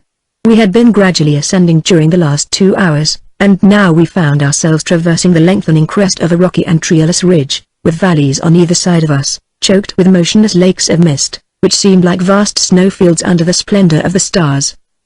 I think we all were weary enough to drop in our tracks and sleep as we fell. But I gave no order to halt, nor did I dream of interfering with the sycamore, or even ask him a single question. It was promising to give me a ruder schooling than my regiment could offer me, this traveling with men who could outrun and outmarch the vast majority of white men. Yet, I had been trained under Major Parr, and with such men in my command as Alerson, Mount, and Murphy, and I had run with the Nidders before and scouted far and wide with the best of them.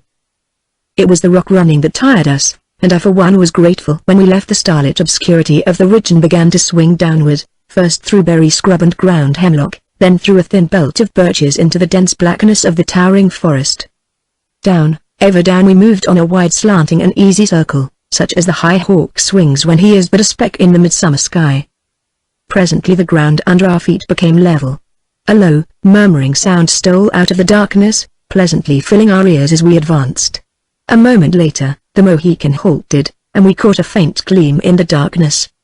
"Susquehanna," he said. "If," was the Susquehanna.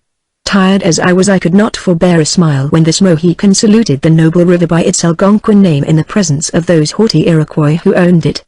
And it seemed to me as though I could hear the feathered crests stiffen on the two Oneida heads, for this was Oneida country, and they had been maliciously reminded that the Lenape had once named for them their river under circumstances in which no Iroquois took any pride. Little evidences of the subtle but ever-living friction between my Mohican and the two Oneidas were plenty, but never more maliciously playful than this. And presently I heard the Sagamore politely mention the Ulaut by its Iroquois name, Uli Ulit, which means a voice that continues, and while I sent the night hawk down to the water to try for a crossing, Mohican and Oneida conversed very amiably, the topic being our enemies, and how it was that on the Ulaut and in Pennsylvania they had so often spared the people of that state and had directed their full fury toward New York. The Oneida said it was because the Iroquois had no quarrel with Penn's people, who themselves disliked the intruding Yankee and New Yorker, but they were infuriated against us because we had driven the Iroquois from their New York lands and had punished them so dreadfully at Oriskany. And he further said that Cherry Valley would not have been made such a shambles except that Colonel Clyde and Colonel Campbell lived there, who had done them so much injury at Oriskany. I myself thought that this was the truth, for no Iroquois ever forgave us Oriskany, and what we were now about to do to them must forever leave an implacable and unquenchable hatred between the Long House and the people of New York. For on this river which we now followed, and between us and Cheoga, where our main army lay, were the pretty Iroquois towns, Inquin, Oaga, Chinan, and Oga, with their well-built and well-cellared houses, their tanneries, mills, fields of corn and potatoes, orchards, and pleasant gardens full of watermelons, muskmelons, peas, beans, squashes, in fact, everything growing that might ornament the estate of a proud man of my own color. Thus had the Mohican described these towns to me. And now, as I sat weary, thinking, I knew that even before our army at Otsego joined the Cheoga army, it would utterly destroy these towns on its way down, ruin the fields, and burn and girdle the orchards. And this was not even the beginning of our destined march of destruction and death from one end of the Long House to the other. Now our Oneida crept back to us, saying that the river was so low we could cross up to our armpits, and stood there naked, a slender and perfect statue, all a-drip, and balancing pack and rifle on his head. Wearily we picked our way down to the willows, stripped, hoisted rifles and packs, and went into the icy water. It seemed almost impossible for me to find courage and energy to dress, even after that chilling and invigorating plunge, but at last I was into my moccasins and shirt again. The Sagamore strode lightly to the lead, the Wyandotte started for the rear, but I shoved him next to the Mohican and in front of me, hating him suddenly. So abrupt and profound was my conviction that his stupidity was a studied treachery and not the consequences of a loutish mind.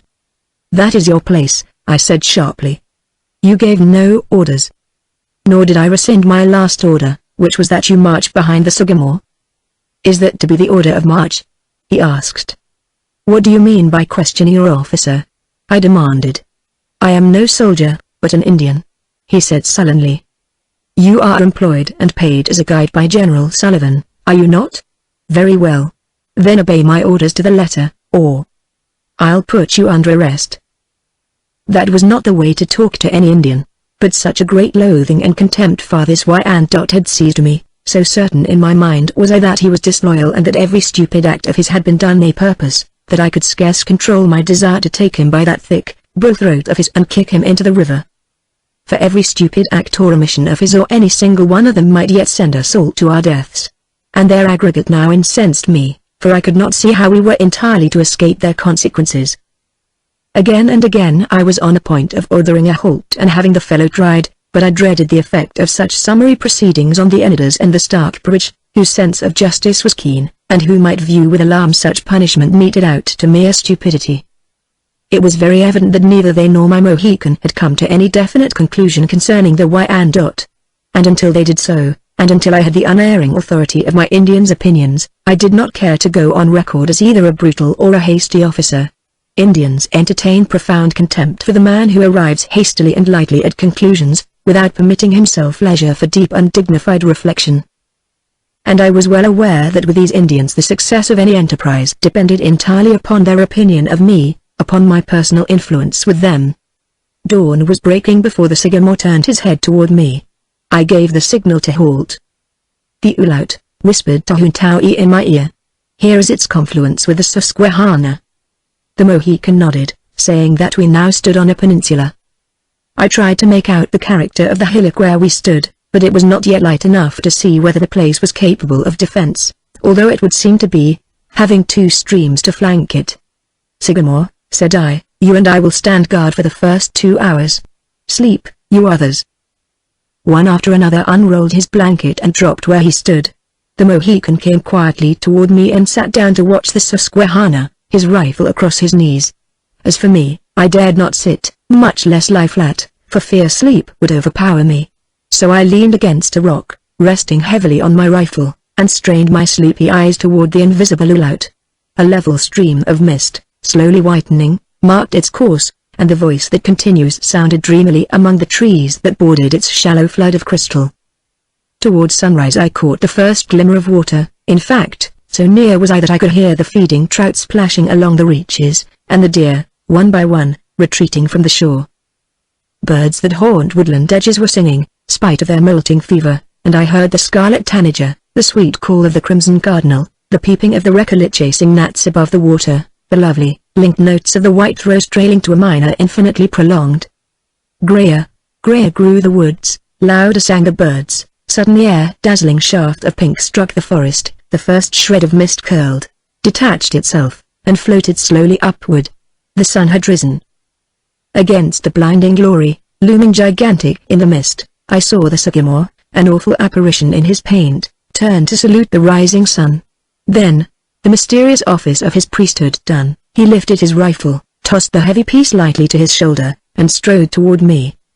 I shook the sleeping Eniders, and, as they sprang to their feet, I pointed out their posts to them, laid my rifle on my sack, and dropped where I stood like a lump of lead.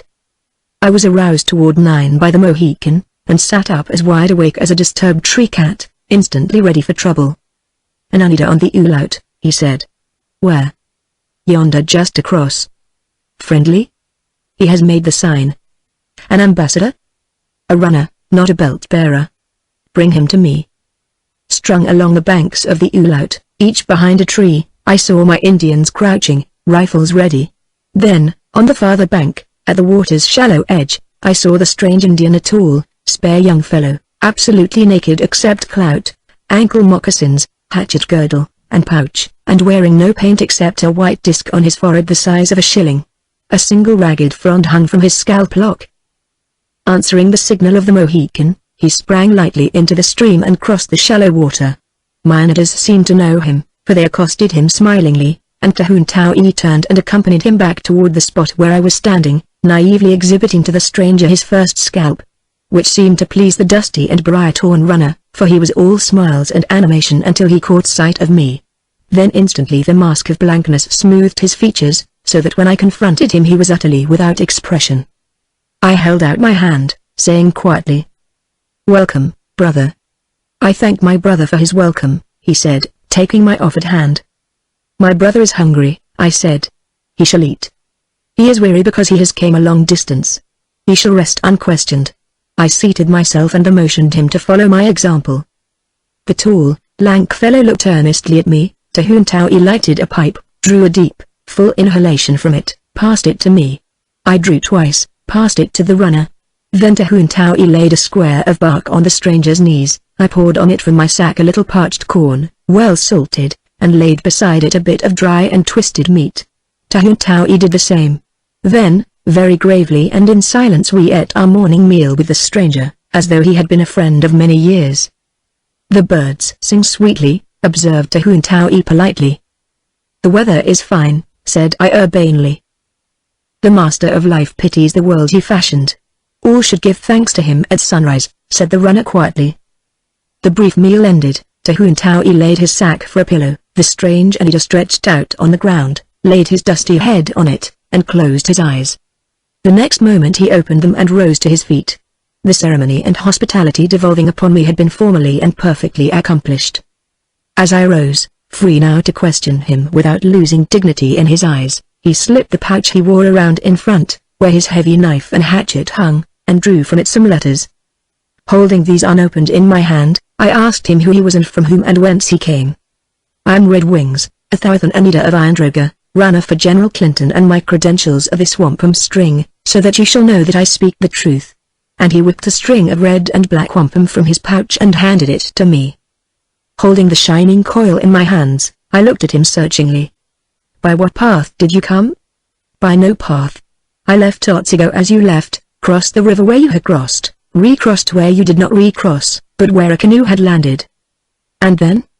"I saw the Meng," he said politely, as the sycamore came up beside him. My Aro smiled his appreciation of the Algonquin term, then he spat, saying, "The Meng were Seneco and Mauawak. One has joined the Eel clan." The Red Wings saw him. The cat people of the Seneco sat in a circle around that scalpless thing and sang like catamounts over their dead. It is impossible to convey the scorn, contempt, insult, and loathing expressed by the Mohican and the Oneida, unless one truly understand the subtlety of the words they used in speaking of their common enemies. "The Red Wings came by the Charlotte River?" I asked. "By the Cherry, Canevas, and Charlotte to the Ulaut. The Meng fired on me as I stood on a high cliff and mocked them." "Did they follow you?" "Can my brother Loskeel trail feathered wings through the high air paths?" "A little way I let them follow, then took wing, leaving them to whine and squall on the Susquehanna." "And Butler and MacDonald?" I demanded, smiling. "I do not know. I saw white men's tracks on the Charlotte, not 2 hours old. They pointed toward the Delaware. The Minnie's ink lies there." I nodded. "Now let the Red Wings fold his feathers and go to rest," I said, "until I have read my letters and considered them." The Oneida immediately threw himself on the ground and drew his pouch under his head. Before I could open my first letter, he was asleep and breathing quietly as a child. And, on his naked shoulder, I saw a smear of balsam plastered over with a hazel leaf, where a bullet had left its furrow. He had not even mentioned that he had been hit. The first letter was from my General Clinton. "Have a care," he wrote, "that your Indians prove faithful. The Wyandot assigned to your command made a poor impression among our Oneida guides. This I hear from Major Pa, who came to tell me so after you had left. Remember, too, that you and your Mohican are most necessary to General Sullivan. Interpreters trained by Guy Johnson are anything but plenty, and another Mohican who knows the truest true to. Catharine's town is not to be had for whistling." This letter decided me to rid myself of the Wyandot. Here was sufficient authority. Time enough had elapsed since he had joined us for me to come to a decision. Even my Indians could not consider my judgment hasty now. I cast a cold glance at him, where he stood in the distance leaning against a huge walnut tree and apparently keeping watch across the Ulaut. The grey feather was watching there, too, and I had no doubt that his wary eyes were fixed as often on the Wyandot as on the wooded shore across the stream. A second letter was from Major Pa, and said, "An Oneida girl called Drooping Wings, of whom you brought some trumpery or other, came to the fort after you had left, and told me that among the party in their camp was an adopted Seneca who had seen and recognized your Wyandot as a Seneca and not as a Huron. Not that this information necessarily means that the Indian called Black Snake is a traitor. He brought proper credentials from the officer commanding at Pitt. But it is best that you know of this, and that you feel free to use your judgment accordingly."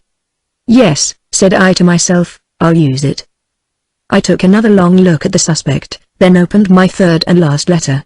It was from Lois, and my heart beat the general so violently that for a moment it stopped my breath.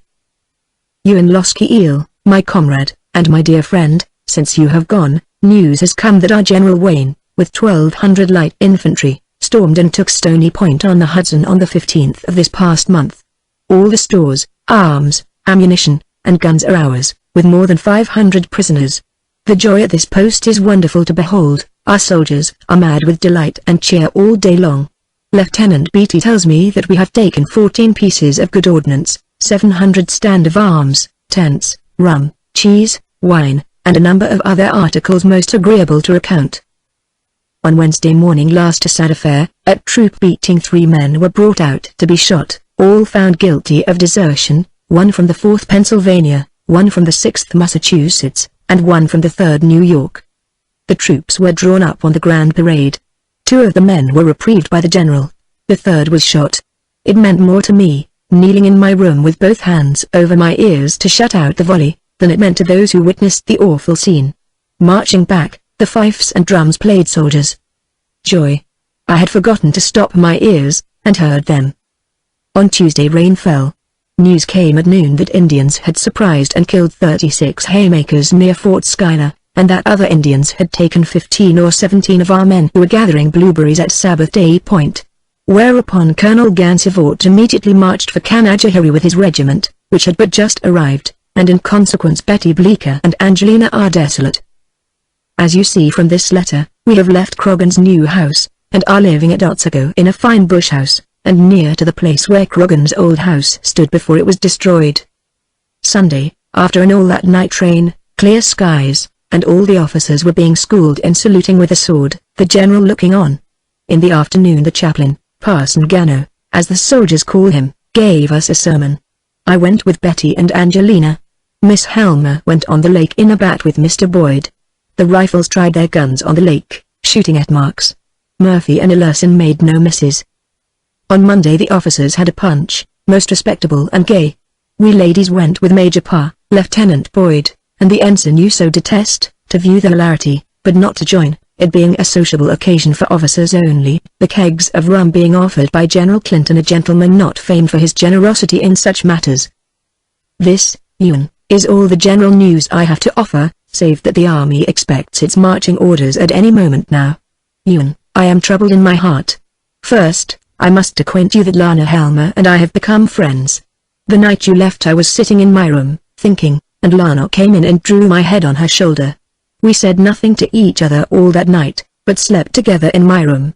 And since then we have come to know each other very well in the way women understand each other. I love her dearly.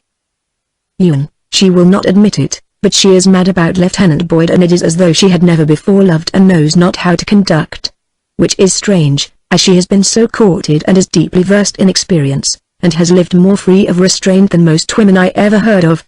Yet, it has taken her like a pernicious fever, and I do neither like nor trust that man, for all his good looks, and his wit and manners, and the exceedingly great courage and the military sagacity which none denies him.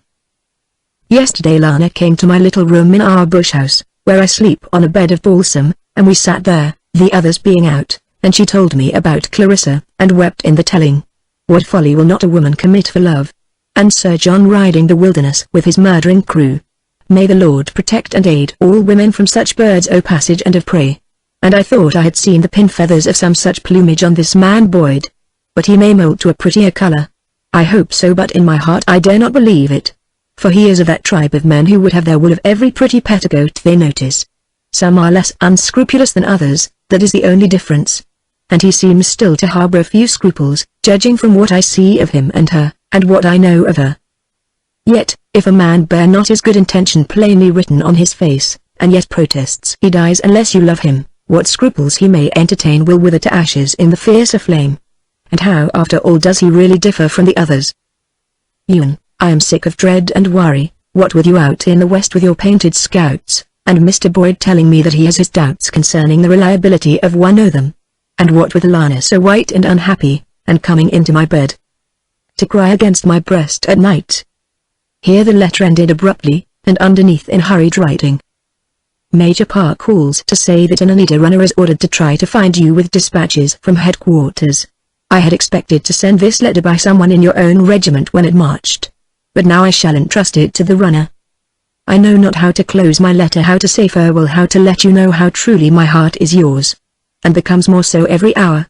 Nor can you understand how humbly I thank God for you, that you are what you are and not like Sir John and other men.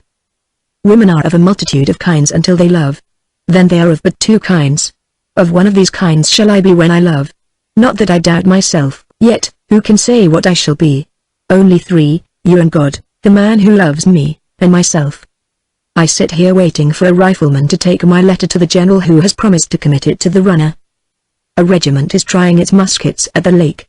I hear the firing. I have a tallow dip and wax and sand, ready to close my letter instantly. No one comes. Lana comes, very tired and pale. Her eyes frighten me, they seem so tragic. I learn that the army marches on the 9th. Yet, you went earlier, and I do not think my eyes resembled hers. Soldiers passing, drums beating. A Pennsylvania regiment. Lana lies on my bed, her face to the wall, scarce breathing at all, as far as I can see. Conch horns blowing the strange and melancholy music of your regiment. It seems to fill my heart with dread unutterable. The runner is here. Yuan. Come back to me. Lois Tikintukor. My eyes fell from the letter to the sleeping runner stretched out at my feet, then shifted vaguely toward the river. After a while I drew my tablets, quill, and inkhorn from my pouch, and setting it on my knees wrote to her with a heart on fire, yet perfectly controlled. And after I had ended, I sealed the sheet with balsam, pricking the globule from the tree behind me, and setting over it a leaf of partridge berry. Also I wrote letters to General Clinton and to Major Pa, sealed them as I had sealed the other, and set a tiny, shining leaf on each.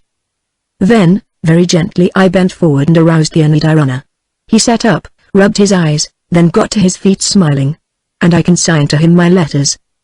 The Mohican, on guard by the Susquehanna, was watching me, and as soon as the Red Wings had started on his return, and was well across the Ulaut, I signaled the Sagamore to come to me, leaving the Mole and Tahuntau'i by there. Susquehanna. Blood brother of mine, I said as he came up, I ask counsel of a wiser head and a broader experience than my own. What is to be done with this Wyandotte? Must that be decided now, Loskiel? Now. Because the Oneida lies below not far away, and beyond that the Shioga. And I am charged to get myself thither in company with you as soon as may be. Now, what is a Sagamore's opinion of this Wyandotte?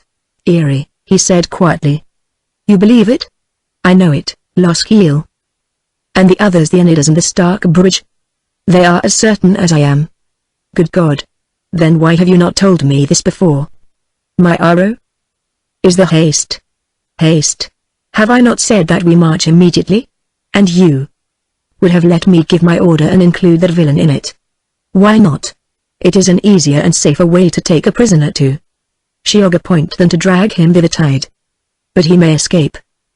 The Sagamore gave me an ironic glance. Is it likely, he said softly, when we are watching? But he may manage to do us a harm. You saw how cunningly he has kept up communication with our enemies, to leave a trail for them to follow. He has done us what harm he is able, said the Sagamore coolly. I hesitated, then asked him what he meant. Why, he said, their scouts have followed us. There are 2 of them now across the Susquehanna. Thunderstruck, I stared at the river, where its sunlit surface glittered level through the trees. Do the others know this? I asked. Surely, Loskiel. I looked at my Indians where they lay flat behind their trees, rifles poised, eyes intent on the territory in front of them. If my brother does not desire to bring the Wyandotte to General Sullivan, I will go to him now and kill him, said the Mohican carelessly. He ought to hang, I said between my teeth. Yes. It is the most dreadful death a Seneca can die. He would prefer the stake and 2 days' torture. Loskiel is right. The Erie has been a priest of Amokol. Let him die by the rope he dreads more than the stake. For all Indians fear the rope, Loskiel, which chokes them so that they cannot sing their death song. There is not one of us who has not courage to sing his death song at the stake, but who can sing when he is being choked to death by a rope. I nodded, looking uneasily toward the river where the 2 Seneca spies lurked unseen as yet by me. Let the men sling their packs, I said. They have done so, Loskiel. Very well. Our order of march will be the same as yesterday. We keep the Wyandotte between us. That is wisdom. Is it to be a running fight, my arrow? Perhaps, if their main body comes up. Then we had best start across the Ulaut, unless you mean to ford the Susquehanna. The Sagamore shook his head with a grimace, saying that it would be easier to swim the Susquehanna at Chiago than to ford it here. Very quietly we drew in or picked up our pickets, including the ruffianly Wyandotte, or Erie, as he was now judged to be, and, filing as we had filed the night before we crossed the Ulaut and entered the forest. 2 hours later the Oneida in the rear, Tahuntau'i, reported that the Seneca scouts were on our heels, and asked permission to try for a scalp. By noon he had taken his 2nd scalp, and had received his first wound, a mere scratch from a half-ounce ball, below the knee. But he wore it and the scalp with a dignity unequaled by any monarch loaded with jeweled orders. Some day, said the Sagamore in my ear, Tahuntau'i will accept the antlers and the quiver. He would be greater yet if he accepted Christ, said there. Starkbridge quietly. We had halted to breathe, and were resting on our rifles as the Mohican said this, and I was looking at the Starkbridge who so quietly had confessed his master, when of a sudden the Wyandot, who had been leaning against a tree, straightened up, turned his head over his shoulder, stared intently at something which we could not see, and then pointed in silence. So naturally was it done that we all turned also. Then, like a thunderbolt, his hatchet flew, shearing the raccoon's tail from my cap, and struck the Starkbridge Indian full between the eyes, dashing his soul into eternity. Chapter 13. The Hidden Children. So silently, suddenly, and with such incredible swiftness had this happened, and so utterly unprepared were we for this devilish audacity, that the Erie had shoved his trade rifle against my ribs and fired before anybody comprehended what he was about. But he had driven the muzzle so violently against me that the blow knocked me breathless and flat on my face, and his rifle, slipping along with the running swivel of my pouch buckle, was discharged, blowing the pouch flap to fragments, and setting fire to my thrums without even scorching my body. As, partly stunned, I lay on the moss, choking in the powder smoke, my head still ringing with the crash of the old smoothbore, man after man leapt over me like frantic deer, racing at full speed toward the river. And I swayed to my knees, to my feet, and staggered after them, beating out the fire on my smoking fringes as I ran. The Erie took the bank at one bound, struck the river sand like a ball, and bounded on. Both Iniders shot at him, and I tried to wing him in midstream, but my hands were unsteady from the shock, and he went under like a diver duck, drifted to the surface under the willows far below, and was out and among them before we could fire again. The sight of him tore a yell of fury from the Iniders' throats, but the Mohican, rifle a trail, was speeding low and swiftly, and we sprang forward in his tracks. A few moments later the Sagamore gave tongue to the fierce, hysterical view-halloo of his wolf clan. The Iniders answered till the forest rang with the dreadful tumult of the pack cry. Then, as I ran up breathless to where they were crouching, a more terrible whoop burst from them. The quarry was at bay. It was where the river turned south, making a vast and glassy bay. A smooth cliff hung over it, wet and shining with the water from hidden springs, and shearing down into profound and limpid depths. High on the face of the cliff, squatted on a narrow shelf, and hidden by the rocky formation, our quarry had taken cover. The twisted strands of a wild grapevine, severed by his knife, hung dangling below his eyrie, betraying his mode of ascent. He had gone up hand over hand, aided by his powerful shoulder muscles and by his feet, which must have stuck like the feet of flies to the perpendicular wall of rock. To follow him, even with the aid of the vine he had severed, had been hopeless in the face of his rifle fire. 1,000 men could not have taken him that way, while his powder and lead held out, for they would have been obliged to ascend one by one in slow and painful file, and he had but to shove his gun muzzle in their faces as they appeared. The war yelps of the Iniders had subtly changed their timbre so that ever amid the shrill yelling I marked the guttural snarls of baffled rage. The Mohican lay on his belly behind a tree, silent, but his eyes were like coals in their red intensity. Presently the Iniders, lying prone at our side, ceased their tumult and became silent. And for a long while we lay waiting for a shot. All this time the Erie had given no sign of life, and I had begun to hope that he had been hit and would ultimately perish there, as wild things perish in solitude and silence. Then the Mohican said in my ear, "Unless we can stir him to move and expose himself, we must lose him. For his fellows will surely track us to this place. Good God! By what unfortunate accident should such a hiding place exist so near?" I said miserably. The Sagamore's stern visage slightly relaxed. "It is no accident, Loskiel. Do you not suppose he knew it was here? Else he had never dared attempt what he did. The vile witch cat has been here many a time," said there. Grey Feather, his ferocious gaze fixed on the cliff. "Is the mole dead?" I asked. "He is with his god Tharan or Christ, whichever it may be." Loskiel.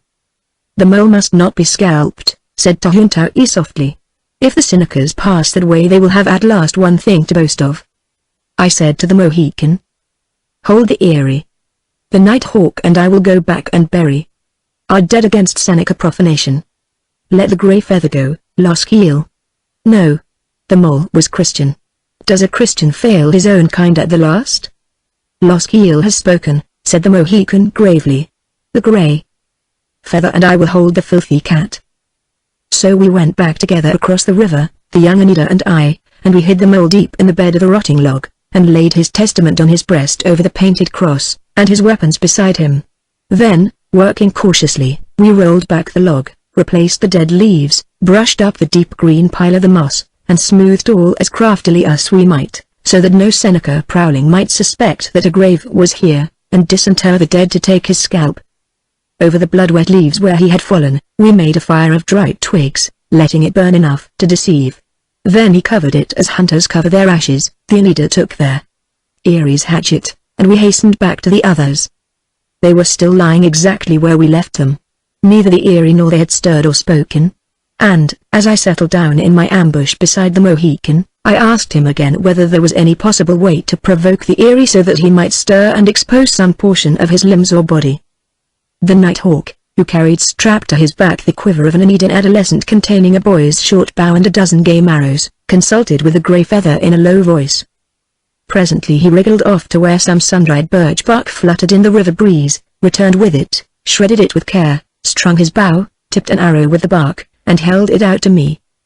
I struck flint to steel, lighted my tinder, and set the shred of bark afire. Then the Nighthawk knelt, bent his bow, and the blazing arrow soared whistling with flame, and fell behind the rock on the shelf. Arrow after arrow followed, whizzing upward and dropping accurately, but the wet mosses of the cliff extinguished the flashes.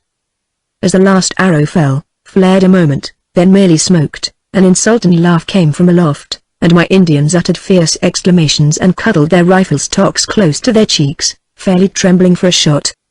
"Dogs of Anitas!" called the Erie. "Go howl for your dead pig of a Starkbridge slave."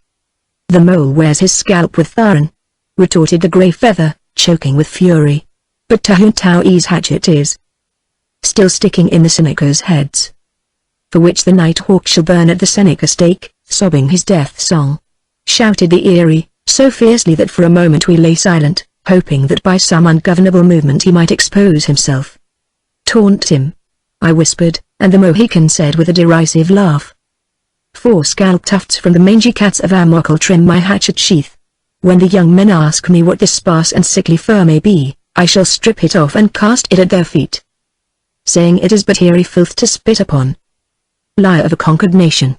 roared the Erie, "for every priest of Amokal who fell by Otsego under your cowardly butcher's knife, a Siwanoi's sycamore shall burn 3 days, and yet live to die the 4th. The day that August dies, so shall the sycamore die at the festival of dreams in Catherine's town." "I shall remember," said I in a low voice to the sycamore, "that the Onon Huroria is to be celebrated in Catherine's town on the last day of August." He nodded. Then, "A Mohican sycamore insults a dirty priest of Amokal. I do you honor by offering you battle, with knife, with hatchet, with rifle, with naked hands. Choose, spawn of a Tensi stillborn kitten of Uskia, choose. Not one soul except myself will raise hand against you. By Tharan, I swear it. Choose." And there, Victor passes freely and whither he wills. The Erie mocked him from his high perch. "Squirrels talk. Long since has your Tharan been hurled headlong into Biskuna by a Tensi and her flaming grandson." At this awful blasphemy, the Mohican fairly blanched so that under his paint his skin grew ashy for a moment. The grey feather shouted, "Lying and degraded priest! Mauawak cannibal of a Seneca cat! It is a Tensi herself who burns with Uskia in Biskuna.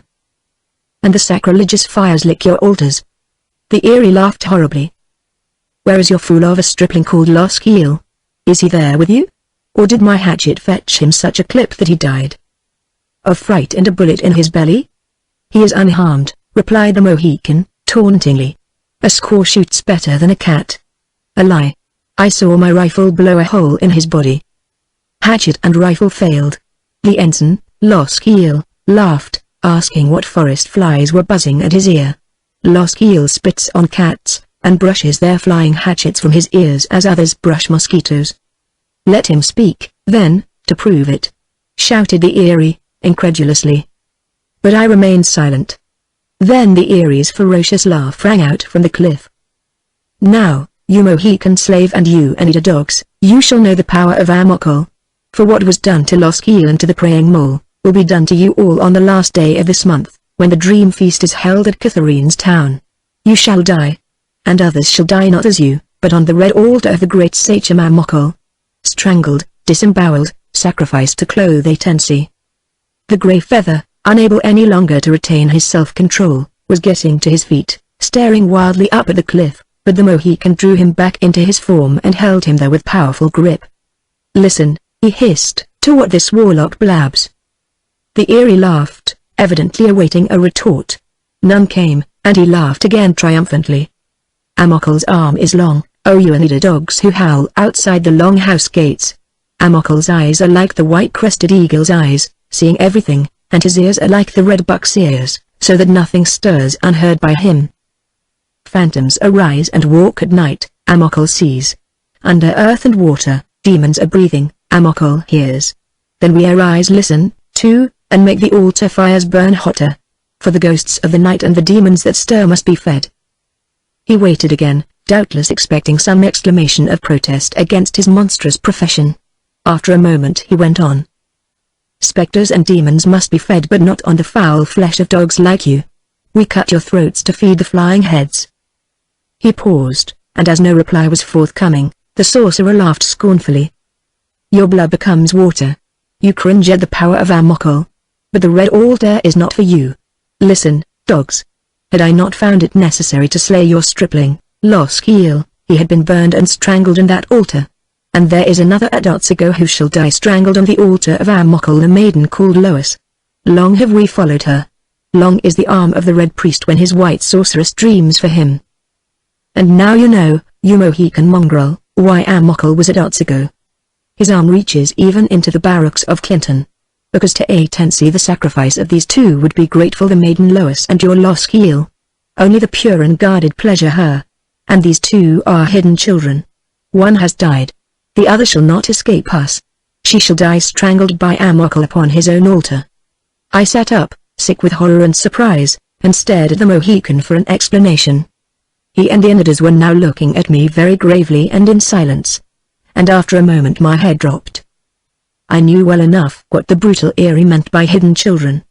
But that I was one I never dreamed, nor had it occurred to me that Lois was one, in spite of her strange history.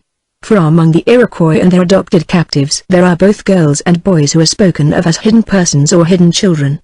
They are called Tanuatu, which means, hidden in the husks, like ears of corn. And the reason is this: a mother, for one cause or another, or perhaps for none at all, decides to make of her unborn baby a hidden child. And so, when born, the child is instantly given to distant foster parents, and by them hidden, and remains so concealed until adolescence. And, being considered from birth pure and unpolluted, a girl and a boy thus hidden are expected to marry, return to their people when informed by their foster parents of the truth, and bring a fresh, innocent, and uncontaminated strain into their clan and tribe. What the Eerie said seemed to stun me. What did this foul creature know of me? What knowledge had this murdering beast of Lois? And Amokel, what in God's name did the Red Sorcerer know of us, or of our history? Even the horrid threat against Lois seemed so fantastic, so unreal, so meaningless, that at the moment, it did not impress me even with its unspeakable wickedness. The Sagamore touched my arm as though with awe and pity, and I lifted my head. "Is this true, brother?" he asked gently. "I do not know if it is," I said, dazed. "Then it is the truth." "Why do you say that, my Aro?"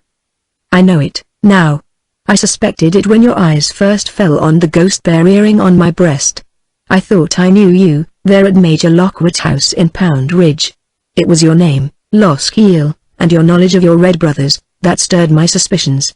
And when I learned that Guy Johnson had sheltered you, then I was surer still." "Who, then, am I?" I asked, bewildered. The three Indians were staring at me as though that murderer aloft on his eyrie did not exist. I, too, had forgotten him for the moment, and it was only the loud explosion of his smoothbore that shocked us to the instant necessity of the situation. The bullets screamed through the leaves above us. We clapped our rifles to our cheeks, striving to glimpse him. Nothing moved on the rocky shelf. "He fired to signal his friends," whispered the Mohican. "He must believe them to be within hearing distance." I set my teeth and stared savagely at the cliff. "If that is so," said I, "we must leave him here and pull foot." There was a tense silence. Then, as we rose, an infuriated yell burst from the Inidas, and in their impotence they fired blindly at the cliff, awaking a very hell of echo. Through the clattering confusion of the double discharge, the demoniac laughter of the eerie rang, and Mionidas, retreating, hurled back insult and anathema, promising to return and annihilate every living sorcerer in the Dark Empire, including Amokel himself. "Ha-ee!" he shouted after us, giving the evil spirit's cry. "Ha-ee! Hi!" From his shelf he cast a painted stick after us, which came hurtling down and landed in the water. And he screamed as he heard us threshing over the shallows, "Ku! Askananis Katoniat!" The thing he had cast after us was floating, slowly turning round and round in the water, and it seemed to be a stick something thicker than an arrow and as long, and painted in concentric rings of black, vermilion, and yellow. Then, as we gave it wide berth, to our astonishment it suddenly crinkled up and was alive, and lifted a tiny, evil head from the water, running out at us a snake's tongue that flickered. That this was magic my Indians never doubted. They gave the thing one horrified glance, turned, and fairly leapt through the water till the shallow flood roared as though a herd of deer were passing over. As for me, I ran, too, and felt curiously weak and shaken, though I suspected that this wriggling thing now swimming back to shore was the poison snake of the Xarora, and no Antuhonaran witchcraft at all, as I had seen skins of the brilliant and oddly marked little serpent at Guy Park, whither some wandering southern Tuscaroras had brought them. But the bestial creature of the cliff had now so inspired us all with loathing that it was as though our very breath was poisoned, and in swift and silent file we pushed forward, as if the very region land, water, the air itself had become impure, and we must rid ourselves of the place itself to breathe. No war party burning to distinguish itself ever traveled more swiftly. Sooner than I expected, we crossed the small creek which joins the river from the east, opposite the Old England district, and saw the ruins of Unadia across the water. Here was a known ford, and we crossed to Old Unadia, where the pretty river and the butternut run south into the broadening Susquehanna. At this place we halted to eat, and I was of two minds whether to go by the west branch of the Delaware, by Oaga and Ingran across the Stanwix Treaty line to Wyalusing, and from thence up the river to the Chemung and Shioga Point, or to risk the Chenango country and travel southwest by Oago, and so cutting off the great southern loop that the Susquehanna makes through the country of the Sarora. But when I asked the opinion of my Indians, they were of one mind against my two, saying that to follow the river was the easiest, swiftest, and safest course to Shioga Point. They knew better than did I. This side of Shioga the Oneiders knew the ground as well as the Siwanoys, but beyond, toward Catherine's town, only my Siwanoys knew. Indeed, if my Oneiders remained with me at all beyond Shioga I might deem myself lucky. In such dread and detestation did they hold that gloomy region where the Wyoming witch brooded her deadly crew, and where the Toad Woman, her horrible sister, fed the secret in midnight fires of hell with the Red Priest, Amokel. A grey hawk was circling above us mewing. Truly, our nerves had been somewhat shattered, for as we rose and resumed pack and sack, a distant partridge drumming on his log startled us all, and it was as though we had thought to hear the witch drums rolling at the Onon Huroria, and the hawk mewing seemed like the sorcerers calling Ha-oo, Ha-oo, Ha-oo, and the Unadia made a clatter over its stones like the false faces rattling their wooden masks. Sighed the pines above us as we sped on, and ever I thought of Okwanchu and the dead hunter. And the upward roar of a partridge covey bursting in thunder through the river willows was like the flight of the hideous flying heads. On we went, every sound and movement of the forest seeming to spur us forward and add flight feathers to our speeding feet. For in my Indians, ascendant now, was the dull horror of the supernatural, and as for me my hatred of the sorceress was tightening every nerve to the point of breaking. As I traveled the trail through the strange, eternal twilight of the great trees, I vowed to myself that Amokel should die, that the Sagamore and I would guide 1,000 rifles to his pagan altar and lay this foul priesthood prone upon it as the last sacrifice. Then I recalled the black snake's threat against Lois, and shuddered, then the astounding reason he had given for their Red Priest's design upon us both set me dully wondering again. Fear that his emissaries might penetrate our lines stirred me, and I remembered the moccasins she had received, and the messages sewed within them.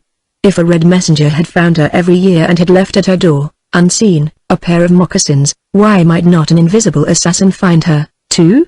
Already, within our very encampment, she had received another pair of moccasins and a message entirely different from the customary one. Whoever had brought it had come and gone unseen. Distressed, perplexed, half sick with fear for her, I plodded on behind the Mohican, striving to drive from me the somber thoughts assailing me, trying to reassure myself with the knowledge that she was safe at Otzigo with her new friends, and that very shortly now she would be still safer in Albany, and under the shrewd and kindly eye of Mr. Hake. The sun had set, the pallid daylight lingering along the forest edges by the river grew sickly and died. And after a little the Mohican halted on a hillock, and we cut our packs from us and peered around. The forms of rocks took dim shape all about us, huge slabs and benches of stone, from which great bushes of laurel and rhododendron spread, forming beyond us an entangled and impenetrable jungle. And under these we crawled and lay, listening for snakes. But there seemed to be none there, though our rocky fastness was a very likely place. And after we had eaten and emptied our canteens, the two Oneidas went out on guard to the eastern limit of the rocks, and the sycamore and I lay on our sides, facing each other in the dark. And for a while we lay there, neither of us speaking. Finally I said under my breath, "Then I am one of the hidden people." "Yes, brother," he replied very gently. "Tell me why you believe this to be true. Tell me all you know." For a little while the Mohican lay there very silent, and I did not stir. And presently he said, "It was in '57, Los Kiel, when I first laid eyes on you." "What? I am more than twice your age. You were then 3 years old." In my astonishment it occurred to me that instead of 22 I was now 25 years of age, if what the Mohican said were true. "Listen, Los Kiel, blood brother of mine, for you shall hear the truth now, the truth which Guy Johnson never told you. It was in '57, Monroe lay at Fort William Henry, Webb at Fort Edward, and Montcalm came down from the lakes with his white coats and Hurons and shook his sword at Monroe and spat upon Webb. Then came Sir William Johnson to Webb with 1,000 Iroquois. And because Sir William was the only white man we Delawares trusted, and in spite of his Iroquois, 3 Mohicans offered their services, the Great Serpent, young Uncas, and I, my Aro, Sycamore of the Sawanois. He paused, then with infinite contempt. Webb was a coward. Nor could Sir William kick him forward. He lay shivering behind the guns at Edward, and Fort William Henry fell. And the whitecoats could do nothing with their Hurons, the prisoners fell under their knives and hatchets, soldiers, women, little children. When Montcalm had gone, Webb let us loose. And, following the trail of murder, in a thicket among the rocks we came upon a young woman with a child, very weak from privation.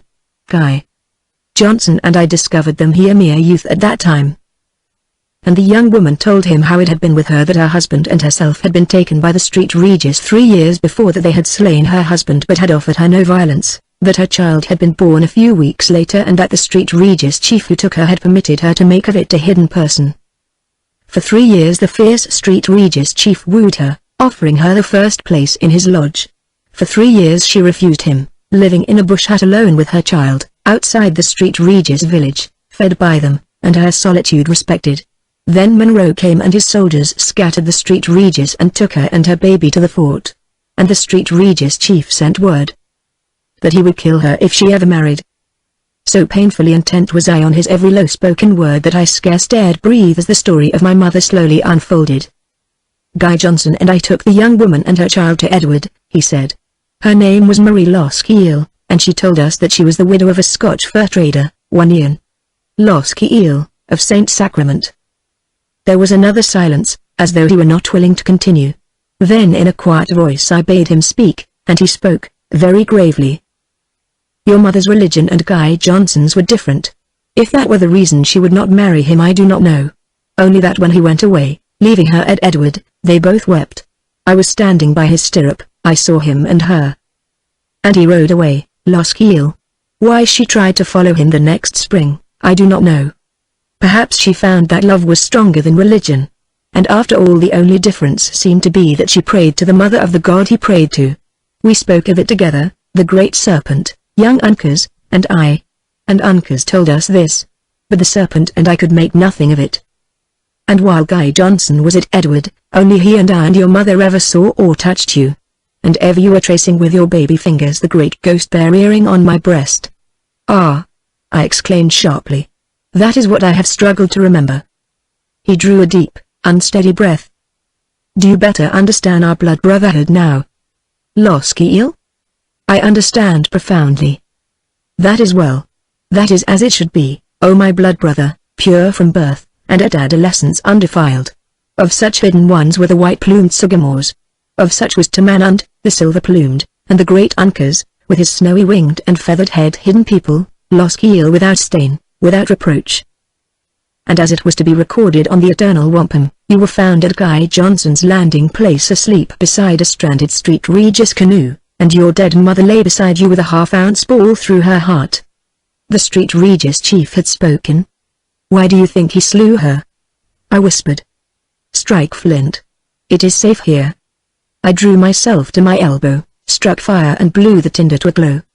This is yours, he said, and laid in my hand a tiny, lacquered folder striped with the pattern of a Scotch tartan. Wondering, I opened it. Within was a bit of wool in which still remained 3 rusted needles, and across the inside cover was written in faded ink, Marie Loskiel. How came you by this? I stammered, the quick tears blinding me. I took it from the Street Regis hunter whom Tahun slew. Was he my mother's murderer? Who knows? Said the Sagamore softly. Yet, this needle book is a poor thing for an Indian to treasure and carry in a pouch around his neck for 20 years. The glowworm spark in my tinder grew dull and went out.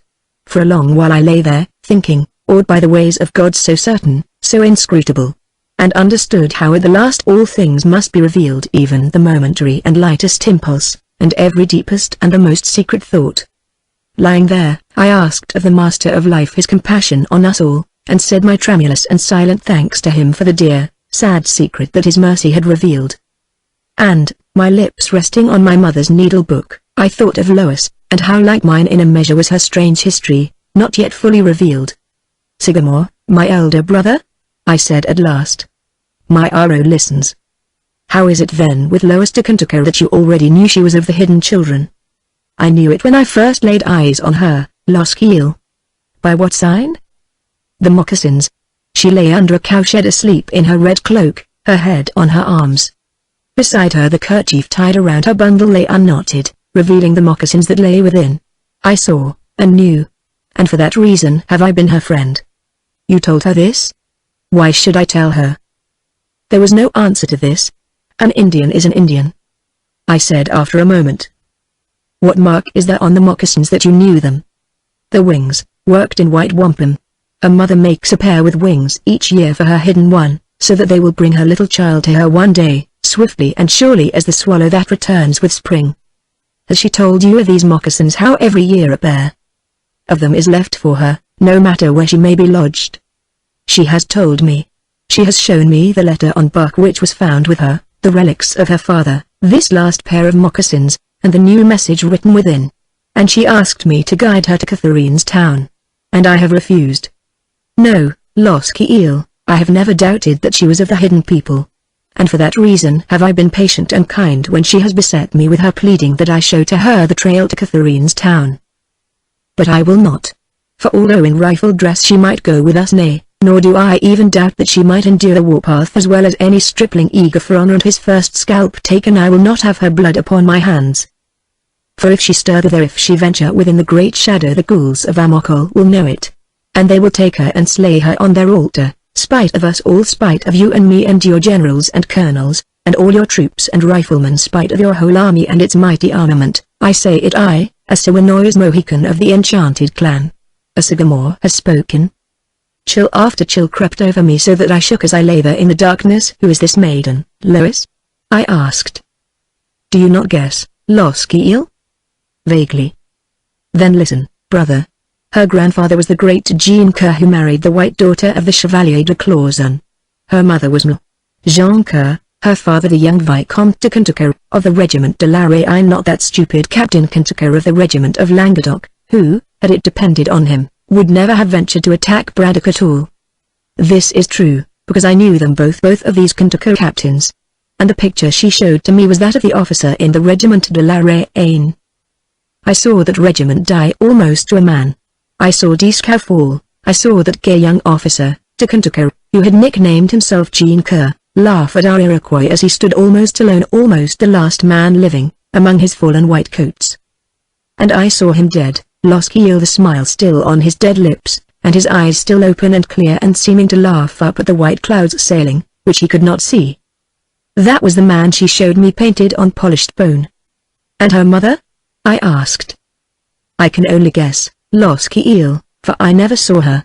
But I believe she must have been with the army. Somehow, Sir William Senecas got hold of her and took her to Catherine's town.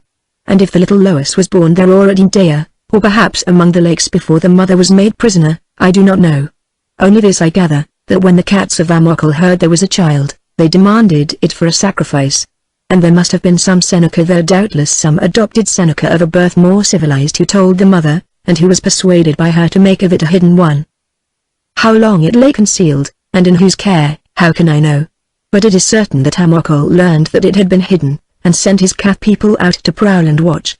Then, doubtless did the mother send it from her by the faithful one whose bark letter was found by the new foster parents when they found the little Lois. And this is how it has happened, brother. And that the cat people now know she is alive, and who she is, does not amaze me. For they are sorcerers, and if one of them did not steal after the messenger when he left Judea with the poor mother's yearly gift of moccasins, then it was discovered by witchcraft. For Amokel never forgets. And whom the red priest chooses for his altar sooner or later will surely die there, unless the sorcerer dies first and his cat people are slain and skinned, and the vile altar is destroyed among the ashes of its accursed fire. Then, with the help of an outraged god, these righteous things shall come to pass, I said between clenched teeth. The sycamore sat with his crested head bowed. And if he were in ghostly communication with the mighty dead I do not know, for I heard him breathe the name of Tamanund, and then remain silent as though listening for an answer. I had been asleep but a few moments, it seemed to me, when the grey feather awoke me for my turn at guard duty, and the Mohican and I rose from our blankets, reprimed our rifles, crept out from under the laurel and across the shadowy rock-strewn knoll to our posts. The rocky slope below us was almost clear to the river, save for a bush or two. Nothing stirred, no animals, not a leaf. And after a while the profound stillness began to affect me, partly because the day had been one to try my nerves, partly because the silence was uncanny, even to me. And I knew how dread of the supernatural had already tampered with the steadiness of my red comrades, men who were otherwise utterly fearless, and I dreaded the effect on the Mohican, whose mind now was surcharged with hideous and goblin superstitions. In the night silence of a forest, always there are faint sounds to be heard which, if emphasizing the stillness, somehow soften it too. Leaves fall, unseen, whispering downward from high trees, and settling among their dead fellows with a faintly comfortable rustle. Small animals move in the dark. Passing and repassing warily, one hears the high-feathered ruffling and the plaint of sleepy birds, breezes play with the young leaves, water murmurs. But here there was no single sound to mitigate the stillness, and, had I dared in my mossy nest behind the rocks, I would have contrived some slight stirring sound, merely to make the silence more endurable. I could see the river, but could not hear it. From where I lay, close to the ground, the trees stood out in shadowy clusters against the vague and hazy mist that spread low over the water. And, as I lay watching it, without the slightest warning, a head was lifted from behind a bush. It was the head of a wolf in silhouette against the water. Curiously I watched it, and as I looked, from another bush another head was lifted, the round, flattened head and tasseled ears of the great grey lynx. And before I could realize the strangeness of their proximity to each other, these two heads were joined by a third, the snarling features of a wolverine. Then a startling and incredible thing happened. The head of the big timber wolf rose still higher, little by little, slowly, stealthily, above the bush. And I saw to my horror that it had the body of a man. And, already overstrained as I was, it was a mercy that I did not faint where I lay behind my rock, so ghastly did this monstrous vision seem to me. Chapter 14. Chapter 14. Nay, Ishioga. How my proper senses resisted the swoon that threatened them I do not know, but when the lynx, too, lifted a menacing and flattened head on human shoulders, and when the wolverine also stood out in human-like shadow against the foggy water, I knew that these ghostly things that stirred my hair were no hobgoblins at all, but living men. And the clogged current of my blood flowed free again, and the sweat on my skin cooled. The furry ears of the wolf-man, pricked up against the vaguely lustrous background of the river, fascinated me. For all the world those pointed ears seemed to be listening. But I knew they were dead and dried, that a man's eyes were gazing through the sightless sockets of the beast. From somewhere in the darkness the Mohican came gliding on his belly over the velvet carpet of the moss. "Andists," he whispered scornfully. "They were the heads of the beasts whose courage they lack. Fling a stone among them and they will scatter." As I felt around me in the darkness for a fragment of loose rock, the Mohican arrested my arm. "Wait, Loskeel. The Andists hang on the heels of fiercer prowlers, smelling about dead bones like foxes after a battle. Real men cannot be far away. We lay watching the strange and grotesque creatures in the starlight, and truly they seemed to smell their way as beasts smell, and they were as light-footed and as noiseless, slinking from bush to bush, lurking motionless in shadows, nosing, listening, prowling on velvet pads to the very edges of our rock escarpment. "They have the noses of wild things," whispered the Mohican uneasily. "Somewhere they have found something that belongs to one of us, and, having once smelled it, have followed." I thought for a moment. "Do you believe they found the charred fragments of my pouch flap? Could they scent my scorched thrums from where I now lie? Only a hound could do that.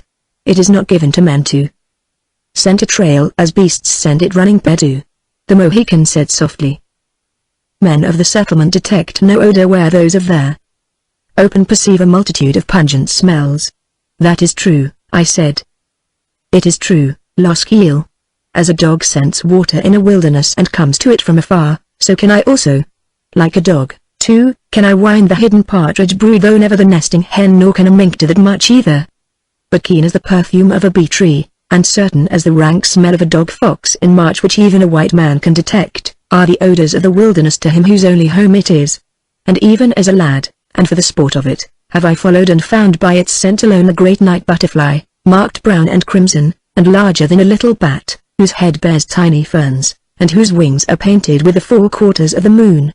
Like crushed sumac is the odor of it, and in winter it hides in a bag of silk." I nodded, my eyes following the cautious movements of the Andists below, and again I saw their heads thrown buck, noses to the stars, as though sniffing and endeavoring to wind us. And to me it was horrid and unhuman. For an hour they were around the river edge and the foot of the hillock, trotting silently and uneasily hither and thither, always seemingly at fault. Then, apparently made bold by finding no trace of what they hunted, they ranged this way and that at a sort of gallop, and we could even hear their fierce and whining speech as they huddled a moment to take counsel. Suddenly their movements ceased, and I clutched the Mohican's arm, as a swift file of shadows passed in silhouette along the river's brink, one after another moving west. 15 ghostly figures dimly seen but unmistakable. "Senecas," breathed the Mohican. The war party defiled at a trot, disappearing against the fringing gloom. And after them loped the Andists' pack, scurrying, hurrying, running into thickets and out again, but ever hastening along the flanks of their silent and murderous masters, who seemed to notice them not at all. When they had gone, the Mohican aroused the onagers, and all night long we lay there behind the rocks, rifles in rest, watching the river. What we awaited came with the dawn, and, in the first grey pallor of the breaking day, we saw their advanced guard, Cayugas and Senecas of the fierce war chief Hayakatu, every Indian stripped, oiled, head shaved, and body painted for war. First a single Cayuga, scouting swiftly, then 3 furtive Senecas, then 6, then a dozen, followed by the main body.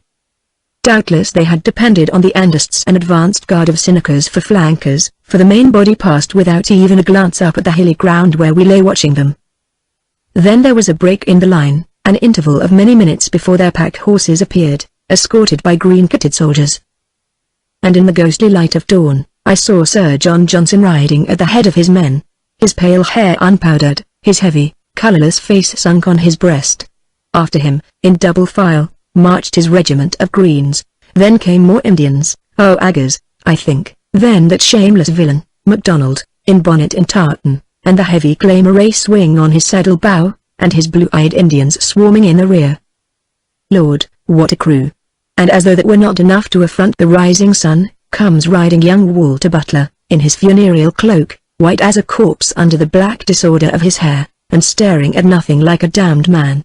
On his horse's heels his ruffianly rangers marched in careless disorder but with powerful, swinging strides that set their slanting muskets gleaming like ripples glinting athwart a windy pond, and their canteens all a-bobbing. Then, hunched on his horse, rode old John Butler squat, swarthy, weather-roughened, balancing on his saddle with the grace of a chopping block, and after him more rangers crowding close behind. Behind these, quite alone, stalked an Indian swathed in a scarlet blanket edged with gold, on which a silver gorget glittered. He seemed scarce darker than I in color, and if he wore paint I saw none. There was only a scarlet band of cloth around his temples, and the flight feather of the white-crested eagle set low above the left ear and slanting backward. Brant, I whispered to the sycamore, and I saw him stiffen to very stone beside me, and heard his teeth grate in his jaws. Then, last of all, came the keepers of the eastern gate, the flower of the warriors of the Long House, the Mohawks.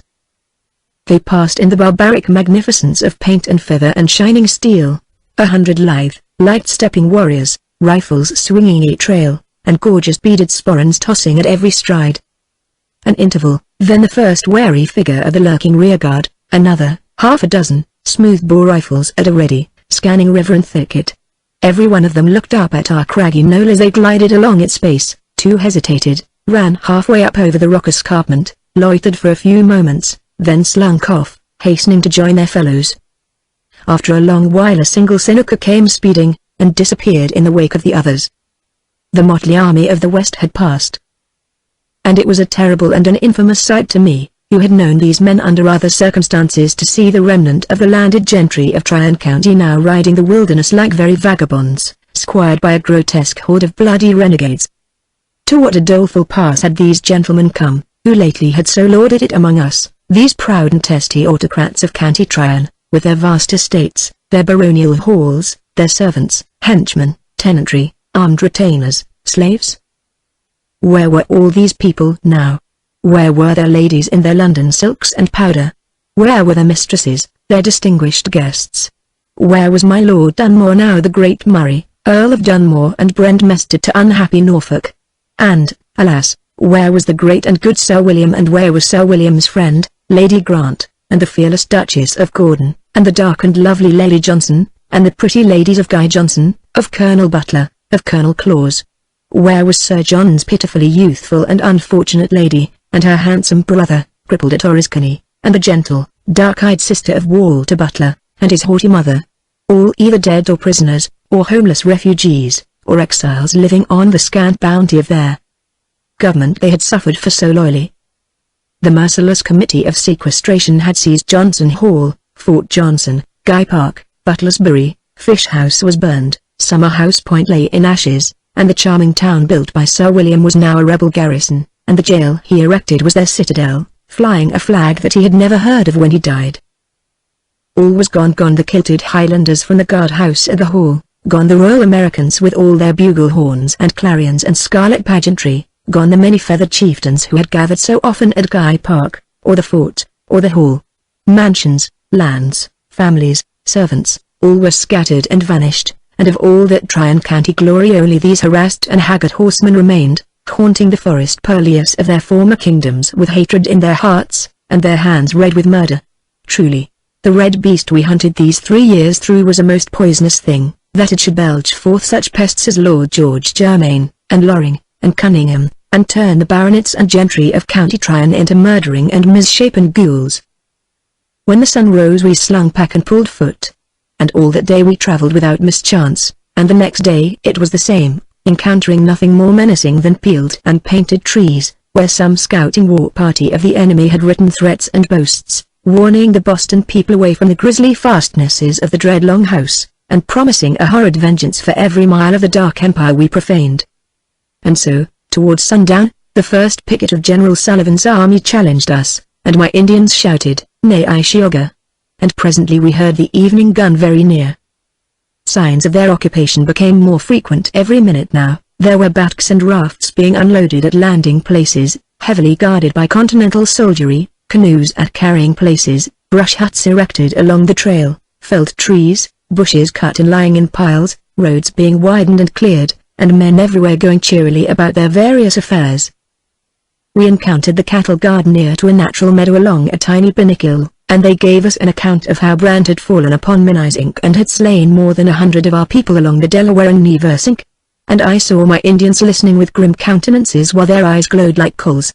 As soon as we forded the river, we passed a part of Colonel Proctor's artillery, parleyed in a clearing, where a fine block fort was being erected, and there were many regimental wagons and officers' horses and bat horses and cattle to be seen there, and great piles of stores in barrels, sacks, skins, and willow baskets.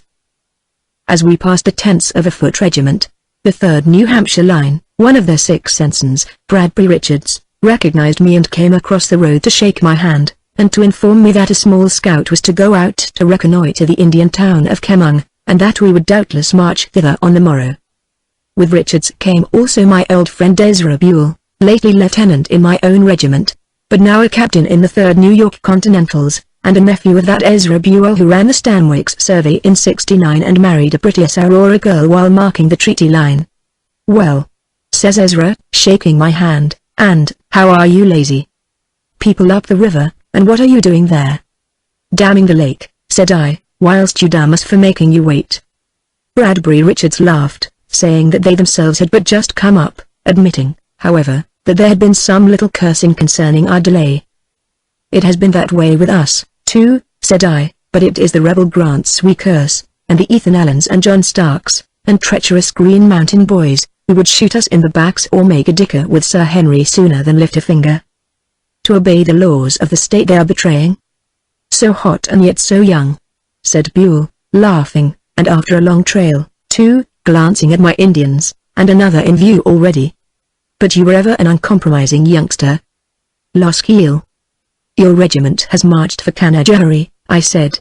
"When do you go tagging after it?" "This evening with the headquarters guide, Joachim, and the express rider, James Cook. Lord, what a dreary business." "Better learn the news we have concerning your back trail before you start. Ask Captain Franklin to mention it to the general." "Certainly," said Buell. "I would to God my regiment were ordered here with the rest of them. I'm that sick of the 3 forts and the scalping party fighting on the Schoharie." "It's what you are likely to get for a long while yet," said I. "And now will you or Richards guide me and my party to headquarters?" "Will you mess with us?" said Richards. "I'll speak to Colonel Dearborn."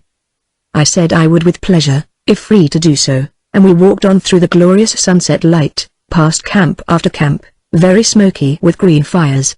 And I saw 3 more blockhouses being builded, and armed with cannon. The music of Colonel Proctor's artillery regiment was playing Yankee Doodle near headquarters as we sighted there. General's marquee, and the martial sounds enthralled me. One of the general's aide-de-camp, a certain Captain Dayton, met us most politely, detained my Indians with tobacco and pipes, and conducted me straight to the general, who, he assured me, happened to be alone.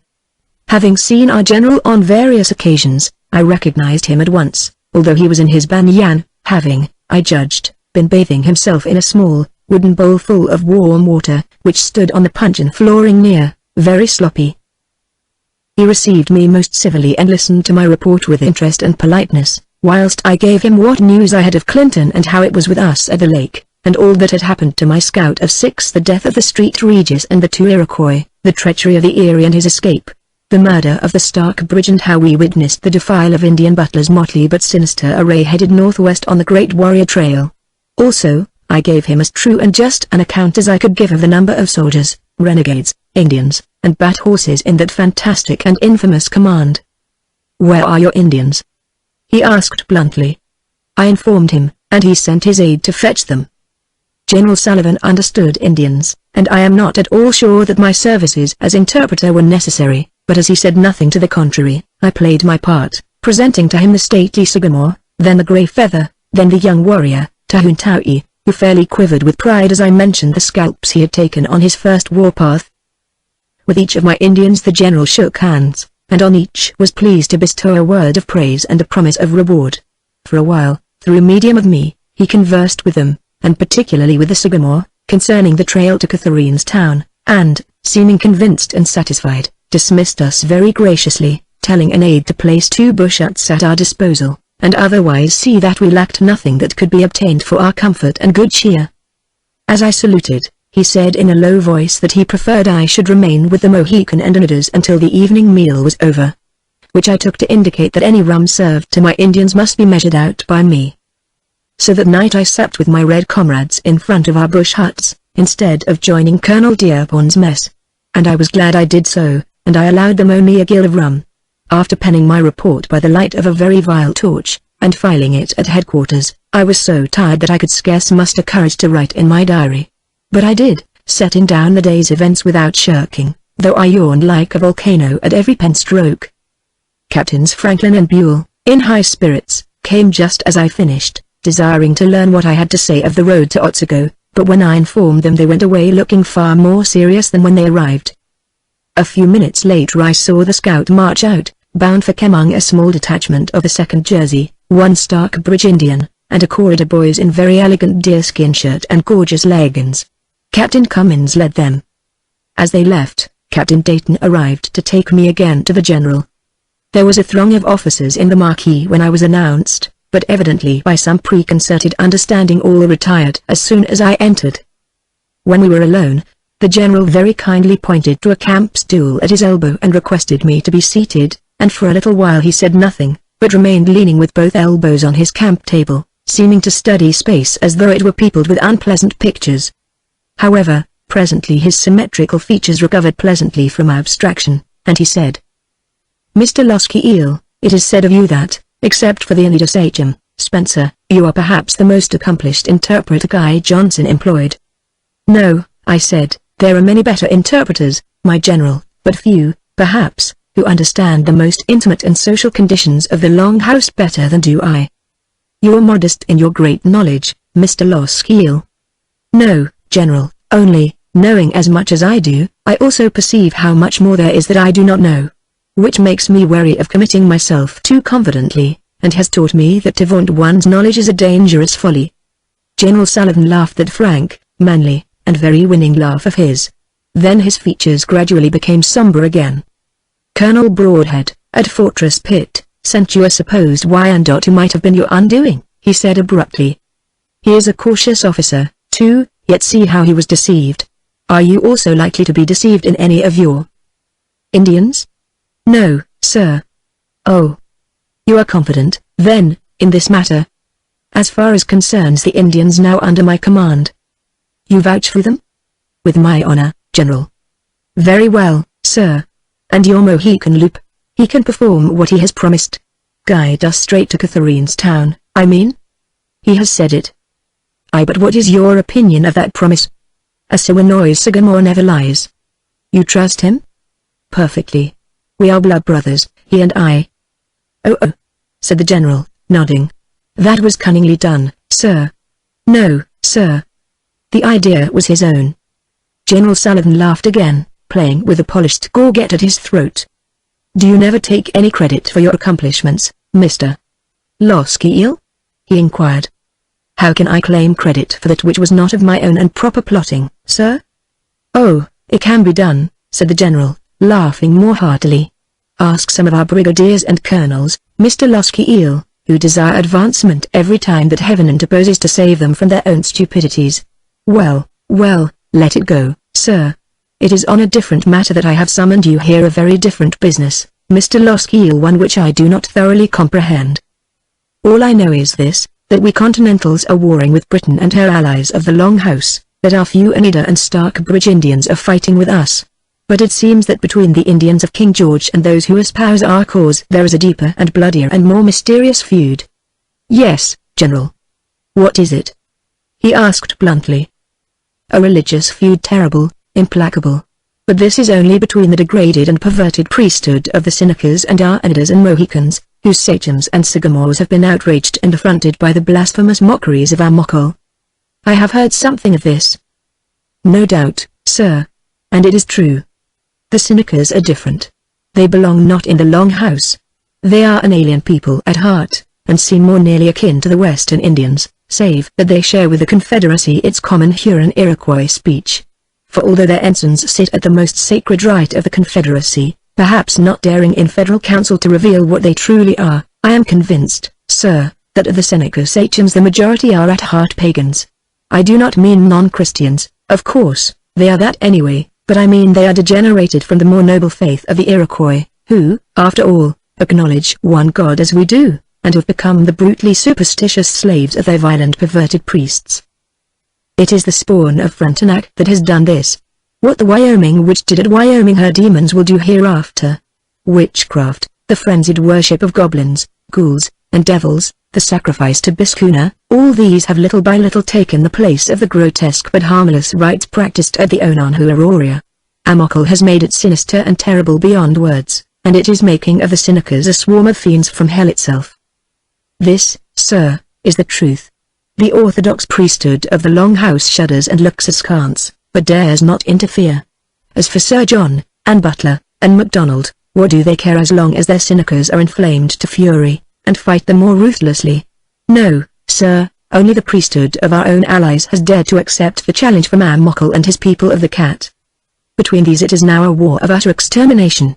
And must be so until not one Erie survives, and until Amokal lies dead upon his proper altar. The general said in a low voice. I had not supposed that this business was so vital. Yes, sir, it is vital to the existence of the Iroquois as a federated people who shall remain harmless after we have subdued them, that Amokal and his acolytes die in the very ashes they have so horribly profaned. Amherst hung 2 of them. The nation lay stunned until he left this country. Had he remained and executed a dozen more sachems with the rope, the world, I think, have never heard of Amokal. The general looked hard at me. Can you reach Amokal, Mr. Loskiel? That is what I would say to you, sir.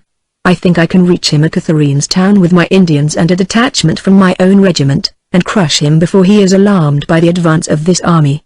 I have spoken with my Indians, and they believe this can be accomplished, because we have learned that on the last day of this month the secret and debased rites of the Onan Huroria will be practiced at Catherine's Town, and every sorcerer will be there. Do you propose to go out in advance on this business? It must be done that way, sir, if we can hope to destroy this sorcerer. The Seneca scouts most certainly watch this encampment from every hilltop. And the day this army stirs on its march to Catherine's Town and Kendaya, the news will run into the north like lightning. You, sir, can hope to encounter no armed resistance as you march northward, burning town after town, save only if Butler makes a stand or attempts an ambuscade in force.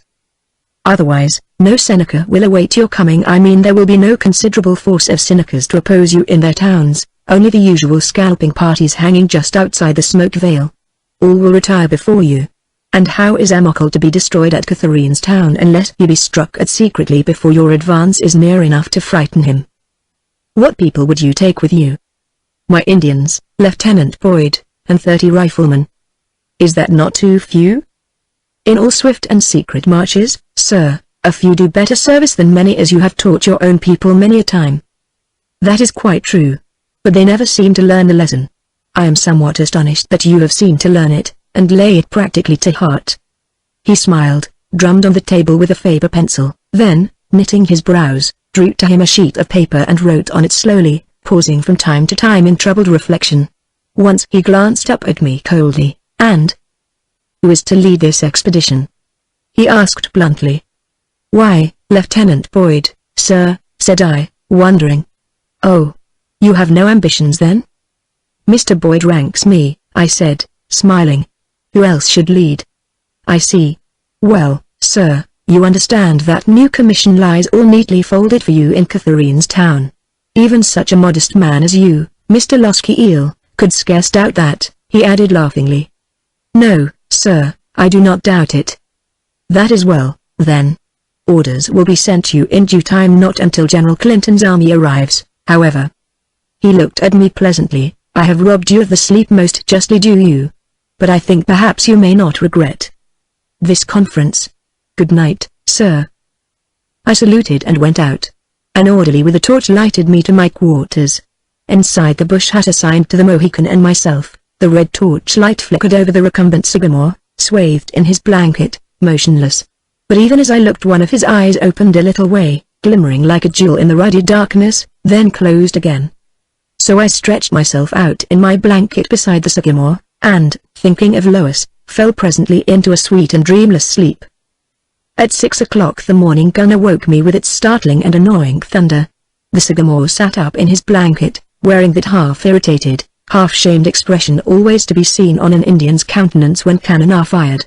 An Indian has no stomach for artillery, and hates sight and sound of the metal monsters. For a few moments I bantered him sleepily, then dropped back into my blanket. What cared I for their insolent morning gun? I snapped my fingers at it. And so I lolled on my back, half asleep, yet not wholly, and soon tired of this, and, wrapping me in my blanket and drawing on ankle moccasins, went down to the Kemung where its crystal current clattered over the stones, and found me a clear, deep pool to flounder in. Before I plunged, noticing several fine trout lying there, I played a scurvy trick on them, tickling 3 big ones, and had a 4th out of water, but was careless, and he slipped back. Some Continental soldiers who had been watching me, mouths agape, went to another pool to try their skill, but while I would not boast, it is not everybody who can tickle a speckled trout. And after my bath the soldiers were still at it, and damning their eyes, their luck, and the pretty fish which so saucily flouted them. So I flung him a big trout and went back to camp whistling, and there found that my Indians had fed and were now gravely renewing their paint. Tahuntau dressed and cooked my fish for me, each in a basswood leaf, and when they were done and smelling most fragrant, we all made a delicious feast, with cornbread from the ovens and salt pork and a great jug of milk from the army's herd. At 8 o'clock another gun was fired. This was the daily signal, I learned, to stack tents and load pack horses. And another gun fired at 10 o'clock and march. With all these guns, and a fourth at sundown, I saw an unhappy time ahead for my Indians. Truly, I think the sound makes them sick. They all pulled wry faces now, and I had my jest at their expense, ours being a most happy little family, so amiably did the Mohican and Oneidas foregather, and also, there being among them a Sagamore and a chief of the noble Oneida clan, I could meet them on an equality of footing which infringed nothing on military etiquette.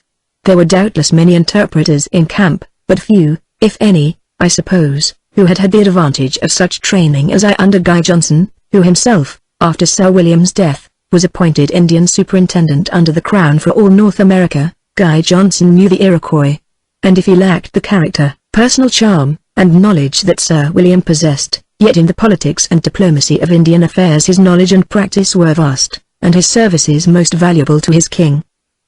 Under him I had been schooled, and also under the veteran deputies, Colonel Croghan, Colonel Butler, and Colonel Claus, and had learned much from old Cadwallader Colden, too, who came often to Guy Park, as did our good General Philip Schuyler in these peaceful days. So I knew how to treat any Indian I had ever seen, save only the outlandish creatures of the Snookers. Else, perhaps, I had sooner penetrated the villainy of the Erie. Yet, even my own Indians had not been altogether certain of the traitor's identity until almost at the very end. At 10 another gun was fired, but only a small detachment of infantry marched, the other regiments unpacking and pitching tents again, and the usual routine of camp life, with its multitudinous duties and details, was resumed. I reported at headquarters, to which my guides were now attached, and there were orders for me to hold myself and Indians in readiness for a night march to Kemung. All that day I spent in acquainting myself with the camp which had been pitched, as I say, on the neck of land bounded by the Susquehanna and the Kemung, with a small creek, called Cayuga by some, Seneca Creek by others, intersecting it and flowing south into the Susquehanna. It was but a trout brook. This site of the old Indian town of Chioggia seemed to me very lovely.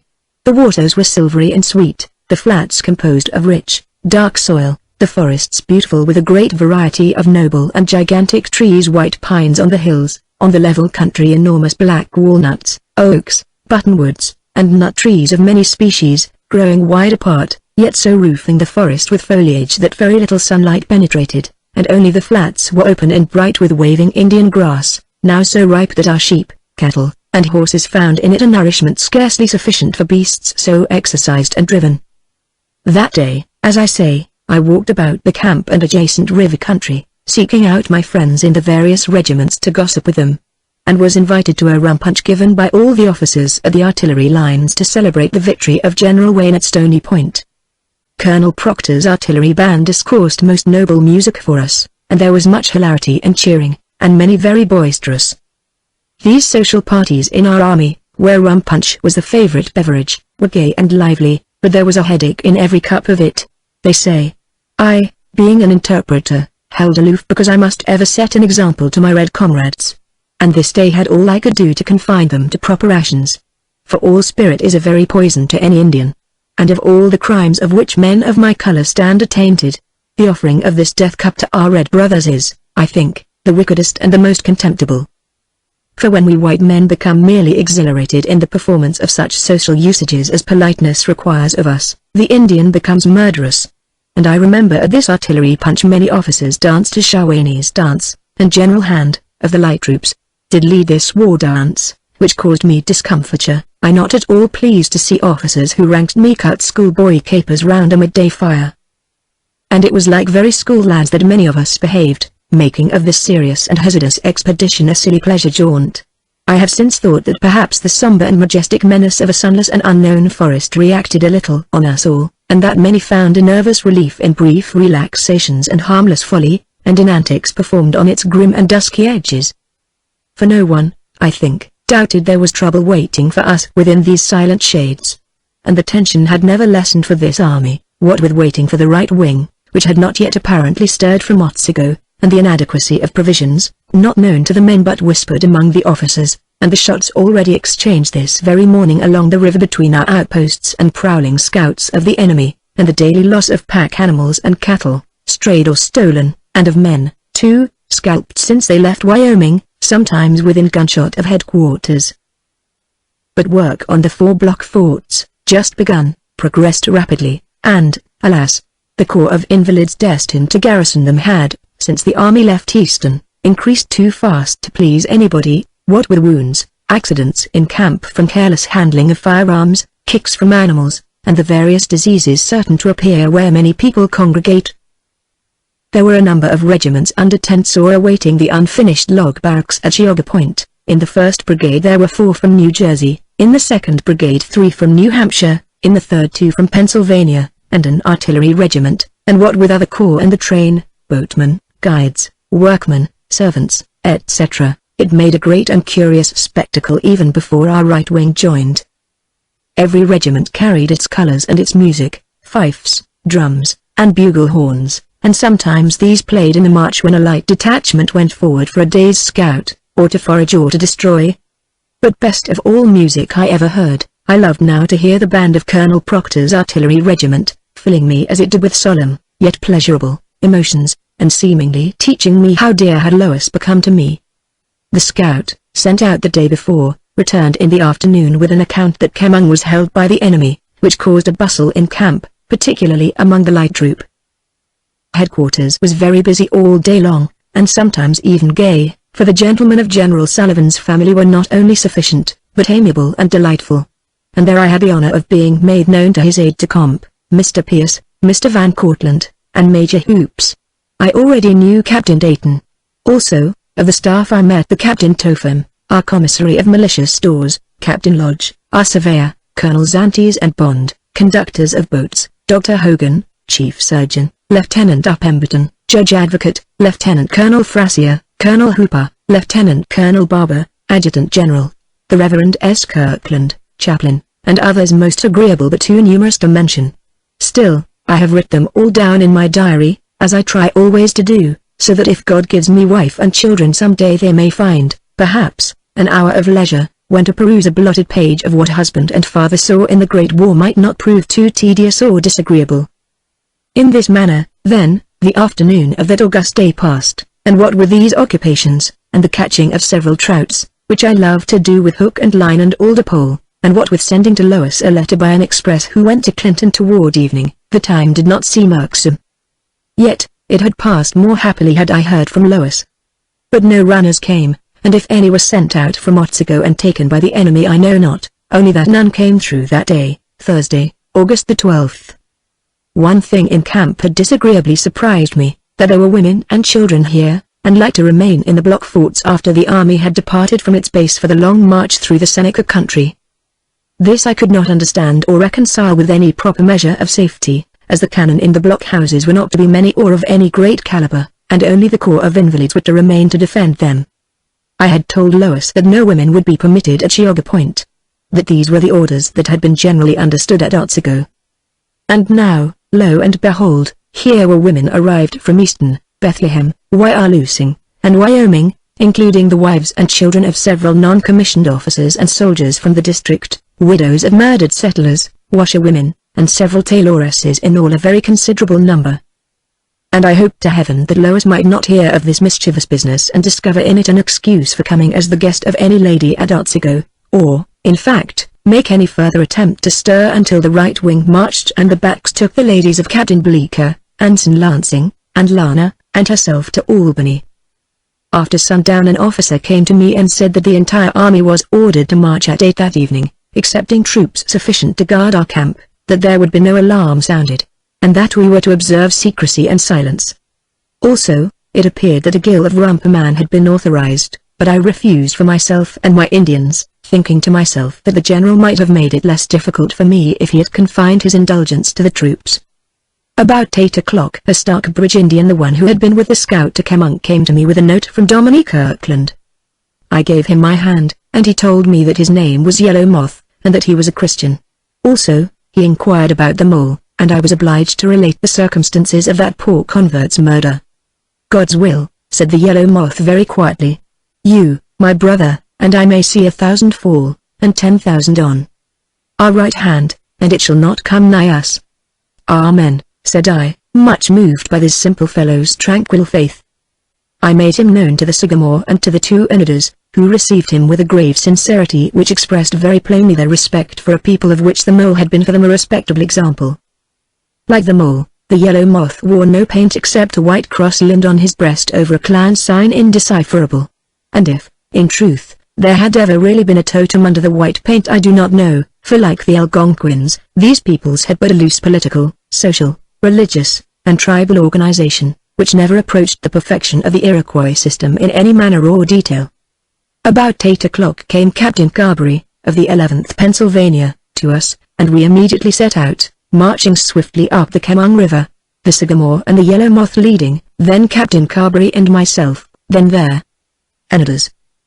Behind us in the dusk we saw the light troops falling in, who always lead the army. All marched without packs, blankets, horses, or any impedimenta. And, though the distance was not very great, so hilly, rocky, and rough was the path through the hot, dark night, and so narrow and difficult were the mountain passes, that we were often obliged to rest the men. Also there were many swamps to pass, and as the men carried the cohorn by hand, our progress was slow. Besides these difficulties and trials, a fog came up, thickening toward dawn, which added to the hazards of our march. So the dawn came and found us still marching through the mist, and it was not until 6 o'clock that we of the guides heard a Seneca dog barking far ahead, and so knew that Kemung was near. Back sped Tahuntauy to hasten the troops. I ran forward with Captain Carberry and the Sagamore, passing several outlying huts, then some barns and houses which loomed huge as medieval castles in the fog, but were really very small. "Look out!" cried Carberry. "There is their town right ahead." It lay straight ahead of us, a fine town of over 100 houses built on both sides of the pretty river. The casements of some of these houses were glazed and the roofs shingled, smoke drifted lazily from the chimneys, and all around were great open fields of grain, maize, and hay, orchards and gardens, in which were ripening peas, beans, squashes, pumpkins, watermelons, muskmelons.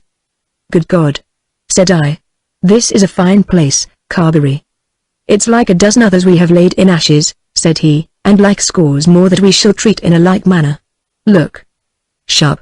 Here some are light troops." The light infantry of hand arrived on a smart run, a torrent of red-faced, sweating, excited fellows, pouring headlong into the town, cheering as they ran. General Hand, catching sight of me, signaled with his sword and shouted to know what had become of the enemy. "They're gone off," I shouted back. "My Indians are on their heels and we'll soon have news of their whereabouts." Then the soldiery began smashing in doors and windows right and left, laughing and swearing, and dragging out of the houses everything they contained.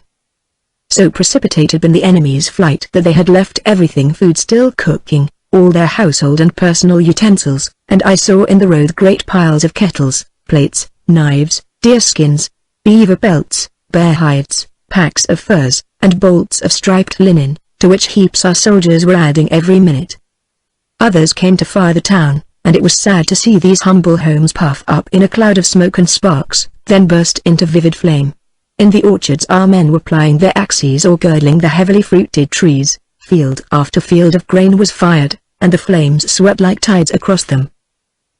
The corn was in the milk, and what our men could not burn, using the houses for kilns, they trampled and cut with their hangers whole regiments marching through these fields, destroying the most noble corn I ever saw, for it was so high that it topped the head of a man on horseback. So high, also, stood the hay, and it was sad to see it burn. And now, all around in this forest paradise, our army was gathered, destroying, raging, devastating the fairest land that I had seen in many a day. All the country was aflame, smoke rolled up, fouling the blue sky, burying woodlands, blotting out the fields and streams. From the knoll to which I had moved to watch the progress of my scouts, I could see an entire New Jersey regiment chasing horses and cattle, another regiment piling up canoes, fish weirs, and the hewn logs of bridges, to make a mighty fire, still other regiments trampling out the last vestige of green stuff in the pretty gardens. Not a shot had yet been fired, there was no sound save the excited and terrifying roar of a vast armed mob obliterating in its fury the very wellsprings that enabled its enemies to exist. Cattle, sheep, horses were being driven off down the trail by which we had come, men everywhere were stuffing their empty sacks with green vegetables and household plunder, the town fairly whistled with flame, and the smoke rose in a great cloud shape very high, and hung above us, tenting us from the sun. In the midst of this uproar the grey feather came speeding to me with news that the enemy was a little way upstream and seemed inclined to make a stand. I immediately informed the general, and soon the bugle horns of the light infantry sounded, and away we raced ahead of them. I remember seeing an entire company marching with muskmelons pinned on their bayonets, all laughing and excited, and I heard General Sullivan bawl at them. "You damned unmilitary rascals! Do you mean to open fire on them with vegetables?" Everybody was laughing, and the general grinned as Hans' bugle horns played us in. But it was another matter when the Seneca rifles cracked, and a sergeant and a drummer lad of the 11th Pennsylvania fell. The smoothbores cracked again, and 4 more soldiers tumbled forward sprawling, the melons on their bayonets rolling off into the bushes. Carberry, marching forward beside me, dropped across my path, and as I stooped over him gave me a ghastly look. "Don't let them scalp me," he said, but his own men came running and picked him up, and I ran forward with the others toward a wooded hill where puffs of smoke spotted the bushes. Then the long, rippling volleys of Hans' men crashed out, one after another, and after a little of this their bugle horns sounded the charge. But the Senecas did not wait, and it was like chasing weasels in a stone wall, for even my Indians could not come up with them. However, about 2 o'clock, returning to that part of the town across the river, which Colonel Dearborn's men were now setting afire, we received a smart volley from some ambushed Senecas, and Adjutant Houston and a guide fell. It was here that the Sagamore made his kill just beyond the first house, in some alders, and he came back with a Seneca scalp at his girdle, as did the Grey Feather also. "Hiakatu's warriors," remarked the leader briefly, wringing out his scalp and tying it to his belt. I looked up at the hills in sickened silence. Doubtless Butler's men were watching us in our work of destruction, not daring to interfere until the regulars arrived from Fort Niagara. But when they did arrive, it meant a battle. We all knew that. And knew, too, that a battle lost in the heart of that dark wilderness meant the destruction of every living soul among us. About 2 o'clock, having eaten nothing except what green and uncooked stuff we had picked up in field and garden, our marching signal sounded and we moved off, driving our captured stock, every soldier laden with green food and other plunder, and taking with us our dead and wounded. Kemang had been, but it was no longer. And if, like Thandara, it was ever again to be I do not know, only that such a horrid and pitiful desolation I had never witnessed in all my life before. For it was not the enemy, but the innocent earth we had mutilated, stamping an armed heel into its smiling and upturned face. And what we had done sickened me. Yet, this was scarcely the beginning of that terrible punishment which was to pass through the long house in flame and smoke, from the eastern door to the door of the west, scouring it fiercely from one end to the other, and leaving no living thing within, only a few dead men prone among its blood-soaked ashes. Ithonia went on. By 6 that evening the army was back in its camp at Chiogga Point. All the fever and excitement of the swift foray had passed, and the inevitable reaction had set in. The men were haggard, weary, somber, and harassed. There was no elation after success either among officers or privates, only a sullen grimness, the sullenness of repletion after an orgy, the grimness of disgust for an unwelcome duty only yet begun. Because this sturdy soldiery was largely composed of tillers of the soil, of pioneer farmers who understood good land, good husbandry, good crops, and the stern privations necessary to wrest a single rod of land from the iron jaws of the wilderness. To stamp upon, burn, girdle, destroy, annihilate, give back to the forests what human courage and self-denial had wrested from it, was to them in their souls abhorrent. Save for the excitement of the chase, the peril ever present, the certainty that failure meant death in its most dreadful forms, it might have been impossible for these men to destroy the fruits of the earth, even though produced by their mortal enemies, and designed, ultimately, to nourish them. Even my Indians sat silent and morose, stretching, braiding, and hooping their Seneca scalps. and I heard them conversing among themselves, mentioning frequently the 3 sisters they had destroyed, and they spoke ever with a hint of tenderness and regret in their tones which left me silent and unhappy. To slay in the heat and fury of combat is one matter, to scar and cripple the tender features of humanity's common mother is a different affair. And I make no doubt that every blow that bit into the laden fruit trees of Kemung stabbed more deeply the men who so mercilessly swung the axes.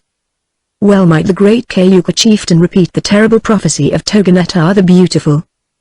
When the white throats shall come, then, if ye be divided, ye will pull down a long house, fell the tall tree of peace, and quench the Onondaga fire forever. As I stood by the rushing current of the Fiaharo, on the profaned and desolate threshold of the Dark Empire, I thought of Okorne, the enchantress, and of Nawenu the Blessed, and of Hiawatha floating in his white canoe into the far haven where the Master of Life stood waiting. And now, for these doomed people of the Canoncy, but one rite remained to be accomplished. And the solemn thunder of the last drum roll must summon them to the great festival of the dead. Chapter 15. Chapter 15. Blockhouse Number 2. On the 14th the army lay supine. There was no news from Otsugo. One man fell dead in camp of heart disease. The cattle guard was fired on. On the 15th a corporal and 4 privates, while herding our cattle, were fired on, the Senecas killing and scalping one and wounding another. On the 16th came a runner from Clinton with news that the Otsugo army was on the march and not very far distant from the Ulaut, and a detachment of 800 men, under Brigadier General Poor, was sent forward to meet our right wing and escort it back to this camp. By one of the escort, a drummer lad, I sent a letter directed to Lois, hoping it might be relayed to Otsugo and from thence by bat to Albany. The leader runner had brought no letters, much to the disgust of the army, and no dispatches except the brief line to our general commanding. The brigadiers were furious. So also was I that no letters came for me. On the 17th our soldier herdsmen were again fired on, and, as before, one poor fellow was killed and partly scalped, and one wounded. The yellow moth, Tahuntaui, and the grey feather went out at night on retaliation bent, but returned with neither trophies nor news, save what we all knew, that the Seneca scouts were now swarming like hornets all around us ready to sting to death anyone who strayed out of bounds. On the 18th the entire camp lay dull, patiently expectant of Clinton. He did not come. It rained all night.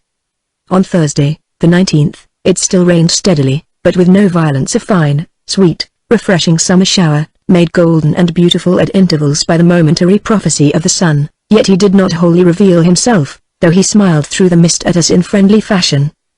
I had been out fishing for trouts very early, the rain making it favorable for such pleasant sport, and my Indians and I had finished a breakfast of corn porridge and the sweet-fleshed fishes that I took from the brook where it falls into the Susquehanna. It was still very early, near to 5 o'clock, I think, for the morning gun had not yet bellowed, and the camp lay very still in the gentle and fragrant rain. A few moments before 5 I saw a company of Jersey troops march silently down to the river, hang their cartouch boxes on their bayonets, and ford the stream, one holding to another, and belly deep in the swollen flood. Thinks I to myself, they are going to protect our cattle guards, and I turned and walked down to the ford to watch the crossing. Then I saw why they had crossed. There were some people come down to the landing place on the other bank in 2 bats and in a leader canoe, soldiers, boatmen, and 2 women, and our men were fording the river to protect the crossing of this small flotilla. I seated myself, wondering what foolhardy people these might be, and trying to see more plainly the women in the 2 bats. As the boatmen pulled nearer, it seemed to me that some of the people looked marvelously like the riflemen of my own corps, and a few moments later I sprang to my feet astounded, for of the 2 women in the nearest bat one was Lois de Kentucker and the other Lana Helmer. Suddenly the Anita canoe shot out from the farther shore, past both bats, paddles flashing, and came darting toward the landing where I stood. 2 riflemen were in it. One rose as the canoe's nose grated on the gravel, cast aside the bow paddle, balanced himself toward the bow with both hands, and leapt ashore, waving at me a gay greeting. "My God!" said I excitedly, as Boyd ran lightly up the slope. "Are you stark mad to bring ladies into this damnable place? There are other women, too. Why, even that pretty jade, Dolly Glenn, is coming. What could I do? The general himself permitted it. Mr. Kentucker and Lana heard that a number of women were already here, and so come for a frolic they must. Who accompanies them? I see no older woman yonder. Mrs. Sabin, The lady of Captain Sabin, Staff Commissary of Issues. Where is she, then? We left her with the army at the Ulaut. Where do you propose to quarter these ladies? We understand that you have 4 block forts mounting cannon. That would argue barracks. Therefore, I don't think the danger is very considerable. Do you? There is danger, of course, I said. The entire Seneca nation is here with Indian Butler and Brant. Well, then, we'll turn your Butler into a turnspit, and make of your wild Brant a domestic gander. He spoke coolly, a slight smile on his eager, handsome features. And I wondered how he could make a jest of this business, and how he could have permitted so mad a prank if he truly entertained any very deep regard for Lana Helmer. Danger, I repeated coldly. Yes, there is a plenty of that hereabouts, what with the Seneca scalping parties combing the woods around us, and the cattle guard fired upon in plain sight of headquarters. Well, there were and still are some few scalping parties hanging around Otsago.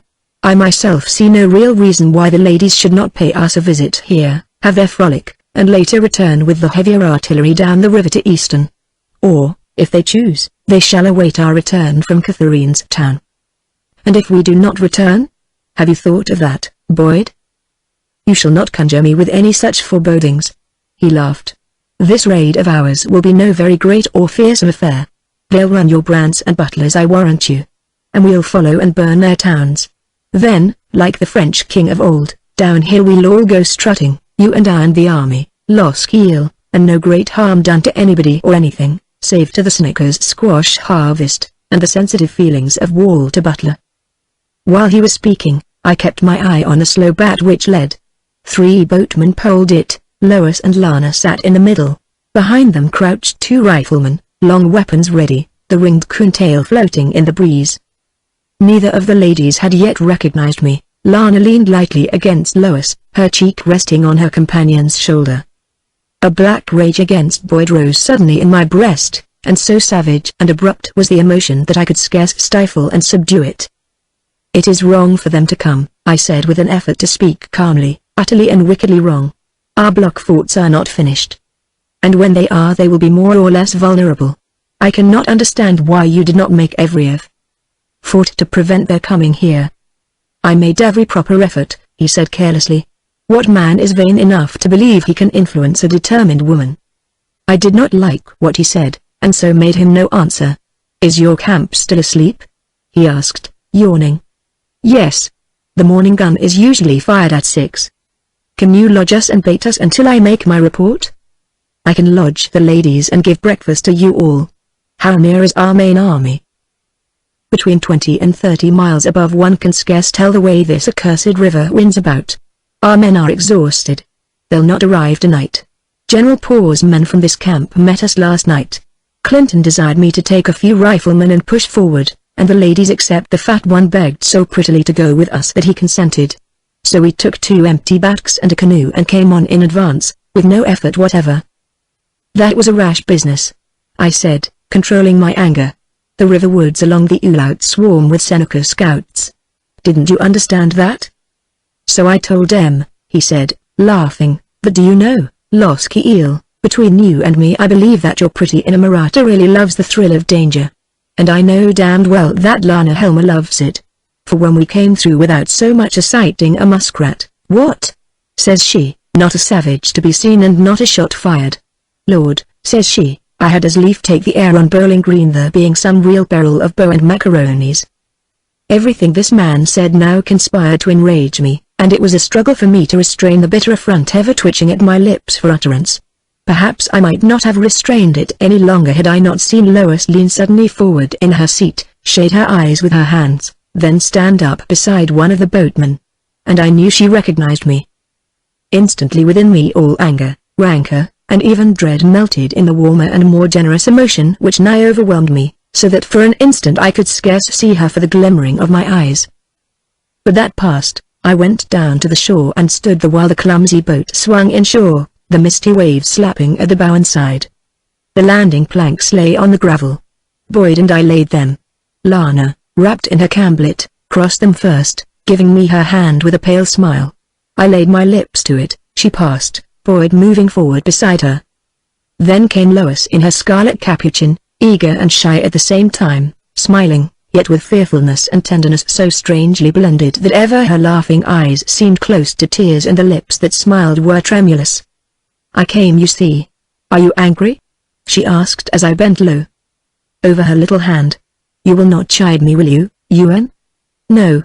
What is done is done. Are you well, Lois?" "Perfect in health, my friend. And if you truly are glad to see me, then I am content. But I am also very wet, Yuan, spite of my capuchin. Lana and I have a common box. It belongs to her. May our boatman carry it ashore?"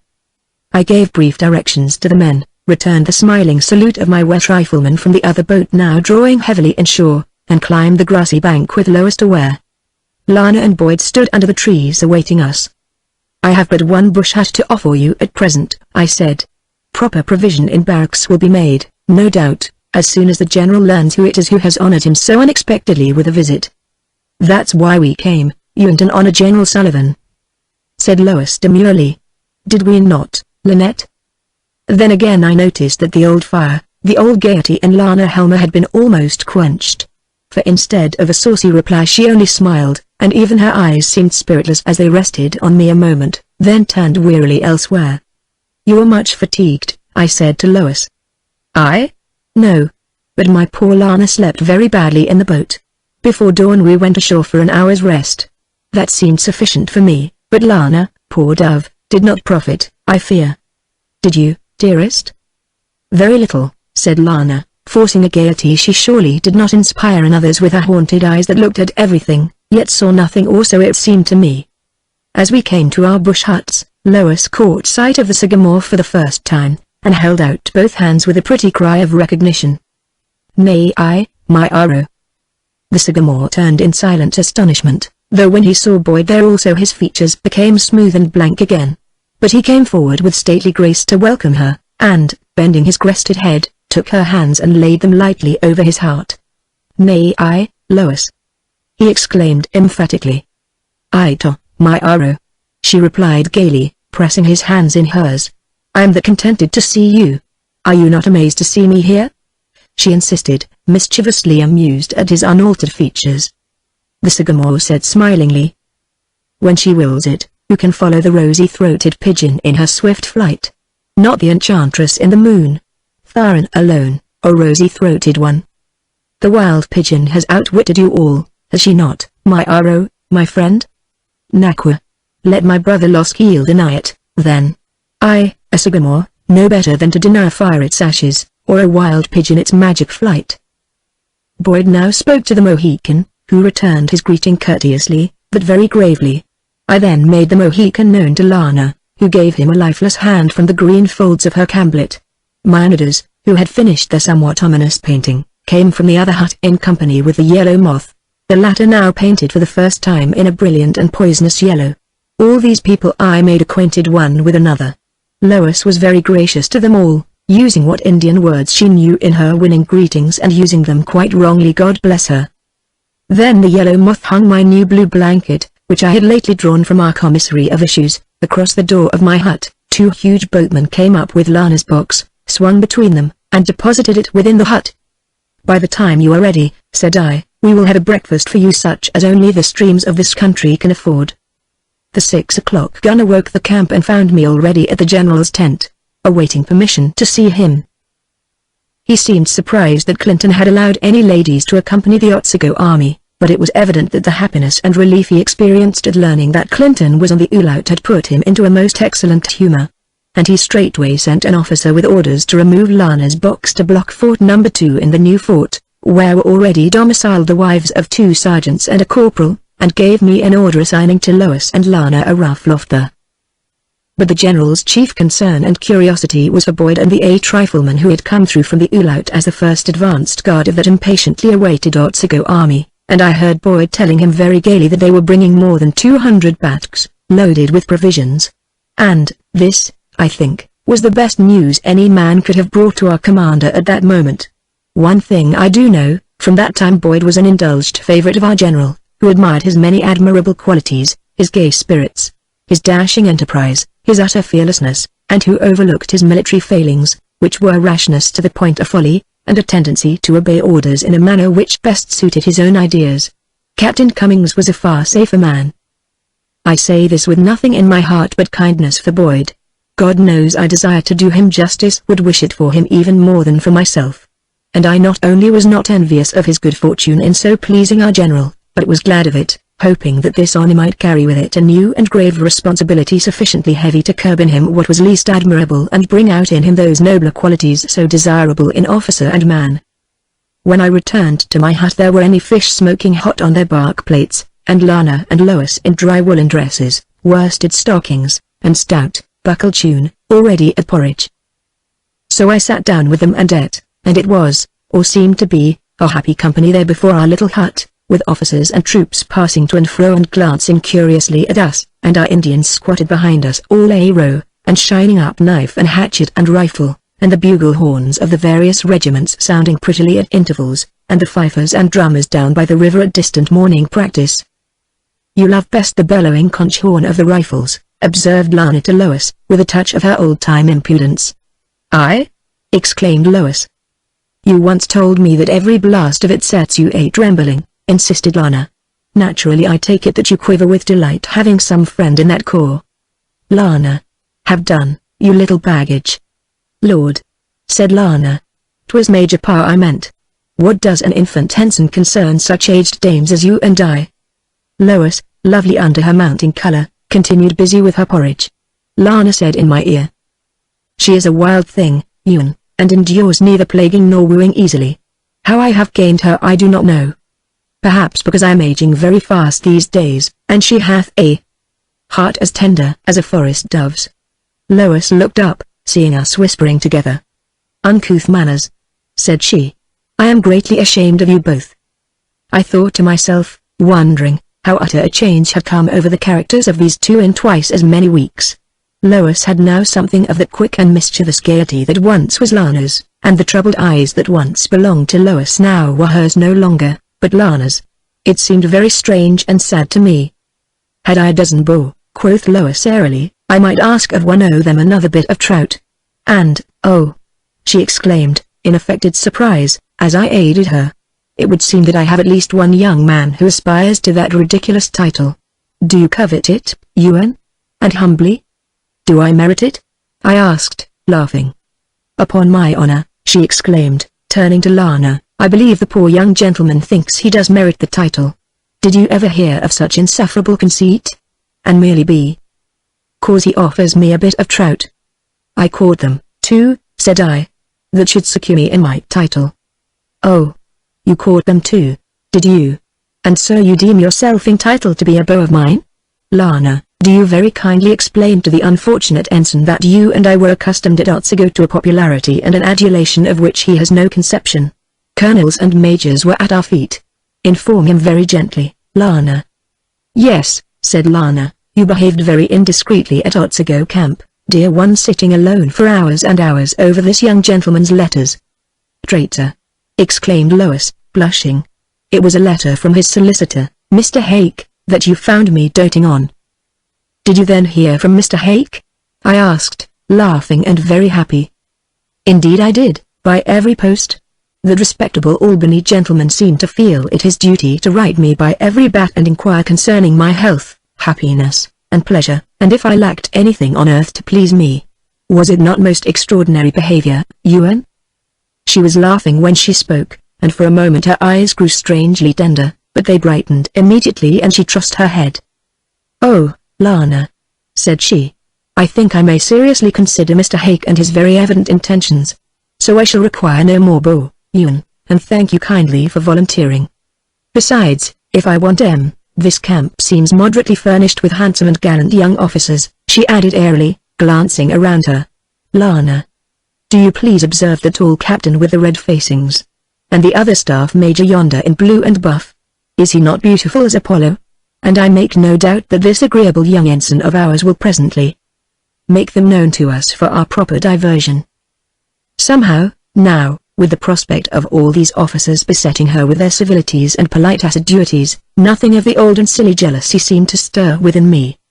Perhaps because, although for days I had not seen her, I knew her better. And also I had begun to know myself.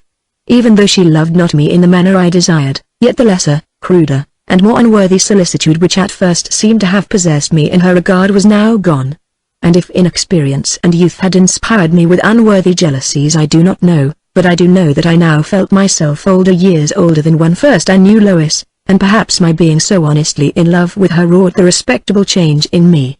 For real love ages the mind, even when it makes more youthful the body, and so controls both body and mind.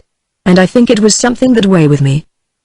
Presently, as we sat chattering there, came men to take away Lana's box to blockhouse number 2 on the peninsula.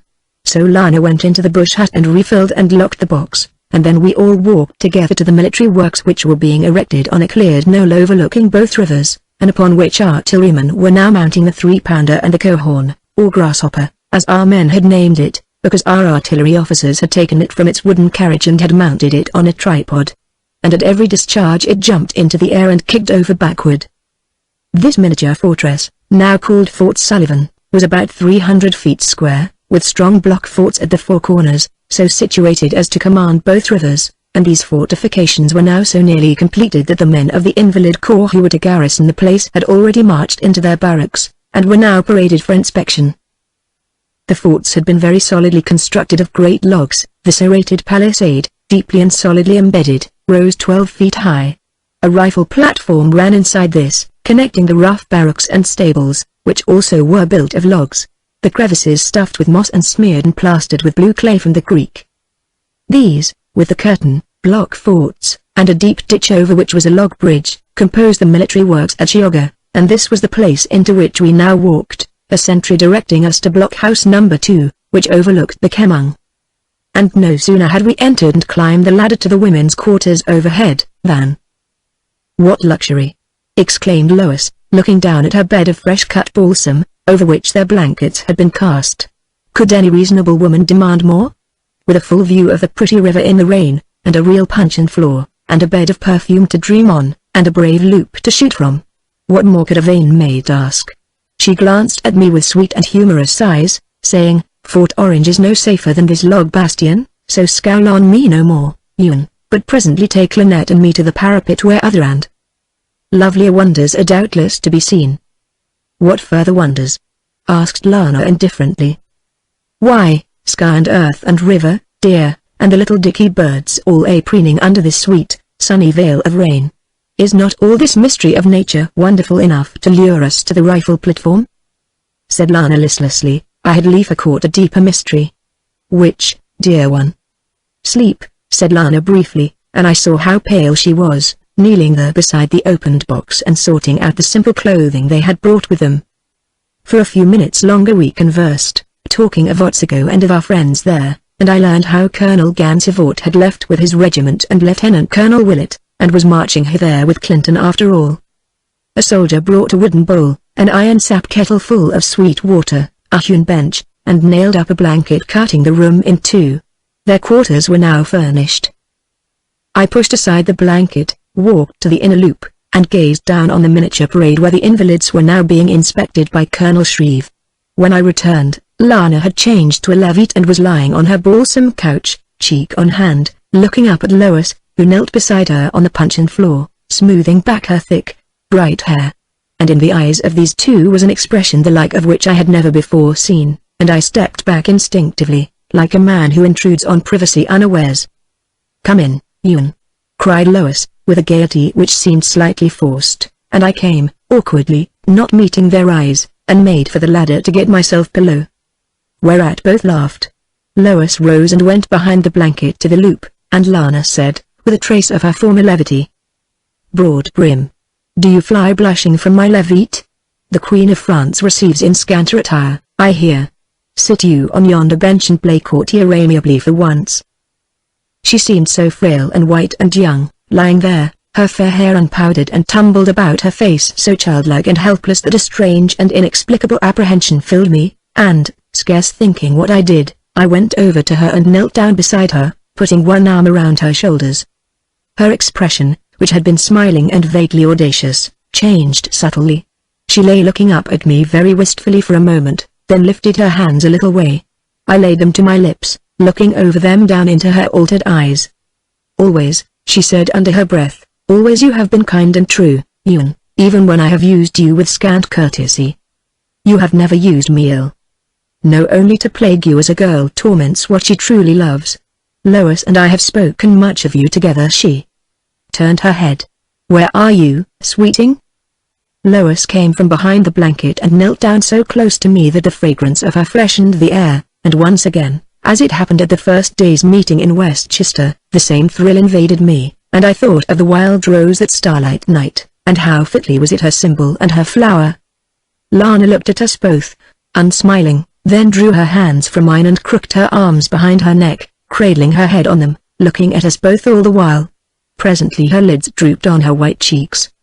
When we rose on tiptoe, I thought she was asleep, but Lois was not certain, and as we crept out onto the rifle platform and seated ourselves in a sheltered corner under the parapet, she said uneasily, "Lynette is a strange maid, Yuan. At first I knew she disliked me. Then, of a sudden, one day she came to me and clung like a child afraid. And we loved from that minute. It is strange. Is she ill? In mind, I think. Why? I do not know, Yuan. Is it love, think you, her disorder? I do not know, I tell you. Once I thought it was that, but knew not how to be certain. Does Boyd still court her? No, I do not know, she said with a troubled look. Is it that affair which makes her unhappy? I thought so once. They were ever together. Then she avoided him or seemed to. It was Betty Bleecker who interfered between them. For Mrs. Bleecker was very wrathful, Yuan, and Lana's indiscretions maddened her. There was a scene. So Boyd came no more, save when other officers came, which was every day. Somehow I have never been certain that he and Lana did not meet in secret when none suspected. Have you proof? I asked, cold with rage. She shook her head, and her gaze grew vague and remote. After a while she seemed to put away her apprehensions, and, smiling, she turned to me, challenging me with her clear, sunny eyes.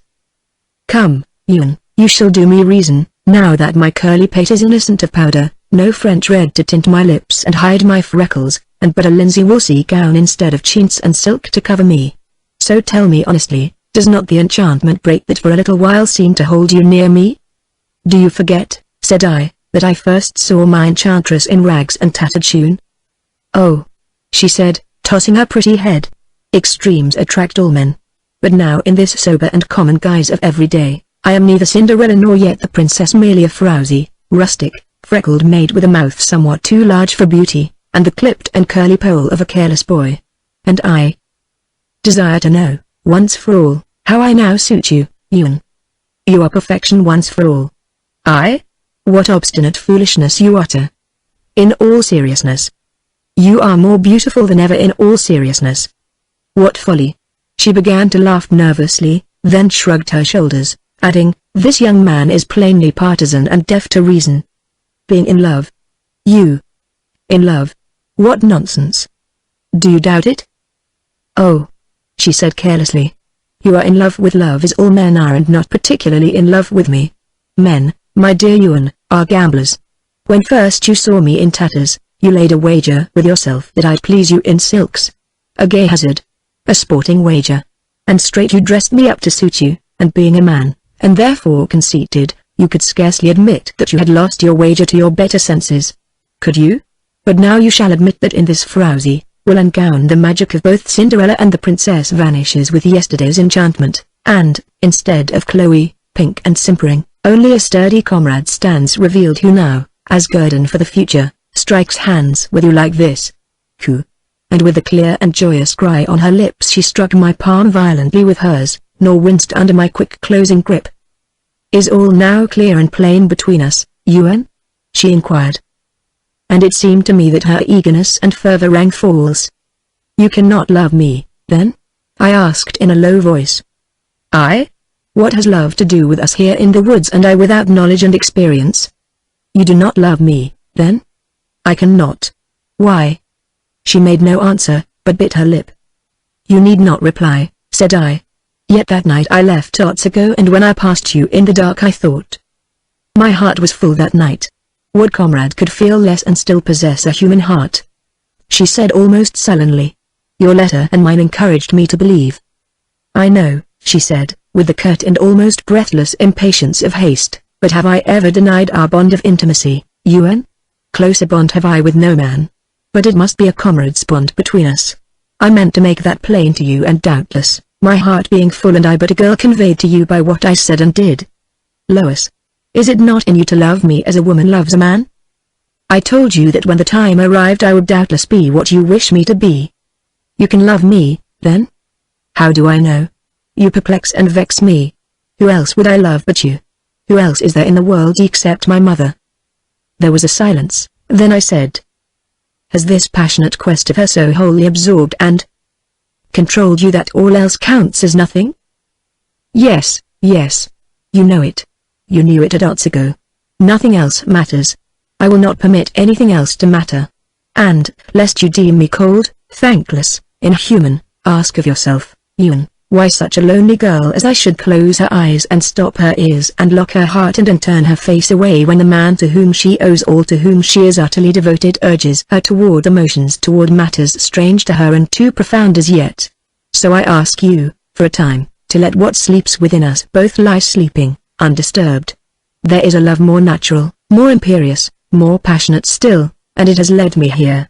And I will not confuse it with any other sentiment, nor share it with any man, not even with you, dear as you have become to me, lonely as I am. No, not even with you will I share it. For I have vowed that I shall never slake my thirst with love save first in her dear embrace.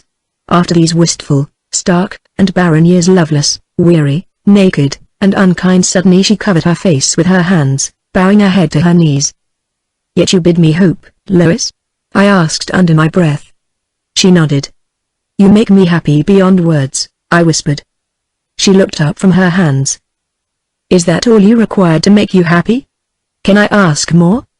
I thought men were more ruthless, more imperious and hotly impatient with a mistress of their hearts. If truly I am mistress of yours, as you tell me, I am impatient only for your happiness, ruthless only to secure it. For my happiness? Not for your own? How can that come to me save when yours comes to you? Oh, I did not understand. I had not thought it mattered very greatly to men, so that they found their happiness, so that they found contentment in their sweethearts yielding. Then my surrender would mean nothing to you unless I yielded happily? Nothing. Good God! In what school have you learned of love? She nodded thoughtfully, looking me in the eyes. What you tell me, Yuan, is pleasant to think on. It reassures and comforts. Nay, it is the sweetest thing you ever said to me, that you could find no happiness in my yielding unless I yield happily. Why, Yuan, that alone would win me were it time. It clears up much that I have never understood concerning you. Men have not used me gently. And then you came. And I thought you must be like the others, being a man, except that you are the only one to whom I was at all inclined, perhaps because you were from the beginning gentler and more honest with me. What a way to win a woman's heart! To seek her happiness first of all. Could you give me to another if my happiness required it? What else could I do, Lois? Would you do that? She demanded hotly. Have I any choice? Not if your strange creed be sincere. Is it sincere? There is no other creed for those who really love. You are wrong, she said angrily, looking at me with tightened lips. How wrong? Because I would not give you to another woman, though. You cried out for her till the heavens fell. I began to laugh, but her eyes still harbored lightning. You should not go to her, whether or not you loved her. She repeated. I would not have it. I would not endure it. Yet if I loved another. No. That is treason. Your happiness should be in me. And if you wavered I would hold you prisoner against your treacherous and very self. How could you hold me? What? Why she sat biting her scarlet lips and thinking, with straight brows deeply knitted, her grayish-purple eyes fixed hard on me. Then a slight color stained her cheeks, and she looked elsewhere, murmuring, I do not know how I would hold you prisoner. But I know I should do it, somehow. I know it, too, said I, looking at my ring she wore. She blushed hotly. It is well that you do, Yuan. Death is the dire penalty if my prisoner escapes. She hesitated, bit her lip, then added faintly, death for me, I mean. After a moment she slowly lifted her eyes to mine, and so still and clear were they that it seemed my regard plunged to the very depths of her. You do love me then, I said, taking her hand in mine. Her face paled, and she caught her breath. Will you not wait a little while before you court me? She faltered. Will you not wait because I ask it of you? Yes, I will wait. Nor speak of love until. Nor speak of love until you bid me speak. Nor caress me, nor touch me, nor look in my eyes this way. Her hand had melted somehow closely into mine. We both were trembling now, and she withdrew her hand and slowly pressed it close against her heart, gazing at me in a white and childish wonder, as though dumb and reproachful of some wound that I had dealt her. And as I saw her there, so hurt and white and sweet, all quivering under the first swift consciousness of love, I trembled, too, with the fierce desire to take her in my arms and whisper what was raging in my heart of passionate assurance and devotion. And I said nothing, nor did she. But presently the wild rose tint crept back into her pale cheeks, and her head dropped, and she sat with eyes remote and vaguely sweet, her hands listless in her lap. And I, my heart in furious protest, condemned to batter at its walls in a vain summons to the silent lips that should have voiced its every beat, remained mute in futile and impotent adoration of the miracle love had wrought under my very eyes. Consigned to silence, condemned to patience superhuman, I scarce knew how to conduct. And so cruelly the restraint cut and checked me that what with my perplexity, my happiness, and my wretchedness, I was in a plight. No doubt the spectacle that my features presented a very playground for my varying emotions was somewhat startling to a maid so new at love. For, glancing with veiled eyes at me, presently her own eyes flew open wide. And, "Ewan," she faltered, "is aught amiss with you? Are you ill, dear lad? And have not told me?" Whereat I was confused and hot and vexed, and I told her very plainly what it was that ailed me. And now mark.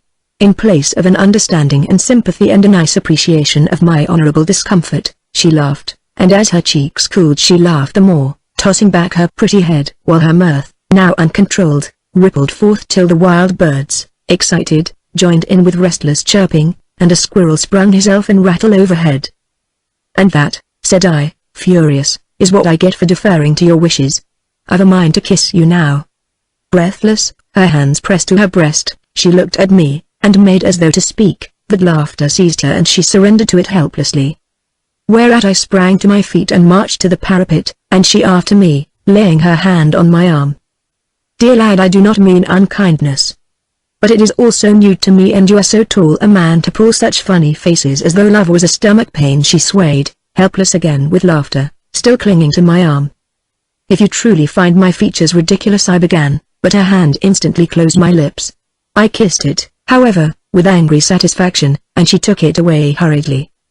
"Are you ashamed, you great, sulky and hulking boy, to take my harmless pleasantry so uncouthly? And how is this?" says she, stamping her foot. "May I not laugh a little at my lover if I choose?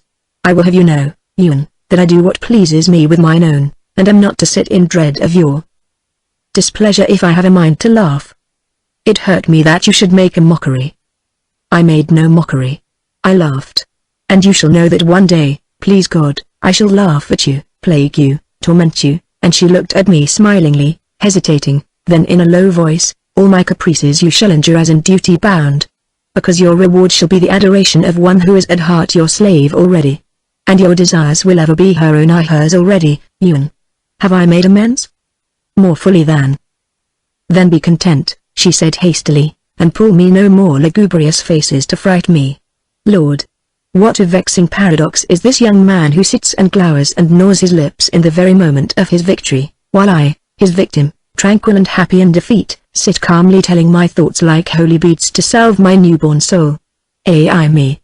There are many things yet to be learned in this mad world of men." We leaned over the parapet, shoulder to shoulder, looking down upon the river. The rain had ceased, but the sun gleamed only at intervals, and briefly. After a moment she turned and looked at me with her beautiful and candid eyes, the most honest eyes I ever looked upon. "Ewan," she said in a quiet voice, "I know how hard it is for us to remain silent in the first flush of what has so sweetly happened to us both. I know how natural it is for you to speak of it and for me to listen. But if I were to listen, now, and when one dear word of yours had followed another, and the next another still, and when our hands had met, and then our lips, alas, dear lad, I had become so wholly yours, and you had so wholly filled my mind and heart that I do not know, but I'll deeply fear something of my virgin resolution might relax. The inflexible will, the undeviating obstinacy with which I have pursued my quest as far as this forest place, might falter, be swerved, perhaps, by this new and other passion, for I am as yet ignorant of its force and possibilities. I would not have it master me until I am free to yield. And that freedom can come happily and honorably to me only when I set my foot in Catherine's town. Do you understand me, Ewan? Yes. Then we will not speak of love, or even let the language of our eyes trouble each other with all we may not say and You will not kiss me, will you? Before I ask it of you? No. Under no provocation? Will you even if I should ask it? No. I will tell you why, Ewan. I have promised myself. It is odd, too, for I first thought of it the day I first laid eyes on you. I said to myself that, as God had kept me pure in spite of all, I should wish that the first one ever to touch my lips should be my mother. And I made that vow, having no doubt of keeping it until I saw you again. When you came to me in Westchester before the storm. Then, I exclaimed, amazed. Is it not strange, Ewan? I know not how it was with me or why, all suddenly, I seemed to catch a sudden glimmer of my destiny, a brief, confusing gleam. And only seemed to fear and hate you, yet, it was not hate or fear, either. And when I came to you in the rain there at the stable shed, and when you followed, and gave your ring, such hell and heaven as awakened in my heart you could not fathom, nor can I yet understand. Do you think I loved you even then? Not knowing that I loved you? How could you love me then? God knows. And afterward, on the rock in the moonlight as you lay there asleep, oh, I knew not what so moved me to leave you my message and a wild rose lying there. It was my destiny, my destiny. I seemed to fathom it. For when you spoke to me on the parade at the Middle Fort, such a thrill of happiness possessed me. You rebuked and rebuked me, sweeting. Because all my solicitude was for you, and how it might disgrace you. I could have knelt there at your ragged feet, in sight of all the fort. Could you truly, Ewan? As willingly as I kneel at prayer. How dear and gallant and sweet you are to me, she broke off in dismay. Ai me. Heaven pity us both, for we are saying what should wait to be said, and have talked of love only while vowing not to do so. Let loose my hand, Ewan, that somehow has stolen into yours. Ai me. This is a very maze I seem to travel in, with every pitfall hiding all I would avoid, and everywhere ambush laid for me. Listen, dear lad, I am more pitifully at your mercy than I dreamed of. Be faithful to my faithless self that falters. Point out the path from your own strength and compassion. I must find my way to Catherine's town before I can give myself to thoughts of you. To dreams of all that you inspire in me. Listen, Lois. This fort is as far as you may go. What? Truly, dear maid. It is not alone the perils of an unknown country that must check you here. There is a danger that you know not of, that you never even heard of. A danger? Worse. A threat of terrors hellish, inconceivable, terrible beyond words. What do you mean? The hatchet? The stake? Dear lad, may I not then venture what you soldiers brave so lightly? It is not what we brave that threatens you. What then? She asked, startled. Dear, did you ever learn that you are a hidden child? What is that, Ewan? Then you do not know? She shook her head. And so I told her also all that we had guessed concerning her, how that her captive mother, terrified by Amokal and his red acolytes, had concealed her, consecrated her, and, somehow, had found a runner to carry her beyond the doors of the long house to safety. This runner must have written the Iroquois message which I had read amid the corn husks of her garret. It was all utterly plain and horrible now, to her and to myself. As for the moccasins, the same faithful runner must have carried them to her, year after year, and taken back with him to the desolate mother the assurance that her child was living and still undiscovered and unharmed by Amokal. All this I made plain to her, and I also told her that I, too, was of the hidden ones, and made it most clear to her who I really was. And I told her of the Cat people, and of the Erie, and how the sorcerer had defied us and boasted that the hidden child should yet die strangled upon the altar of red Amokal. She was quiet and very pale while I was speaking, and at moments her grey eyes widened with the unearthly horror of the thing, but never a tremor touched her, nor did lid or lips quiver or her gaze falter. And when I had done she remained silent, looking out over the river at our feet, which was now all crinkling with the sun's bright network through the tracery of leaves. There is a danger to you, I said, which will not cease until this army has left the Red Priest dead amid the sacrilegious ashes of his own vile altar. My Indians have made a vow to leave no Erie, no blasphemous and perverted priest alive. Amokal, The Wyoming witch, the Toad Woman, all that accursed spawn of Frontenac must die. Major Parr is of the same opinion. Clinton sees the importance of this, having had the sense to learn of Amherst how to stop the Seneca demons with a stout hempen rope. 2 sachems he hung, and the whole nation cowed down in terror of him while his authority remained. But Amherst left us, and the yelps of the Toad Woman aroused the sorcerers from their torpor. But I swear to you by Street Catherine, who is the saint of the Iroquois also, that this way of Amokel shall end, and that he shall lie on his own bloody altar, nor die before he sees the flames of Catherine's town touch the very heaven of an affronted god. Can you do this? With God's help and General Sullivan's, I said cheerfully. For I daily pray to the one, and I have the promise of the other that before our marching army alarms Catherine's town, I and my Indians and Boyd and his riflemen shall strike the red priest at the Ononhu Aurora. What is that, Ewan? Their devil rites an honest feast which they have perverted. It was a dream feast, Lois, but Amokel has made of it an orgy unspeakable, where human sacrifices are offered to the moon witch, 8 Tensi, and to Leshy and the stone throwers, and the little people, many of which were not goblins and ghouls until Amokel so decreed them. When is this feast to be held in Catherine's town? On the last day of this month. Until then you must not leave this camp, and after the army marches you must not go outside this fort. Amokel's arm is long. His acolytes are watching. And now I think you understand at last. She nodded. Presently she rested her pale cheek on her arms and looked at the reddening edges of the woods. Northwest lay Catherine's town, so my Aro said. And into the northwest her grey eyes now gazed, calmly and steadily, while the sun went out behind the forest and the high heavens were plumed with fire. Under us the river ran, all pink and primrose, save where deep, glassy shadows bounded it under either bank. The tips of the trees glowed with rosy flame, faded to ashes, then, burnt out, stood once more dark and serrated against the evening sky. Suddenly an unearthly cry rang out from somewhere close to the river bank upstream. Instantly a sentry on the parapet near us fired his piece. "Oh, God! What is it?" faltered Lois, grasping my arm. But I sprang for the ladder and ran down it, and the scattered soldiers and officers below on the parade were already running, some grasping their muskets, others drawing pistols and hangers. We could hear musketry firing ahead, and drums beating to arms in our camp behind us. "The cattle guard," panted an officer at my elbow as we ran upstream along the riverbank. "The Senecas have made their kill again, God curse them." It was so.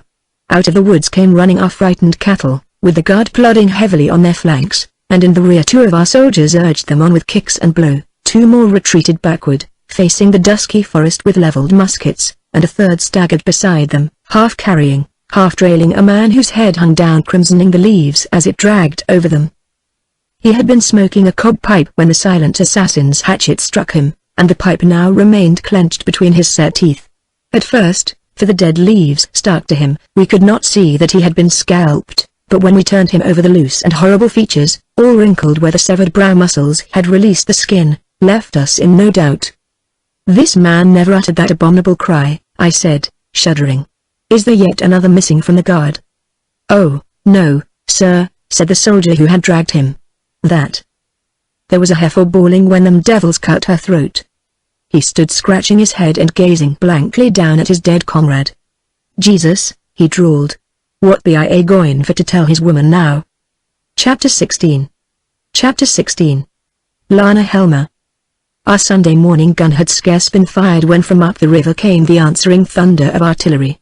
13 times did the distant cannon bellow their salute, announcing Clinton's advance. Our camp swarmed like an excited hive, mounted officers galloping, foot officers running, troops tumbling out as the drums rattled, the general in every regimental bivouac.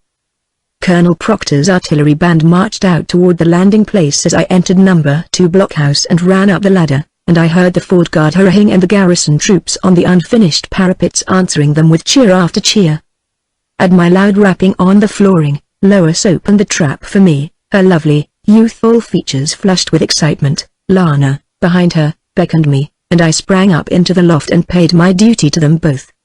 "What a noble earthquake of artillery up the river," said Lois. "Butler has no cannon, has he?" "Not even a grasshopper," said I gaily. "Those cannons shot our Clintons, how d'ye do?" "Paws guns, were they not?" asked Lana, striving to smile. And that means you march away and leave us with the world turned upside down." And she shrugged her shoulders and whistled a bar of the old-time British air. "Come to the parapet," said Lois impatiently. "For the last few minutes there has been a sound in the woods very far away, and yet, if one could hear so far I would swear that I heard the conch horn of your rifles." "Did I not tell you she knew it well?" said Lana with her pallid smile, as we opened the massive guard door, squeezed through the covered way, and came out along the rifle platform among our noisy soldiers. "Listen," murmured Lois, close at my elbow. "There. It comes again. Do you not hear it, Ewan? That low, long, sustained and heart-thrilling undertone droning in the air through all this tumult." And presently I heard the sound, the wondrous melancholy, yet seductive music of our conch horn. Its magic call set my every pulse throbbing. All the alluring mystery and solitude, all the sorrow of the wilderness were in those long-drawn blasts, all the enchantment of the woodland, too, calling to the sons of the forest, rifleman, hunter, corridor boys. For itself in monotone was the very voice of the forest itself, the deep, sweet whisper of virgin wilds, sacred, impenetrable, undefiled, tempting forever the sons of men. And now, across the misty river, there was a great tumult of shouting as the first Otsago backs came into view. Louder boomed our jolly cohorn, leaping high in its sulphurous powder cloud, and the artillery band at the landing began to play an aria, which so deeply pleasured me that I forgot and caught Lois's hands between my own and pressed them the while her shoulder trembled against mine, and her breath came faster as the music swung into the Huron with a barbaric clash of cymbals. It was a wondrous spectacle to see the navy of our right wing coming on, the waves slapping on bow and quarter, 210 loaded backs in line falling grandly down with a smooth and sunlit current, 3 men to every boat. Then, opposite, a wild flurry of bugle horns announced our light infantry, and on they came, our merry General Hand riding ahead. And we saw him dismount, fling his bridle to an orderly, and lifting his sword and belt above his head, wade straight into the ford. And Isaac Chapman and Justice Gaylord guided him.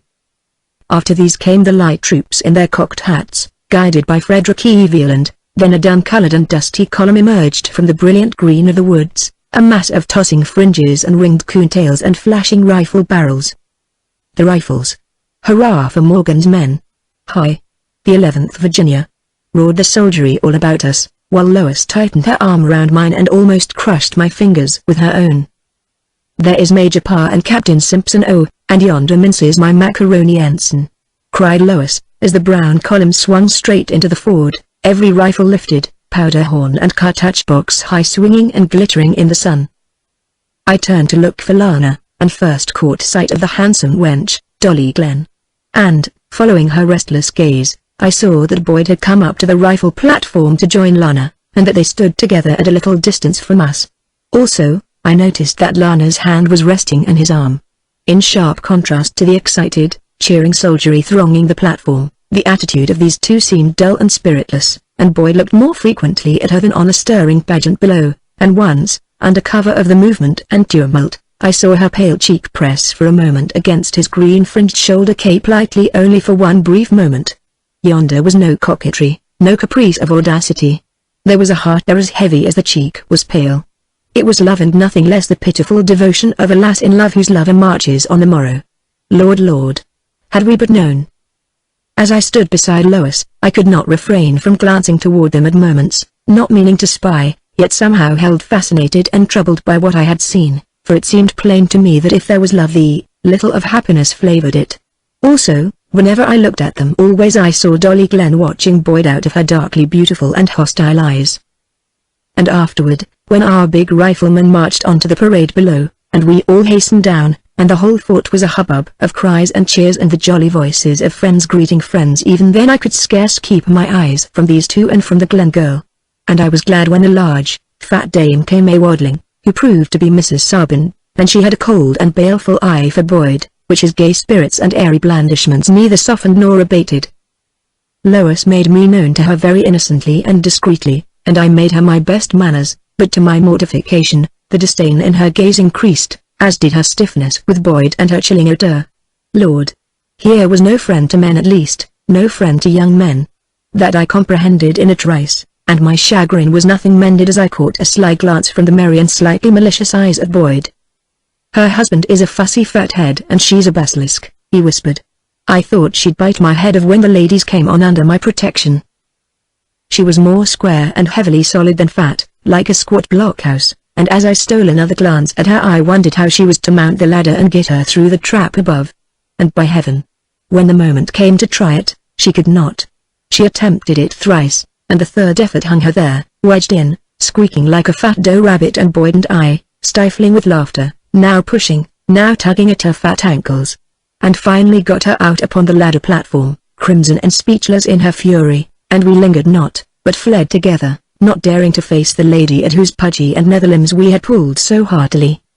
Lord, said Boyd, if she complains of us to her commissary husband, there'll be a new issue not included in his department. And it doubled us with laughter to think on't, so that for lack of breath I sat down upon a log to hold my aching sides. Now, she'll be ever on their heels, muttered Boyd, hen-like, malevolent, and unaccountable. No man dare face and flout that lady, whose husband also is utterly subjected. It was Betty Bleecker who set her on me. Well, so no more of yonder ladies save in her bristling presence. Yet, as it happened, one thing barred Mistress Sabin from a perpetual domination and sleepless supervision of her charges, and that was the trapdoor. Through it she could not force herself, nor could she come around by the guard door, for the covered way would not admit her ample proportions. She could but mount her guard at the ladder's foot. And there were 2 exits to that garret room. The day I would have messed with my own people, Major Parr inviting me, but that our general had all the Otsago officers to dine with him at headquarters, and a huge punch afterward, from which I begged to be excused, as it was best that I looked to my Indians when any rum was served in camp. Boyd came later to the bush hut, overflushed with punch, saying that he had drawn 60 pair of shoes for his men, to spite old Sabin, and meant to distribute them with music playing, and that afterward I was to join him at the fort as he had orders for himself and for me from the general, and desired to confer with me concerning them. Later came word from him that he had a headache and would confer with me on the morrow. Neither did I see Lois again that evening, a gill of rum having been issued to every man, and I sticking close as a wood tick to my red comrades. Indeed, I had them out after sunset to watch the cattle guard, who were in a sorry pickle, 60 head having strayed and 2 soldiers missing. And the maneuvers of that same guard did ever sicken me. It proved another bloody story, too, for first we found an ox with throat cut, and, it being good meat, we ordered it taken in. And then, in the bushes ahead, a soldier begins bawling that the devil is in his horses, and that they have run back into the woods. I heard him chasing them, and shouted for him to wait, but the poor fool pays no heed, but runs on after his 3 horses, and soon he screams out, God Almighty! And, Christ have mercy! With that I blow my ranger's whistle, and my Indians pass me like phantoms in the dusk, and I hotfoot after them, but it was too late to save young Elliot, who lay for dead and already scalped, doubled up in the bed of a little brook, his clenched hand across his eyes and a Seneca knife in his smooth, boyish throat. Late that night the Sagamores started, chased, and quickly cornered something in a clump of laurel close to the river bank, and my Indians gathered around like fiercely whining hounds. It was starlight, but too dark to see, except what was shadowed against the river, so we all lay flat, waiting, listening for whatever it was, deer or bear or man.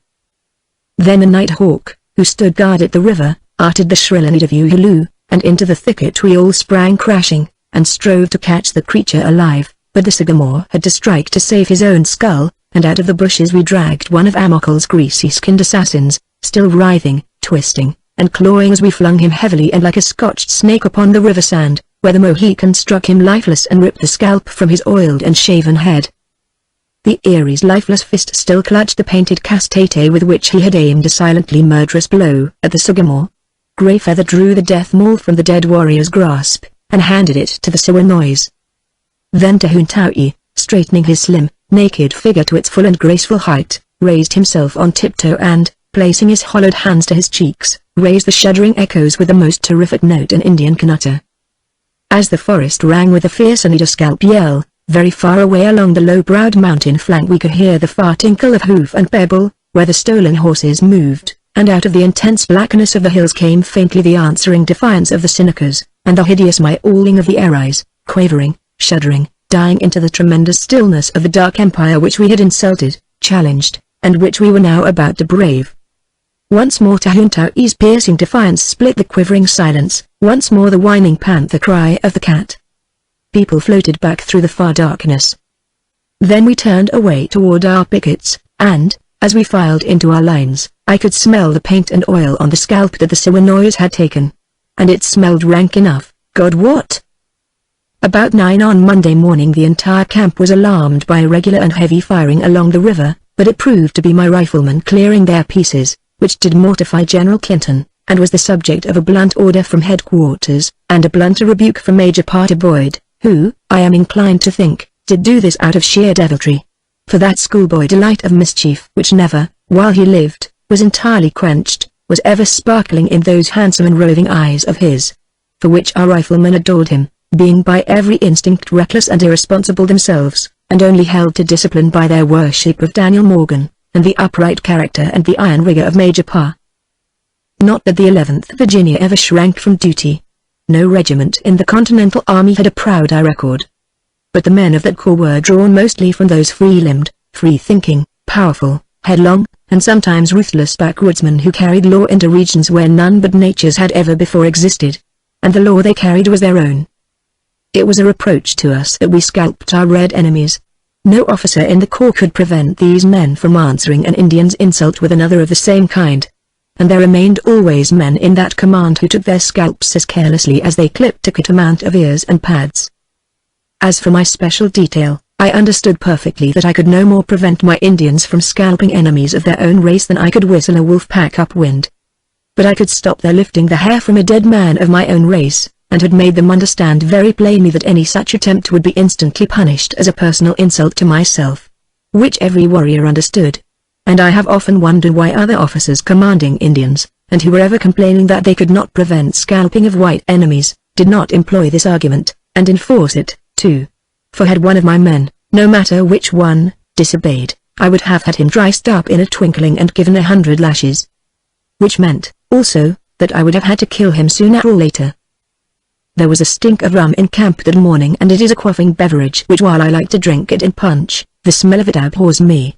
And ever and anon my Indians lifted their noses, sniffling the tainted air, so that I was glad when a note was handed me from Boyd saying that we were to take a forest stroll with my Indians around the herd guard, during which time he would unfold to me his plans. So I started for the fort, my little party carrying rifles and sidearms but no packs, and there waited across the ditch in the sunshine my Indians, cross-legged in a row on the grass, and gravely cracking and munching the sweet, green hazelnuts with which these woods abound. On the parade inside the fort, and out o' the tail of my eye, I saw Mistress Sabin knitting on a rustic settle at the base of blockhouse number 2, and Captain Sabin beside her writing fussily in a large, leather-bound book.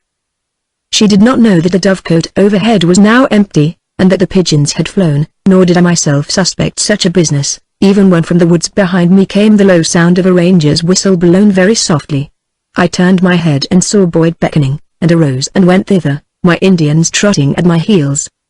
Then, as I came up and stood to offer the officer's salute, Lois stepped from behind a tree, laughing and laying her finger across her lips, but extending her other hand to me. And there was Lana, too, paler it seemed to me than ever, yet sweet and simple in her greeting. "The ladies desire to see our cattle," said Boyd. "The her guard is doubled, our pickets trebled, and the rounds pass every half hour. So it is safe enough, I think. Yet, scarce the country for a picnic," I said, looking uneasily at Lois. "Oh, broad brim," quoth she. "Is there any spice in life to compare to a little dash o' danger?" Whereat I smiled at her heartily, and said to Boyd, "We pass not outside our lines, of course." "Oh, no," he answered carelessly, which left me still reluctant and unconvinced. But he walked forward with Lana through the open forest, and I followed beside Lois, and, without any signal from me, my Indians quietly glided out ahead, silently extending as flankers on either side. "Do you notice what they are about?" said I sourly. "Even here within whisper of the fort? Are you not happy to see me, Ewan?" She cooed close to my ear. "Not here, inside that log curtain yonder." "But there is a dragon yonder," she whispered, with mischief adorable in her sparkling eyes, then slipped hastily beyond my reach, saying, "Oh, Ewan, forget not our vows, but let our Duck remain seemingly still, else I return. I had no choice, for we were now passing our inner pickets, where a line of bush huts, widely set, circled the main camp. There were some few people wandering along this line, officers, servants, boatmen, soldiers off duty, 1 or 2 women. Just within the lines there was a group of people from which a fiddle sounded, and I saw Boyd and Lana turn thither, and we followed them, coming up to see who was making such scarecrow music. Lana said in a low voice to us, "It's an old man more than 100 years old. He tells us who has lived on the Ulaut undisturbed among the Indians until yesterday, when we burned the village. And now he has come to us for food and protection. Is it not pitiful?" I had a hard dollar in my pouch, and went to him and offered it. Boyd had continental money, and gave him a handful. He was not very feeble, this ancient creature, yet, except among Indians who live sometimes for more than 100 years, I think I never before saw such an aged visage, all cracked into 1,000 wrinkles, and his little, bluish eyes peering out at us through a sort of film. To smile, he displayed his shriveled gums, then picked up his fiddle with an agility somewhat surprising, and drew the bow harshly, saying in his cracked voice that he would, to oblige us, sing for us a ballad made in 1690, and that he himself had ridden in a company of horse therein described, being at that time 13 years of age. And Lord! But it was a doleful ballad, yet our soldiers listened, fascinated, to his squeaking voice and fiddle, and I saw the tears standing in Lois's eyes, and Lana's lips a quiver. As for Boyd, he yawned, and I most devoutly wished us all elsewhere, yet lost no word of his distressing tale. God prosper long our king and queen, our lives and safeties all, a sad misfortune once the did Schenectady befall. From forth the woods of Canady the Frenchmen took their way, the people of Schenectady to captivate and slay. They march for 22 days, all through ye deepest snow, and on a dismal winter night they struck ye cruel blow. The lightsome sun that rules the day had gone down in the west, and eke the drowsy villagers had sought and found their rest. They thought they were in safety all, nor dreamt not of the foe, but at midnight they also woke in wonderment and woe. For they were in their pleasant beds, and soundly sleeping, when each door was sudden open broke by 6 or 7 men. The men and women, young and oldie, and eke the girls and boys, all started up in great affright at the alarming noise. They then were immersed in their beds without shame or remorse, and soon the floors and streets were strewed with many a bleeding corse. The village soon began to blaze, which showed the horrid sight, but, oh, I scarce can bear to tell the mysteries of that night. They threw the infants in the fire, the men they did not spare, but killed all which they could find, though aged or though fair. But some ran off to Albany and told the doleful tale, yet, though we gave our cheerful aid, it did not much avail. And we were horribly afraid, and shook with terror, when they gave account the Frenchmen were more than 1,000 men. The news came on a Sabbath morn, just at break o' day. And with my company of horse I galloped away. Our soldiers fell upon their rear, and killed 25, our young men were so much enraged they took scarce one alive. Dale about them did command, which were but thievish rogues, else why did they consent to go with blood-eye Indian dodges? And here I end my long ballad, the which you just heard. Said, and wish that it may stay on earth long after I be dead. The old man bowed his palsied head over his fiddle, struck with his wrinkled thumb a string or two, and I saw tears falling from his almost sightless eyes. Around him, under the giant trees, his homely audience stood silent and spellbound. Many of his hearers had seen with their own eyes horrors that compared with the infamous butchery at Schenectady almost 100 years ago. Doubtless that was what fascinated us all.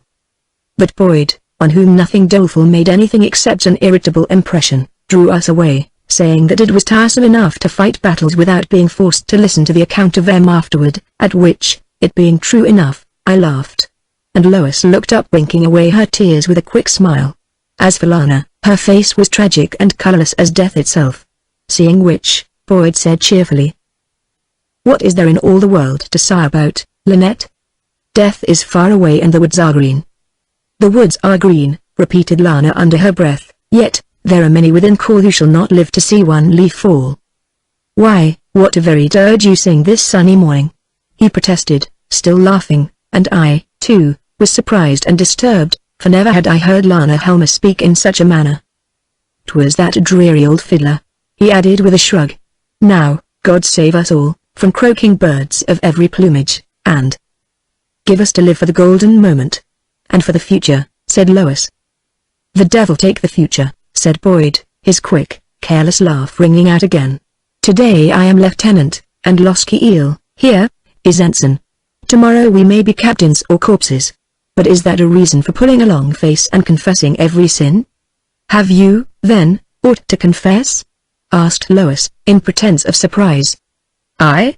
Not a peccadillo, my pretty maid, not a single one. What I do, and ask no leniency for the doing. Therefore, I have nothing to confess. Lana stopped, bent low over a forest blossom, and touched her face to it. Her cheeks were burning. All about us these frail, snowy blossoms grew, and Lois gathered one here and yonder while Boyd and I threw ourselves down on a vast, deep bed of moss, under which a thread of icy water trickled. Ahead of us, in plain view, stood one of our outer picket guards, and below in a widened bowl-shaped hollow, running south to the river, we could see cattle moving amid the trees, and the rifle barrel of a herd guard shining here and there.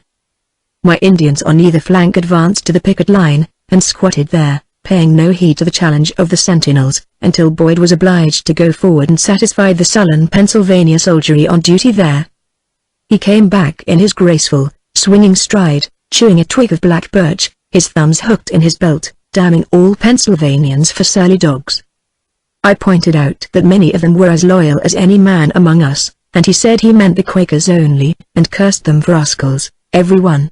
Again I reminded him that Alsop Hunt was a Quaker, and he said that he meant not the Westchester folk, but John Penn's people, Tories, every one, who would have hired ruffians to do to the Connecticut people in 44 what later was done to them by Indians and Tory Rangers. Lana protested in behalf of the Shippens in Philadelphia, but Boyd said they were all tarred with the same brush, and all were selfish and murderous, lacking only the courage to bite. Yes, every Quaker in Penn's proprietary, the Shippens, Griscombs, Pembertons, Norrises, Whartons, Baileys, Barkers, Stories, every damned one of them, he said, devised that scheme for the wanton and cruel massacre of the Wyoming settlers, and meant to turn it to their own pecuniary profit. He was more than partly right, yet, knowing many of these to be friends and kinsmen to Lana Helmer, he might have more gracefully remained silent. But Boyd had not that instinctive dread of hurting others with ill-considered facts. He blurted out all truths, whether timely or untimely, wherever and whenever it suited him. For the Tory Quakers he mentioned I had no more respect than had he, they being neither fish, flesh, nor fowl, but a smooth, sanctimonious and treacherous lot, more calculated to work us mischief because of their superior education and financial means. Indeed, they generally remained undisturbed by the ferocious Iroquois allies of our late and gentle king, secure in their property and lives, while all around them men, women, and little children fell under the dripping hatchets. And I might say, remarked Boyd loudly, I'd take a regiment and scour me out these rattlesnakes from the proprietary, and pack him off to prison, bag and baggage. Lana had knelt, making a cup of her hand, and was drinking from the silvery thread of water at our feet.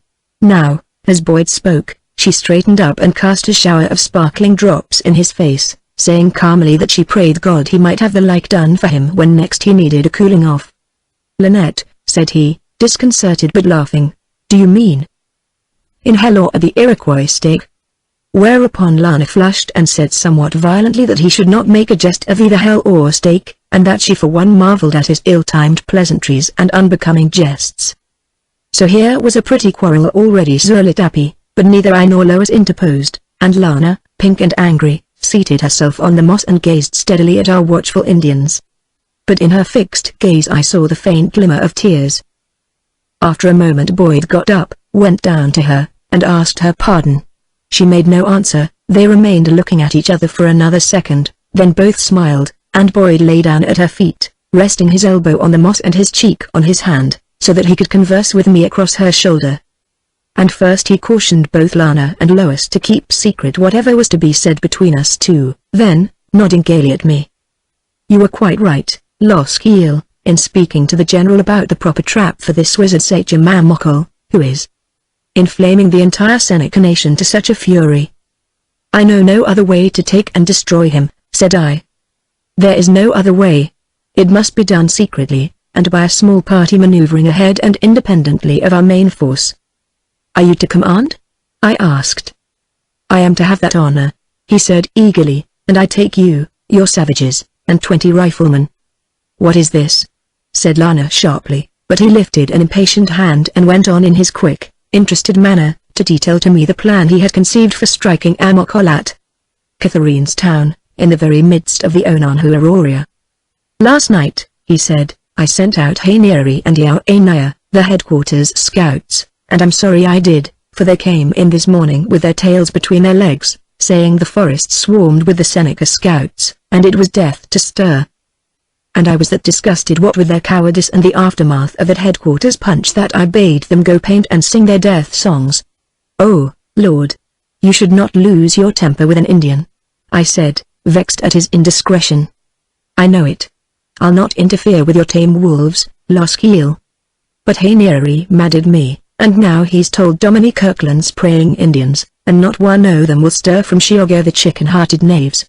What do you think of that, Loskiel? I am sorry, but we really need no other Indians than my Sycamore, the 2 Anadas, and the Starkbridge, Yellow Moth, to do Amokol's business for him, if you and your 20 riflemen are going. I think as you do, and so I told the general, who wanted Major Parr to command and the entire battalion to march. Oh, Lord, says I. Best bring Colonel Proctor's artillery band, also, and was frightened afterward at what I said, with so little reflection and respect, but the general, who had turned red as a pippin, burst out laughing and says he, You are a damnably disrespectful young man, sir, but you and your friend Loskiel may suit yourselves concerning the taking of this same Amokol. Only have a care to take or destroy him, for if you do not, by God, you shall be detailed to the Bats and cool your heels in Fort Sullivan until we return. We both laughed heartily, and Boyd added, He said it to fright me for my impudence. Trust that man to know a man when he sees one. Meaning yourself? Said I, convulsed. And you, too, Loskiel, he said so naively that Lois, too, laughed, exclaiming, What modest opinions of themselves have these 2 boys? Do you hear them, Lana, dubbing each other men? I hear, said Lana listlessly. Boyd plucked a long, feathery stalk, and with its tip caressed Lana's cheeks. Spiders, said he, spinning a goblin veil for you. I wish the veil of fate were as transparent, said she. Would you see behind it if you could? She said under her breath. I sometimes dream I see behind it now. What do you see? He asked. She shook her head, but we all begged her to disclose her dreams, saying laughingly that as dreams were the most important things in the lives of all Indians, our close association with them had rendered us credulous. Come, Lynette, urged Boyd, tell us what it is you see in dreams behind the veil. She hesitated, shuddered. Flames, always flames. And a man in black with leaden buttons, whose face is always hidden in his cloak. But, oh, I know I seem to know that he has no face at all, but is like a skull under his black cloak. A merry dream, said Boyd, laughing. Is there more to it? Asked Lois seriously. Yes. Lieutenant Boyd is there, and he makes a sign like this. What? Exclaimed Boyd, sitting up, astounded. Where did you learn that sign? In my dream. What does it mean? Make it no more, Lana, he said, in a curiously disturbed voice.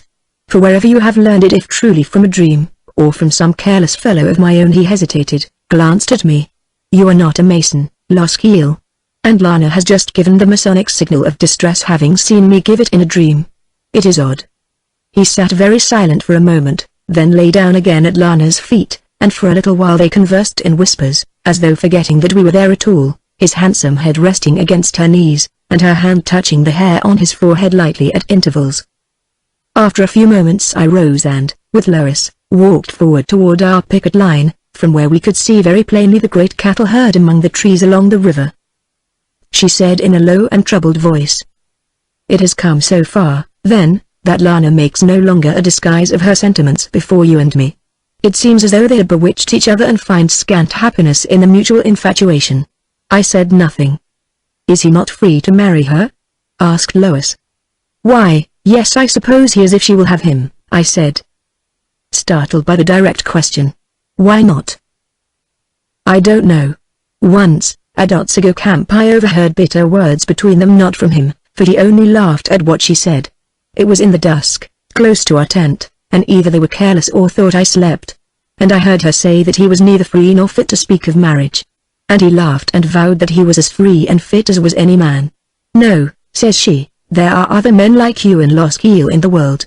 Exceptions prove the case, says he, laughing, and there was a great sob in her voice as she answered that such men as he were born to damn women.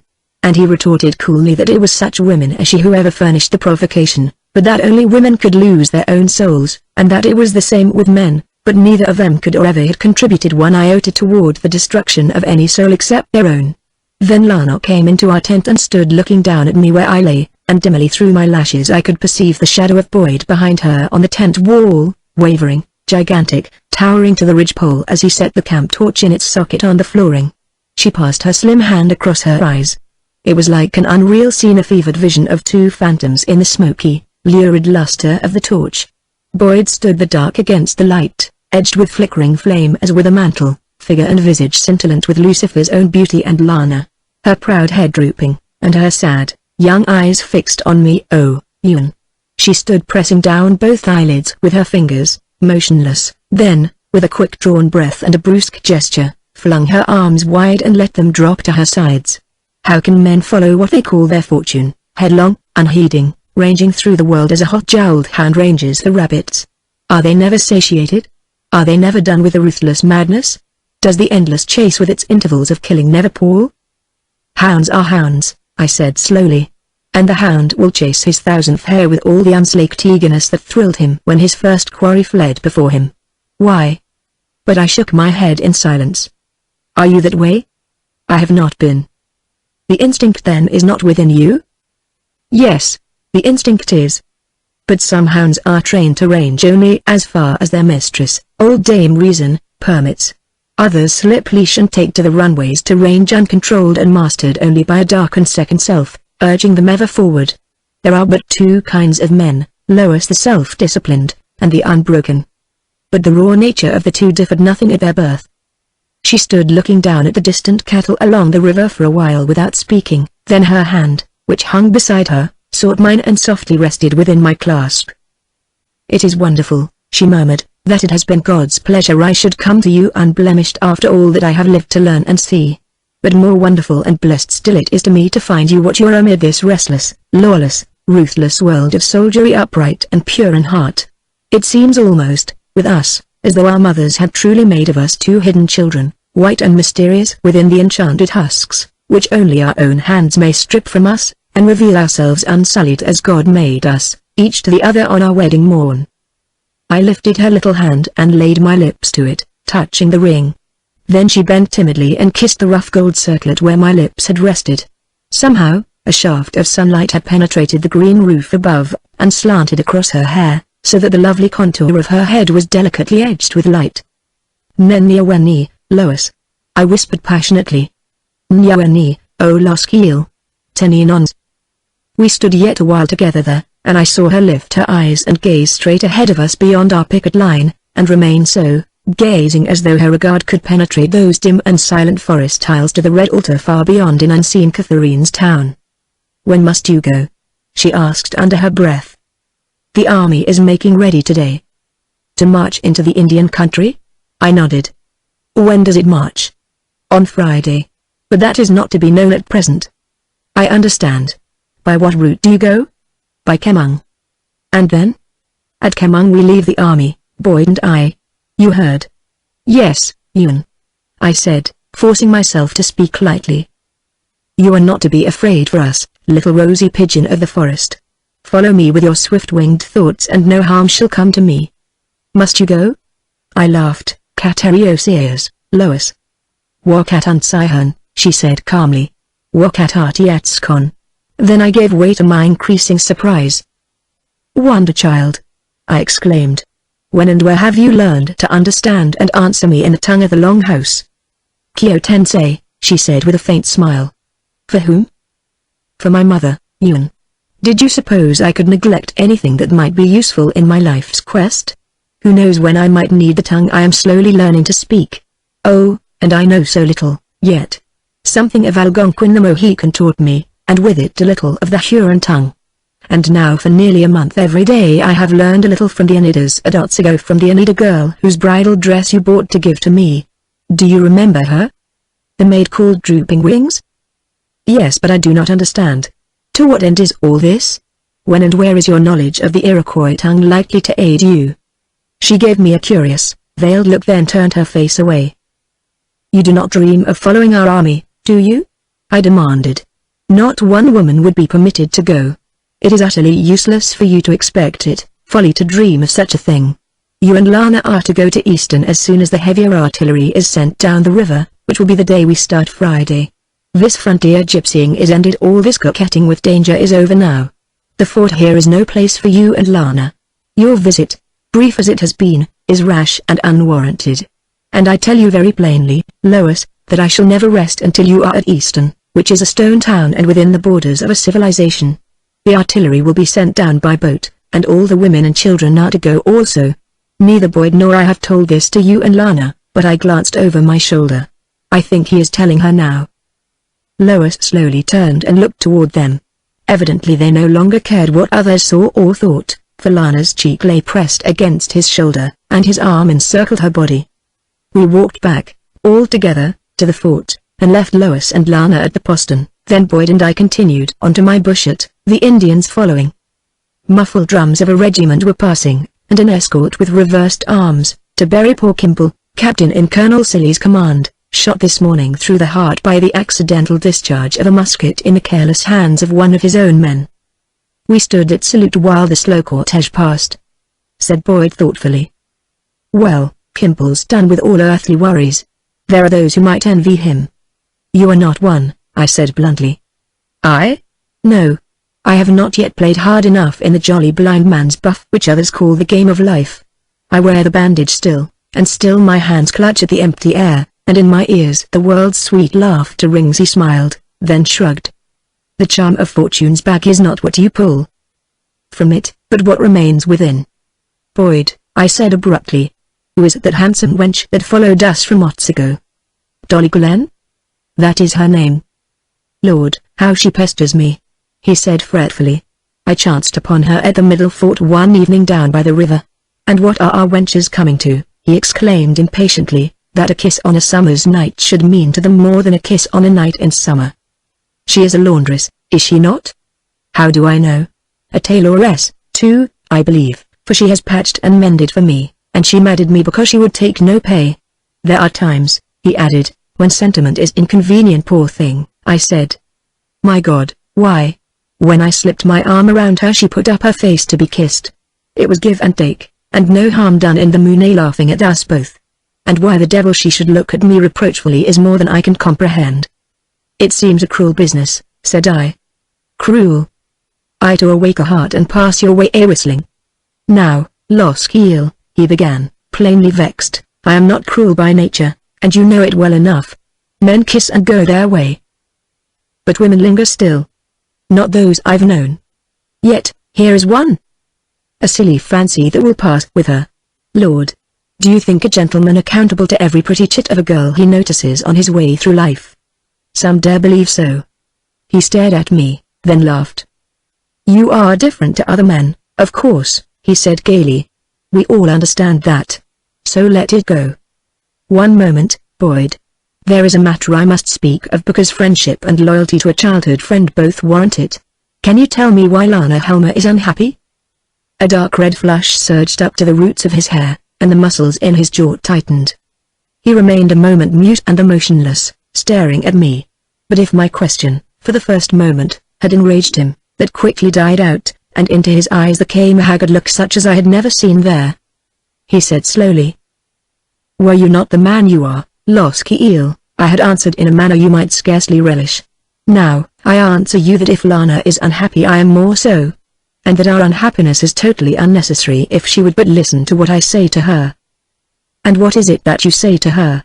I inquired as coolly as though his answer might not very easily be a slap with his fringed sleeve across my face. I have asked her to marry me, he said. Do you understand why I tell you this? I shook my head. To avoid killing you at 20 paces across the river. I had rather tell you than do that. So that you have told me, said I, The reason for your telling matters nothing. And my business with you ends with your answer. Only she is my friend, Boyd, a playmate of pleasant days. And if you can efface that wretchedness from her face, brighten the quenched sparkle of her eyes, paint her cheeks with rose again, do it, in God's name, and make of me a friend for life. Shall I tell you what has gone amiss from the very first there tots ago? No, that concerns not me. Yes, I shall tell you. It's that she knew about the wench here, Dolly Glen. Is that why she refuses you and elects to remain unhappy? I said incredulously. Yes, I can say no more. You are right, Loskiel, and such men as I are wrong, utterly and wretchedly wrong. Sooner or later comes the bolt of lightning. Hell! To think that wench should hurl it. But what bolt had she to hurl? Said I, astonished. He reddened, bit his lips savagely, made as though to speak, then, with a violent gesture, turned away. A few moments later a cannon shot sounded. It was the signal for striking tents and packing up, and in every regiment hurry and confusion reigned and the whole camp swarmed with busy soldiery. But toward evening orders came to unpack and pitch tents again, and whether it had been an exercise to test the quickness of our army for marching, or whether some accident postponed the advance, I do not know. All that evening, being on duty with my Indians to watch the cattle guard, I did not see Lois. The next day I was ordered to take the Indians and my law too toward Kemung and lie there till relieved, so we went very early and remained near the creek on observation, seeing nothing, until evening, when the relief came with hay neary and 3 stock bridges.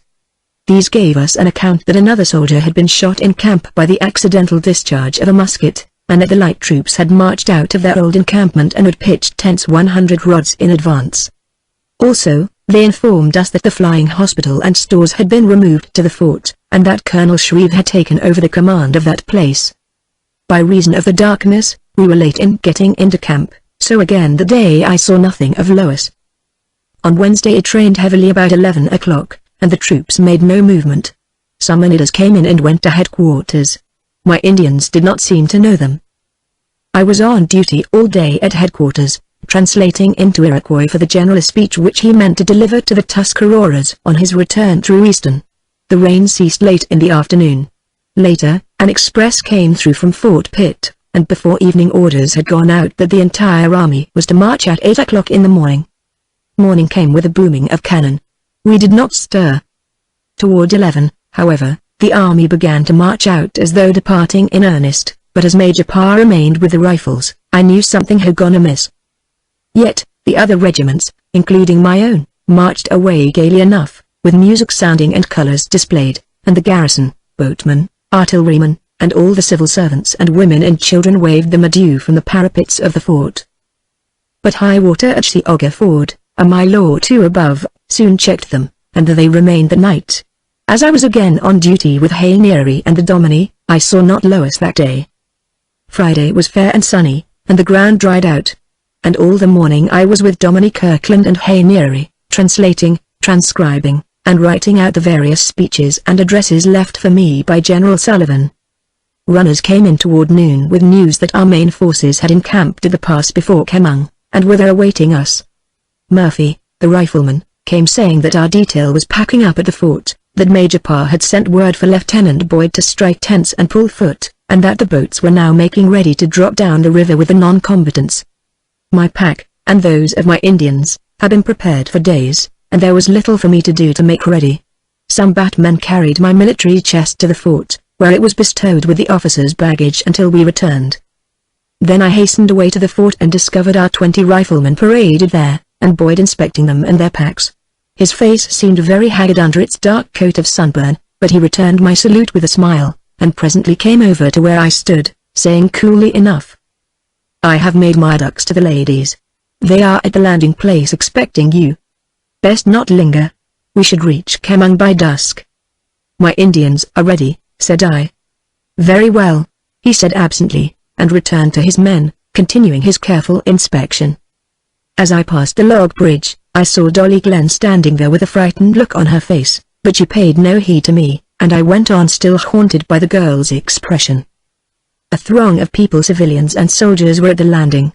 The redoubtable Mrs. Sabin was bustling about a bat, terrorizing its crew and bullying the servants, who were stowing away her property. Looking about me, I finally discovered Lois and Lana standing on the shore a little way downstream, and hastened to them. Lana was as white as a ghost, but to my surprise Lois seemed cheerful and in gayest spirits, and laughed when I saluted her hand. And it relieved me greatly to find her so animated and full of confidence that all would be well with us, and the parting but a brief one. "I know in my heart it will be brief," she said smilingly, and permitting both her hands to remain in mine. "Soon, very soon, we shall be again together, Ewan, and this interrupted fairy tale, so prettily begun by you and me, shall be once more resumed." "To no fairy finish," I said, but in sober reality. She looked at Lana, laughing. "What a lad is this, dear. How can a fairy tale be ever real? Yet, he is a magician like Hawkwencher, this tall young ensign of mine, and I make no doubt that his wizardry can change fancy to fact in the twinkling of an eye. Indeed, I think I, too, am something of a witch. Shall I make magic for you, Ewan?" "What? Most of anything on earth would you care to see tonight?" "You, Lois." "Hi-e. That is easy. I will some night send to you my spirit, and it shall be so like me and so vivid, nay, so warm and breathing that you shall think to even touch it. Shall I do this with a spell? I only have to close my eyes and see you. Make it that I can also touch you. It shall be done." We both were smiling, and I for one was forcing my gay spirits, for now that the moment had arrived, I knew that chance might well make of our audiobooks an endless separation. Lana had wandered a little way apart. I glanced at Lois, then turned and joined her. She laid her hand on my arm, as though her knees could scarcely prop her, and turned to me a deathly face. "Ewan," she breathed, "I have said adieu to him. Somehow, I know that he and I shall never meet again. Tell him I pray for him for his soul. And mine. And that before he goes he shall do the thing I bid him do. And if he will not tell him I ask God's mercy on him. Tell him that, Ewan." "Yes," I said, awed. She stood resting her arm on mine to support her, closed her eyes for a moment, then opened them and looked at me. And in her eyes I saw her heart was breaking as she stood there. "Lana. Lynette. Little comrade. What is this dreadful thing that crushes you? Could you not tell me?" I whispered. "Ask him, Ewan." "Lana, why will you not marry him, if you love him so?" She shuddered and closed her eyes. Neither of us spoke again. Lois, watching us, came slowly toward us, and linked her arm in Lana's. "Our bat is waiting," she said quietly. I continued to preserve my spirits as we walked together down to the shore where Mrs. Sabin stood glaring at me, then turned her broad back and waddled across the planks. Lana followed. Lois clung a second to my hands, smiling still, then I released her and she sprang lightly aboard. And now bat after bat swung out into the stream, and all in line dropped slowly down the river, pole and paddle flashing, kerchiefs fluttering. For a long way I could see the boat that carried Lois gliding in the channel close along shore, and the escort following along the bank above, with the sunshine glancing on their slanting rifles. Then a bend in the river hid them, and I turned away and walked slowly toward the fort. By the gate my Indians were waiting. The Sagamore had my pack and rifle for me. On the rifle platform above, the soldiers of the garrison stood looking down at us. And now I heard the short, ringing word of command, and out of the gate marched our 20 riflemen, Boyd striding lightly ahead. Then, as he set foot on the log bridge, I saw Dolly Glenn standing there, confronting him, blocking his way, her arms extended and her eyes fixed on him. "Are you mad?" he said curtly. "If you go," she retorted unsteadily, "leaving me behind you here unwedded, God will punish you." The column had came to a halt. There was a dead silence on parapet and parade while 300 pair of eyes watched those two on the bridge of logs. "Dolly, you are mad," he said, with the angry color flashing in his face and staining throat and brow. "Will you do me justice before you go? Will you stand aside?" he said between his teeth. "Yes, I will stand aside. And may you remember me when you burn at the last reckoning with God. Attention.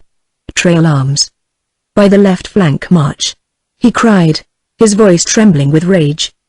The shuffling velvet tread of his riflemen fell on the bridge, and they passed, rifles at a trail, and fringes blowing in the freshening breeze. Without a word I fell in behind. After me loped my Indians in perfect silence. Chapter 17. The Battle of Kemung. Towards sundown we hailed our bullock guard below the ruins of old Kemung, and passed forward through the army to the throat of the pass, where the rifles lay. The artillery was already in a sorry mess, 9 guns stalled and an ammunition wagon overturned in the ford. And I heard the infantry cursing the drivers and saying that we had lost thousands of cartridges. Stuart's bullock guard was in a plight, too, 40 head having strayed. At the outlet to the pass Major Parr met us, cautioning silence.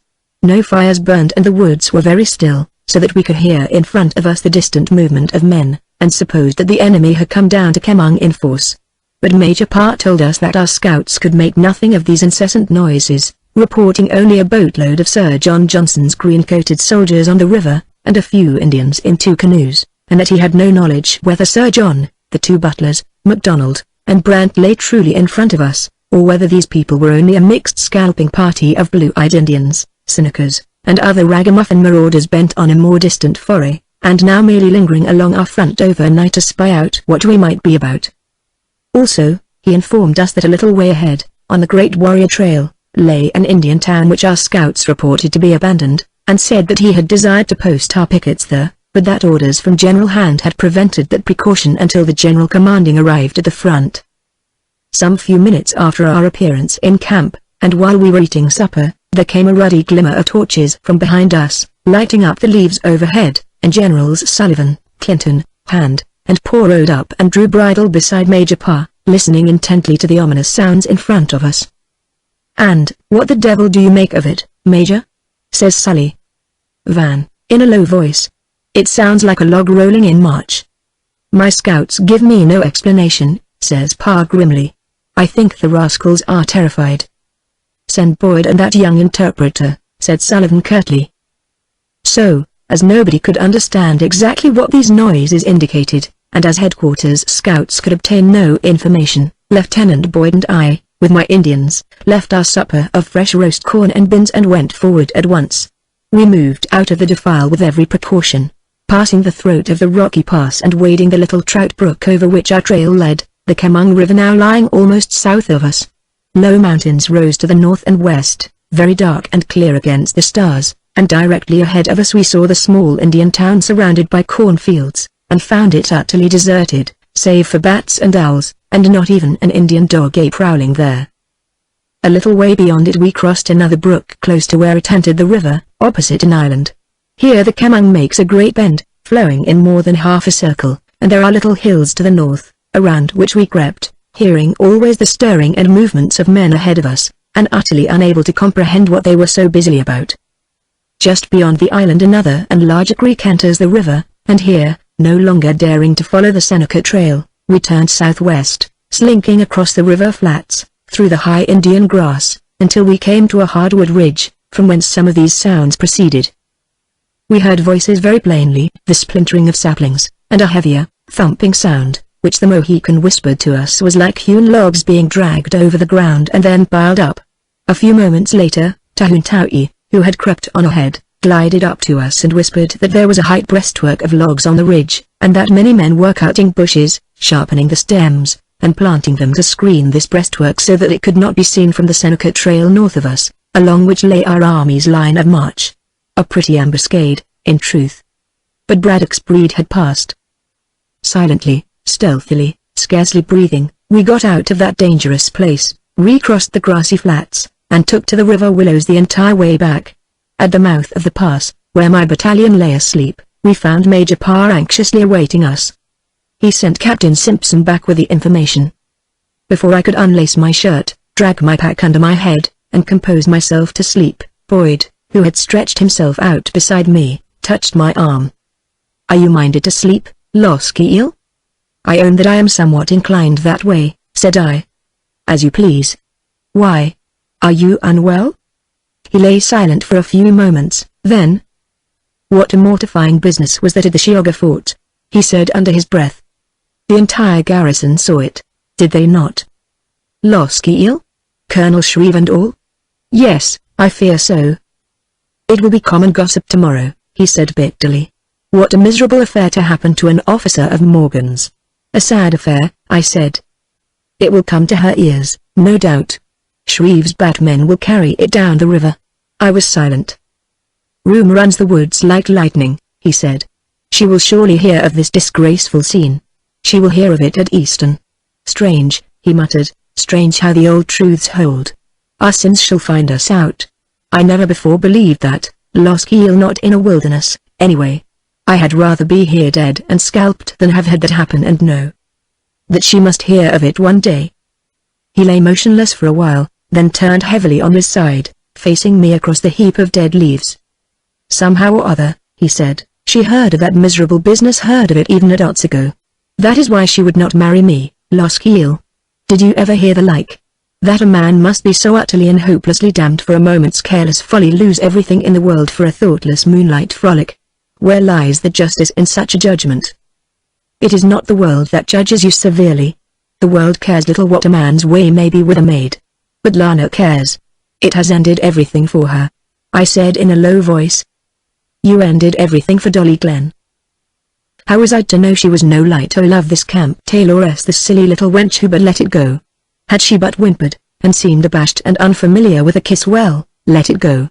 But I could cut my tongue out that I ever spoke to her. God! How lightly steps a man into a trap of his own contriving. And here I lie tonight, caring not whether I live or die in tomorrow's battle already dawning on the Kemung.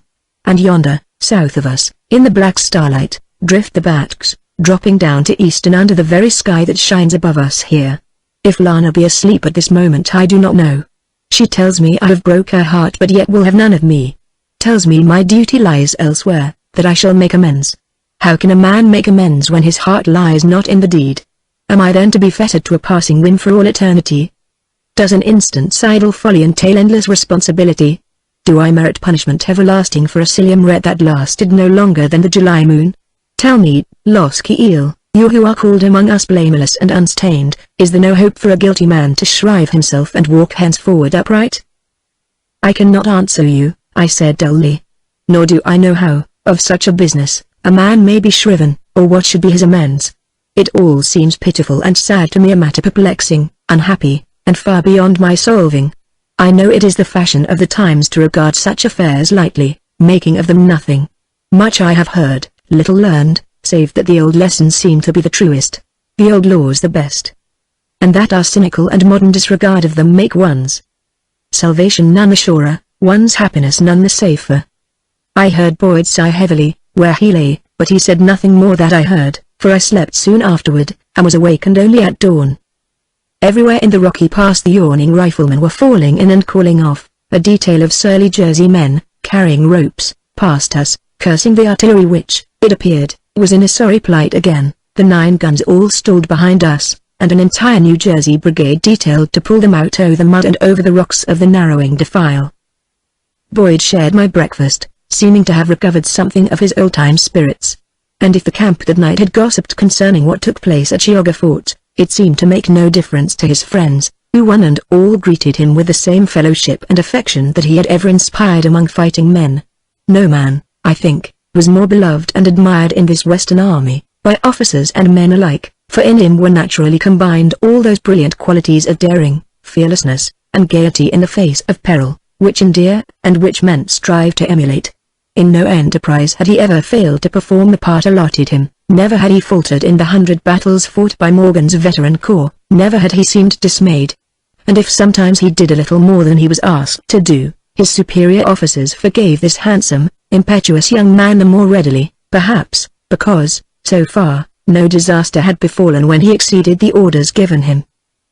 My Indians had eaten, and were touching up their paint when Major Parr came up, wearing a magnificent new suit of fringed buckskins, and ordered us to guide the rifle battalion.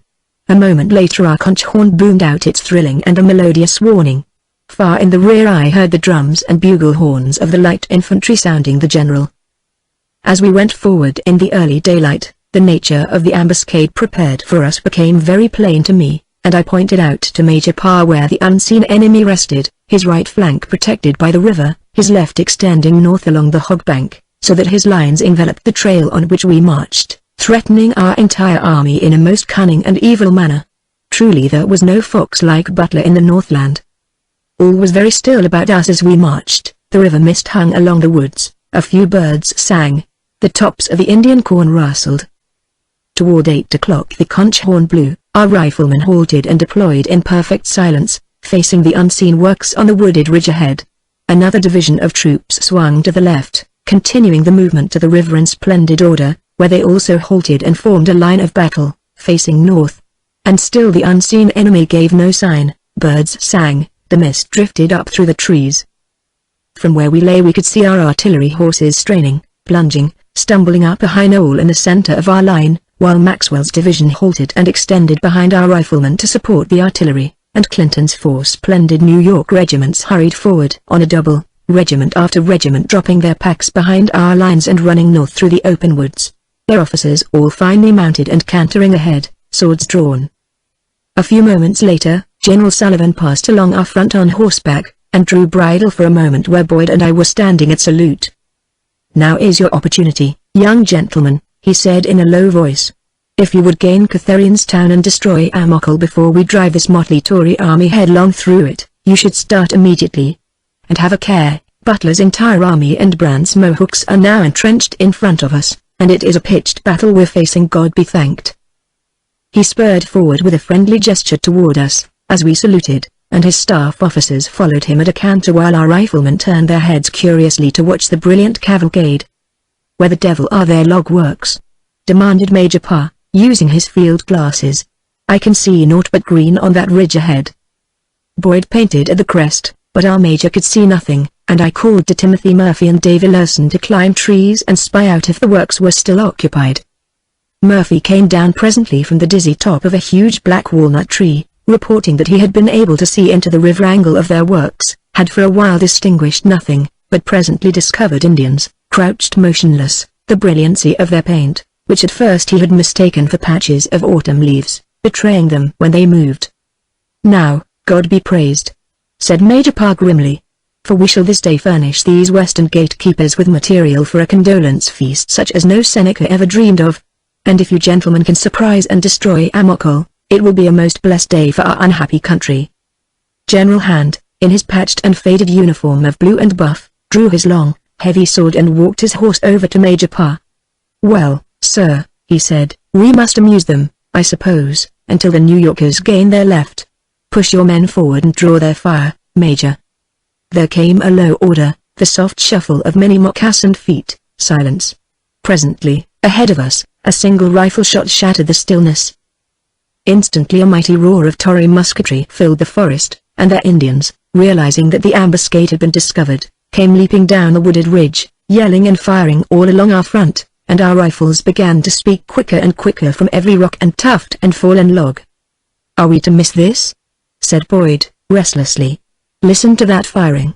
The devil take this fellow Amokal and his eyes. I wish we were yonder with our own people. I wish at least that I could see what our New Yorkers are about." Behind us, Boyd's 20 riflemen stood craning their sunburned necks, and my Indians, terribly excited, fairly quivered where they crouched beside us. But all we could see was the rifle smoke sifting through the trees, and early sunshine slanting on the misty river. The fierce yelling of the unseen Mohawks and Senecas on the wooded ridge above us had become one continuous and hideous scream, shrill and piercing above the racket of musketry and rifle fire. Sometimes the dreadful volume of sound surged nearer as though they were charging, or showing themselves in order to draw us into a frontal attack on their pits and log breastworks, but always after a little while the yelping tumult receded, and our rifle fire slackened while the musketry from the breastworks grew more furious, crashing out volley on volley, while the entire ridge steamed like a volcano in action. Further to the north we heard more musketry break out, as our New York regiments passed rapidly toward Butler's left flank. And by the running fire we could follow their hurried progress. "Hell!"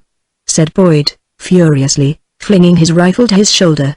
"Come on, Losky Eel, or we'll miss this accursed Amokal also." And he gave the signal to march. As we skirted the high knoll where our artillery was planted, the first howitzer shot shook the forest, and my Indians cringed as they ran beside me. High towering rose the shell, screaming like a living thing, and plunged with a shriek into the woods on the ridge, exploding there with a most infernal bang. Up through the trees gushed a very fountain of smoke, through which we could dimly see dark objects falling, but whether these were the limbs of trees or of men we could not tell. Crash!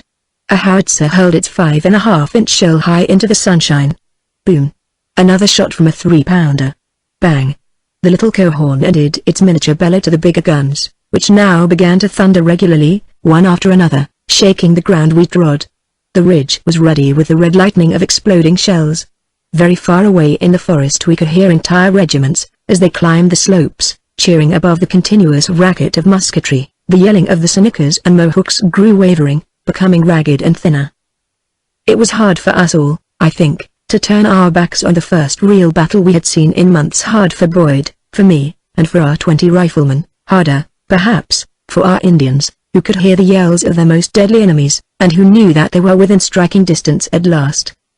As we marched in single file, I leading with my Indians, I said aloud, in the Iroquois tongue, "If in this battle of the Kemung the mountain snake be left writhing, yet unless we crush his head at Catharine's town, the serpent will live to strike again.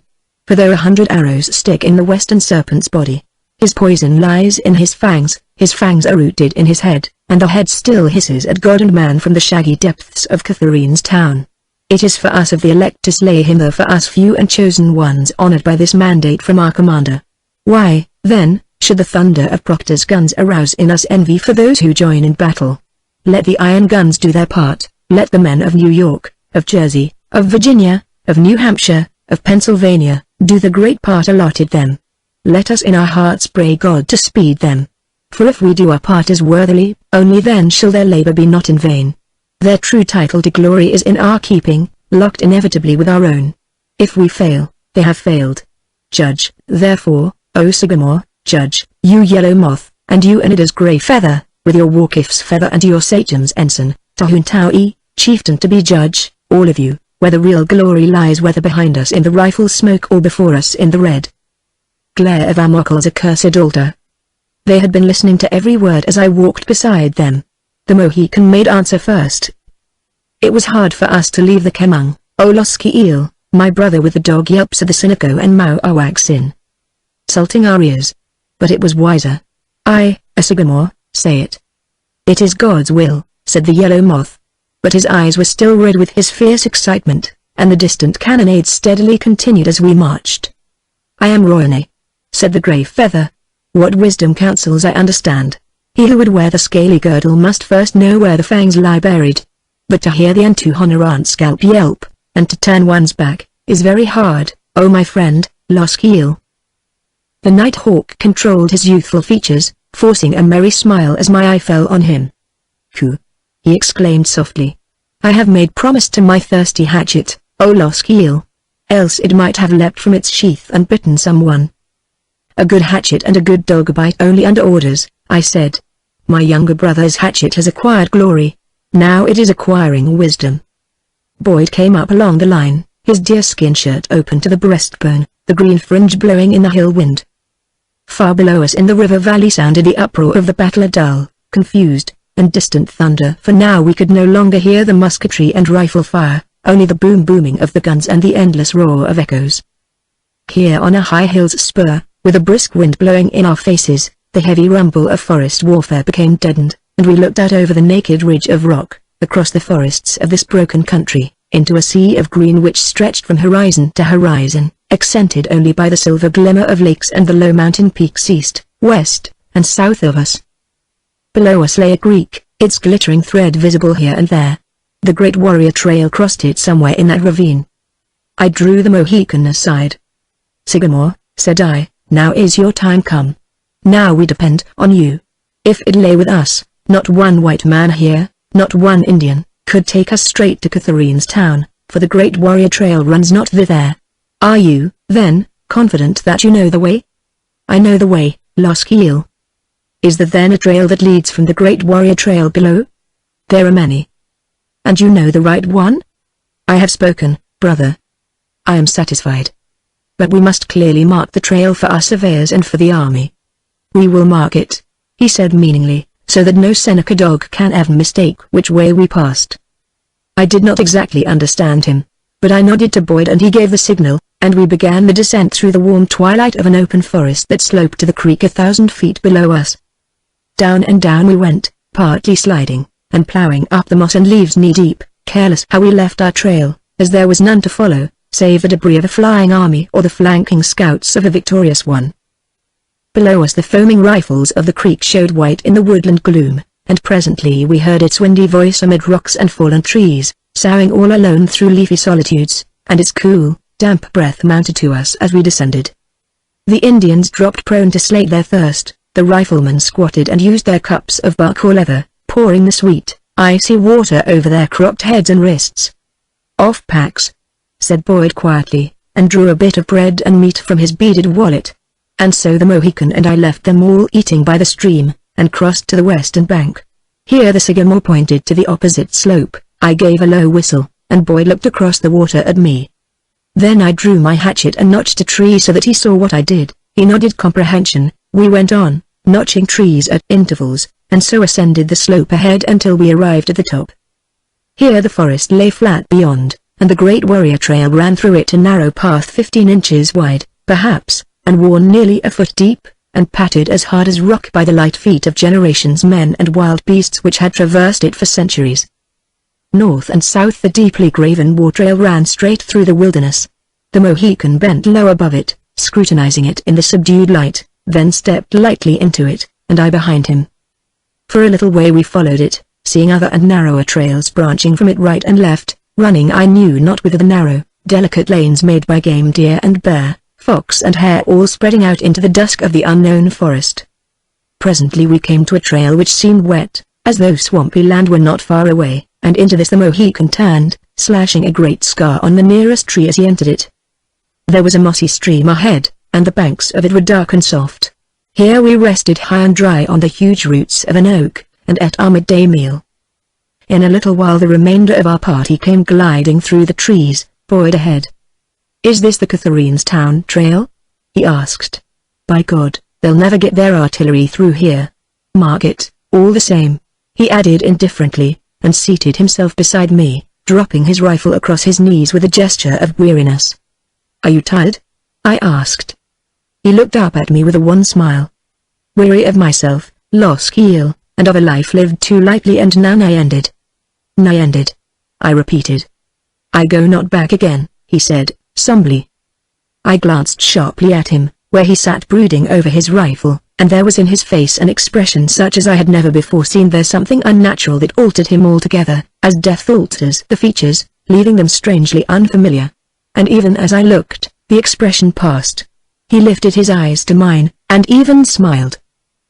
"There is," he said, "a viewless farm which companions even the swiftest on the last long trail, a phantom pilot which leads only toward that shadowed valley of endless rest.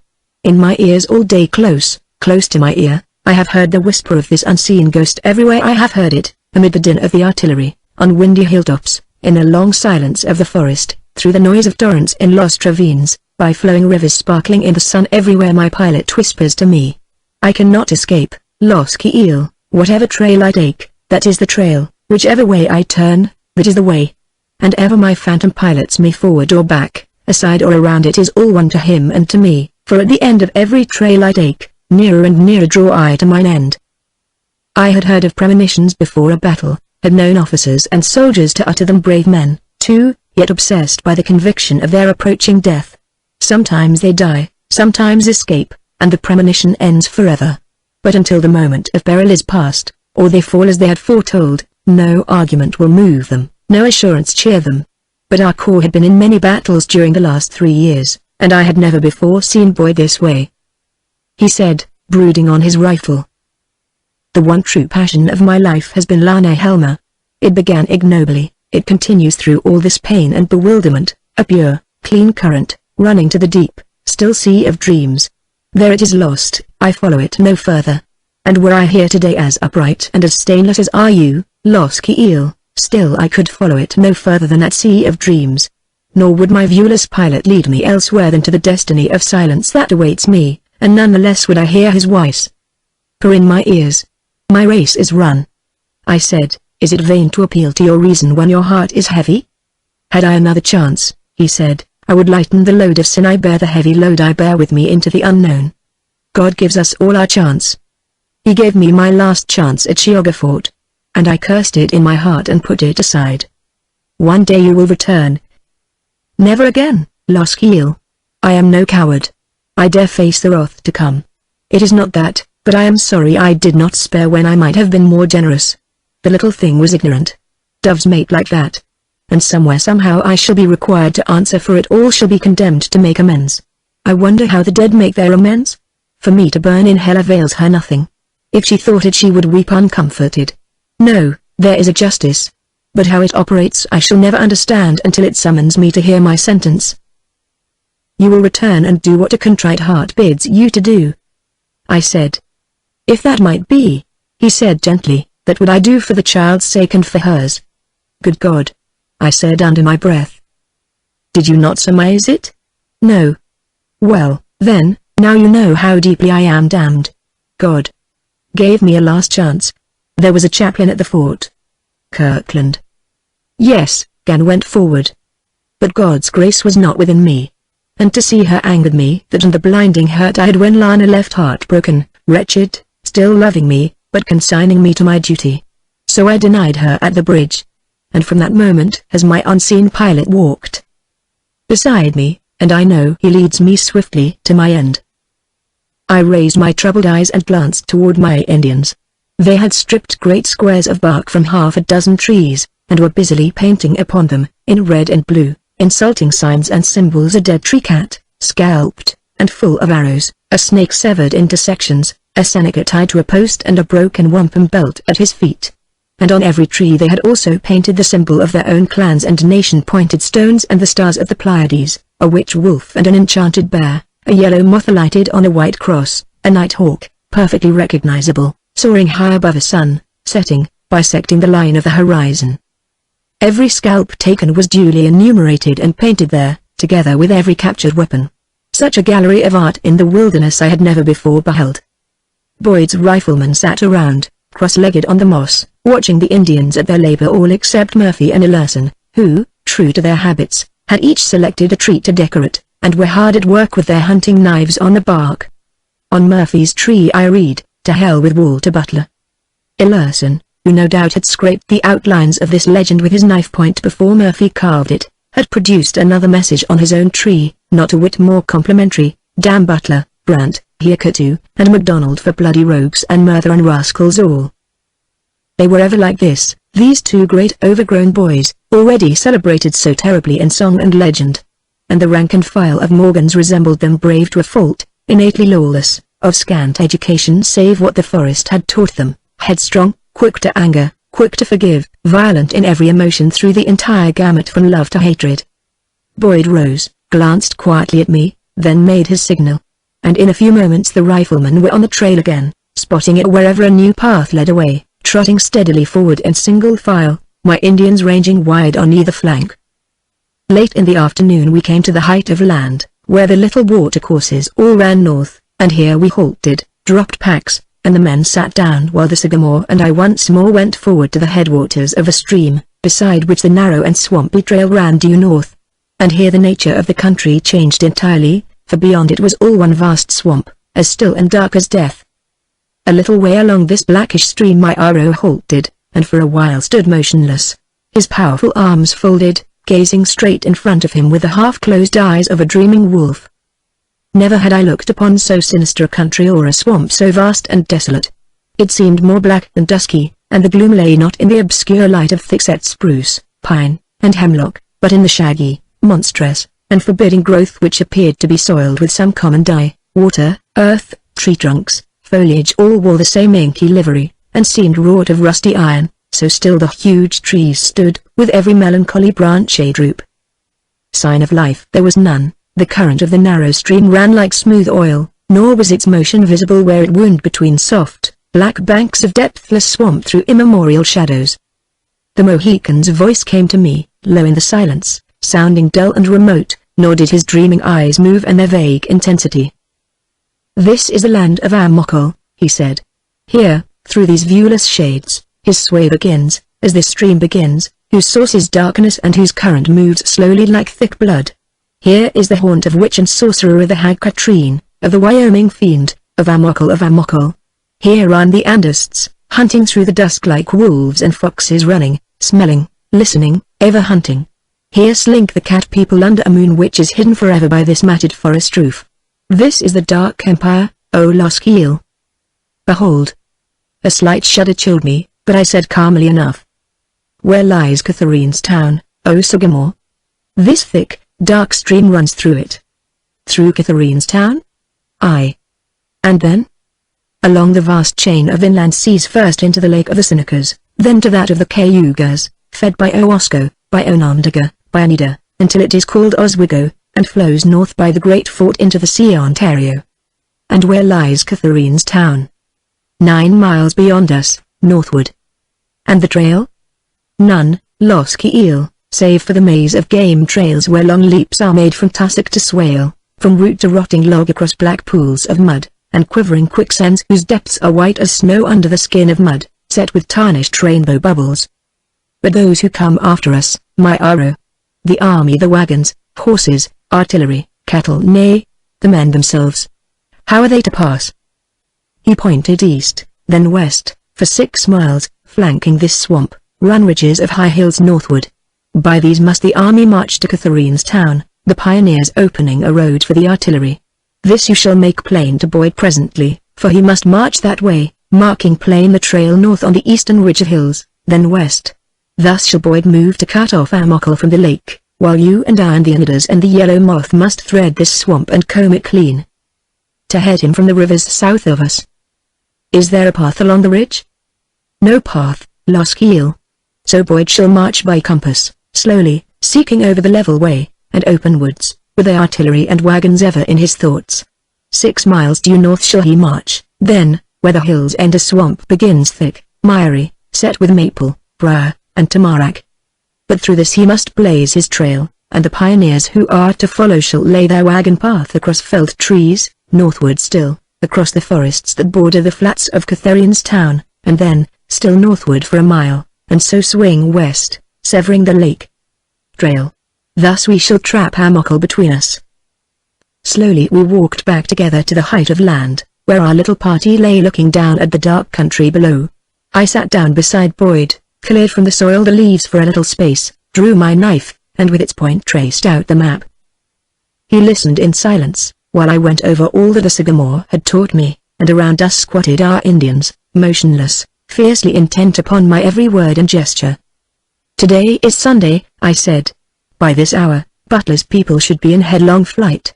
Our army will not follow them at once, because it will take all day tomorrow for our men to destroy the corn along the Kemung. But on Tuesday our army will surely march, laying waste the Indian towns and fields. Therefore, giving them ample time for this, they should arrive at this spot on Wednesday. I have so calculated, said Boyd, listlessly.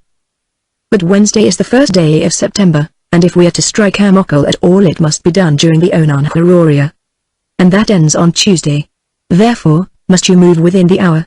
And by tomorrow evening you shall have blazed your hill trail and shall be lying with your men beside the stream and across the lake trail, north of Catherine's town. He nodded. Tonight, said I and my Indians lie here on this height of land, watching the swamp below, that nothing creep out of it.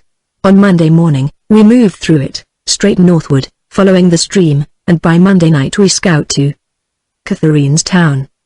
That is clear, he said, lifting his handsome head from his hands. And the signal should come from me. Listen, Los Kiel, you shall expect that signal between midnight of Monday and dawn. He rose, and I stood up, and for a moment we looked each other steadily in the eye. Then he smiled faintly, shaking his head. Not this time, Los Kiel, he said in a low voice. My spectral pilot gives no sign. Death lies beyond the fires of Catherine's town. I know, Los Kiel, I know. I also, said I in a low voice, taking his outstretched hand, for you shall live to make material amends as you have made them spiritually. Only the act of deep contrition lies between you and God's swift pardon. It were a sin to doubt it. But he slowly shook his head, the faint smile lingering still. Then his grip closed suddenly on my hand, released it, and he swung on his heel. Attention, he said crisply. Sling packs. Fall in. TRR alarms. March. Chapter 18. The Right of the Hidden Children. My Indians and I stood watching our riflemen as they swung to the east and trotted out of sight among the trees. Then, at a curt nod from me, the Indians lengthened their line, extending it westward along the height of land, and so spreading out that they entirely commanded the only outlet to the swamp below, by encircling both the trail and the headwaters of the evil-looking little stream. Through the unbroken thatch of matted foliage overhead no faintest ray of sunlight filtered, not even where the stream coiled its slimy way among the tamaracks and spruces. But south of us, along the ascending trail by which we had come, the westering sun glowed red across a ledge of rock, from which the hill fell sheer away, plunging into profound green depths, where unseen waters flowed southward to the Susquehanna. Around the massive elbow of this ledge, our back trail, ascending into view, curved under shouldering boulders. Blueberry scrub, already turning gold and crimson, grew sparsely on the crag cover enough for any watcher of the trail. And thither I crept and stretched me out flat in the bushes, where I could see that trail we had lately traversed, and look along it far to our rear as clearly as one sees through a dim and pillared corridor. West of me, a purplish ridge ran north, the sun shining low through a pine-clad notch. Southwest of me, little blue peaks pricked the primrose sky. Southeast lay endless forests, their green already veiled in an ashy blue bloom. Far down, under me, wound the narrow back trail through the gulf below. Presently, beside me came creeping the lithe Mohican, and lay down prone, smooth and golden, and shining like a sleek panther in the sun. "Is all well guarded, brother?" I whispered. "Not even a wood mouse could creep from the swamp unless our warriors see it. And when dark comes, our rears must be our eyes, Loskiel. But neither the cat people nor the Andists will venture out of that morass, save only by the trail. And we shall have 2 watchers on it through the night. There is no other outlet. None, except by the ridge Boyd travels. He blocks that pass with his 20 men. Then we should have their egress blocked, except only in the north." "Yes, unless they learn of this by magic," muttered the Mohican. It was utterly useless for me to decry or ridicule his superstitions, and there was but one way to combat them. "If witchcraft there truly be in Catherine's town," said I, "it is bad magic, and therefore weak, and can avail nothing against true priesthood. What could the degraded acolytes of this red priest do against a consecrated Sagamore of the Lenape, against an ensign of the enchanted clan? Else why do you wear your crest, or the great ghost bear the rearing upon your breast?" "It is true," he murmured uneasily. "What spell can Amokol lay upon us? What magic can he make to escape us?" For the trail from Catherine's town is stopped by a Siwanoy Sagamore and a Mohican warrior. It is closed by an Anida sachem who stand watching. When the ghost bear and the werewolf watch, then the whole forest watches with an loop, blue wolf, and bear. Where, then, can the forest cat slink out? Where can the filthy carcager escape? My arrow has spoken. It is a holy barrier that locks and bolts the store of secret evils. Under Tharan shall this trap remain inviolate till the last sorcerer be taken in it, the last demon be dead. Yoyaniri, he said, deliberately employing the Kanyango expression with a fierce scorn that, for a moment, made his noble features terrible. Then he spat as though to wash from his mouth the taste of the hated language that had soiled it, even when used in contempt and derision, and he said in the suave tongue of his own people, "Pray to your white God, holder of heaven, master of life and death, that into our hands be delivered these scoffers who mock at him and at Tharan, these cat murderers of little children, these polluters of the 3 fires. And in the morning I shall arise and look into the rising sun, and ask the same of the far God who made of me a Mohican, a Siwanoy, and a Sagamore. Let these things be done, brother, ere our hatchets redden in the flames of Catherine's town. For," he added, naively, "it is well that God should know what we are about, lest he misunderstand our purpose." I assented gravely. The sun hung level, now, sending its blinding light straight into our eyes, and for precaution's sake we edged away under the blue shadows of the shrubbery, in case some far prowler note the light spots where our faces showed against the wall of green behind us. "How far from Catherine's town," I asked, "lies the vale Indea, of which our little Lois has spoken?" "It is the next valley to the westward. A pass runs through and a little brook. Pleasant it is, Loskiel, with grassy glades and 100 little springs which we call eyes of the inland seas." "You know," I said, "that in this valley all the hopes of Loester Kentukora centered." "I know, Loskiel," he answered gravely. "Do you believe her mother lives there still?" "How shall I know, brother? If it were with these depraved and perverted Senecas as it is with other nations, the mother of a hidden child had lived there unmolested. Her lodge would have remained her sanctuary.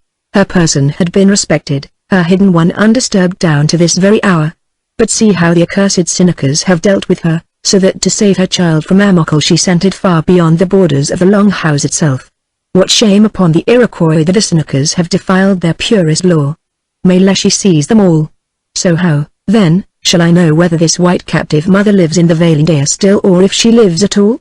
Or if they have not made of her a priestess, a sorceress, perhaps the dreaming prophetess of the Ononhu Aurora! By reason of her throat being white. What? I exclaimed, startled. Did not the eerie boast a prophetess to confound us all? I did not comprehend. Did he not squat, squalling at us from his cave, deriding every secret plan we entertained, and boasting that the Senecas had now a prophetess who could reveal to them everything their white enemies were plotting because her own throat was white?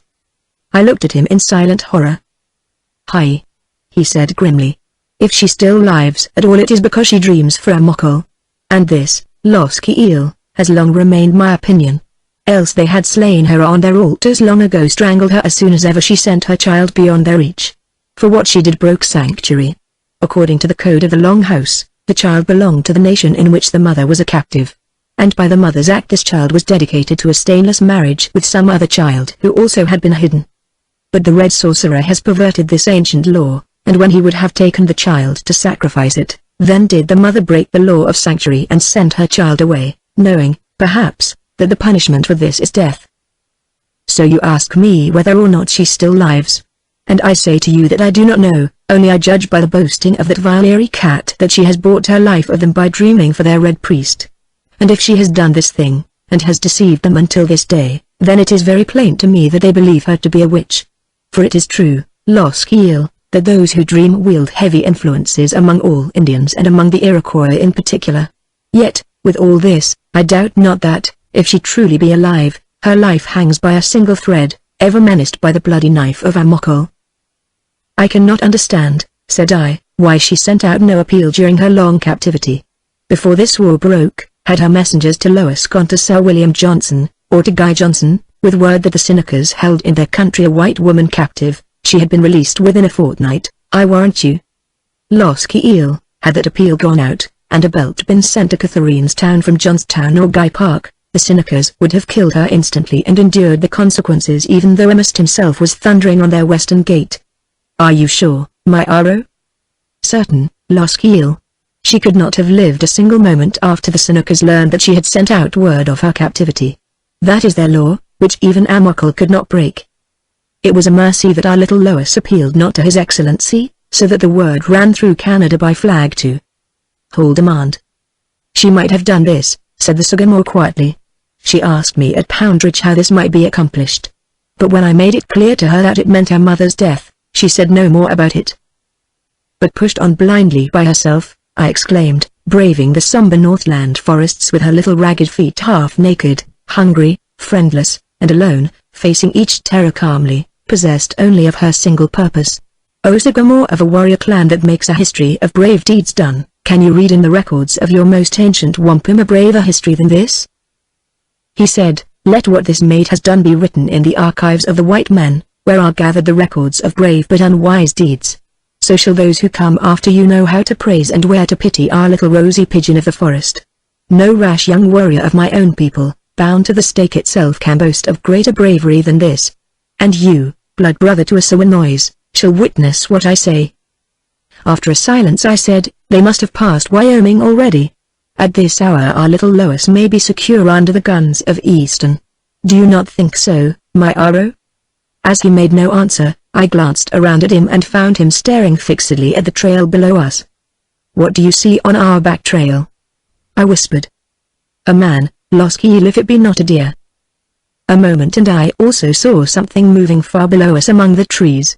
As yet it was only a mere spot in the dim light of the trail, slowly ascending the height of land. Nearer, nearer it came, until at length we could see that it was a man. But no rifle slanted across his shoulder. He must be one of our own people, I said, puzzled. Somebody sends us a messenger. Is he white or Indian? White, said the Sagamore briefly, his eyes still riveted on the approaching figure, which now I could see was clothed in deerskin shirt and leggings. He carries neither pack nor rifle, only a knife and pouch. He is a wood-running fool, I said, disgusted. Why do they send us such a forest-running batman, when they have niders at headquarters, and corps of boys to spare who understand their business? I make nothing of him, murmured the Mohican, his eyes fairly glittering with excitement and perplexity. Is he, perhaps, Some fugitive from Butler's Rangers? I whispered, utterly at a loss to account for such a silly spectacle. The pitiful idiot. Did you ever gaze upon the like, my Aro, unless he be some French mission priest? Otherwise, yonder walks the greatest of God's fools. Then he is easily taken, muttered my Aro. Fix thy flint, losk heel, and brine. Here is a business I do not understand. Once the man halted and looked up at our ledge of rock, where the last sun rays still lingered, then lightly continued the ascent. And I, turning to the Mohican for some possible explanation of this amazing sight, ere we crept out to closer ambush, found my Aro staring through the trees with a glassy and singular expression which changed swiftly to astonishment, and then to utter blankness. "Itho!" he exclaimed, bluntly, springing to his feet behind the nearer trees, regardless whether or not the stranger saw him. "Go forward now, losk heel. This is a fool's business and badly begun. Now, let a white man's wisdom finish it." I, too, had risen in surprise, stepping backward also, in order that the trees might screen me. And at the same moment the stranger rounded the jutting shoulder of our crag, and came suddenly face to face with me in mid-trail. Yuan. So astounded was I that my rifle fell clattering from my nerveless hand as she sprang forward and caught my shoulders with both her hands. And I saw her grey eyes filling and her lips quivering with words she could not utter. "Lois," I repeated, as though stupefied. "Lois. Oh, Yuan. Yuan. I thought I would never come up with you," she whimpered. "I left the bat where it touched at Toanda Creek, and hid in the woods and dressed me in the Yanida dress you gave me. Then, by the first Batman who passed, I sent a message to Lana saying that I was going back to join you. Are you displeased?" Her trembling hands clasped my shoulders tighter, and her face drew closer, so that her sweet, excited breath fell on my cheek. "Listen," she stammered. "I desire to tell you everything. I will tell you all, Yuan." I ran back along the trail, meeting the boat guard, Batmen, and the sick horses all along the way to Shioga, where they took me over on a raft of logs. I paid them 3 hard shillings. Then Colonel Shreve heard of what I had been about, and sent a soldier after me. But I avoided the fort, Yuan, and went boldly up through the deserted camps until I came to where the army had crossed. Some teamsters mending transport wagons gave me bread and meat enough to fill my pouch, and one of them, a kindly giant, took me over the Kemung dry shod, I clinging to his broad back like a very cat and all o' them laughing fit to burst. "Are you displeased, dear lad?" Then, just at night, I came up with the rear guard, where they were searching for strayed cattle, and I stowed myself away in a broken-down wagon, full of powder quietly, like a mouse, no one dreaming that I was not the slender youth I looked. So none molested me where I lay amid the powder casks and sacking. She smiled wistfully, and stood caressing my arms with her eager little hands, as though to calm the wrath to come. "I heard your regiment's pretty conch horn in the morning," she said, and slipped out of my wagon and edged forward amid all that swearing, sweating confusion, noticed not at all by anybody, save when a red-head Jersey sergeant bawled at me to man a rope and haul at the mired cannon with the others. But I was deaf just then, Yuan, and got free o' them with nothing worse than a sound cursing from the sergeant, and away across the creek I legged it, where I hid in the bush until the firing began and the horrid shouting on the ridge. Then it was that, badly scared, I crept through the Indian grass like a hunted hare, and saw Lieutenant Boyd there, and his men, halted across the trail. And very soon our cannon began, and then it was that I saw you and your Indians filing out to the right. So I followed you. Oh, Yuan, are you very angry? Because, dear lad, I have had so lonely a trail, what with keeping clear of your party so that you might not catch me and send me back, and what with losing you after you had left the main, trodden trail. Save for the marks you left on trees, I had been utterly lost and must have perished. No doubt she looked at me with melting eyes. Think on that, Yuan, ere you grow too angry and are cruel with me. Cruel? Lois, you have been more heartless than I ever. There. I knew it. Your anger is about to burst its dreadful bounds. Child. What is there to say or do now? What is there left for me, save to offer you what scant protection I may, good God! And take you forward with us in the morning. This is a cruel, unmerited perplexity you have caused me, Lois. What unkind inspiration prompted you to do this rash, mad, foolish thing? How could you so conduct? What can you hope to accomplish in all this wicked and bloody business that now confronts us? How can I do my duty? How perform it to the letter with you beside me, with my very heart chilling to water at thought of your peril? Hush, dearest lad, she whispered, tightening her fingers on my sleeve. All in the world I care for lies in this place where we now stand or near it. Have I not told you that I must go to Catherine's town? How could I remain behind when every tie I have in all the world was tugging at my heart to draw me hither? You ask me what I can do, what I can hope to accomplish. God knows, but my mother and my lover are here, and how could I stay away if there was a humble chance that I might do some little thing to aid her, to aid you, Yuan? Why do you scowl at me? Try me, test me. I am tough as an Indian youth, strong and straight and supple and as tireless. See, I am not wearied with the trail. I am not afraid. I can do what you do. If you fast I can fast, too. When you go thirsty I can endure it also, and you may not even hope to out-travel me, Yuan. For I am inured to sleeplessness, to hunger, to fatigue, by 2 years vagabondage, hardened of limb and firm of body, self-taught in self-denial, in quiet endurance, in stealth, and patience. Oh, Yuan! Make me your comrade, as you would take a younger brother, to school him in the hardy ways of life you know so well. I will be no burden to you, I will serve you humbly and faithfully, prove docile, obedient, and grateful to the end. And if the end comes in the guise of death, Yuan, why may I not share that also with you? For the world's joy dies when you die, and my body might as well die with it. So eager and earnest her argument, so tightly she clung to my arms, so pleading and sweet her ardent face, upturned, with the tears scarcely dry under her lashes, that I found naught to answer her, and could only look into her eyes deep, deep into those grey-blue wells of truth troubled to silence by her present plight and mine. I could not take her back now, and also keep my tryst with Boyd at Catherine's town. I could not leave her here by this trail, even guarded had I the guards to spare, for soon in our wake would come thundering the maddened debris of the Kemang battle, pell-mell, headlong through the forests, desperate, with terror leading and fury lashing at their heels. I laid my hands heavily upon her firm, young shoulders, and strove to think the while I studied her, but the enchantment of her confused my mind, and I saw only the crisp and clustering curls, and clear, young eyes looking into mine, and the lips scarce parted, hanging breathless on my words. "Oh boy-girl comrade," I said in a low, unsteady voice. "Little boy-girl born to do endless mischief in this wide and wind-swept forest world of men. What am I to say to you? You have your will of everyone beneath the sun. Who am I to halt the starry dances, or bar your wayward trail when Tharan himself has hidden you, and the little people carry to you winged moccasins for flying feet as light and swift? For truly I begin to think it has been long since woven in the silvery and eternal wampum belt after belt, string twisted around string, that you shall go to Catherine's town unscathed. Where she was born returns the rosy forest pigeon to her native tree for mating. White throat, your course is flown. For this is our Mockle's frontier, and by tomorrow night we enter Catherine's town, thou and I, little Lois, 2 hidden children, one hidden by the western gate, one by the eastern gate's dark threshold, hidden in the husks. How shall it be with us now, Zero, little rosy spirit of the home wood? My Indians will ask. What shall I say to them concerning you? All laws break of themselves before us twain, who, having been hidden, are prepared for mating where we will and when.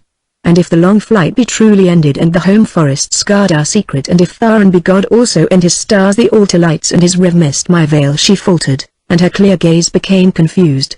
Why should your Indians question you? She asked. The last ray of the sun reddened the forest, lingered, faded, and went out in ashes. I said. God and Tharan are one. Priest and sycamore, clergyman and sachem, minister, ensign, royal or red men or white, all are consecrated before the Master of Life. If in these Indians' eyes you are still to remain sacred, then must you promise yourself to me, little Lois. And let the sycamore perform the rite at once. Betroth myself, Yuan? Yes, under the rite of the hidden children. Will you do this so that my Indians can lay your hands upon their hearts? Else they may turn from you now, perhaps prove hostile. I had desired to have you take me from my mother's arms. And so I will, in marriage if she be alive to give you. Then what is this we do? It is our white bridal. Summon the sycamore, she said faintly. And so it was done there, I prompting her with her responses, and the mysterious rite witnessed by the priesthood of 2 nations, Sachem and Sycamore, Iroquois and Algonquin, with the tall lodge poles of the pines confirming it, and the pale ghost flowers on the moss fulfilling it, and the stars coming one by one to nail our lodge door with silver nails, and the night winds, enchanted, chanting the Ka-Enua, the uncut corn. And now the final and the most sacred symbol of betrothal was at hand, and the Anita Sachem drew away, and the yellow moth and the night hawk stood aside, with heads quietly averted, leaving the sycamore alone before us. For only a sycamore of the enchanted clan might stand as witness to the mystery, where now the awful, viewless form of Tharan was supposed to stand, white-winged and plumed, and robed like the eight thunders in snowy white. "Listen, Loskiel," he said, "my younger brother, blood brother to Asawa Noise. Listen, also, O rosy-throated pigeon of the woods home from the unseen flight to mate at last." He plucked 4 ghost flowers, and cast the pale blossoms one by one to the 4 great winds. "O untainted winds that blow the Indian corn," he said, "winds of the wilderness, winds of the sounding skies clean and pure as ye are, not one of you has blown the green and silken blankets loose from these, our hidden children, nestling unseen, untouched, unstained, close cradled in a green embrace. Nor wind, nor rain, nor hail, not the fierce heat of many summers have revealed these hidden ones, stripped them of the folded verdure that conceals them still, each wrapped within the green leaves of the corn. Continue to listen, winds of the sounding skies. Let the 8 white-plumed thunders listen. An ensign of the magic clan bears witness under Tharan. A sycamore veils his face. Let Tharan hear these children when they speak. Let Taman unlisten." Standing straight and tall there in the starlight, he drew his blanket across his eyes. The Anidas and the Stark Bridge did the same. Slowly, timidly, in compliance with my whispered bidding, the slender, trembling hands of Lois unlaced my throat points to the shoulder, baring my chest. Then she said aloud, but in a voice scarce audible, I prompting every word. "It is true. Under the folded leaves a hidden youth is sleeping. I bid him sleep a while. I promise to disturb no leaf. This is the white bridle. I close what I have scarcely parted. I bid him sleep this night." When? I whispered, prompting her, and she found her voice, continuing. "When at his lodge door they shall come softly and lay shadows to bar it, a moon to seal it, and many stars to nail it fast. Then, in the dark within, I shall hear the painted quiver rattle as he puts it off, and the antlers fall clashing to the ground. Only the green and tender cloak of innocence shall endure a little while, then, falling, enfold us twain embraced where only one had slept before. A promised bride has spoken." She bowed her head, took my hands in hers, laid them lightly on her heart, then straightened up, with a long-drawn, quivering breath, and stood, eyes closed, as I unlaced her throat points, parting the fawn-skin cap till the soft thrums lay on her snowy shoulders. "It is true," I whispered. "Under the folded leaves a hidden maid lies sleeping. I bid her sleep a while, I bid her dream in innocence through this white bridal night. I promise to disturb no leaf that sheathes her. I now refold and close again what I have scarcely touched and opened. I bid her sleep. When on my lodge door they nail the Anita stars, and seal my door with the moon of Tharan, and lay long shadows that to bar it, then I, within the darkness there, shall hear the tender rustle of her clinging husks, parting to cradle two where one alone had slept since she was born." Gently I drew the points, closing the cape around her slender throat, knotted the laces, smoothed out the thrums, took her small hands and laid them on my breast. One by one the stately Indians came to make their homage, bending their war crests proudly and placing her hands upon their painted breasts. Then they went away in silence, each to his proper post, no doubt.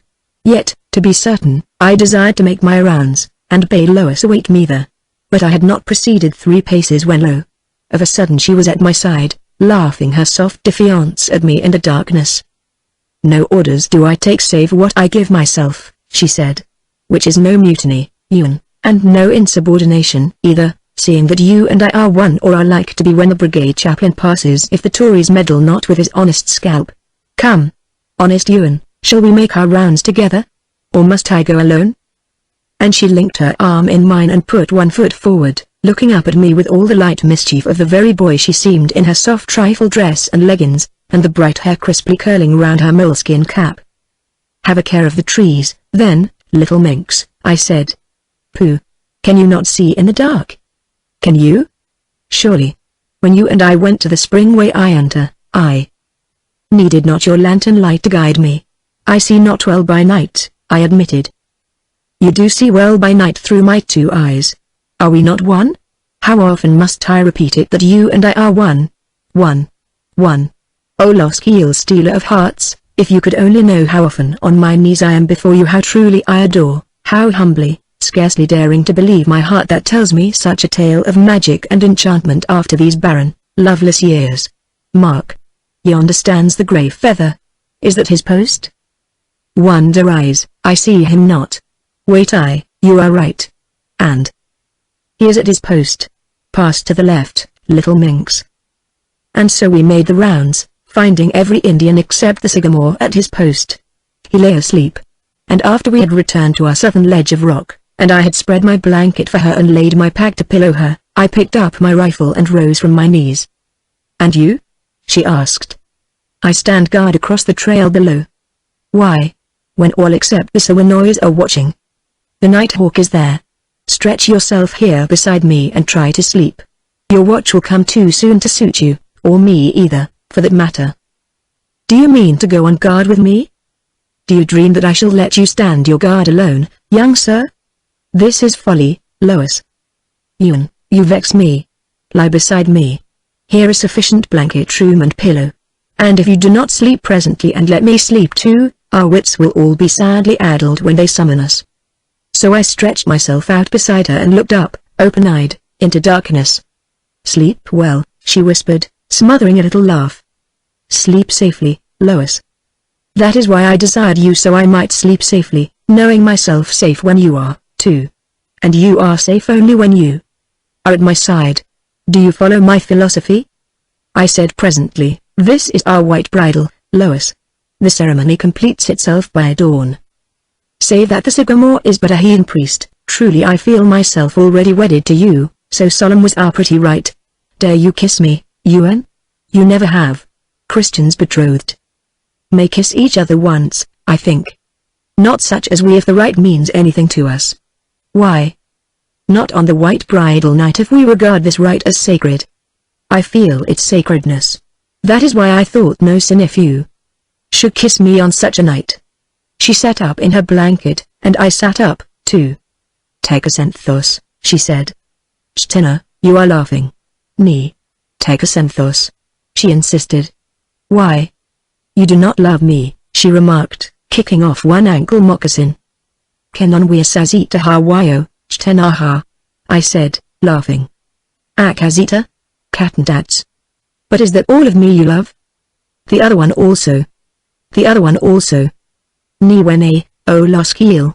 I shall presently slay you and go to sleep. There fell a silence, then. Do you not know in your heart how it is with me? I said unsteadily. She lay down, facing me. In my heart I know, beloved above all men. But I am like a child with you, desiring to please, ardent, confused, unaccustomed. And everything you say delights me, and all you do or refrain from doing thrills me with content. It was so true and sweet of you to leave my lips untouched. I adore you for it, but then I had adored you if you had kissed me, also. Always, your decision pleasures me. After a long while I spoke cautiously. She lay asleep, her lips scarce parted, but in her sleep she seemed to hear my voice, for one arm stole out in the dark and closed around my neck.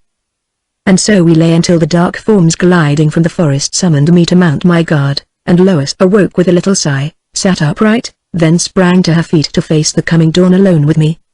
Chapter 19. Amokol. By daybreak we had salted our parched corn, soaked, and eaten it, and my Indians were already freshening their paint. The sycamore, stripped for battle, barring clout and sporran, stood tall and powerfully magnificent in his white and vermilion hue of war. On his broad chest the scarlet ghost bear reared, on his crest the scarlet feathers slanted low. The yellow moth was unbelievably hideous in the poisonous hue of a toadstool, his crest and all his skin glistened yellow, shining like the sulphurous belly of a snake. But the grey feather was ghastly, his bony features were painted like a skull, spine, ribs, and limb bones traced out heavily in yellowish white so that he seemed a stalking and articulated skeleton as he moved in the dim twilight of the trees. And I could see that he was very proud of the effect. As for the young and ambitious Nighthawk, he had simply made one murderous symbol of himself a single and terrific emblem of his entire body, for he was painted black from head to foot like an Iroquois executioner, and his skin glistened as the plumage of a sleek crow shines in the sunlight of a field. Every scalp lock was neatly braided and oiled, every crown shaven, Every knife and war axe and rifle barrel glimmered silver bright under the industrious rubbing. Flints had been renewed, with finest priming powder pans reprimed, and now all my Indians squatted amiably together in perfect accord, very loquacious in their guarded voices, Iroquois, Mohican, and Stockbridge, foregathering as though there had never been a feud in all the world.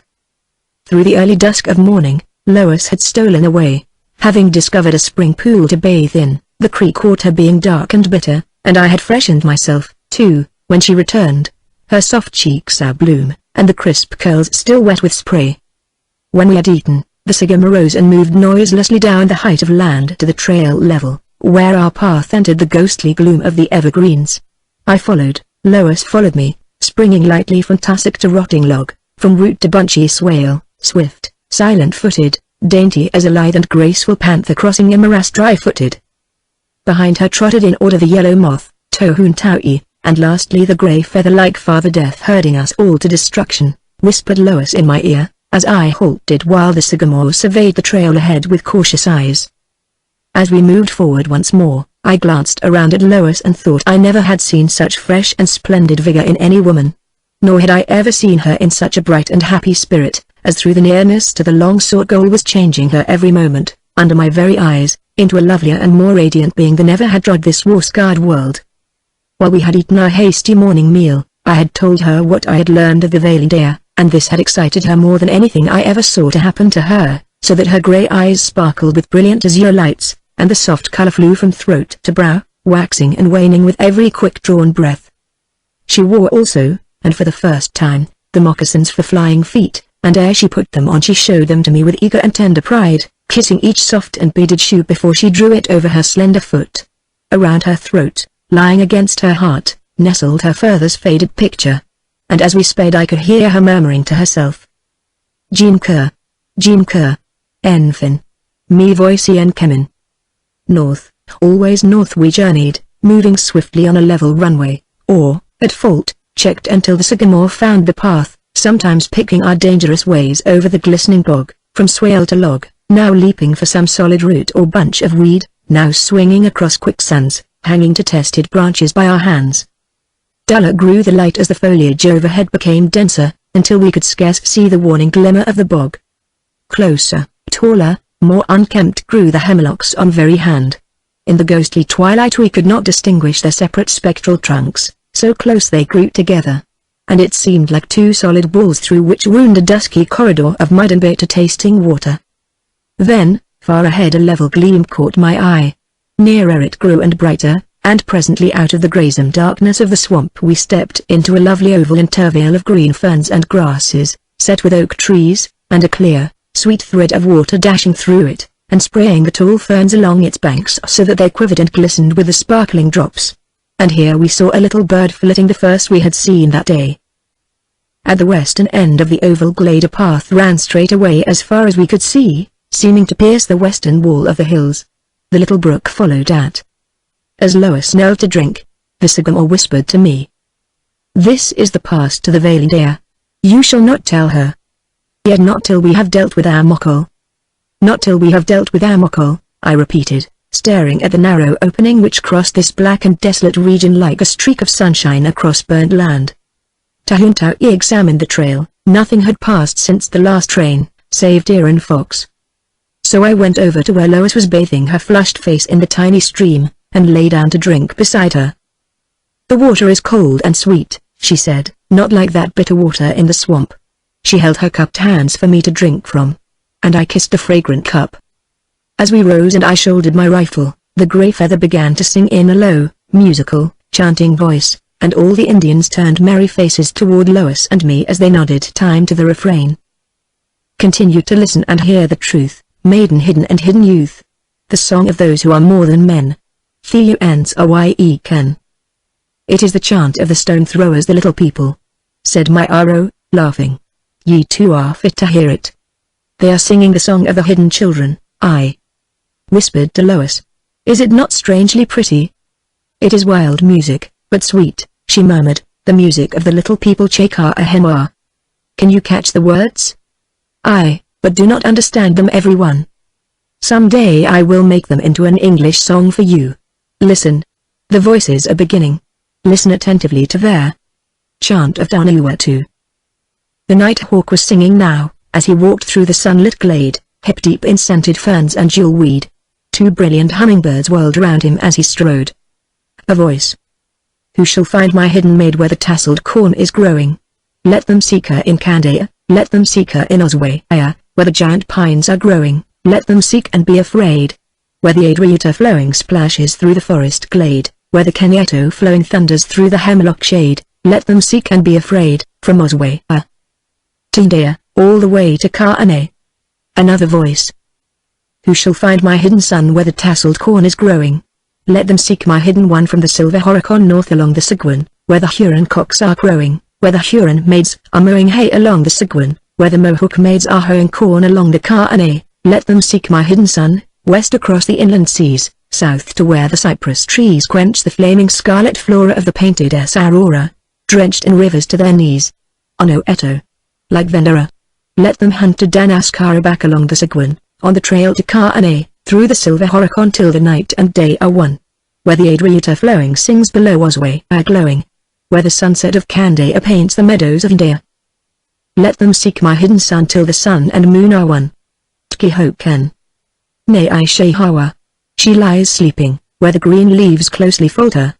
He shall wake first and behold her who is given to his keeping, he shall strip her of her leaves where she sleeps amid the sheaves, snowy white, without a stain, nothing marred of wind or rain. So from slumber she shall waken, and behold the green robe shaken from his shoulders to her own. Yijise way ad Karon. The pretty song of the hidden children softened to a murmur and died out as our trail entered the swamp once more, north of the oval glade. And into its somber twilight we passed out of the brief gleam of sunshine. Once more the dark and bitter water coiled its tortuous channel through the slime. Huge, grey evergreens, shaggy and forbidding, towered above, closing in closer and closer on every side, crowding us into an ever-narrowing trail. But this trail, since we had left the sunny glade, has become harder underfoot, and far more easy to travel, and we made fast time along it, so that early in the afternoon we suddenly came out into that vast belt of firm ground and rocky, set with tremendous oaks and pines and hemlocks, on the northern edge of which lies Catherine's town, on both banks of the stream. And here the stream rushed out through this country as though frightened, running with a mournful sound into the northern forest, and the pines were never still, sighing and moaning high above us, so that the never-ceasing plaint of wind and water filled the place.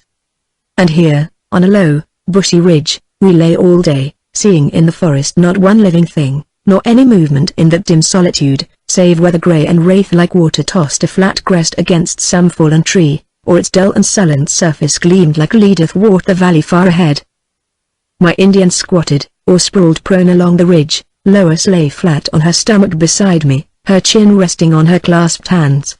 We talked of many things that afternoon, of life as we had found it, and what it promised us of death, if we must find it here in these woods before I made her mine. And of how long was the spirit's trail to God if truly it were but a swift, upward flight like to the rushing of an arrow already flashing out of sight ere the twanging buzz of the bowstring died on the air. Or if it were perhaps a long, slow, painful journey through thick night, toilsome, blindly groping, wings a-droop trailing against bruised heels. Or if we too must pass by hell, within sight and hearing of the thunderous darkness, and feel the rushing wind of the pit hot on one's face. Sometimes, like a very child, she prattled of happiness, which she had never experienced, but meant to savor, wedded or not talked to me there of all she had never known and would now know and realize within her mother's tender arms. And sometimes, Ewan, dreaming of her I scarce see how, within my heart, I can find room for you also. Yet, I know well there is room for both of you, and that one without the other will leave my happiness but half complete. I wonder if I resemble her? Will she know me and I her? How shall we meet, Ewan, after more than a score of years? She will see my moccasins, and cry out. She will see my face and know me, calling me by name. Oh, happiness! Oh, miracle! Will the night never come? Dear maid and tender, you should not build your hopes too high, so that they crush you utterly if they must fall to earth again. I know. Amokal may have slain her. We will learn all when you take Amokal, when God delivers him into your hands. This night. How will you do it, Ewan? Take him, you mean? Aye. We lie south, just outside the fire ring's edge. Boyd watches them from the north. His signal to us begins the business. We leap straight for the altar and take Amokol at its very foot. The Warboyd's heavy rifles deal death on every side, keeping the others busy while we are securing Amokol. Then we all start south for the army, God willing, and meet our own people on the high ridge east of us. But Indea, that we will scour the instant we have Amokol. You promise? Dearest, I promise solemnly. Yet I think if your mother lives she may be here in Catherine's town tonight. This is the dream feast, Lois. I and my Indians believe that she has bought her life of Amokol by dreaming for them. And if this be true, and she has indeed become their prophetess and interpreter of dreams, then this night she will be surely here to read their dreams for them. Will we see her before you begin the attack?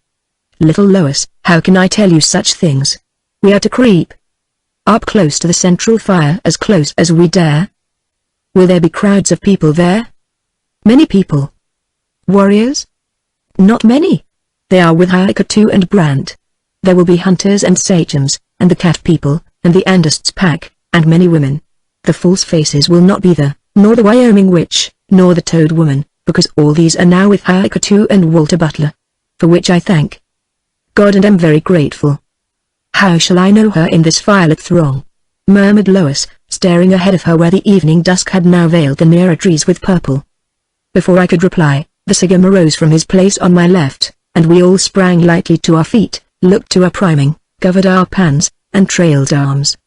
Now, he muttered, passing in front of me and taking the lead, and we all filed after him through the open forest, moving rapidly, almost on a run, for half a mile, then swung sharply out to the right, where the trees grew slimmer and thinner, and plunged into a thicket of hazel and osier.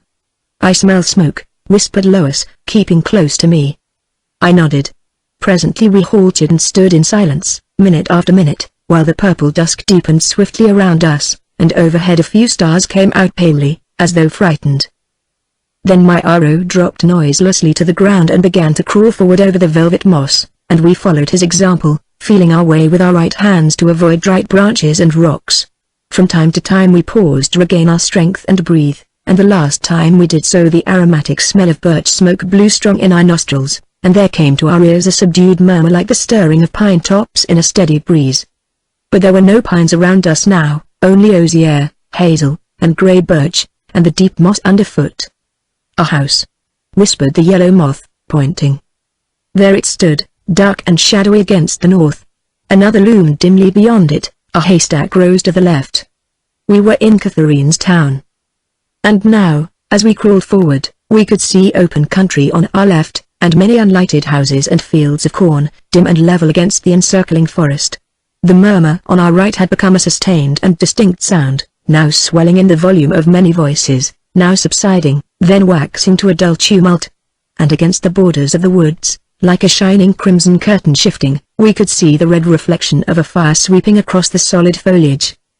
With infinite precautions, we moved through the thicket toward it, the glare growing yellower and more brilliant as we advanced. And now we remained motionless and very still. Massed against the flare of light were crowded many people in a vast, uneven circle ringing a great central fire, except at the southern end. And here, where the ring was open so that we could see the huge fire itself, stood a great, stone slab on end, between two round mounds of earth. It was the altar of Amokol, and we knew it instantly, where it stood between the ancient mounds raised by the Eligui.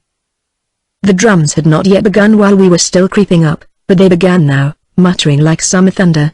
The painted drummers marching into the circle and around it twice before they took their places to the left of the altar, squatting there and ceaselessly beating their hollow-sounding drums. Then, in file, the 8 sachems of the dishonored Senecas filed into the fiery circle, chanting and timing their slow steps to the mournful measure of their chant. All wore the sachem's crest painted white, their bodies were most barbarously striped with black and white, and their blankets were pure white, crossed by a single blood-red band. What they chanted I could not make out, but that it was some blasphemy which silently enraged my Indians was plain enough, and I laid a quieting hand on the Sycamore's shaking arm, cautioning him, and he touched the Enidas and their stark bridge, one by one, in warning. Opposite us, the ruddy firelight played over the massed savages, women, children, and old men mostly, gleaming on glistening eyes, sparkling on wampum and metal ornaments. To the right and left of us a few knives and hatchets caught the firelight, and many multicolored plumes and blankets glowed in its shifting brilliancy. The 8 sachems stood, tall and motionless, behind the altar. The drumming never ceased, and from around the massed circle rose a low sing-song chant, keeping time to the hollow rhythm of the drums. O Naroi a Igde Hoti ya du Redon nen Ronan Ken Kini ni Niawen. Above this rumbling undertone sounded the distant howling of dogs in Catherine's town, and presently the great forest owls woke up, yelping like goblins across the misty intervale. Strangely enough, the dulled pandemonium, joined in by dog and owl and drum and chanting savages, made but a single wild and melancholy monotone seeming to suit the time and place as though it were the voice of this fierce wilderness itself. Now into the circle, one by one, came those who had dreamed and must be answered not as in the old time and merry feast of dreams, where the rites were harmless and the mirth and jollity innocent, if rough for Amokal had perverted the ancient and innocent ceremony, making of a 4-10-day feast a sinister rite which ended in a single night.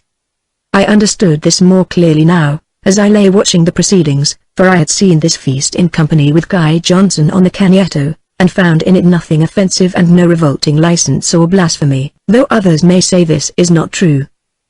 Yet, how can a rite which begins with 3 days' religious services, including confession of sins on wampum, be otherwise than decent?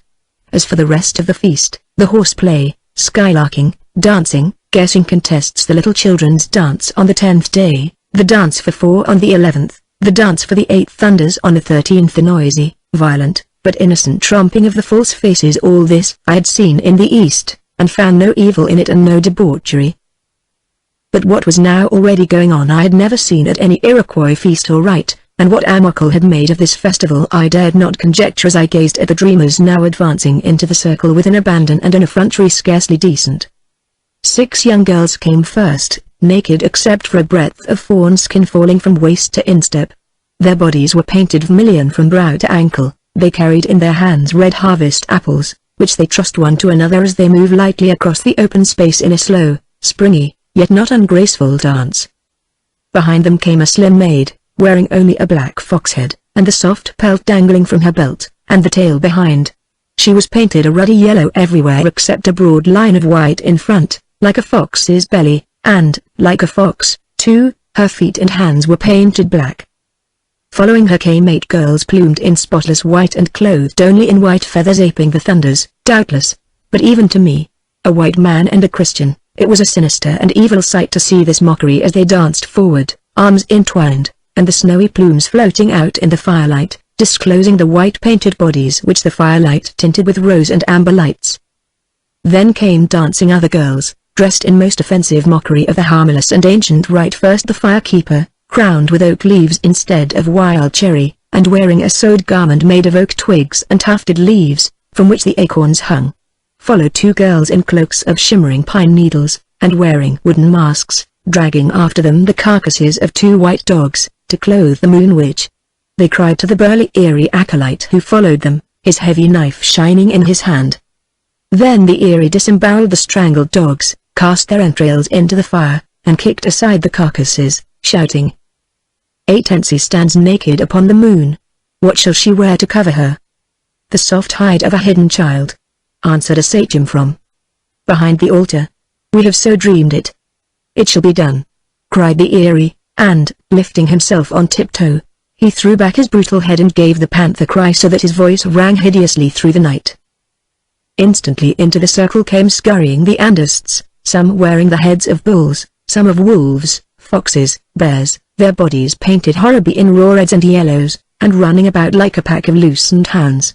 All their movements were wild and aimless, and like animals, and they seemed to smell their way as they ran about hither and thither, sniffing, listening, but seldom looking long or directly at any one thing. I was sorely afraid that some among them might come roving and muzzling into the bushes where we lay, but they did not, gradually gathering into an uneasy pack and settling on their haunches near the dancing girls, who played with them, and tormented them with branches of hazel, samphire and green osier. Suddenly a young girl, jeweled with multicolored diamonds of paint, and jingling all over with little bells, came dancing into the ring, beating a tiny, painted drum as she advanced. She wore only a narrow sporran of bluebird's feathers to her knees, glistening blue moccasins of the same plumage, and a feathered head dress of the scarlet firebird. Behind her filed the cat people, Amokal's hideous acolytes, each wearing the Nez Pastrige of porcupine-like hair, the lynx skin cloak and necklace of claws, and all howling to the measure of the little painted drum. I could feel my arrow beside me, quivering with eagerness and fury, but the time was not yet, and he knew it, as did his enraged comrades. For behind the Aries, moving slowly, came a slender shape, shrouded in white. Her head was bent in the shadow of her cowl, her white wool vestments trailed behind her. Both hands were clasped together under her loose robe. On her cowl was a wreath of nightshade, with its dull purple fruit and blossoms clustering around her shadowed brow.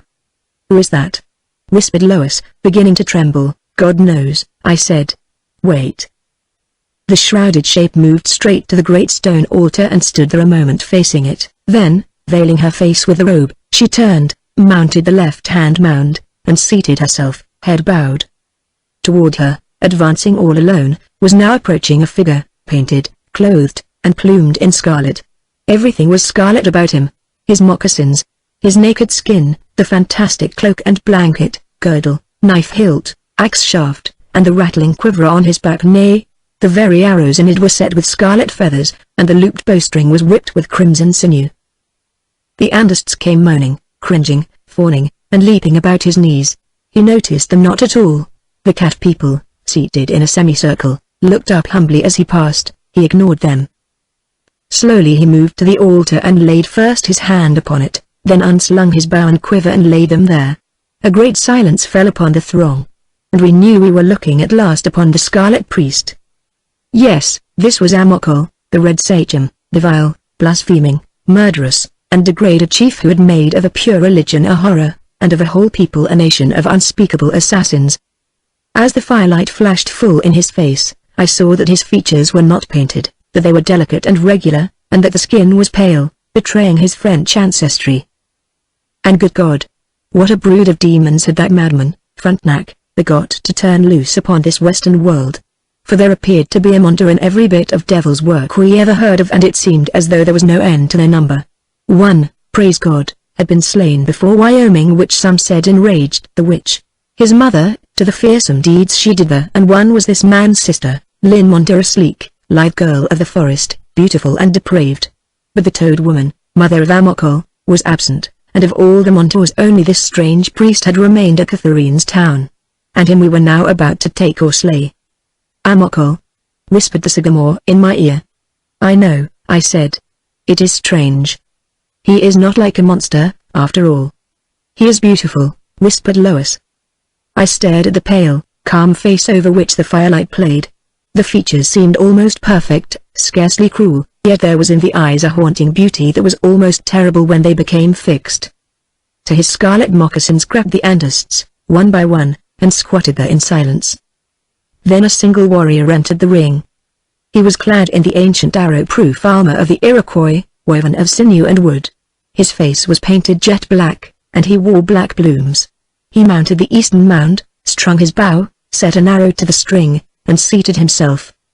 The red acolytes came forward, and the slim prophetess bent her head till the long, dark hair uncoiled and fell down, clouding her to the waist in shadow. "Heracles!" cried Amokol in a clear voice, and at the sound of their ancient name the cat people began a my-alling chant. "Antonerans!" cried Amokol. Every Seneca took up the chant, and the drums timed it softly and steadily. "Prophetess," said Amokol in a ringing voice, "I have dreamed that the Moon Witch and her grandson Askia shall be clothed." "With what, then, shall they be clothed, O woman of the night sky? Explain to my people this dream that I have dreamed." The slim, white-cowled figure answered slowly, with bowed head, brooding motionless in the shadow of her hair. "Two dogs lie yonder for Atensi and her grandson. Let them be painted with the sun and moon. So shall the dream of Amokol come true." "Sorceress!" he retorted fiercely. "Shall I not offer to Atensi and Askia 2 hidden children, that white robes may be made of their unblemished skins to clothe the sun and moon? Into the eternal wampum it is woven that the soft, white skins shall clothe their bodies till the husks fall from the silken corn. And then, witch of the east? Shall I not offer them when the husks are stripped? I see no further than you dream, O Amokol." He stretched out his arm toward her, menacingly. "Yet they shall both be strangled here upon this stone," he said. "Look, witch. Can you not see them lying there together? I have dreamed it." She silently pointed at the 2 dead dogs. "Look again." he cried in a loud voice. What do you see? She made no reply. Answer, he said sharply. I have looked, and I see only the eternal wampum lying at my feet, lacking a single belt. With a furious gesture the Red Priest turned and stared at the dancing girls who raised their bare arms, crying, We have dreamed, O Amokol. Let your sorceress explain our dreams to us. And one after another, as their turns came, they leapt up from the ground and sprang forward. The first, a tawny, slender, mocking thing, flung wide her arms. Look, sorceress. I dreamed of a felled sapling and a wolverine. What means my dream? And the slim, white figure, head bowed in her dark hair, answered quietly. O dancer of the Nausin, who wears Aquentia at the Onon Huroria, yet is no Seneca, the felled sapling is thou thyself. Heed lest the wolverine shall send a human touch upon thy breast. And she pointed at the Andlists. A dead silence followed, then the girl, horror-struck, shrank back, her hands covering her face. Another sprang forward and cried, Sorceress, I dreamed of falling water and a red cloud at sunset hanging like a plume. Waterfalls, daughter of mountain snakes. Every drop you saw was a dead man falling.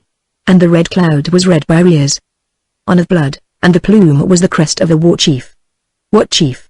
Said Amokol, turning his deadly eyes on her. A gatekeeper of the west. The shuddering silence was broken by the eager voice of another girl, bounding from her place, a flash of azure and jeweled paint. And I, O sorceress, I dreamed of night, and a love song under the million stars, and of a great stag standing in the water. Had the stag no antlers, little daughter? None, for it was springtime. You dreamed of night. It shall be night for a long while, for ages and ages, ere the stag's wide antlers crown his head again. For the antlers were lying upon a new-made grave, and the million stars were the lights of campfires, and the love song was the Ka-Ena, and the water you beheld was the river called Kemung. The girl seemed stunned, standing there plucking at her fingers, scarlet lips parted, and her startled eyes fixed upon the white-draped Sibyl. Executioner, bend your bow, cried Amokol, with a terrible stare at the sorceress.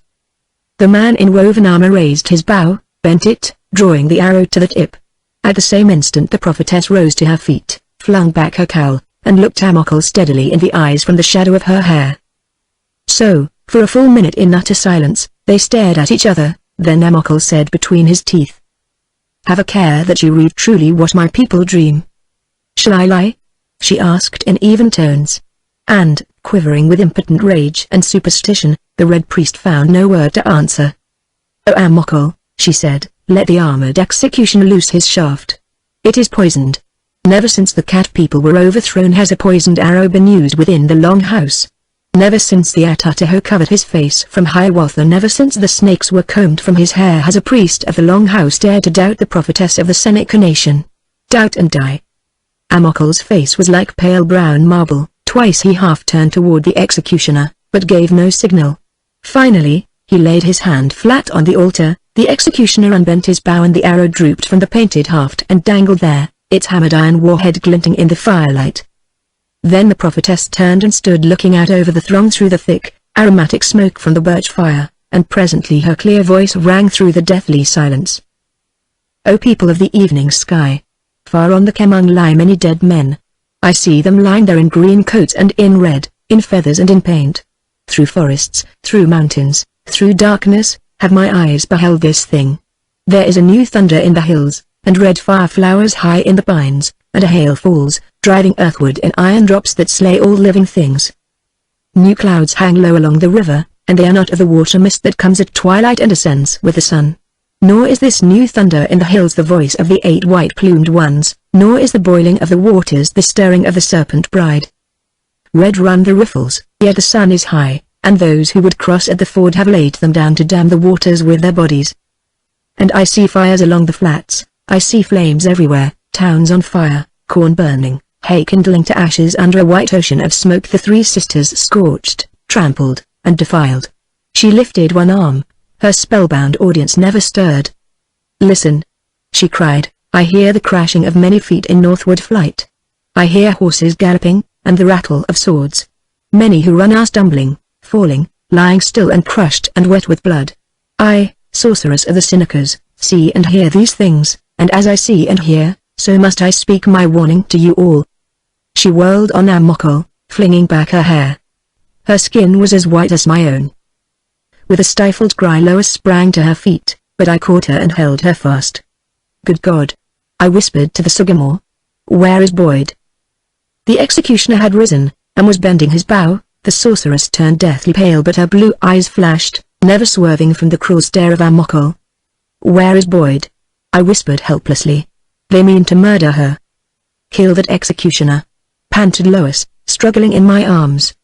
"In God's name, slay him where he stands.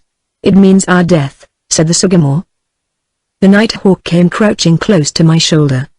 He had unslung and strung his little painted bow of an adolescent, and was fitting the nock of a slim arrow to the string. He looked up at me, I nodded, and as the executioner clapped his heels together, straightened himself, and drew the arrow to his ear, we heard a low twang, and saw the black hand of the Seneca pinned to his own bow by the Nighthawk's shaft. So noiselessly was it done that the fascinated throng could not at first understand what had happened to the executioner, who sprang into the air, screamed, and stood clawing and plucking at the arrow while his bow hung dripping with blood, yet nailed to his shrinking palm. Amokol, frozen to a scarlet statue, stared at the contortions of the executioner for a moment, then, livid, wheeled on their prophetess, shaking from head to foot. "Is this your accursed magic?" he shouted. "Is this your witchcraft, sorceress of Baskuna? Is it thus you strike when threatened? Then you shall burn. Take her, Andists." But the Andists, astounded and terrified, only cowered together in a swaying pack. Restraining Lois with all my strength, I said to the Mohican, "If Boyd comes not before they take her, concentrate your fire on Amokol, for we cannot hope to make him prisoner." "Hark!" motioned the Sagamore, grasping my arm. I heard also, and so did the others. The woods on our left were full of noises, the trample of people running, the noise of crackling underbrush. We all thought the same thing, and stood waiting to see Boyd's onset break from the forest. The Red Priest also heard it, for he had turned where he stood, his rigid arm still menacing the white sorceress. Suddenly, into the firelit circle staggered the British soldier, hatless, disheveled, his scarlet uniform in rags. For a moment he stood staring about him, swaying where he stood, then with a hopeless gesture he flung his musket from him and passed a shaking hand across his eyes. "Oh Amokol!" cried the sorceress, pointing a slim and steady finger at the bloody soldier. "Have I dreamed lies or have I dreamed the truth? Hearken! The woods are full of people running. Do you hear? And have I lied to you, O Amokol? From whence do you come?" cried Amokol, striding toward the soldier. "From the Kemung. Except for the dead we all are coming, Butler and Brant and all. Bring out your corn, Seneca. The army starves." Amokol stared at the soldier, at the executioner still writhing and struggling to loose his hand from the bloody arrow, at the sorceress who had veiled her face. "Witch!" he cried, "get you to Dea. If you stir elsewhere you shall burn." He had meant to say more, I think, but at that moment, from the southern woods men came reeling out into the fire circle, ghastly, bloody, ragged creatures in shreds of uniforms, green, red, and brown, men and officers of Sir John's regiment, men of Butler's Rangers, British regulars. On their heels glided the Seneca warriors, warriors of the Cayugas, Onondagas, Caniangas, Essaroras, and here and there a traitorous Anida, and even a few Hurons. Pell-mell this mob of fighting men came surging through the fire circle, and straight into Catherine's town, while I and my Indians crouched there, appalled and astounded.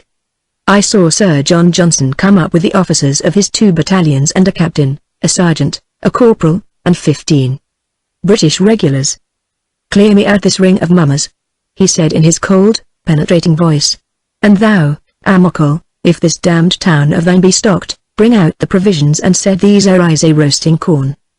I saw MacDonald storming and cursing at his irregulars, where the poor brutes had gathered into a wavering rank. I saw young Walter Butler haranguing his rangers and Senecas. I saw Brant, calm, noble, stately, standing supported by 2 Caniangas while a third examined his wounded leg. The whole place was a tumult of swarming savages and white men. Already the Seneca women, crowding among the men, were raising the death wail. The dancing girls huddled together in a frightened and half-naked group, the Andists cowered apart, the servile Arise were staggering out of the cornfields laden with ripe ears, and the famished soldiers were shouting and cursing at them and tearing the corn from their arms to gnaw the raw and milky grains. How we were to withdraw and escape destruction I did not clearly see, for our path must cross the eastern belt of forest, and it was still swarming with fugitives arriving, limping, dragging themselves in from the disaster of the Kemung. Hopeless to dream of taking or slaying Amokal now, hopeless to think of warning Boyd or even of finding him. Somewhere in the north he had met with obstacles which delayed him. He must scout for himself, now, for the entire Tory army was between him and us. "There is but one way now," whispered the Mohican. "By India," I said. My Indians were of the same opinion. "I should have gone there anyway," said Lois, still all aquiver, and shivering close to my shoulder. I put my arm round her. Every muscle of her body was rigid, taut, yet trembling, as a smooth and finely turned pointer trembles with eagerness and powerful self-control. "Amokal has driven her thither," she whispered. "Shall we not be on our way?" "Can you lead, my arrow?" I whispered. The Mohican turned and crawled southward on his hands and knees, moving slowly. "For God's sake let them hear no sound in this belt of bush," I whispered to Lois. "I am calm, Ewan. I am not afraid." "Then follow the sycamore." One by one we turned and crept away southward, and I was ever fearful that some gleam from the fire, catching our rifle barrels or axe heads, might betray us. But we gained the denser growth undiscovered, then rose to our feet in the open forest and hurried forward in file, crowding close to keep in touch. Once Lois turned and called back in a low, breathless voice. I thanked Tahuntau'i from my heart for his true eye and his avenging arrow. The young warrior laughed, but I knew he was the proudest youth in all the West that night. The great cat owls were shrieking and yelping through the forest as we sped southward. My Indians, silent and morose, their vengeance unslaked and now indefinitely deferred, moved at a dog trot through the forest, led by the sycamore, whose eyes saw as clearly in the dark as my own by day.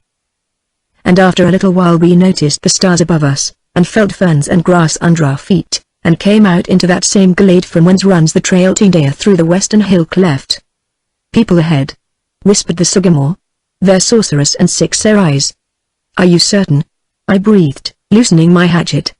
"Certain, Loskiel. Yonder they are halted within the ferns. They are at the stream, drinking." I caught Lois by the wrist. "Come with me, hurry," I said, as the Indians darted away and began to creep out and around the vague and moving group of shadows. And as we sped forward I whispered brokenly my instructions, conjuring her to obey. We were right among them before they dreamed of our coming. Not a war cry was uttered, there was no sound save the crashing blows of hatchets, the heavy, panting breathing of those locked in a death struggle, the deep groan and coughing as a knife slipped home. I flung a clawing eyrie from me ere his blood drenched me, and he fell floundering, knife through, and tearing a hole in my rifle cape with his teeth as he fell. 2 others lay underfoot, my Anders were slaying another in the ferns, and the sycamore's hatchet, swinging much like lightning, dashed another into eternity.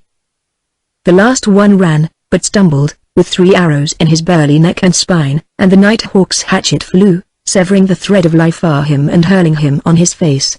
Instantly the young Anita leapt upon the dead man's shoulders, pulled back his heavy head, and tore the scalp off with a stifled cry of triumph. "The black snake," said the sycamore at my side, breathing heavily from his bloody combat, and dashing the red drops from the scalp he swung. "Look yonder, Loskiel. Our little rosy pigeon has returned at last." I had seen it already, but I turned to look, and I saw the white sorceress and my sweetheart close locked in each other's arms, so close and motionless that they seemed but a single snowy shape there under the luster of the stars. Chapter 20. India. At the mouth of the pass which led to the Vale India I lay with my Indians that night, 2 mounting guard, then 1, then 2 more, and the sentinels changed every 3 hours throughout the night. But all were excited and all slept lightly. Within the Vale India, perhaps 100 yards from the mouth of the pass, stood the lonely little house of bark in which Madame Tukuntuko had lived alone for 20 years.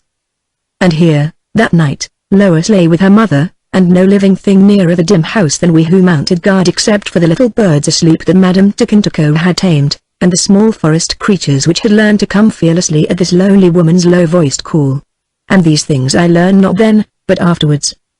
Never had I seen such utter loneliness, for it had been less a solitude, it seemed to me, had the little house not stood there under the pale luster of the stars.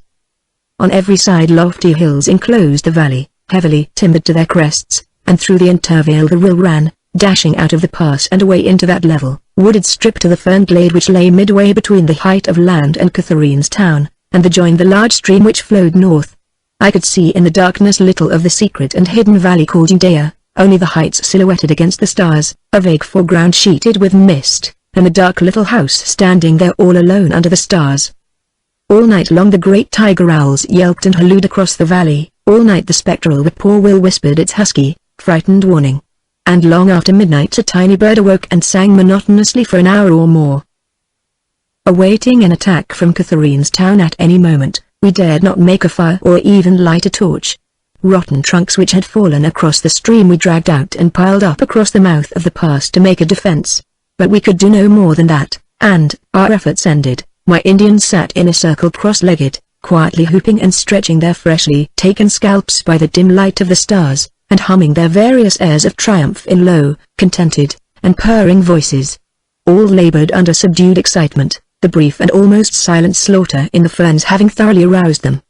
But the tension showed only in moments of abrupt gaiety, as when my arrow challenged them to pronounce his name, and they could not, there being no letter M in the Iroquois language, neither P nor B either, for that matter, so they failed at Butler too, and Philip Schuyler, which roused all to nervous merriment. The yellow moth finished braiding his trophy first, went to the stream, and washed the blood from his weapons and his hands, polished up knife and hatchet, freshened his priming and covered it, and then, being a Christian, said his prayers on his knees, rolled over on his blanket, and instantly fell asleep. One by one the others followed his example, excepting the Sagamore, who, yawning with repressed excitement, picked up his rifle, mounted the abatis, and squatted there, his chin on a log, motionless and intent as a hunting cat in long grass. I joined him, and there we sat unstirring, listening, peering ahead into the mist-shot darkness, until our 3 hours' vigil ended.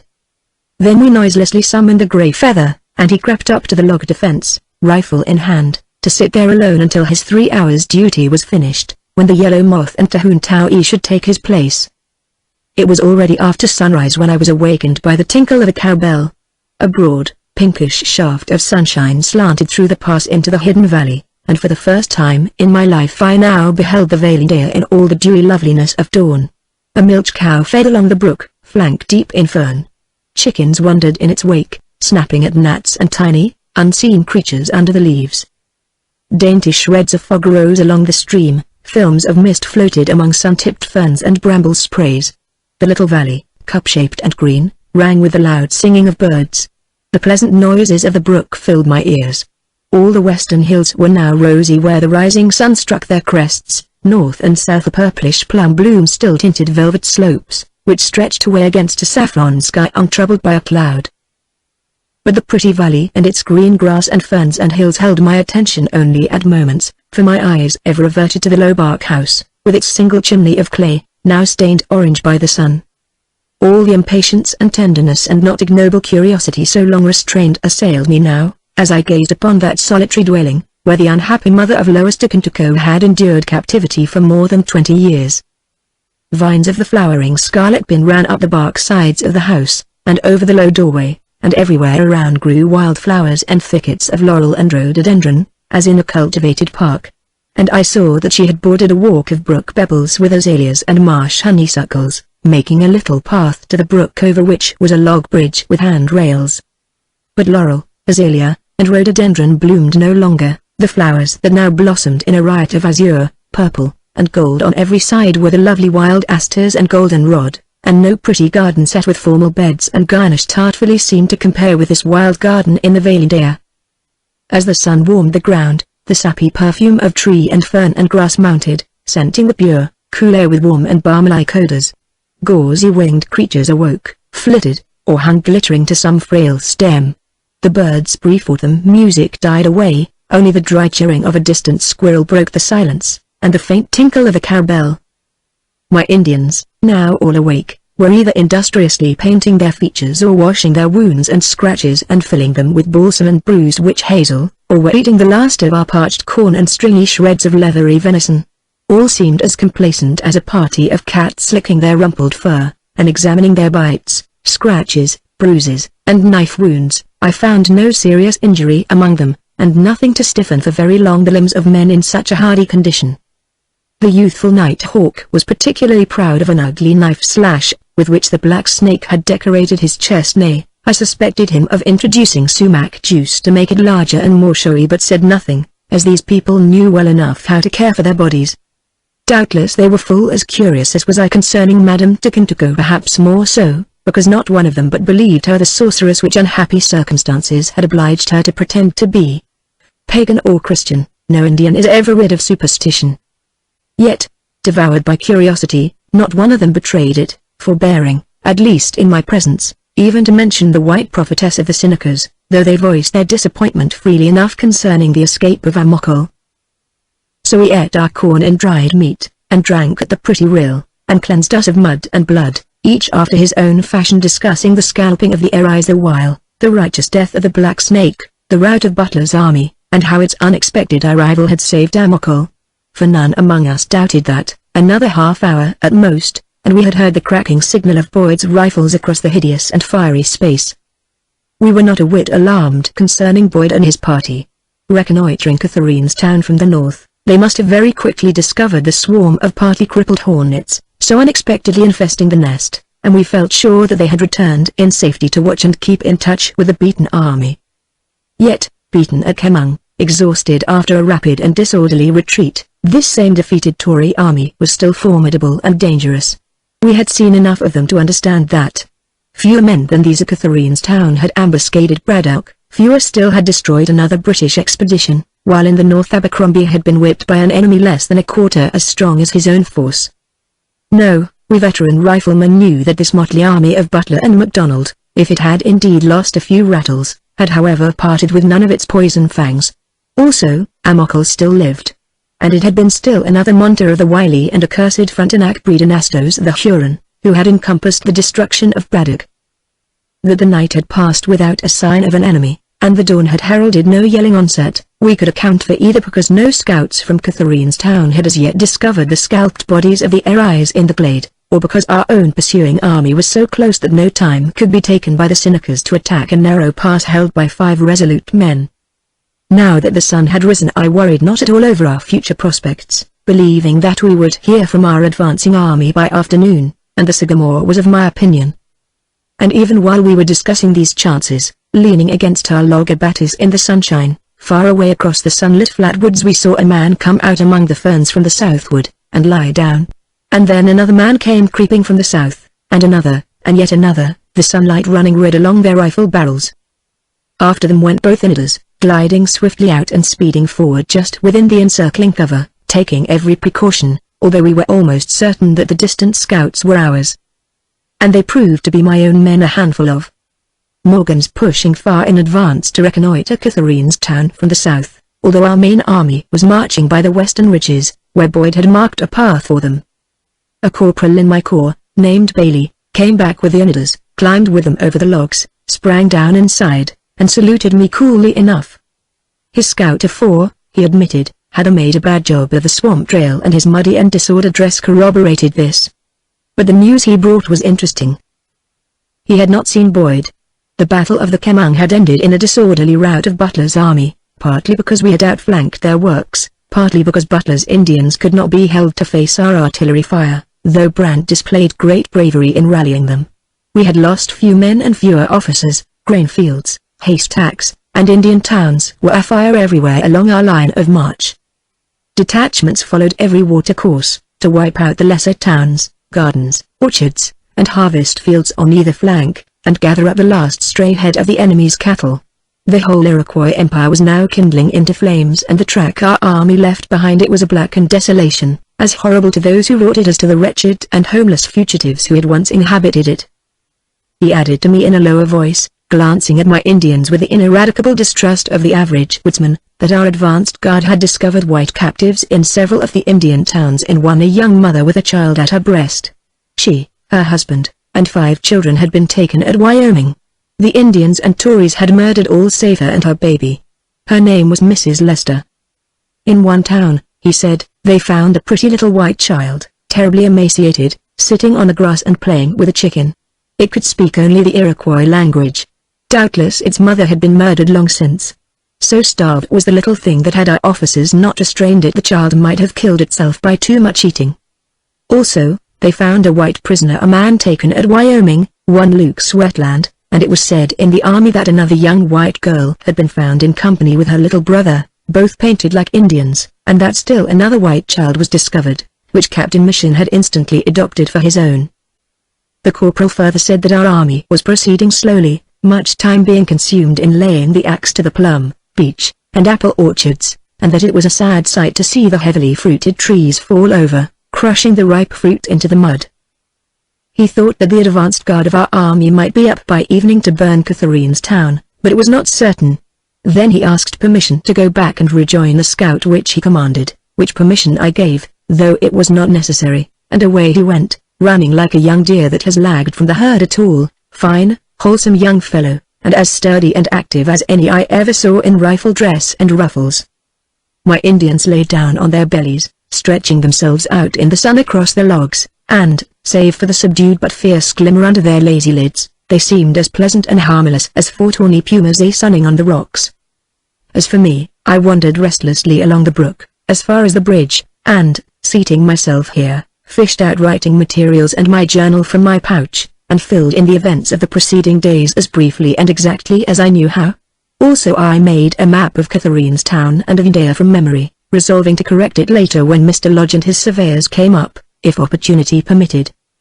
As I sat there musing and watching the chickens loitering around the dooryard, I chanced to remember the milch cow. Casting about for a receptacle, I discovered several earthen jars of Seneca make set in willow baskets and standing by the stream. These I washed in the icy water, then slinging two of them on my shoulder I went in quest of the cow. She proved tame enough and glad, apparently, to be relieved of her milk, I kneeling to accomplish the business, having had experience with the grass guard of our army on more than one occasion. Lord!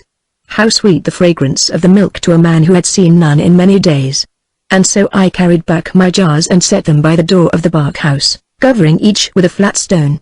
And as I turned away, I saw smoke coming from the chimney, and heard the shutters on the southern window being gently opened. Lord! What a sudden leap my heart gave as the door before me moved with the soft sliding of the great oak bolt, and was slowly opened wide to the morning sunshine. For a moment I thought it was Lois who stood there so white and still, looking at me with grey, unfathomable eyes. Then I stepped forward uncertainly, bending in silence over the narrow, sun-tanned hand that lay inert under the respectful but trembling salute I offered. "You in Losky Eel," she murmured in the French tongue, laying her other hand over mine and looking me deep in the eyes. "You in Losky Eel, a soldier of the United States. May God ever mount guard beside you for all your goodness to my little daughter?" Tears filled her eyes. Her pale, smooth cheeks were wet. "Lois is still asleep," she said. "Come quietly with her mother and you shall see her where she sleeps." Cap in hand, coon-tail dragging, I entered the single room on silent, moccasined feet, set my rifle in a corner, and went over to the couch of tumbled fawn skin and silky belts. As I stood looking down at the sweetly flushed face, her mother lifted my briar-scarred hand and pressed her lips to it, and I, hot and crimson with happiness and embarrassment, found not a word to utter. "My little daughter's champion," she murmured. "Brave, and pure of heart. Ah, monsieur, chivalry indeed is of no nation. It is a broader nobility which knows neither race nor creed nor ancestry nor birth. How the child adores you. And you, madame.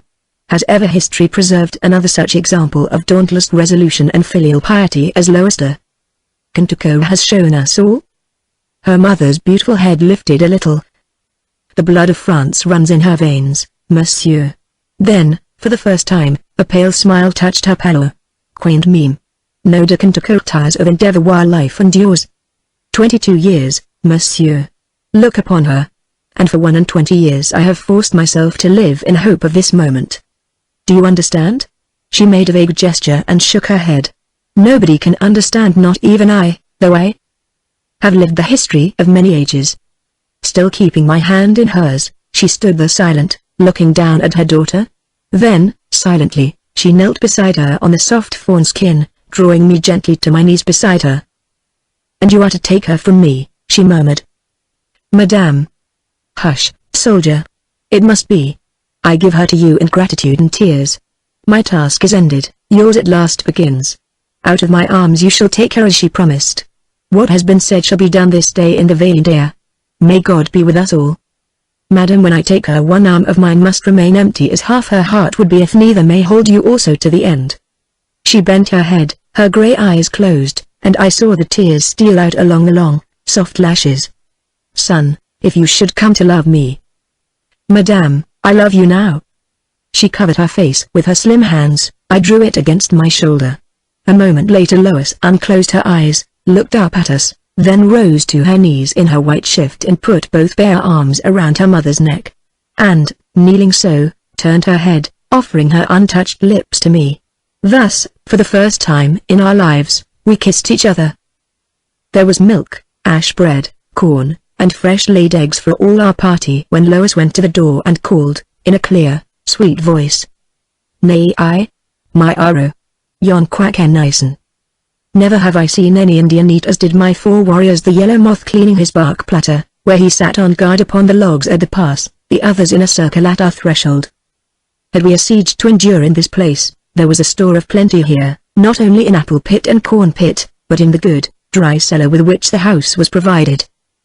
Truly, the Senecas have kept their prophetess well provided, and now, before the snow of a not distant winter choked this pass, the place had been provisioned from the harvest against November's wants and stress.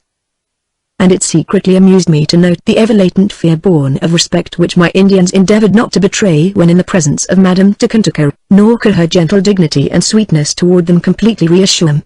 To them a sorceress was a sorceress, and must ever remain a fearsome and an awesome personage, even though it were plain that she was disposed toward them most agreeably. So they replied to her cautiously, briefly, but very respectfully, nor could her graciousness to the youthful Nighthawk for his unerring arrow, nor her quiet kindness toward the others, completely reassure them. They were not accustomed to converse, much less to take their breakfast, with a sorceress of Amokel, and though this dread fact did nothing alter their appetites, it discouraged any freedom of conversation. Lois and her mother and I understood this. Lois and I dared not laugh or rally them. Madame de Kentucky, well versed, God knows, in Indian manners and customs, calmly and pleasantly accepted the situation, and I think perhaps quietly enjoyed it. But neither mother nor daughter could keep their eyes from each other for any length of time, nor did their soft hand clasp loosen save for a moment now and then. Later, Lois came to me, laid both hands over mine, looked at me a moment in silence too eloquent to misunderstand, then drew her mother with her into the little house. And I went back on guard to join my old red brethren. So the soft September day wore away with nothing untoward to alarm us, until late in the afternoon we saw smoke rising above the hills to the southwest. This meant that our devastating army was well on its way, and, as usual, laying waste the Indian towns and hamlets which its flanking riflemen discovered, and we all jumped up on our breastworks to see better. For an hour we watched the smoke staining the pure blue sky, saw where new clouds of smoke were rising, always a little further northward. At evening it rolled, glowing with somber tints, in the red beams of the setting sun. Then dusk came and we could see the reflection on it of great fires raging underneath. And where we were watching it came a far, dull sound which shook the ground, growing louder and nearer, increasing to a rushing, thundering gallop, and presently we heard our riflemen running through the flat woods after the frightened herds of horses which were bred in Catherine's town for the British service, and which had now been discovered and frightened by our advance. Leaving the Mohican and the Oneiders on guard, I went out with the Starkbridge, and soon came in touch with our light troops, stealing westward through the flat woods to surround Catherine's town. When I returned to our breastworks, Lois and her mother were standing there, looking at the fiery smoke in the sky, listening to the noise of the unseen soldiery. But on my explaining the situation, they went back to the little house together, after bidding us all good night. So I set the first watch for the coming night, rolled myself in my blanket, and went to sleep with the lightest heart I had carried in my breast for many a day. At dawn I was awakened by the noise of horses and cattle and the shouting of the grass guard, where they were rounding to the half-wild stock from Catherine's town, and our own hoofed creatures which had strayed in the flat woods. A great cloud of smoke was belching up above the trees to the northward, and we knew that Catherine's town was on fire, and the last lurking enemy gone. Long before Lois was astir, I had made my way through our swarming soldiery to Catherine's town, where there was the usual orderly confusion of details pulling down houses or firing them, troops cutting the standing corn, hacking apple trees, kindling the stacked hay into roaring columns of flame. Regiment after regiment paraded along the stream, discharged its muskets, filling the forests with crashing echoes and frightening our cattle into flight again, but they were firing only to clean out their pieces, for the last of our enemies had pulled foot before sunset, and the last howling Indian dog had whipped his tail between his legs and trotted after them. Suddenly in the smoke I saw General Sullivan, mounted, and talking with Boyd, and I hastened to them and reported, standing at salute. "So that damned Red Sachem escaped you?" said the general, biting his lip and looking now at me, now at Boyd. Boyd said, glancing curiously at me. "When we came up we found the entire Tory army here. I must admit, sir, that we were an hour late, having been blocked by the passage of 200 Hurons and Iroquois, who crossed our trail, cutting us from the north." "What became of them?" "They joined Butler, Brant, and Hyakatu at this place." "General." Then the general asked for my report, and I gave it as exactly as I could, the general listening most attentively to my narrative, and Boyd deeply and somberly interested. When I ended he said, "We have taken also a half-breed, one Madame Sacco. You say that Madame Tikantako is at the Valindale with her daughter?" "Guarded by my Indians, General." "Very well, sir. Today we send back 10 wagons, our wounded, and 4 guns of the heavier artillery, all under proper escort. You will notify Madame Tikantako that there will be a wagon for her and her daughter?" "Yes, General." He gathered his bridle, leaned from his saddle, and looked coldly at Boyd and me. "Gentlemen," he said, "I shall expect you to take Amokol, dead or alive, before this command marches into the Chinese castle. How you are to accomplish this business is your own affair. I leave you full liberty, except," turning to Boyd, "you, sir, and not to encumber yourself again with any such force as you now have with you. 20 men are too many for a swift and secret affair. 4 is the limit and 4 of Mr. Loskie's Indians." He sat still, gnawing at his lip for a moment, then, "I am sorry that, through no fault apparently of your own, this sorcerer, Amokol, escaped. But, gentlemen, the service recognizes only success. I am always ready to listen to how nearly you failed, when you have succeeded. I have no interest in hearing how nearly you succeeded when you have failed. That is all, gentlemen." We stood at salute while he wheeled, and, followed by his considerable staff, walked his fine horse away toward the train of artillery which stood nearby, the gun teams harnessed and saddled, the guns limbered up, drivers and cannoneers in their saddles and seats. "Well," said Boyd heavily, "shall we be about this matter of Amokol?" "Yes. Will you aid me in placing Madame Tikantako and her daughter in the wagon assigned them?" He nodded, and together we started back toward the Vale. There in silence. After a long while he looked up at me and said, "I know her now." "What?" "I recognize your pretty Lois Tikantako. For weeks I have been troubled, thinking of her and how I should have known her face. And last night, lying north of Catherine's town, it came to me suddenly, I was silent." "She is the ragged maid of the Westchester Hills," he said. "She is the noblest maid that ever breathed in North America," I said. "Yes, Loskiel. And, that being true, you are the fittest match for her the world could offer." I looked up, surprised, and flushed, and saw how colorless and wasted his face had grown, and how in his eyes all light seemed quenched. Never have I gazed upon so hopeless and haunted a visage as he turned to me. "I walk the forests like a damned man," he said, already conscious of the first hot breath of hell. "Well, I had my chance. Loskiel. You have it still." But he said no more, walking beside me with downcast countenance and brooding eyes fixed on our long shadows that led us slowly west. Chapter 21. Chapter 21. Chinese Castle. For 12 days our army, marching west by north, tore its terrible way straight through the smoking vitals of the Iroquois Empire, leaving behind it nearly 40 towns and villages and more than 200 cabins on fire, thousands and thousands of bushels of grain burning, thousands of apple, peach, pear, and plum trees destroyed, thousands of acres of pumpkins, beans, peas, corn, potatoes, beets, turnips, carrots, watermelons, muskmelons, strawberry, blackberry, raspberry shrubs crushed and rotting in the trampled gardens under the hot September sun. In the Susquehanna and Chinese valleys, not a roof survived unburnt, not a fruit tree or an ear of corn remained standing, not a domestic animal, not a fowl, was left. And, save for the aged squaw we left at Chikwaha in a new hut of bark, with provisions sufficient for her needs. Not one living soul now inhabited the charred ruins of the long house behind us, except our fierce soldiery. And they, tramping doggedly forward, voluntarily and cheerfully placing themselves on half rations, were now terribly resolved to make an end for all time of the secret and fruitful empire which had nourished so long the merciless marauders, red and white, who had made of our frontiers but one vast slaughterhouse and bloody desolation. Town after town fell in ashes as our torches flared. Kendaya, Kanadsaga, Goth Sunquin, Skoyes, Kanande Igwa, Hanei, Kanaza, acre after acre was annihilated. So vast was one field of corn that it took 2,000 men more than 6 hours to destroy it. And the end was not yet, nor our stern business with our enemies ended. As always on the march, the division of light troops led, the advance was piloted by my guides, reinforced by Boyd with 4 riflemen of Morgan's Tim Murphy, David Delerson, and Garrett Putnam, privates, and Michael Parker, sergeant. Close behind us, and pretty well ahead of the rifle battalion, under Major Parr, and the pioneers, followed Mr. Lodge, the surveyor, and his party Thomas Grant with the Jacob staff, 4 chain carriers, and Corporal Gallhorn. Usually we remained in touch with them while they ran their lines through the wilderness, but sometimes we were stealing forward, far ahead and in touch with the retreating Tory army, patiently and persistently contriving plans to get at Tamokal.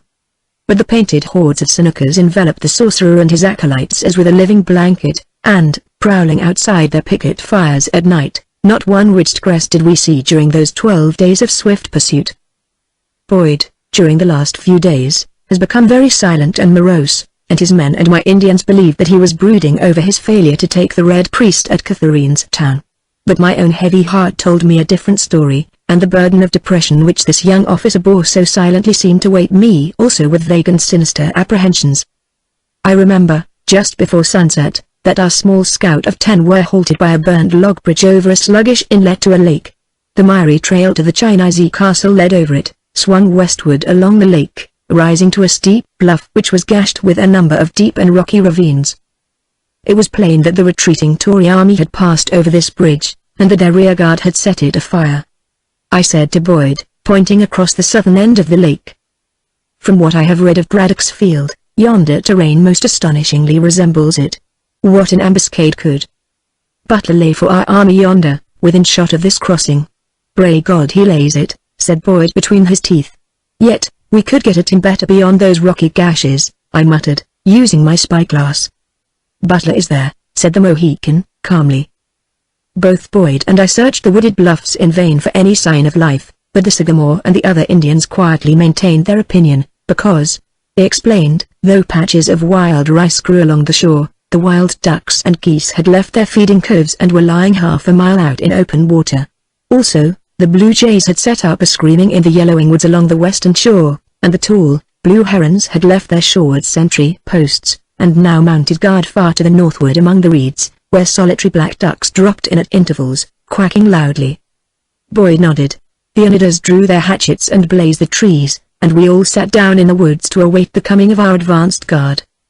After a little while, our pioneers appeared, rifles slung, axes glittering on their shoulders, and immediately began to fell trees and rebuild the log bridge.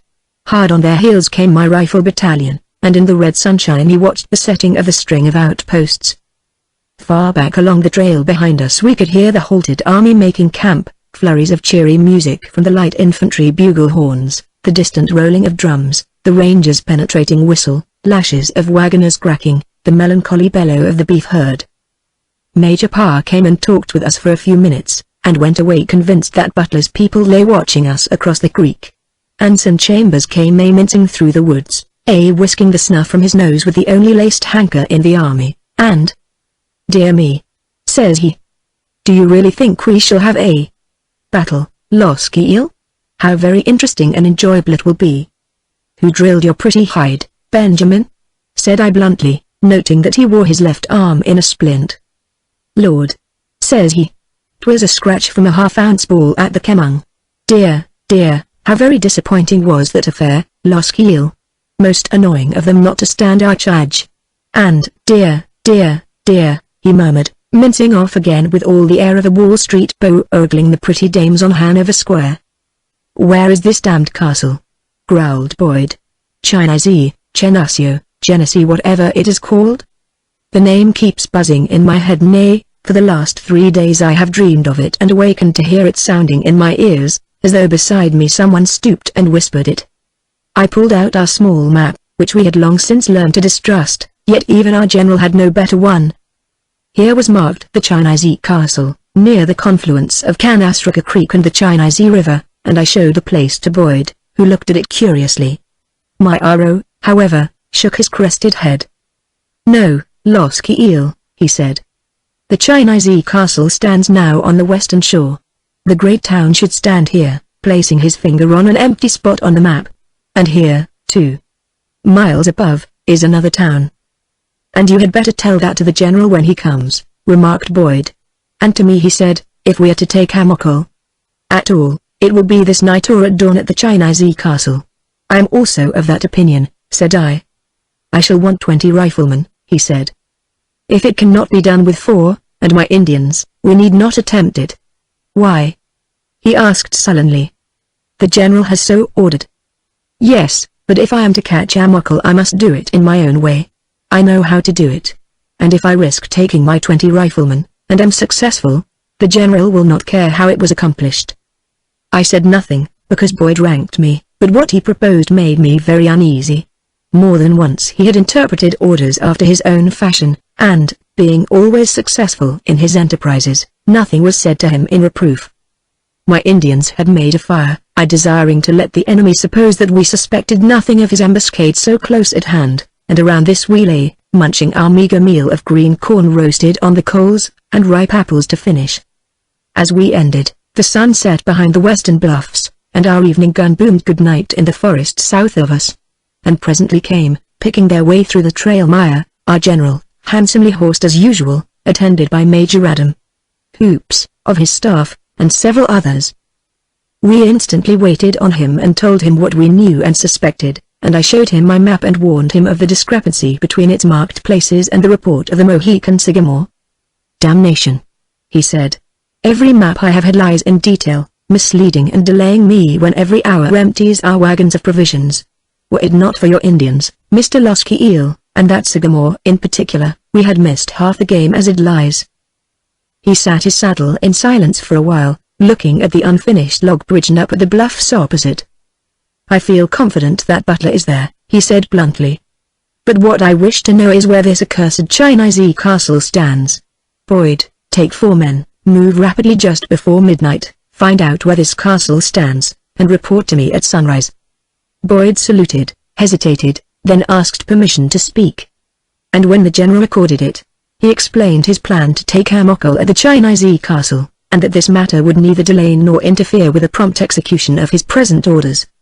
Very well, nodded the general, but take no more than 4 men, and Mr. Losky and his Indians with you, and report to me at sunrise. I heard him say this, Major Hoops heard him also.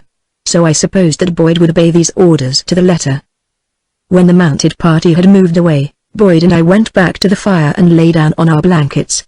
We were on the edge of the trees, it was still daylight, the pioneers were still at work, and my Indians were freshening their paint, rebraiding their scalp locks, and shining up hatchet, rifle, and knife. Look at those bloodhounds, muttered Boyd. They did not hear what we were talking about, but they know by premonition. I do not have any faith in premonitions, said I. Why? I have dreamed I was scalped, and my hair still grows. You are not out of the woods yet, he said, somberly. That does not worry me. Nor me. Yet, I do believe in premonition. That is old wives' babble. Maybe, Losky Eel. Yet, I know I shall not leave this wilderness alive. Lord, said I, attempting to jest. You should set up as a rival to Amokol and tell us all our fortunes. He smiled and the effort distorted his pale, handsome face. I think it will happen at Chinese, he said quietly. What will happen? The end of the world for me, Losky Eel. It is not like you, Boyd, to speak in such a manner. Only lately have I ever heard from you a single note of such foreboding. Only lately have I been dowered with the ominous clairvoyance. I am changed, Losky Eel. Not in courage. No, he said with a shrug of his broad shoulders that set ruffles and thrums dancing on his rifle dress. We were silent for a while, watching the Indians at their polishing. Then he said in a low but pleasant voice, "How proud and happy must you be with your affianced. What a splendor of happiness lies before you both. An unblemished past, an innocent passion, a future stretching out unstained before you. What more can God bestow on man and maid? May bright angels guard you both, Loskiel." I made to thank him for the wish, but suddenly found I could not control my voice, so lay there in silence and with throat contracted, looking at this man whose marred young life lay all behind him, and whose future, even to me, lowered strangely and ominously veiled. And as we lay there, into our fire circle came a dusty, mud-splashed, and naked runner, plucking from his light skin pouch 2 letters, one for Boyd and one for me. I read mine by the flickering fire. It was dated from Shioga. Point. "You Loskiel, my honored and affianced husband, and my lover, worshipped and adored, I send you by this runner my dearest affections, my duties, and my most sacred sentiments. You must know that this day we have arrived at the fort at Shioga Point without any accident or mischance of any description, and, indeed, not encountering one living creature between Catherine's town and this post. My beloved mother desires her particular and tender remembrances to be conveyed to you, her honored son-in-law to be, and further commands that I express to you, as befittingly as I know how, her deep and ever-living gratitude and thanks for your past conduct in regard to me, and your present and noble-minded generosity concerning the dispositions you have made for us to remain under the amiable protection of Mr. Hague in Albany. Dear lad, what can I say for myself? You are so glorious, so wonderful, and in you it does seem that all the virtues, graces, and accomplishments are so perfectly embodied, that at moments, thinking of you, I become afraid, wondering what it is in me that you can accept in exchange for the so perfect love you give me. I fear that you may smile on perusing this epistle, deeming it, perhaps, a trifle flowery in expression, but, Ewan, I am so torn between the wild passion I entertain for you, and a desire to address you modestly and politely in terms of correspondence, as taught in the best schools, that I know not entirely how to conduct. I would not have you think me cold, or too stiffly laced in the formalities of polite usage, so that you might not divine my heart beating under the dress that covers me, be it trifle frock or silken corset. I would not have you consider me overbold, light-minded, or insensible to the deep and sacred tie that already binds me to you evermore, which even, I think, the other and tender tie which priest and church shall one day impose, could not make more perfect or more secure. So I must strive to please you by writing with elegance befitting, yet permitting you to perceive the ardent heart of her who thinks of you through every blessed moment of the day. I pray, as my dear mother prays, that God, all armored, and with his bright sword drawn, stand sentinel on your right hand throughout the dangers and the trials of this most just and bloody war. For your return I pray and wait. Your humble and dutiful and obedient and adoring wife to be, Lois de Kentucky. Postscriptum. The memory of our kiss fades not from my lips. I will be content when circumstances permit us the liberty to repeat it. When I had read the letter again and again, I folded it and laid it in the bosom of my rifle shirt. Boyd still brooded over his letter, the red firelight bathing his face to the temples. After a long while he raised his eyes, saw me looking at him, stared at me for a moment, then quietly extended the letter toward me. "You wish me to read it?" I asked. "Yes, read it, Loskiel, before I burn it," he said drearily. "I do not desire to have it discovered on my body after death." I took the single sheet of paper and read. Lieutenant Thomas Boyd, Rifle Corps, Sir.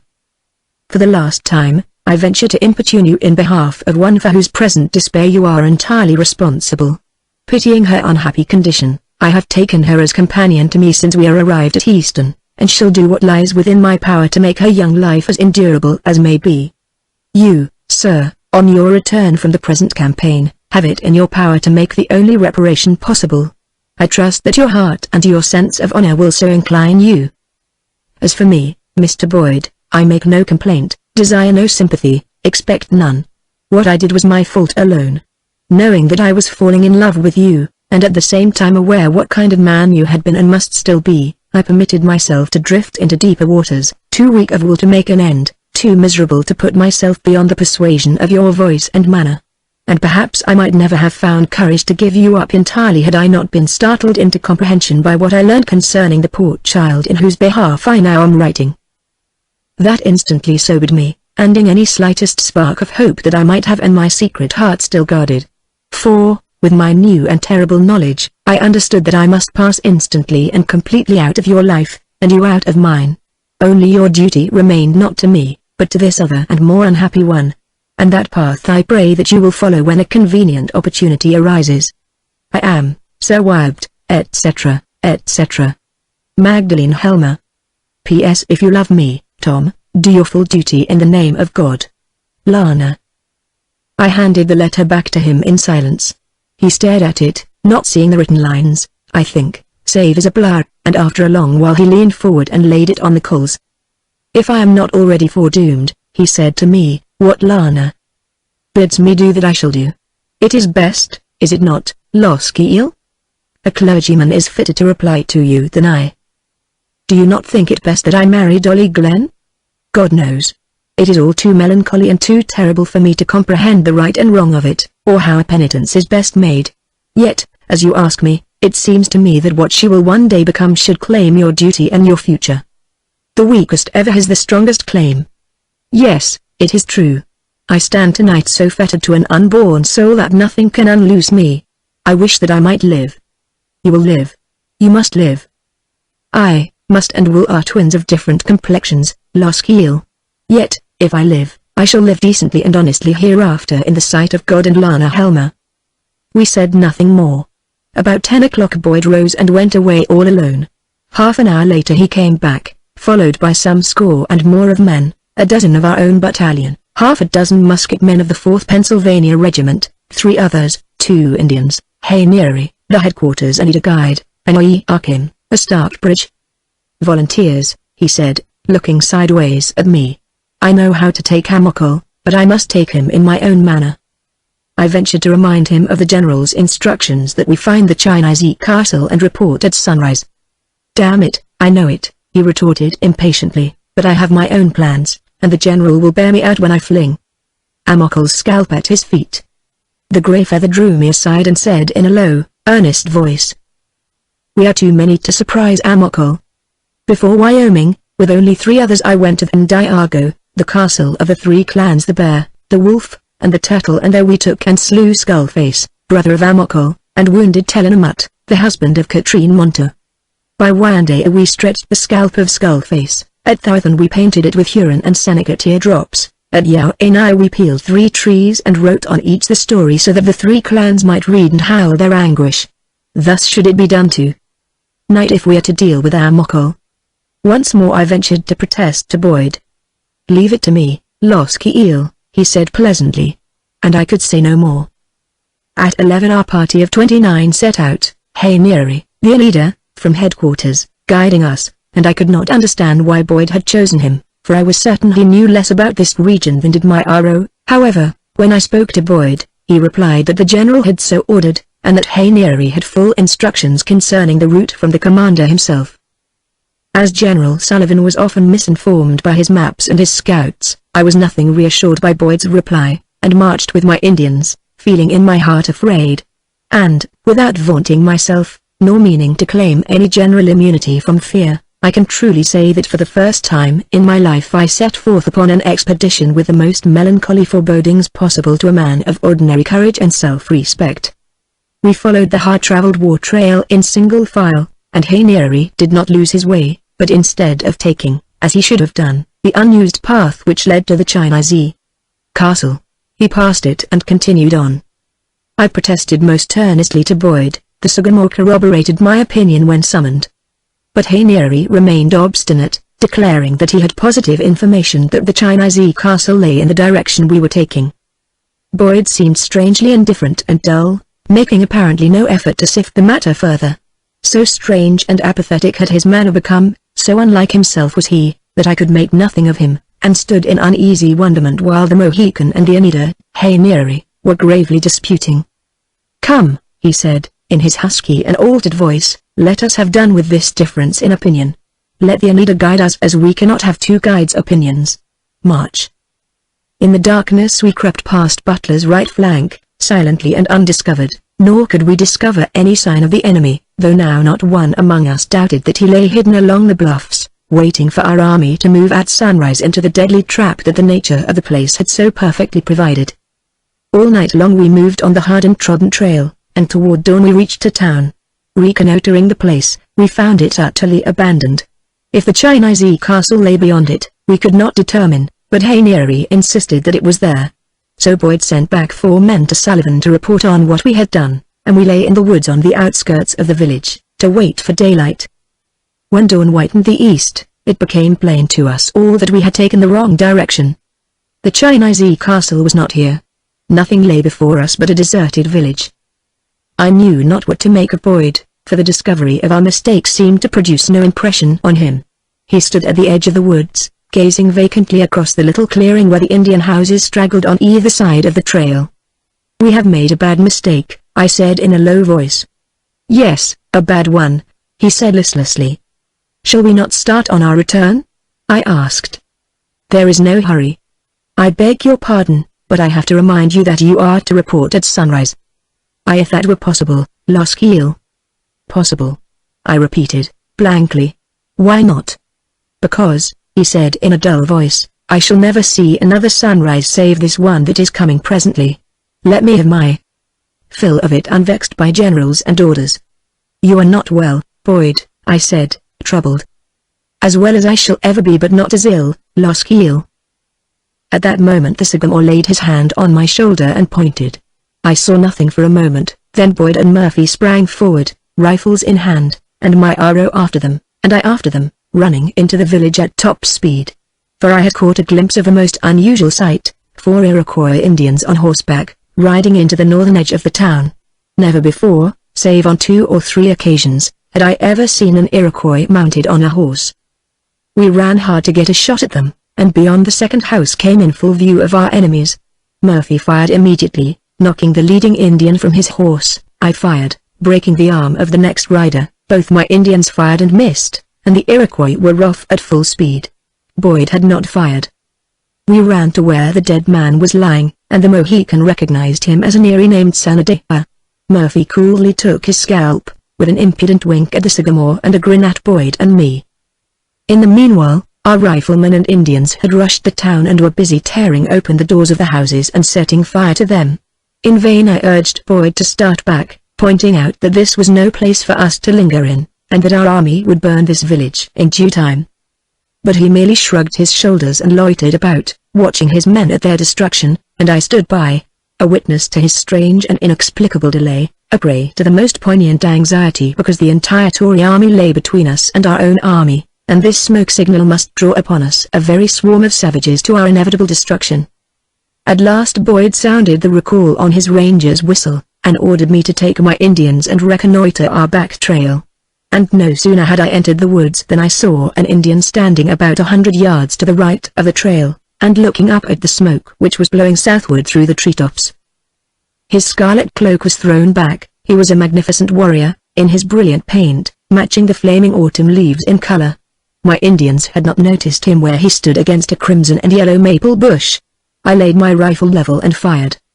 He staggered, stood a moment, turning his crested head with a bewildered air, then swayed, sank at the knee joints, dropped to them, and very slowly laid his stately length upon the moss, extending himself like one who prepared for slumber. We ran up to where he lay with his eyes closed. He was still breathing. A great pity for him seized me, and I seated myself on the moss beside him, staring into his pallid face. And as I sat beside him while he was dying, he opened his eyes, and looked at me. And I knew that he knew I had killed him. After a few moments he died. "Amokol," I said under my breath. "God alone knows why I am sorry for this dead priest." And as I rose and stared about me, I caught sight of 2 pointed ears behind a bush, then 2 more pricked up sharply, then the head of a wolf popped up over a fallen log. But as I began to reload my rifle, there came a great scurrying and scattering in the thickets, and I heard the Andists running off, leaving their dead master to me and to my people, who were now arriving. I do not know who took his scalp, but it was taken by some Indian or ranger who came crowding around to look down upon this painted dead man in his scarlet cloak. "Amokol is dead," I said to Boyd. He looked at me with lackluster eyes, nodding. we marched on along the trail by which we had arrived.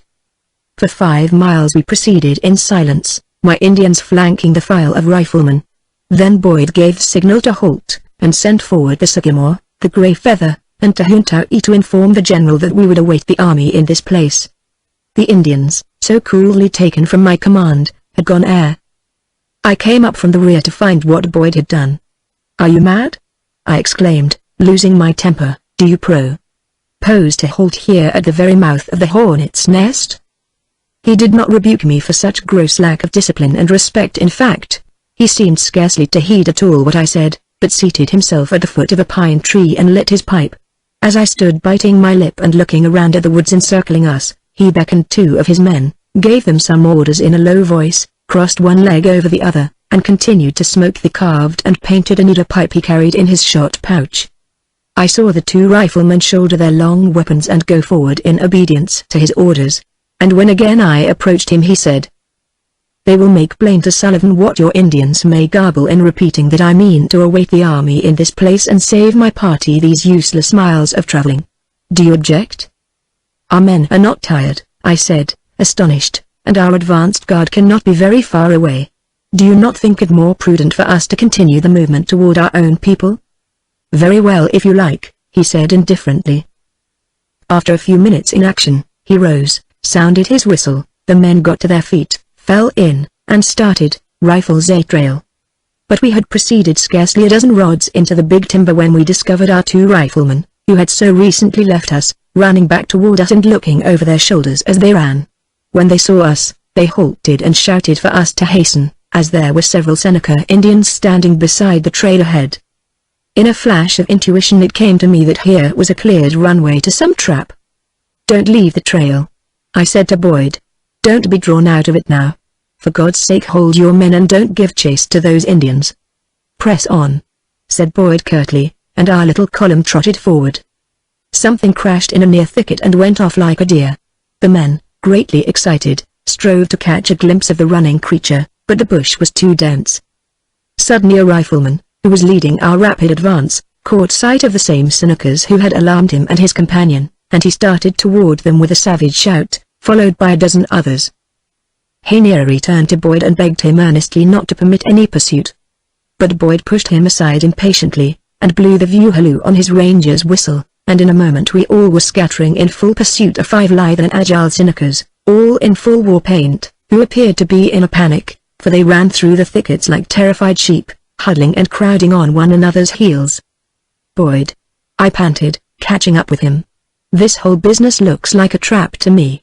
Whistle your men back to the trail, for I am certain that these Senecas are drawing us toward their main body." "We'll catch one of them first," he said, and shouted to Murphy to fire and cripple the nearest. But the flying Senecas had now vanished into a heavily wooded gully, and there was nothing for Murphy to fire at. I swung in my tracks, confronting Boyd. "Will you halt your people before it is too late?" I demanded. "Where are your proper senses? You behave like a man who has lost his mental balance." He gave me a dazed look, where he had been within his rights had he cut me down with his hatchet. "What did you say?" he stammered, passing his hand over his eyes as though something had obscured his sight. "I asked you to sound the recall. Those Indians we chase are leading us whither they will. What in God's name ails you, Boyd? Have you never before seen an ambush?" He stood motionless, as though stupefied, staring straight ahead of him. Then he said, hesitatingly, that he desired Tim Murphy to cripple one of the Senecas and fetch him in so that we might interrogate him. Such infant's babble astounded and sickened me, and I was about to retort when a shout from one of our men drew our attention to the gully below. And there were our terrified Indians peering out cunningly at us like so many foxes playing tag with an unbroken puppy pack. "Come, sir," said I in deepest anxiety, "the game is too plain for anybody but a fool to follow. Sound your recall."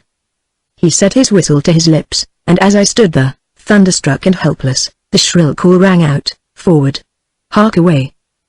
Instantly our entire party leapt forward, the Indians vanished, and we ran on headlong, pell-mell, hellward into the trap prepared for our destruction. The explosion of a heavy rifle on our right was what first halted us, I think. One of the soldiers from the 4th Pennsylvania was down in the dead leaves kicking and scuffling about all over blood. Before he had rolled over twice, A ragged but loud volley on our left went through our disordered files, knocking over 2 more soldiers. The screaming of one poor fellow seemed to bring Boyd to his senses. He blew the recall, and our men fell back, and, carrying the dead and wounded, began to ascend the wooded knoll down which we had been running when so abruptly checked. There was no more firing for the moment. We reached the top of the knoll, laid our dead and wounded behind trees, loaded, freshened our priming, and stood awaiting orders. Then, all around us, completely encircling the foot of our knoll, woods, thickets, scattered bushes, seemed to be literally moving in a vague forest light. "My God!" exclaimed Ellerson to Murphy. "The woods are crawling with savages." A dreadful and utter silence fell among us. Boyd, pale as a corpse, motioned his men to take posts, forming a small circle with our dead and wounded in the center. I saw Hainieri, the Anita guide, fling aside his blanket, strip his painted body to the beaded clout, draw himself up to his full and superb height, muttering, his eyes fixed on the hundreds of dark shapes stealing quietly among the thickets below our little hill. The 2 Stockbridge Indians, the Yellow Moth and Oyakin, pressed lightly against me on either side, like 2 great, noble dogs, afraid, yet trusting their master, and still dauntless in the threatening face of duty. Through the terrible stillness which had fallen upon us all, I could hear the Anita guide muttering his death song, and presently my 2 Christian Indians commenced in low voices to recite the prayers for the dying. The next moment, Murphy and Ellerson began to fire, slowly and deliberately, and for a little while these 2 deadly and unerring rifles were the only pieces that spoke from our knoll. Then my distant target showed for a moment. I fired, reloaded, waited, fired again, and our little circle of doomed men began to cheer as a brilliantly painted warrior sprang from the thicket below, shouted defiance, and crumpled up as though smitten by lightning when Murphy's rifle roared out its fatal retort.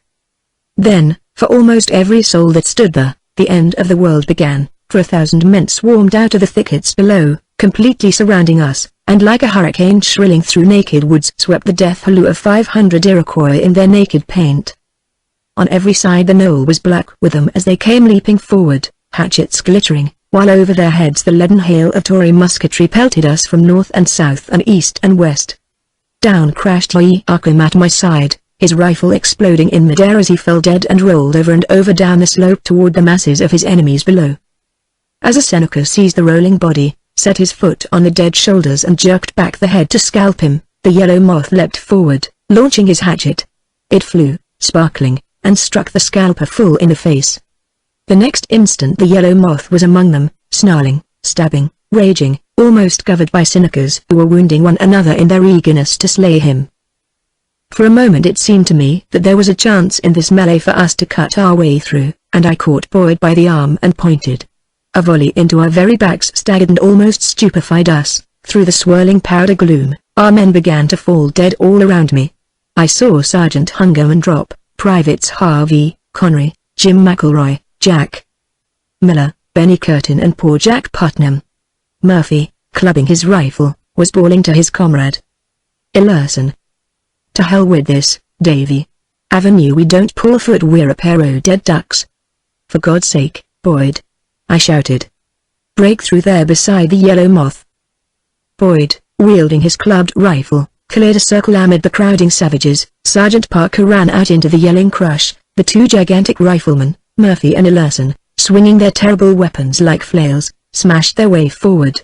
Behind them, using knife, hatchet, and stock, I led out the last men living on that knoll: Ned MacDonald, Garrett Putnam, Jack Hughes, and a French corps de boys whose name I have never learned. All around us raged and yelled the maddened Seneca pack, slashing each other again and again in their crazed attempts to reach us. The Yellow Moth was stabbed through and through 100 times, yet the ghastly corpse still kept its feet, so terrible was the crushing pressure on every side.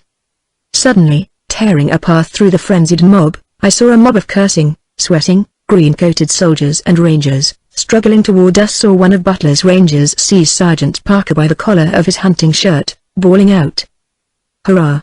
Hurrah! Prisoner taken from Morgan's corps." Another, an officer of British regulars, I think, threw himself on Boyd, shouting, "By heaven! It's Boyd of Derry. Are you not Tom Boyd, of Derry, Pennsylvania?" "Yes, you bloody-backed Tory," retorted Boyd, struggling to knife him under his gorget. "And I'm Boyd of Morgan's, 2. I aimed a blow at the red-coated officer, but my rifle stock broke off across the skull of an Indian, and I began to beat a path toward Boyd with the steel barrel of my weapon, Murphy and Ellerson raging forward beside me in such a very whirlwind of half-crazed fury that the Indians gave way and leapt aside, trying to shoot at us. Headlong through this momentary opening rushed Garrett Putnam, his rifle dress torn from his naked body, his heavy knife dripping in the huge fist that clutched it. After him leapt Ned MacDonald, the corridor boys, and Jackie House, letting drive right and left with their hatchets. And, as the painted crowd ahead recoiled and shrank aside, Murphy, Ellerson, and I went through, smashing out the way with our heavy weapons. How we got through God only knows. I heard Murphy bellowing to Ellerson. "We're out. We're out. Pull foot, Davy, or the dirty scuts will take your hair."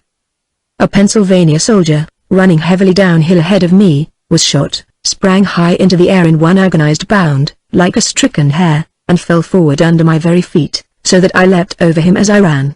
The Canadian corridor boys was hit, but the bullet stung him to a speed incredible, and he flew on, screaming with pain, his broken arm flapping. Behind me I dared not look, but I knew the Seneca warriors were after us at full speed. Bullets whined and whizzed beside us, striking the trees on every side.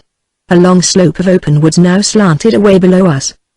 As I ran, far ahead of me, among the trees, I saw men moving, yet dared not change my course. Then, as I drew nearer, I recognized Mr. Lodge, our surveyor, and Thomas Grant with the Jacob staff, the 4 chain bearers with the chain, and Corporal Calhoun, all standing stock still and gazing up the slope toward us. The next moment Grant dropped his Jacob staff, turned and ran. The chain men flung away their implements, and Mr. Lodge and the entire party, being totally unarmed, turned and fled, we on their heels, and behind us a score of yelling Senecas, now driven to frenzy by the sight of so much terrified game in flight. I saw poor Calhoun fall, I saw Grant run into the swamp below, shouting for help. Mr. Lodge, closely chased by a young warrior, ran toward a distant sentinel, and so eager was the Seneca to slay him that he chased the fleeing surveyor past the sentinel, and was shot in the back by the amazed soldier. And now, all along the edge of the morass where our pickets were posted, the bang, bang, bang of musketry began. Murphy and Ellerson bounded into safety, Ned MacDonald, Garrett Putnam, the corridor boy, and Jackie House went staggering and reeling into the swamp. I attempted to follow them, but 3 Senecas cut me out, and, with bursting heart, I sheered off and ran parallel with them, striving to reach our lines, the sentinels firing at my pursuers and running forward to intercept them. Yet, so intent were these Seneca bloodhounds on my destruction that they never swerved under the running fire of musketry, and I was forced out and driven into the woods again to the northwest of our lines. Farther and farther away sounded the musketry in my ears, until the pounding pulses deadened and finally obliterated the sound. I could no longer carry the shattered and bloody fragment of my rifle, and dropped it. Bullet pouch, shot pouch, powder horn, water bottle, hatchet I let fall, keeping only my knife, belt, and the thin, flat wallet which contained my letters from Lois and my journal. Even my cap I flung away, moving always forward on a dog trot, and ever twisting my sweat-drenched head to look behind. Several times I caught distant glimpses of my pursuers, and saw that they walked sometimes, as though exhausted. Yet, I dared not bear to the south, not knowing how many of them had continued on westward to cut me off from a return, so I jogged on northward, my heart nigh broken with misery and foreboding, sickened to the very soul with the memory of our slaughtered men upon the knoll. For of some 30-odd riflemen, Indians, line soldiers, and scouts that Boyd had led out the night before, only Ellerson, Murphy, MacDonald, House, the corridor boys, and I remained alive or untaken. Boyd was a prisoner, together with Sergeant Parker. All the others were dead to a man, excepting possibly my 3 Indians, my Arrow, Grey Feather, and Tahun Taui, who Boyd had sent in to report us before we had sighted the Senecas, and who might possibly have escaped the ambuscade. As I plodded on, I dared not let my imagination dwell on Boyd and Parker, for a dreadful instinct told me that the dead men on the knoll were better off. Yet, I tried to remember that a red-coated officer had taken Boyd, and one of Sir John's soldiers had captured Michael Parker. But I could find no comfort, no hope in this thought, because Walter Butler was there, and Harker too, and MacDonald, and all that bloody band. The Senecas would surely demand the prisoners. There was not one soul to speak a word for them, unless Brant were near. The noble and humane warrior alone could save them from the Seneca stake. And I feared he was at the burnt bridge with his Mohawks, facing our army as he always faced it, dauntless, adroit, resourceful, and terrible. A little stony stream ran down beside the trackless course I traveled, and I seized the chance of confusing the tireless men who tracked me, and took to the stones, springing from one step to the next, taking care not to wet my moccasins, dislodge moss or lichen, or in any manner mark the stones I trod on, nor break or disturb the branches and leaves above me. The stream ran almost north, as did all the little watercourses hereabouts, and for a long while I followed it, until at last, to my great relief, it divided, and I followed the branch that ran northeast. Again this branch forked. I took the eastern course until, on the right bank, I saw long, naked beds of rock stretching into low crags and curving eastward. Over this rock no Seneca could hope to track a cautious and hunted man.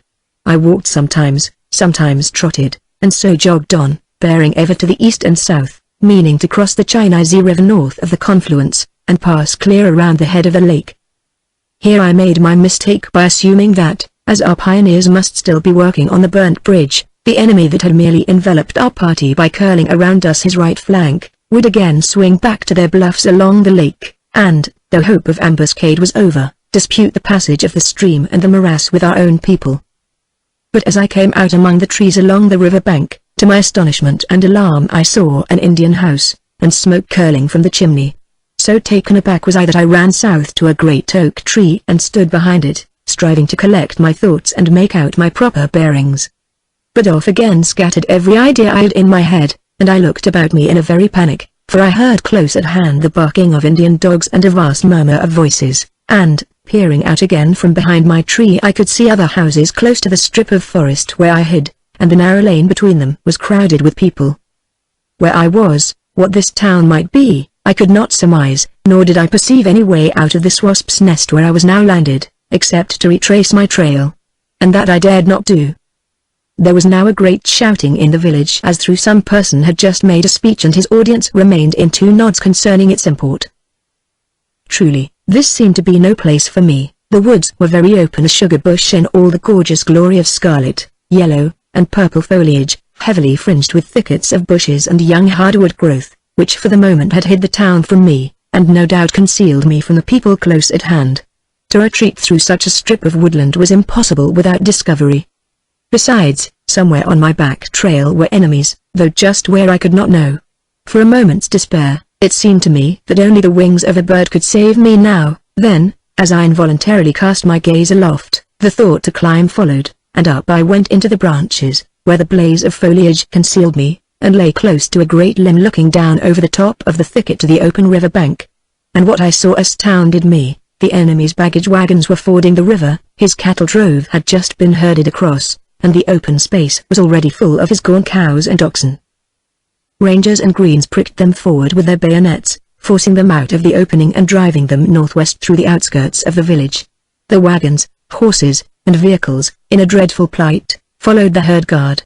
After them marched Butler's rear guard, Rangers, Greens, renegades, Indians sullenly turning their heads to listen and to gaze as the uproar from the village increased and burst into a very frenzy of diabolical yelling.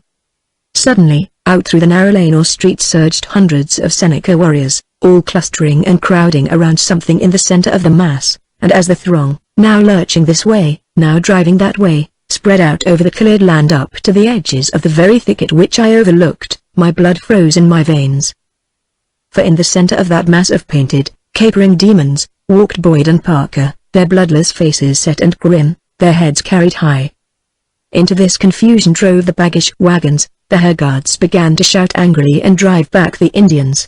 The wagons drove slowly through the lane, the drivers looking down curiously at Boyd and his pallid companion, but not insulting them.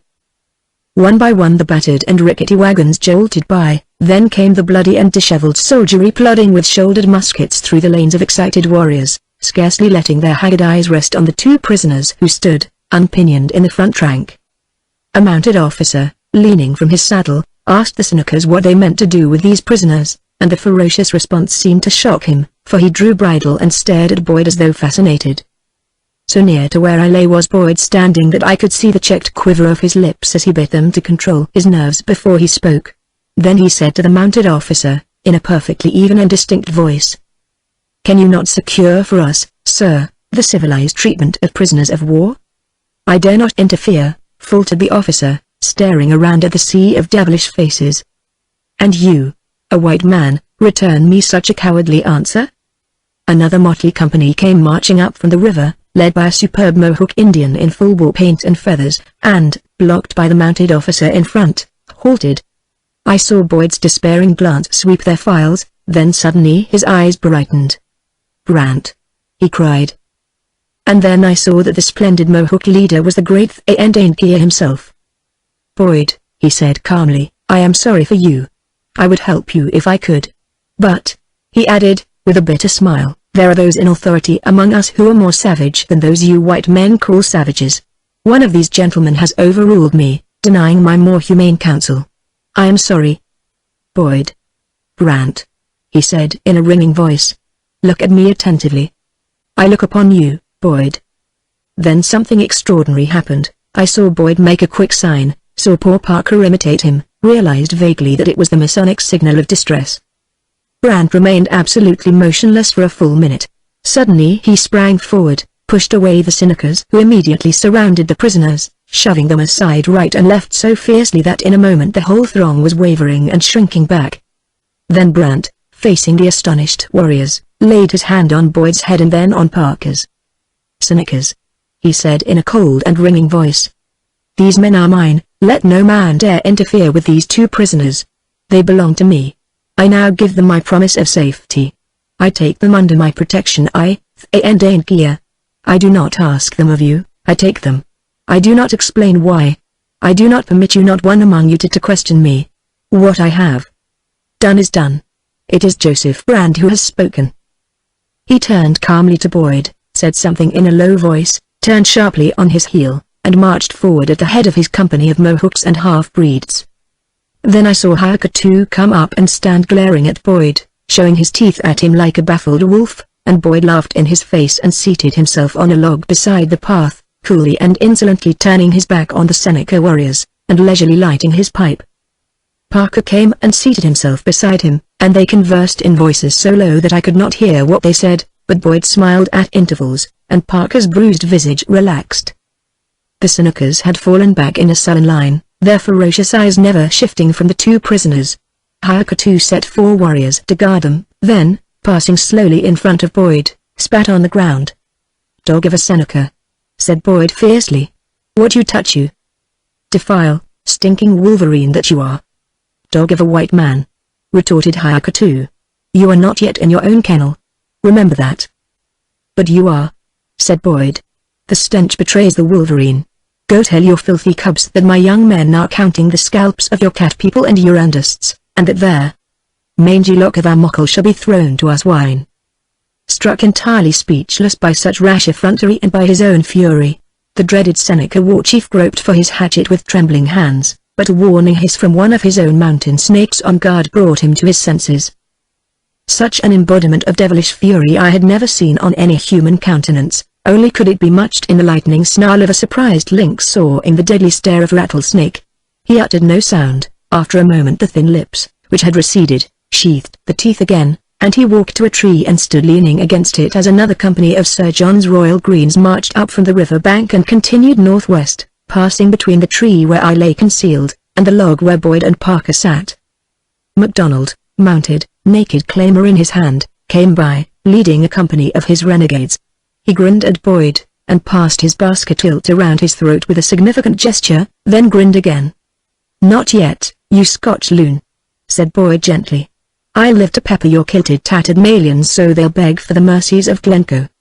After that, for a long while lonely stragglers came limping by, lank, bloody, starved creatures, who never even turned their sick eyes on the people they passed among. Then, after nearly half an hour, a full battalion of Johnson's Greens forded the river, and behind them came Butler's Rangers. Old John Butler, squatting his saddle like a weather-beaten toad, rode by with scarcely a glance at the prisoners, and Greens and Rangers passed on through the village and out of sight to the northwest. I had thought the defile was ended, when, looking back, I saw some Indians crossing the ford, carrying over a white officer. At first I supposed he was wounded, but soon saw that he had not desired to wet his boots. What had become of his horse I could only guess, for he wore spurs and sword, and the somber uniform of the Rangers. Then, as he came up I saw that he was Walter Butler. As he approached, his dark eyes were fixed on the prisoners, and when he came opposite to them he halted. Boyd returned his insolent stare very coolly, continuing to smoke his pipe. Slowly the golden-brown eyes of Butler contracted, and into his pale, handsome, but sinister face crept a slight color. "So you are Boyd?" he said menacingly. "Yes, I am Boyd. What next?" "What next?" repeated Walter Butler. "Well, really I don't know, my impudent friend, but I strongly suspect the Seneca stake will come next." Boyd laughed. "We gave Brandt a sign that you also should recognize. We are now under his protection." "What sign?" demanded Butler, his eyes becoming yellow and fixed. And, as Boyd carelessly repeated the rapid and mystical appeal, "Oh," he said coolly. "So that is what you count on, is it?" "Naturally." "With me also?" "You are a Mason." "Also," snarled Butler, "I'm an officer in His British Majesty's service. Now, answer the questions I put to you. How many cannon did your Yankee general send back to Chioggia after Catherine's town was burnt, and how many has he with him?" "Do you suppose that I am going to answer your questions?" said Boyd, amused. "I think you will. Come, sir, what artillery is he bringing north with him?" And as Boyd merely looked at him with contempt, he stepped nearer, bent suddenly, and jerked Boyd to his feet. "You Yankee dog," he said, "stand up when your betters stand." Boyd reddened to his temples. "Murderer," he said. "Does a gentleman stand in the presence of the Cherry Valley butcher?" And he seated himself again on his log. Butler's visage became deathly, and for a full minute he stood there in silence. Suddenly he turned, nodded to Hakatu, pointed at Boyd, then at Parker. Both prisoners rose as a yell of ferocious joy split the air from the Senecas. Then, wheeling on Boyd, "Will you answer my questions?" "No." "Do you refuse to answer the military questions put to you by an officer?" "No prisoner of war is compelled to do that." "You are mistaken. I compel you to answer on pain of death." "I refuse." Both men were deadly pale. Parker also had risen and was now standing beside Boyd. "I claim the civilized treatment due to an officer," said Boyd quietly. "Refused unless you answer." "I shall not answer.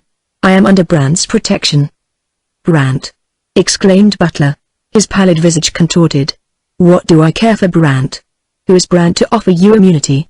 By God, sir, I tell you that you shall answer my questions any I think fit to ask you every one of them, or I turn you over to my Senecas. You dare not. Answer me, or you shall soon learn what I dare and dare not do." Boyd, pale as a sheet, said slowly, "I do believe you capable of every infamy, Mr. Butler. I do believe, now, that the murderer of little children will sacrifice me to these Senecas if I do not answer his dishonorable questions. And so, believing this, and always holding your person in the utmost loathing and contempt, I refuse to reveal to you one single item concerning the army in which I have the honor and privilege to serve." "Take him," said Butler to the crowding Senecas. "I have never been able to bring myself to write down how my comrade died. Many have written something of his death, judging the manner of it from the condition in which his poor body was discovered the next day by our advance. Yet, even these have shrunk from writing any but the most general details, because the horror of the truth is indescribable, and not even the most callous mind could endure it all. God knows how I myself survived the swimming horror of that hellish scene, for the stake was hewn and planted full within my view. And it took him many hours to die all the long September afternoon. And they never left him for one moment. No, I cannot write it, nor could I even tell my comrades when they came up next day, how in detail died Thomas Boyd, lieutenant in my regiment of rifles. Only from what was left of him could they draw their horrible and unthinkable conclusions. I do not know whether I have more or less of courage than the usual man and soldier, but this I do know, that had I possessed a rifle where I lay concealed, long before they wrenched the first groan from his tortured body I would have fired at my comrade's heart and trusted to my Maker and my legs. No torture that I ever heard of or could ever have conceived, no punishment, no agony, no Calvary ever has matched the hellish hideousness of the endless execution of this young man. He was only 22 years old, only a lieutenant among the thousands who served their common motherland. No man who ever lived has died more bravely, none, perhaps, as horribly and as slowly. And it seemed as though in that powerful, symmetrical, magnificent body, even after it became scarcely recognizable as human, that the spark of life could not be extinguished even though it were cut into a million shreds and scattered to the winds like the fair body of Osiris. And this is all I care to say how it was that my comrade died, save that he endured bravely, and that while consciousness remained, not one secret would he reveal, not one plea for mercy escaped his lips. Parker died more swiftly and mercifully. It was after sunset when the Senecas left the place, but the sky above was still rosy. And as they slowly marched past the corpses of the two men whom they had slain, every Seneca drew his hatchet and shouted, "Salute, Orione!" fiercely honoring the dead bodies of the bravest men who had ever died in the Long House. On the following afternoon I ventured from my concealment, and was striving to dig a grave for my two comrades, using my knife to do it, when the riflemen of our advance discovered me across the river. A moment later I looked up, my eyes blinded by tears, as the arm of the sycamore was flung round my shoulders, and the hands of the Grey Feather and Tahuntau timidly sought mine. "Brother," they said gently. "Take a Xanthos, O sycamore," I whispered, dropping my head on his broad shoulder.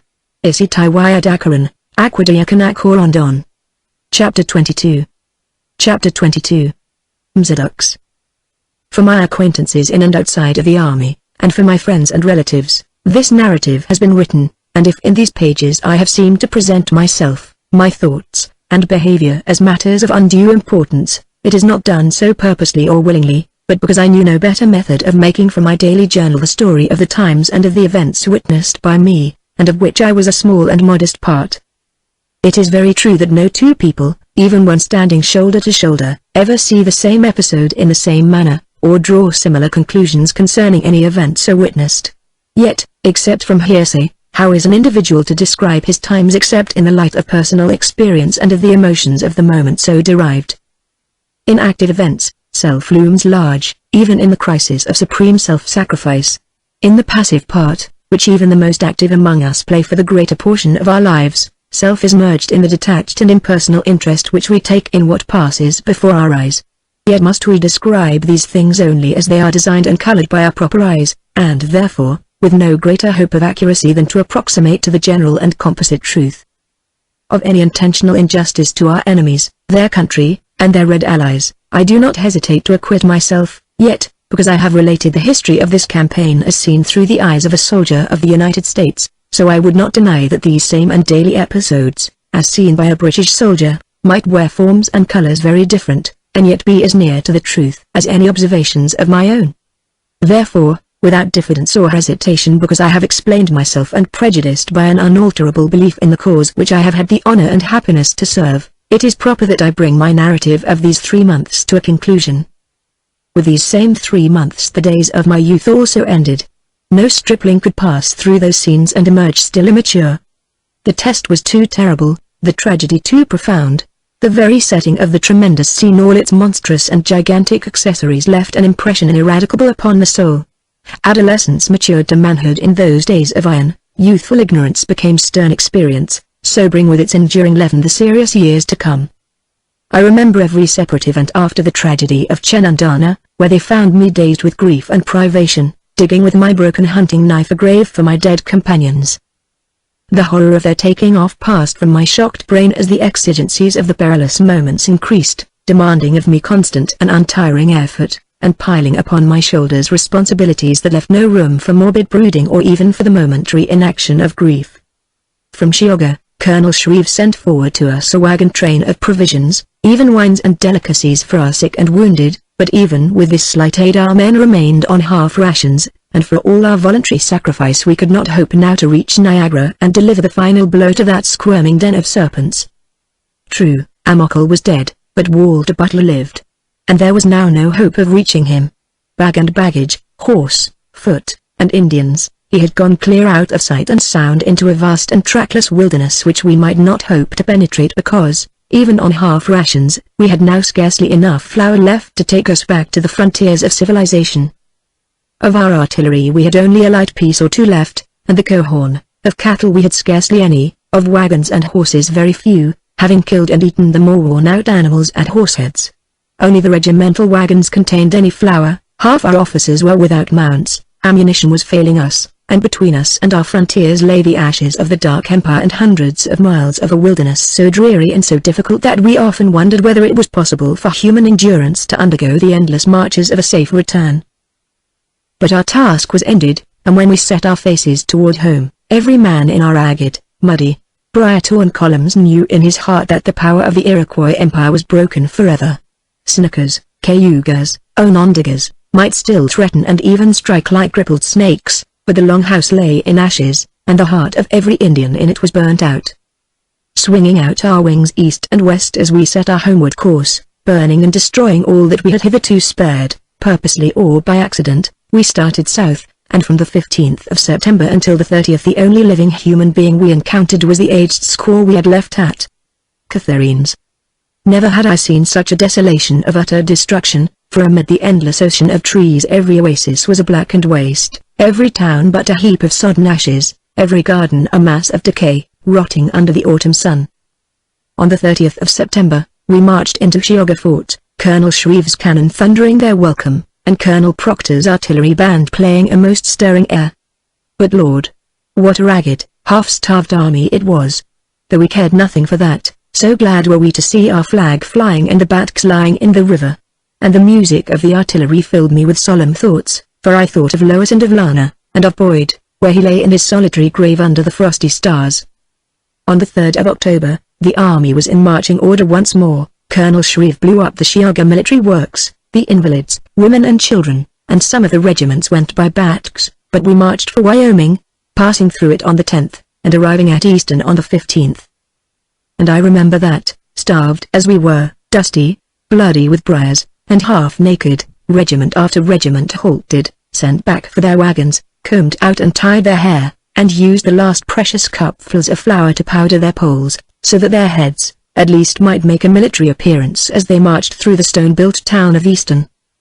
And so, with sprigs of green to cock their hats, well-flowered hair, and scarce a pair of breeches to accompany, our rascals footed it proudly into Easton town, fifes squealing, drums rattling, and all the church bells and the artillery of the place clanging and booming out a welcome to the sorriest-clad army that ever entered a town since Falstaff hesitated to lead his naked rogues through Coventry. Here the Thanksgiving service was held, and Lord, how we did eat afterward! But for the rest or repose which any among us might have been innocent enough to suppose the army had earned, none was meted out. None. For instead, marching orders awaited us, and sufficient clothing to cool our blushes, and off we marched to join His Excellency's army in the Highlands, for what with the new Spanish alliance and the arrival of the French fleet, matters were now stewing and trouble brewing for Sir Henry. They told us that His Excellency required pepper for the dose, therefore had he sent for us to mix us into the red-hot draught that Sir Henry and my Lord Cornwallis must presently prepare to swallow. I had not had a letter or any word from Lois at Fort Geauga. At Easton there was a letter which, she wrote, might not reach me, but in it she said that they had taken lodgings in Albany near to the house of Lana Helmer, that Mr. Hake had been more than kind, that she and her dear mother awaited news of our army with tenderest anxiety, but that up to the moment of writing no news was to be had, not even any rumors. Her letter told me little more, save that her mother and Mr. Hake had conferred concerning the estate of her late father, and that Mr. Hake was making preparations to substantiate her mother's claim to the small property of the family in France, a house, a tiny hamlet, and some vineyards, called by the family name of Kentucky, which meant her mother was her father's wedded wife.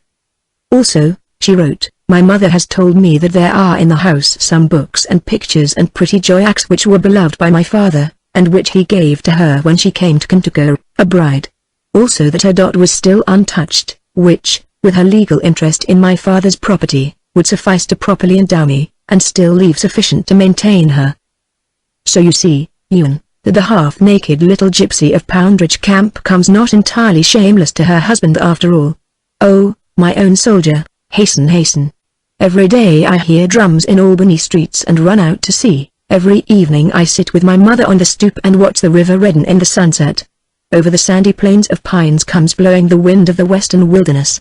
I feel its breath on my cheek, faintly frosty, and wonder if the same wind had also touched your dear face ere it blew east to me. Often I read this letter on the march to the Hudson, ever wondering at the history of this sweet mistress of my affections, marveling at its mystery, its wonders, and eternally amazed at this young girl's courage, her loyalty and chaste devotion. I remember one day when we were halted at a cavalry camp, not far from the Hudson, conversing with 3 soldiers, Van Campen, Perry, and Paul Sanborn, they being the 3 men who first discovered poor Boyd's body, and then noticed me digging in the earth with bleeding fingers and a broken blade. And they knew the history of Lois, and how she had dressed her in rifle dress, and how she had come to French Catharines. And they told me that in the cavalry camp there was talk of a young English girl, not yet 16, who had clipped her hair, tied it in a queue, powdered it, donned jack boots, belt, and helmet, and come across the seas enlisted in a regiment of British horse, with the vague idea of seeking her lover who had gone to America with his regiment. Further, they told me that, until taken by our men in a skirmish, her own comrades had not suspected her sex, that she was a slim, boyish, pretty thing, that His Excellency had caused inquiry to be made, and that it had been discovered that her lover was serving in Sir John's regiment of Royal Greens. This was a true story, it seemed, and that very morning His Excellency had sent her north to Haldimand with a flag, offering her every courtesy and civility and recommendation within his power. Which pretty history left me very thoughtful, revealing as it did to me that my own heart's mistress was not the solitary and bright exception in a sex which, like other men, I had deemed inferior in every virile and mental virtue, and only spiritually superior to my own. And I remembered the proud position of social and political equality enjoyed by the women of the Long House, and vaguely thought it was possible that in this matter the Iroquois Confederacy was even more advanced in civilization than the white nations, who regarded its inhabitants as debased and brutal savages. In 3 months I had seen an empire crash to the ground. Already in the prophetic and visionary eyes of our ragged soldiery, a mightier empire was beginning to crumble under the blasts from the blackened muzzles of our muskets. Soon kings would live only in the tales of yesterday, and the unending thunder of artillery would die away, and the clouds would break above the smoky field, revealing as our very own all we had battled for so long, the right to live our lives in freedom, self-respect, and happiness. And I wondered whether generations not yet born would pay to us the noble tribute which the sons of the Long House so often and reverently offered to the dead who had made for them their league of peace, alas, now shattered for all time. And in my ears the deep responses seemed to sound, solemnly and low, as the uncorrupted priesthood chanted at Vendara. Continue to listen, thou who wert ruler, Aeon Huata. Continue to listen, thou who wert ruler, Shate Karawate. This was the roll of you, you who have labored, you who completed the Great League. Continue to listen, thou who wert ruler, Sharon Howan. Continue to listen, thou who wert ruler. And the line of their noble hymn, the Ka-ena, I come. Again to greet and thank the women. Lord. A great and noble civilization died when the first cancerous contact of the lesser scratched its living eastern gate. Hyathonsk. Kayetan. Kadi Kadon. My commission as lieutenant in the 6th Company of Morgans Rifles afforded me only mixed emotions, but became pleasurable when I understood that staff duty as interpreter and chief of Indian guides permitted me to attach to my person not only my Aro, the Mohican Sagamore, but also my Onidas, Grey Feather and Tehuntaui. Mounted service the 2 Onidas abhorred, preferring to trot along on either side of me, but the Sagamore, being a Siwanois, was a horseman, and truly he presented a superb figure as the Hansa General and his staff led the New York Brigade into the city of Albany, our battered old drums thundering, our fifes awaking the echoes in the old Dutch city, and our pretty faded colors floating in the primrose light of early evening. Right and left I glanced as we rode up the hilly street, and suddenly saw Lois. And so craned my head and twisted my neck and fidgeted that the General, who was sometimes humorous, and who was perfectly acquainted with my history, said to me that I had his permission to ride standing on my head if I liked, but for the sake of military decency he preferred that I dismount at once and make my manners otherwise to my affianced wife. Which I lost no time in doing, not noticing that my Indians were following me, and drew bridle at the side path and dismounted. But where, in the purple evening light, Lois had been standing on her stoop, now there was nobody, though the front door was open wide. So I ran across the street between the passing ranks of Gansevoort's infantry, sprang up the steps, and entered the dusky house. Through the twilight of the polished hallway she came forward, caught me around the neck with a low cry, clung to me closer as I kissed her, holding to me in silence. Outside, the racking drums of the passing regiment filled the house with crashing echoes. When the noise had died away again, and the drums of the next regiment were still distant, she loosened her arms, whispering my name, and framing my face with her slim hands. Then, Out of the corner of my eye, I caught a glimpse of 3 tall and shadowy figures hovering in the doorway. Lois saw them, too, and stretched out one hand. One after another my 3 Indians came to her, bent their stately crests in silence, took her small hand, and laid it on their hearts. "Shall I bid them to dine with us tomorrow?" she whispered. "Bid them." So she asked them a trifle shyly, and they thanked her gravely, turned one by one to take a silent leave of me, then went noiselessly out into the early dusk. "Yuan, my dear mother is awaiting you in our best room. I will instantly pay my duties and—" "Lana is there also." "Does she know?" "Yes. God help her and the young thing she has taken to her heart. The news came by courier a week ago." "How he died?" "Does she know?" "Oh, Yuan. Yes, we all know now. I have scarce slept since I heard, thinking of you. When you have paid your respects to my mother and to Lana, come quietly away with me again. Lana has been weeping what with the distant music of the approaching regiments, and the memory of him who will come no more." "I understand." She lifted her face to mine, laying her hands upon my shoulders. "Dost thou truly love me, Lois?" I asked. "Satkatos," she murmured. "Say nons." I insisted. "Knons, O Loskiel." Her arms tightened around my neck. "Ai hi. Isai Tinenden. Isai hi Yeninkan." "Hush, dearest maid. Twixt God and Tharin, nothing can harm us now." And I heard the faint murmur of her lips on mine, "Itho, Knons. Nothing can harm us now."